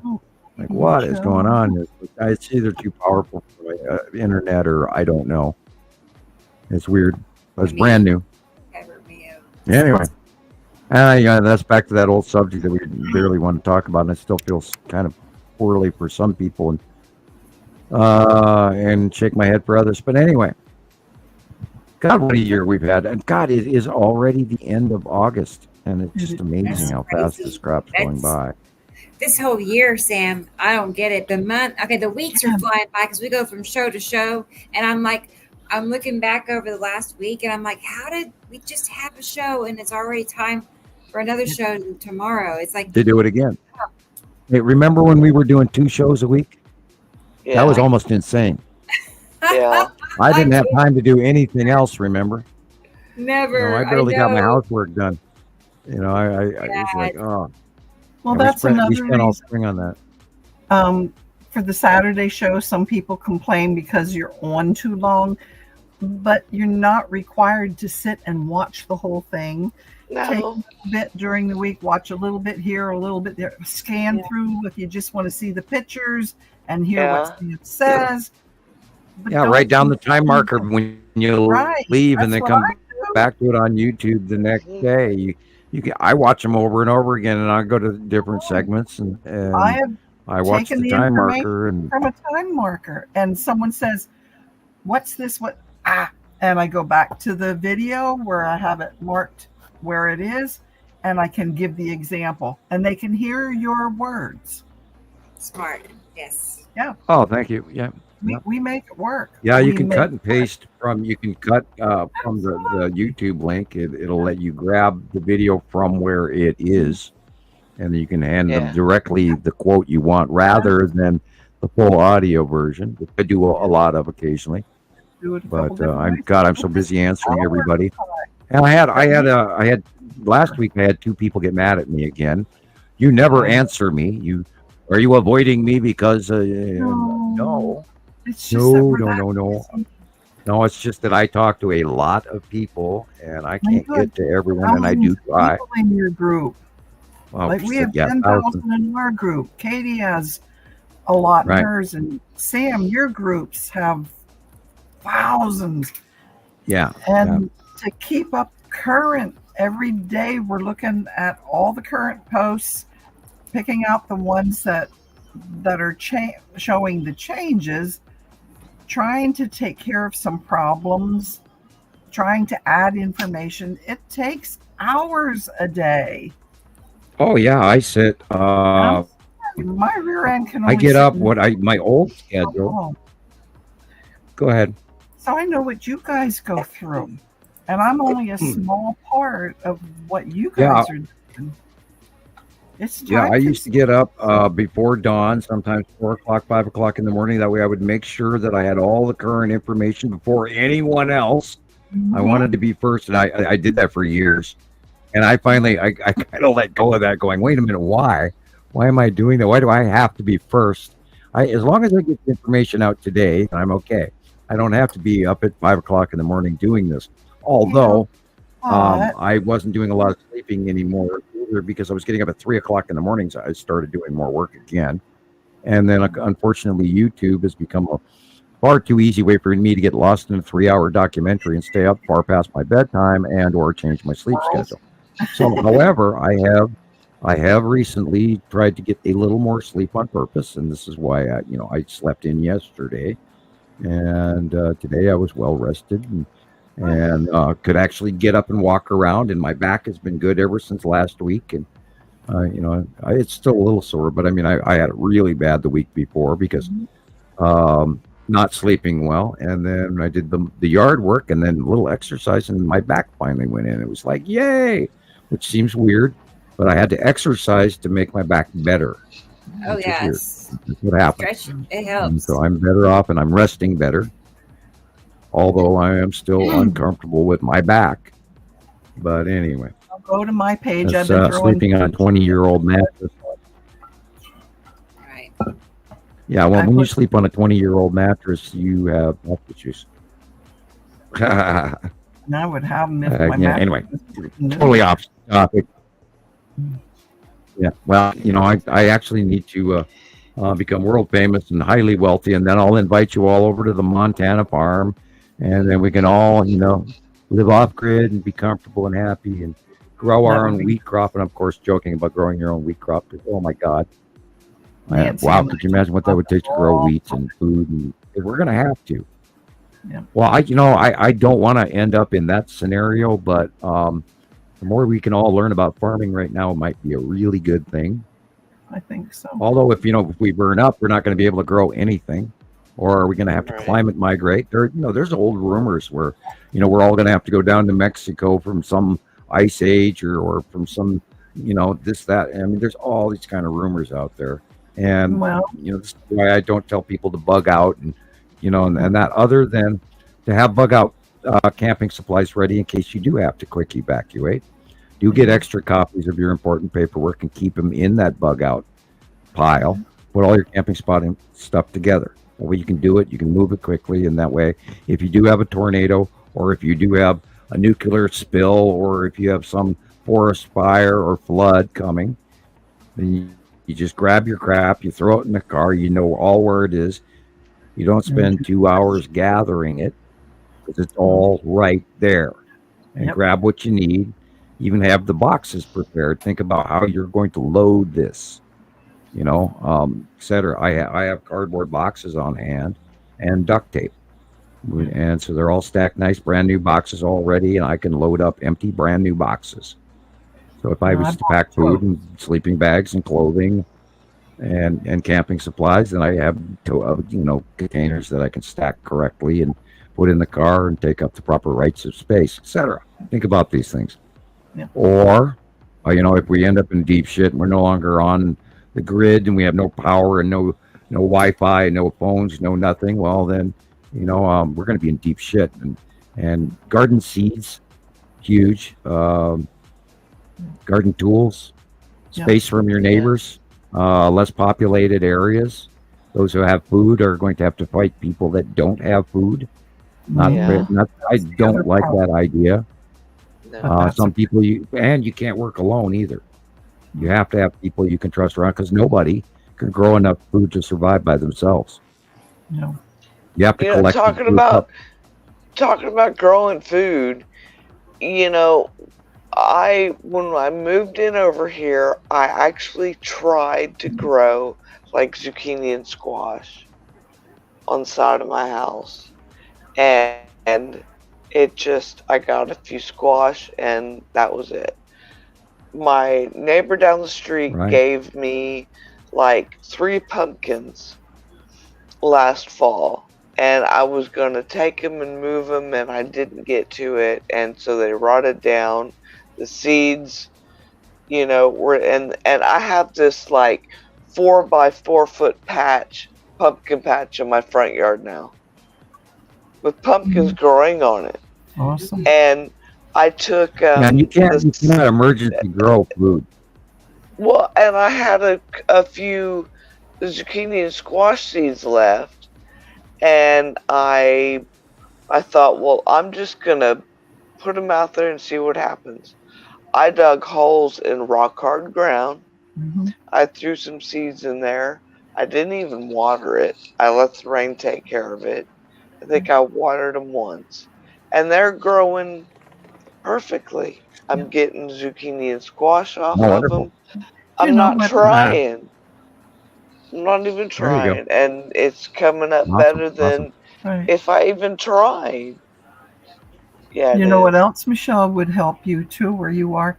Just buy bags of potting soil I've heard of that too. Put an X in it, put your seeds in it, and it works perfect. Trust me, it works. I've heard of that too.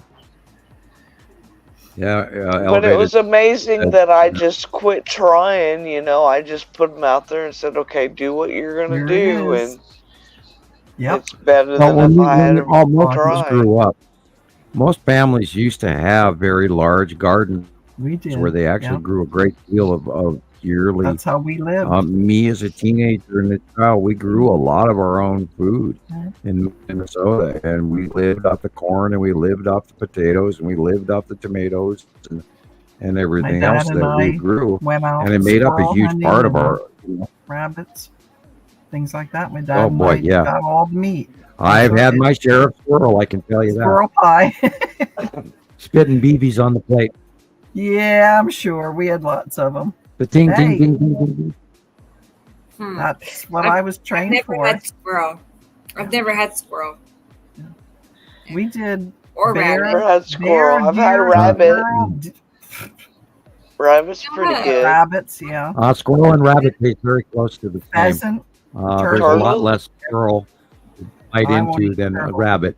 There's more meat to a rabbit than a squirrel, I promise you. You're sort of like going to eat squirrel, but it's littler bites. But yeah, I've had my share of squirrels. I hate to admit to that, and we did a lot of fish. So do I, Sam, but it's how we lived.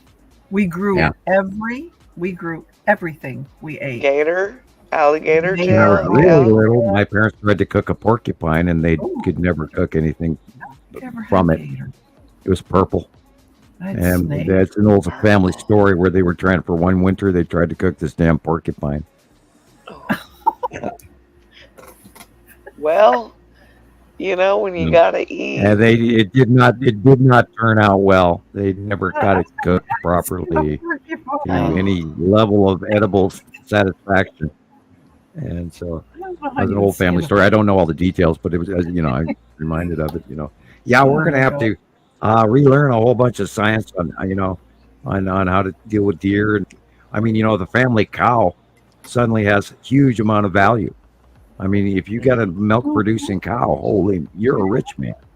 If you have a farm, you're a rich man right now. My dad had a dairy farm, so we had pig, cow, different world. Whatever. Cornfields. Yeah, we raised chickens, and we had barns full of chickens. Oh my God! And every fall we'd end up having to butcher them. I have cut up so many chickens in my life personally, I can't even begin to tell you. Never have a dead and duck I'm not thrilled with knowledge of it. I even managed chicken. I managed 3 different Kentucky Fried Chicken, or excuse me, 2. Yeah, 2. Yeah, or I got 3. I don't know. Yeah. Yeah, we were never allowed to name the animals. Yeah, yeah. And you get to attach. I'm eating scarlet this week now, and you never eat them. And then I have 2 sisters, so we took turns like chopping the heads off the ducks and stuff. The part I hated most was dipping them in the hot water. Oh, I hated that. I know. And the smell is what got me. I couldn't do it now. I mean, instantly, like, I'm not eating that. It's like if I don't have to smell boiling chicken feathers, I got no problem with it. But I like chicken. But if I'm smelling boiling chicken feathers, I'm not eating that. There's certain things I don't do anymore. Yeah, we have to go back to our old world. We have to, we have to start. But all this land, and who owns it? The corporations. We know what it's all about. We were there, the old days. Well, me more than you, but so when they talk about things to do to make more for yourself, it's like I'm laughing, going, "Oh man, I lived that. And if you don't grow it, and if you don't live off of it, you don't get it. And right. I know what going through the winter without, the potatoes are gone out of the root cellar, and the carrots are all gone, and all we have is this canned up jar of pears and more apples and no more apples. Yeah. Yeah, you learn that when you start running out of things in the older world, what it's like, especially back in the 70s, there were a lot of people that were really broke. Yeah. Do you remember the gas crisis of the 70s? That was Jimmy Carter era. Wow, that was interesting. That's when all our neighbors got Sitting together. in line forever waiting for gas. I couldn't have been more than, I don't know, 6 or 7 years old, I guess. But I remember. Sometimes 3 or 4 hours waiting. And then you had to put up with angry I remember people. how excited we were when we were going to the moon.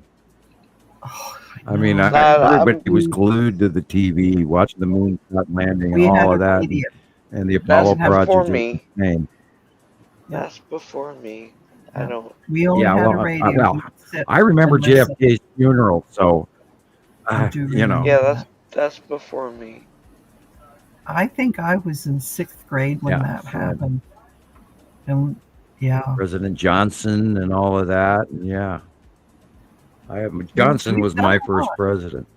A lot of experience under our belts. Well, actually, my first president was Kennedy because I was alive, but very young when he was president. But I remember JFK's funeral and then aware. Yeah. Oh yeah. I remember watching it on TV. Mm-hmm. And little Kennedy kid, saluting. I remember that to this day. That. Oh, I'll never forget that. Yeah, and I remember watching it on TV, not the photos they show of it today. I remember actually watching it on TV. And we were somewhat similar in age, but anyway, close. Yeah, it's an entirely different world. I mean, we have the moonshot. And they went up on with their space computer was less than a Commodore 64. And here we're running around with mega computers in our hands now. And completely different era, and yet we haven't really changed. We haven't gotten better at anything. Mm-hmm. I think we've gotten a whole lot worse at a lot of things and better at some things. We do a really good job of war right now. Really nasty warfare. We're really good at that. Anyway. Hi, Rebecca. We're at 8 hours, 25 minutes. I know. I was at. Yeah, we go on the show. We might not get invited back. of our 76 shows, this is the 4th longest show. Just a fun little fact. Just there are a couple in the 9-hour ranges, and one is over 10 hours. I was going to say y'all hit 10 hours. I know, it was almost 8.5 hours. I was on one of those. Sam and I were talking. I played the fifth because that wasn't me. I wasn't there for 10 hours. Yes. Did we cover everything you wanted to cover? Rebecca, we covered a lot from what I good scratched off. I mean, I have a long list that we covered. Covered a lot of good stuff. I know that. I know it. Really have. No. So please. Yes. I know just like we're talking on the phone for hours and hours and hours. We do that all too often. No, but a special thank you to all the members out there of every group. God, if you made it this far, yeah. Oh my God, you give us good stuff. You give us challenges, but we're up for it. Yeah. And if we don't get to you, it's not intentional. Somewhere, like I keep saying, get up there to that magnifying glass, search it. You have the keyword you want to know about Nibiru, go up there and put it in the thing. In our group, in Rebecca's group, and where I am, there is a plethora of everything. Just one keyword, because she always hashtags everything for that reason. I forget, but she does. It's all there.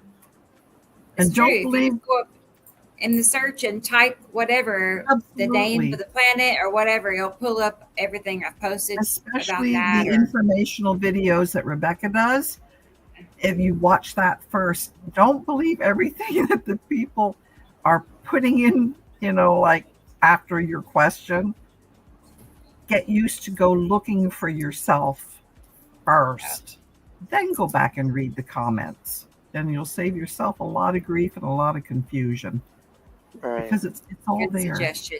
Yeah. But oh my God, thank you to everyone, to all the members. for their contributions in every way, and they're very appreciated. And we don't get enough. We need more. Because the more we get, the better summations we can come to. Right.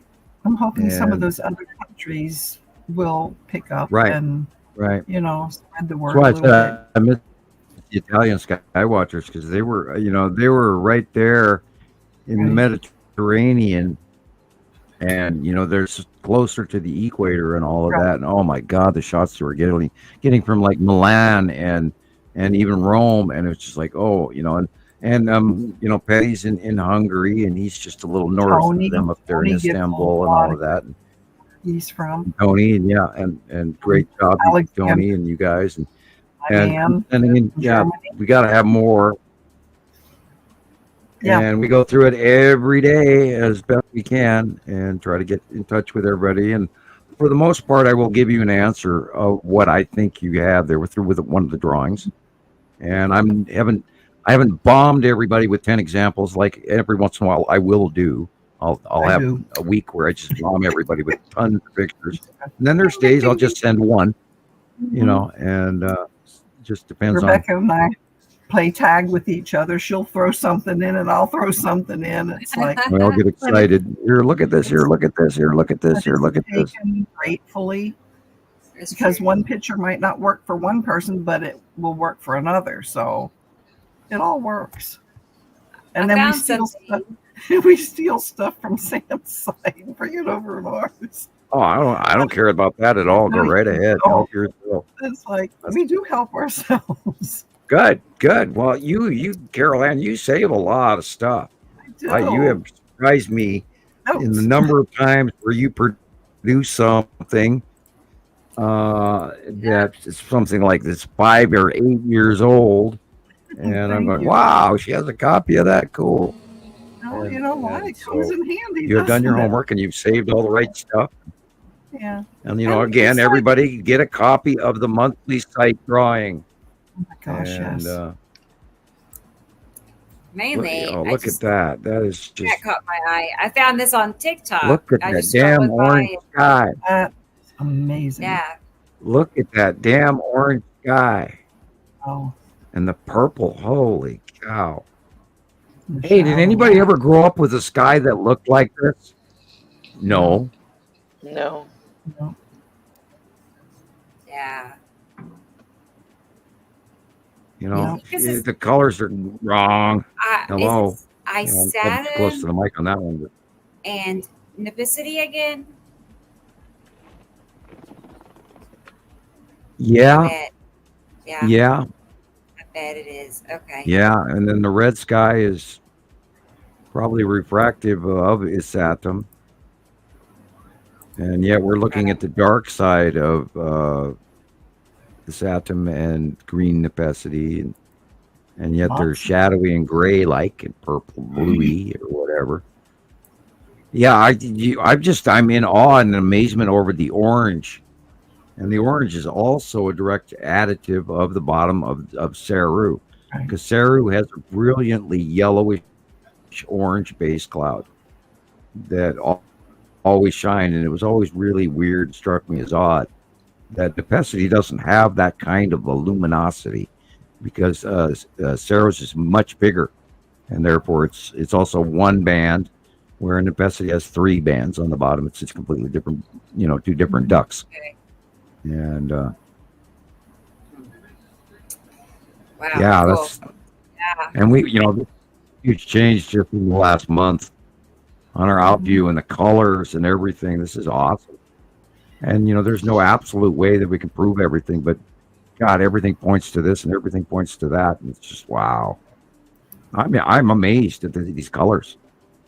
I can't tell you I've ever seen an orange sky like that, unless it was like in New Mexico for a brief one day out of a year. Right. But here we're getting sightings around the world right now where everybody's seeing it. Uh-oh. Rebecca vanished. Uh-oh. Then here, I'll give a plug for Sam. Tara just mentioned, for those who are newer and would like to hear more of the science, listen to your radio interviews. So yeah. I'm going to tell where they're going to You go find to them. YouTube and you look up Radio Wasteland. I have 87 programs on there, and they're going back. Yeah, it's the black and white with a circle around it. There's two of them there. I just you'll find it, and go on to Radio Wasteland, and then they let you select their guests, and they've got many other videos from many different guests as well. But I was their highest rated guest that they had. They were a good show. I'm saddened that they didn't make it better, because Chauncey is an excellent interviewer. He would always get me to talk about things I didn't want to talk about. You handled it just fine. Oh my God! That's because I keep, me. I talk too much. I do. And every week I get done with the show and I go, "Oh God, I said too much," or I was off topic too often, or I spoke too loud or too close to the microphone, or whatever. I still get a little embarrassed. I mean, I've done hundreds of shows, and I still have a little issue with it. Well, look at where you brought me from. The mouse to the talker. Yeah, to the co-host. Yeah. With your cute little microphone and headset. I mean, you got it made, man. I have a new webcam, but someone mentioned that I was very muffled and they couldn't hear me, so I just switched to this one so I wouldn't get any complaints. So, works good. That way you don't proximity. You move forward and move back. Yeah. Laptops can be like that. Yeah. Oh well, I'm not going to complain because my computer broke, and Nancy sent me this laptop so that I would not miss out on anything. So this was a gift from Nancy. Awesome. Yes. Hi, Audrey. So awesome. Do you want to take care of anybody's question? Yeah, right. I was just, giving some examples of, the bigger, easier to see examples of planets and how they, create the big shadows in their sky. But yeah, I think over and over again, you can start to see that these regular clouds cannot do, what we're seeing here. Especially that. Look at that. That's my picture. I took that picture. And you have to learn to look at the dark areas first. Yeah, I love it. Yeah, look at that. It's so perfectly round. When you go outside and you look up and you see real clouds, you have to learn to look into the background, and you look behind the primary clouds in front of you. You look behind the secondary clouds and you look at the dark areas, and then work your way to the light. Normally, most people look from the light to the dark. Do it the opposite, and before you know it, they'll start jumping out to your eye. And then you look for the big rounded area, as you can see in our sky, and here's the planet, that big rounded edge. It's straight. It's not a series of clouds. It's not, and it's shadow, and you can see the shadowing of the light going around the ball. Mm-hmm. And then the best way is to look at the horizon. The horizon is the real sky color. Planets overhead. And we watched these for well over 14 years. That's not a cloud. And they didn't used to be this big. They were way smaller. Oh, we'd hear, hey, there's that thing. It looks like a big red moon. Well, that big, massive red moon, which was way bigger than our moon, but it was actually planet Saturn in 2015. And at one point in time, massive Uri was the size if you held a large basketball or a beach ball in front of your hand, back when Uri was small. And Nibiru and Saru have always been really, really big, but they've gotten really, really, really, really big now. So the problem is that we don't in our brains imagine that these planets can be that big and that close. And it argues with you. But we have so many thousands of captures that match time after time, month after month, year after year. And we know where they are, and the planets pretty much predominantly, for the most part, they remain on one side of the sun or the other. And over time, once you learn them and you learn that they're moving and they do this and they do that, you'll start to fall into the transitions. And then you understand the asteroids underneath these planets as well. And there's a lot to it. And what she has marked here is planet and sky, but also right above the house is where the asteroids are. That's the bottom of Uri. And over time, you'll learn that. And it becomes automatic. And it just takes a lot of viewing. Mhm. And each of the planets has like signature cloud formations. Size, location, etc. changes over time. The base clouds predominantly stay the same. Color, color is the last thing to judge it by, but color will aid. Yeah. Now we're looking at this planet in front of us here, and we know that's green, and we know the shape of the base cloud, so we know that's Nepenthe. Yes, Tara. And that picture is probably a year or almost 2 old. Yeah. And I can remember where the planets were, and I can look at the picture, and I know how old it is by looking at it. I can't do this one. This is a year old. This is when Saturn and Saturn's yellow moon was much smaller, but this is Saturn and Saturn's yellow moon a year ago. Mm-hmm. That's a good one. Yeah, that's an awesome picture. It is. And I'm thinking it's in the middle, the equator, somewhere around there. I could be wrong, but it could even be from Europe. Don't know, but it's an awesome photo. And this one, of course, again, that's Yuri again. Same one. With the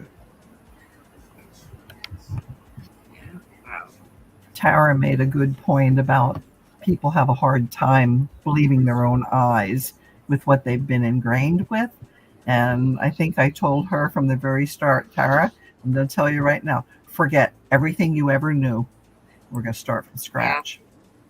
Yeah. Yes, it's true. You have to. It doesn't work with anything. Learn to see that big circle. Up to this point, it doesn't work. It won't connect. Yeah, keep this picture up for a second. All right. You can't argue with that big round object in the right upper area, in the right corner. No. Where it says planet. There's that big round, and it's cutting into the sun. And you see the flaring everywhere. That's a light refractive flaring. And there's that big, we're seeing the shadowed side. And right above the N and the E is the green asteroid. Yeah.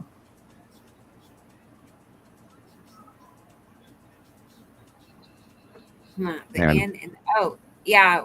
Between the N and the E, just right up above. That's the green asteroid and the little dots around it. Nice. Right. And I can keep going on and on. What else is in this shot as well? But and this picture is at least 2 years old, if not 3, because the size that is Saturn, not Saturn's yellow moon. Saturn's yellow moon is smaller and just above the green asteroid, and that's that dark area with the tail in the upper right corner to middle right picture.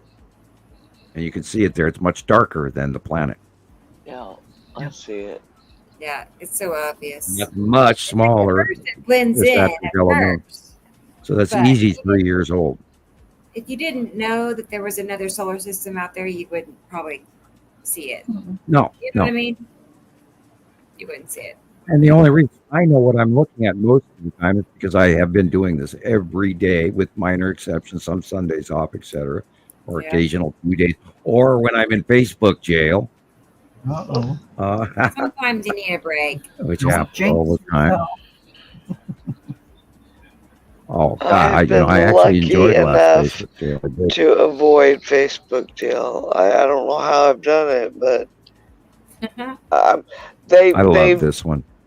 They put my stuff further down in the feed, but yeah, this is awesome. I have to say, and when you have a water shot, the first thing you should be looking at, look at the color of the light on the water on the right hand side, and then look at the light on the left hand side of the sun refraction.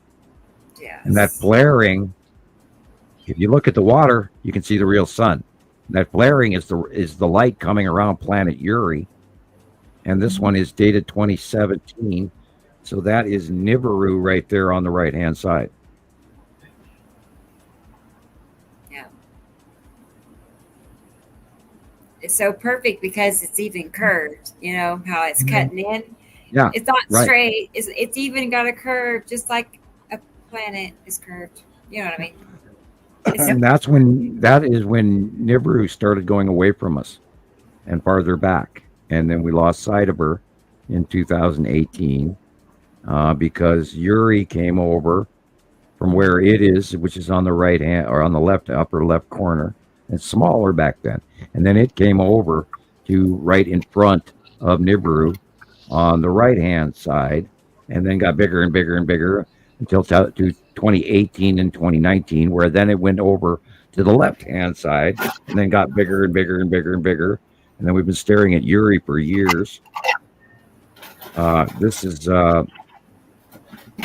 either both the Saturn and Saturn's yellow moon at different stages of size. The one on the right is older than the one on the left. Yeah. And the illuminated area where it says planet is actually a moon. And behind it is the darker purpley blue area is Saturn. And the Saturn's yellow moon is where it says planet, but that's okay. I can fix that. Whereas in the other one on the right where the L is, up to the Y is where the yellow moon is. And that white line right where the PLA is on the right-hand picture is the ion tail of the Saturn's yellow moon. Plain as day. Yeah. With Nibiru above it and behind it, and lead asteroid is at the top of the picture in the middle. And red asteroid as well. Lead asteroid and red asteroid. Okay, and this one is Yuri on the one side, Nibiru on the other. Nibiru's on the right, Yuri's on the left. Definitely. The blue colors. I mean, look at that. That's so perfect. Yep. Yes. I love it. There's another one. Yeah, we missed the Mexico web cams that have been banned. And now all you get is pictures of the inner city. And they've taken a lot of, we had a lot of resources years ago. And now we don't. Sorry. Yeah, you can't argue with that rainbow atmosphere right there. What year was this? That's a good one. Look at that. Yeah, that's awesome.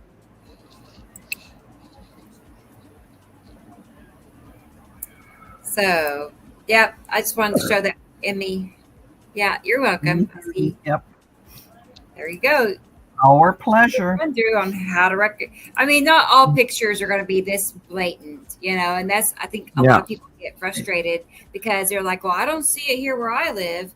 And we have a lot of many years old pictures that are way smaller too. All pictures. We've literally forgotten a lot of our early history because we've been watching them currently so very, very large that we don't share a lot of the older pictures, 2014, 15, 16, etc., or 12. I have a few I share regularly from 2011 and 2012 on Arrival and all of that. And we'll do that again here in another show or two. I'll bomb Rebecca with all the early shots I can find, and then we can discuss those again as well. Because they were way smaller back then, and that's part of how we know what the base clouds look like and how they behave and what color they are, and the tips, the tips and the axes as they approach. And when they're on the left-hand side, they look like this, and when they're on the right, they look like that. When they're in the middle, they do this, and this is what the asteroids do and why they do it. And we learned all of this over the last 14 years. One tidbit of information, one picture at a time, from one member around the world, day after day after day. We've come a long way, baby. Yeah. God, I think we've done a fantastic job. And if we quit tomorrow, we've already been really successful. And, if we don't do another thing ever, it's still an awesome culmination of information that we've gathered. And unfortunately, I need to write this down somehow, some way. But so far, videos are the only way we've been able to do that. Well, their history. I know. It's like, what can you do? How can you preserve this? Any ideas? I couldn't even publish the amount of photographs I have saved.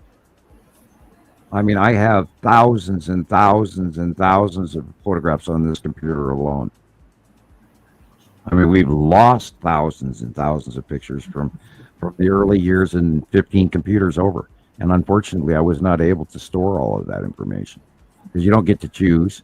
And I didn't really know about, thumb drives. And then most of this was before thumb drives were even usable. And if not, they were so small you couldn't load anything on there. Yeah. I need to back up my files again. I do. I really do. But maybe someday we'll have the opportunity to publish a book. I don't know. That, of course, also requires financial support. So, Yes, it does. I got to pay people to do things, and I haven't found a publisher. I should probably, that's what we need to do. Get us a publisher as a member, and they'll go, "Oh, I'll publish your book." Yeah,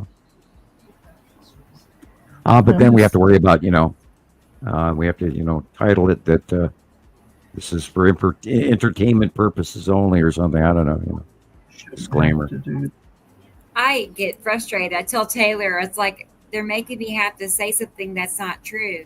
You know what I mean? Like on TikTok, you have to say, this is alleged. This is for, it's not real, whatever. And make you say stuff that's making you a liar, basically. And I never say it because I just don't want to.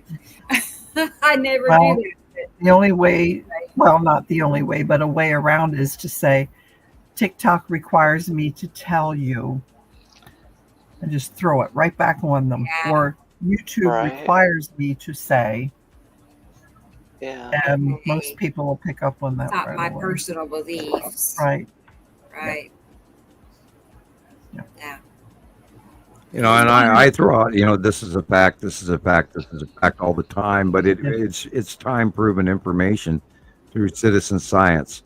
Therefore, it is my duty as the clearinghouse, the central keeper of all this information, to say that it has become a fact, because we've had so many examples that there is no way for us to avoid that.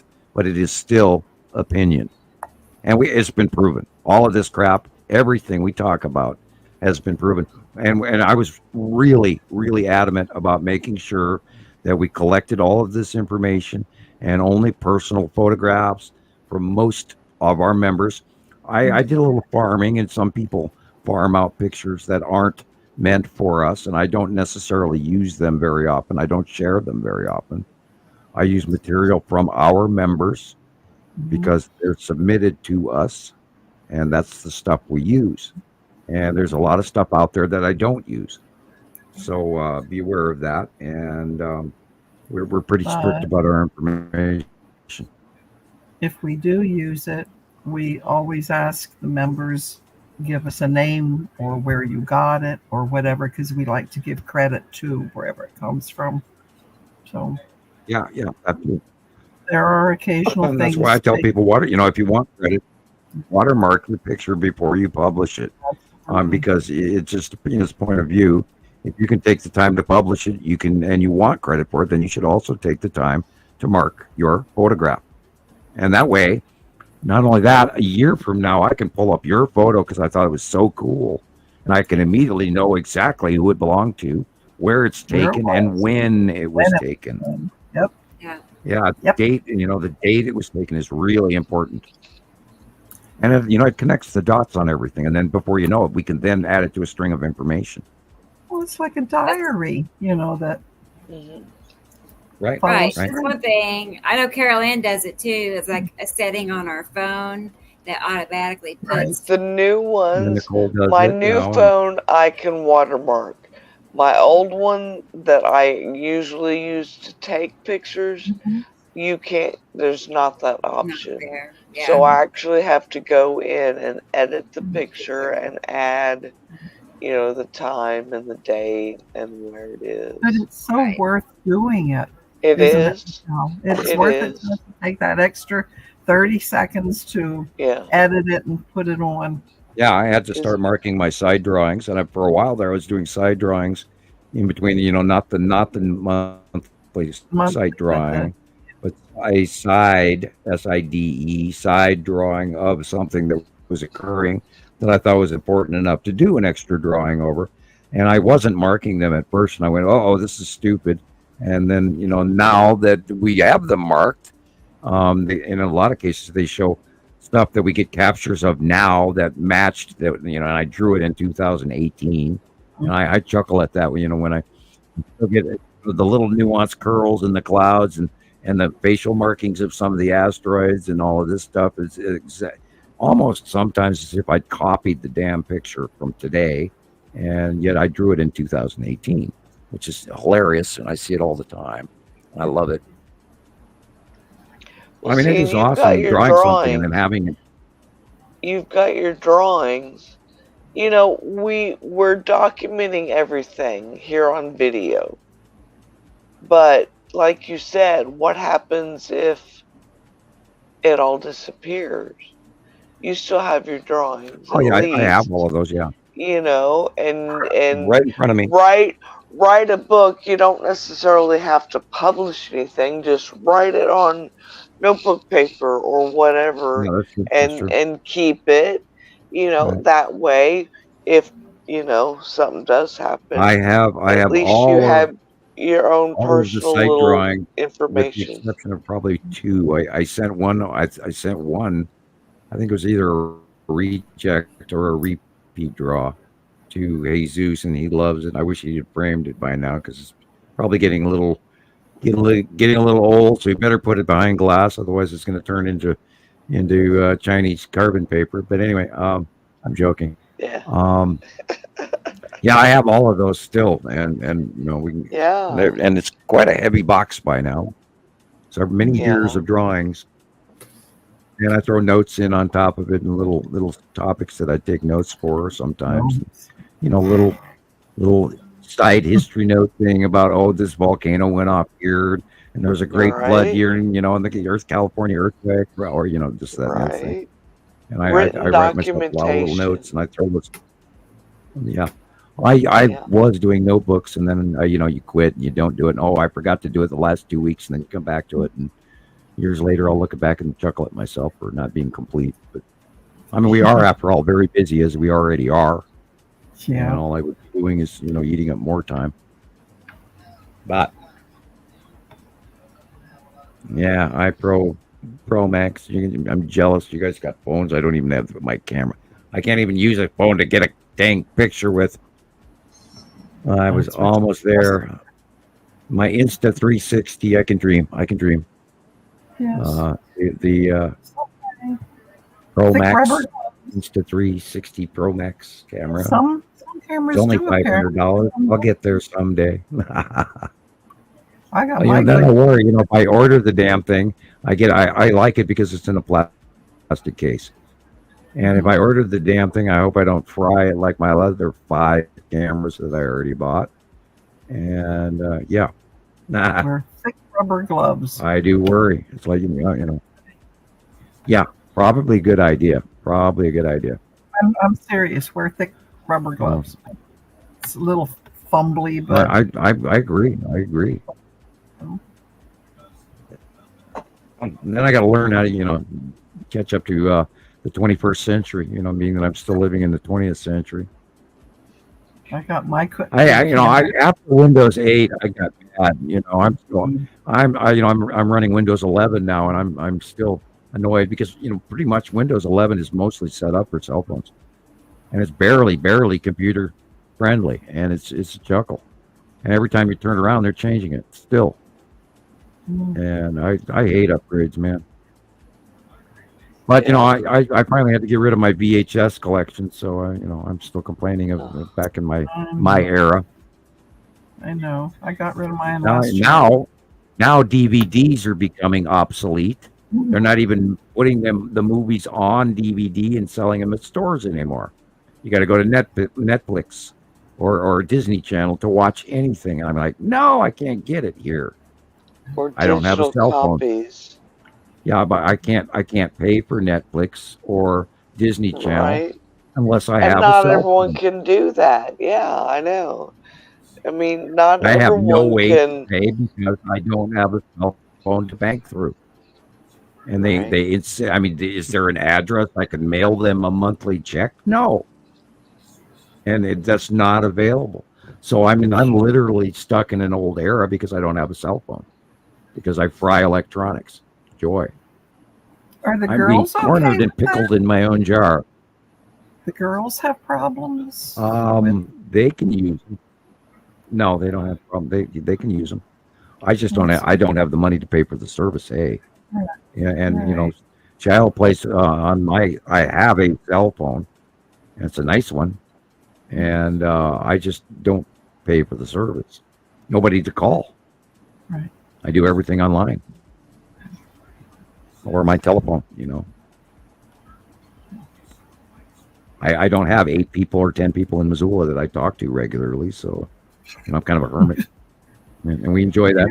Other than I talk to the rest of the world, you know, I talk to Gillian in Scotland and Rebecca in Oklahoma and you know, Maria in Alaska and other people around the world, but I don't hardly even talk to anybody locally. But yeah, a cell phone would be nice, but I don't have $800 and a bunch of money per month to spend for that and do this at the same time. Just not there. With rubber gloves. You know, and you know, I just kept the landline, and our service is terrible up here in Montana. Up here in Podunkville, y'all. Nancy told me that podunk. I never knew what podunk was. I wrote it down somewhere. I never heard that term.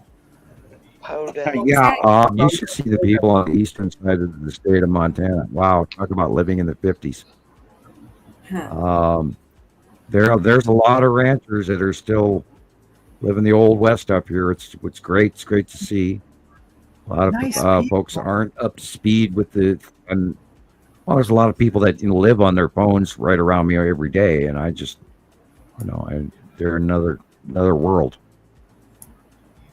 Because I'm that crazy guy that talks about those planets. You have lots of friends. You do. This is your family. Yeah, I have lots of friends online. Yeah. Yep. Talk to people around the world every day. Nothing wrong with extended family. I don't have to go in. I don't have to go into the local town. Yep. To the watering hole. Ride my horse into town. And talk to us. Go in for a rodeo or a powwow, if you know what a powwow is. I do. I was at many. Yeah, we've been to a few powwows and the girls. Is really heavy. Yeah, when I was a little kid, I used to live on the reservation. I've been up, anyway, we don't go there.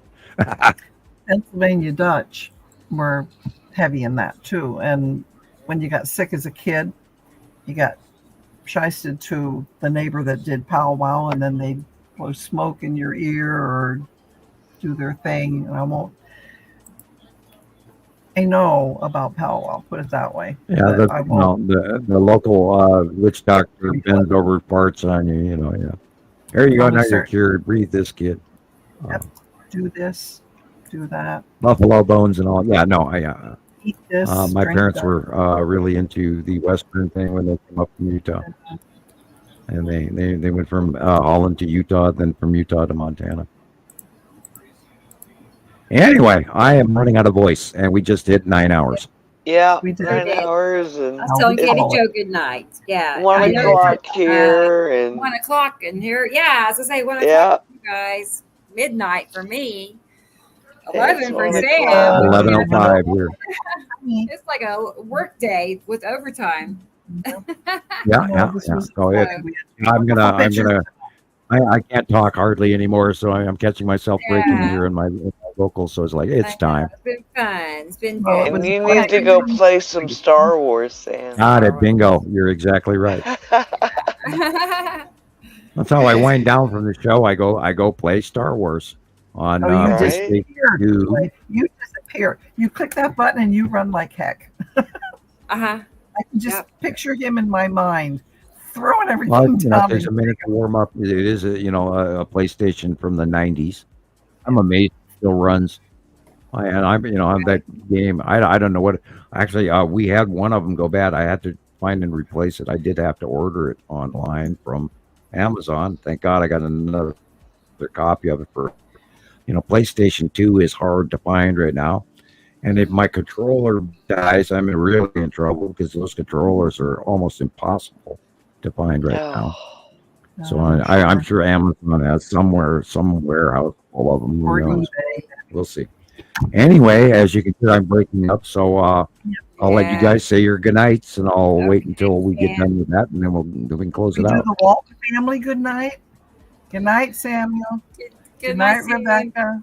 Good night, everybody. Good night, Jim Bob. Good night, Michelle. And John Boy. And see y'all next Saturday. 9 hours. Yeah, next Saturday. Yeah, see you next Saturday.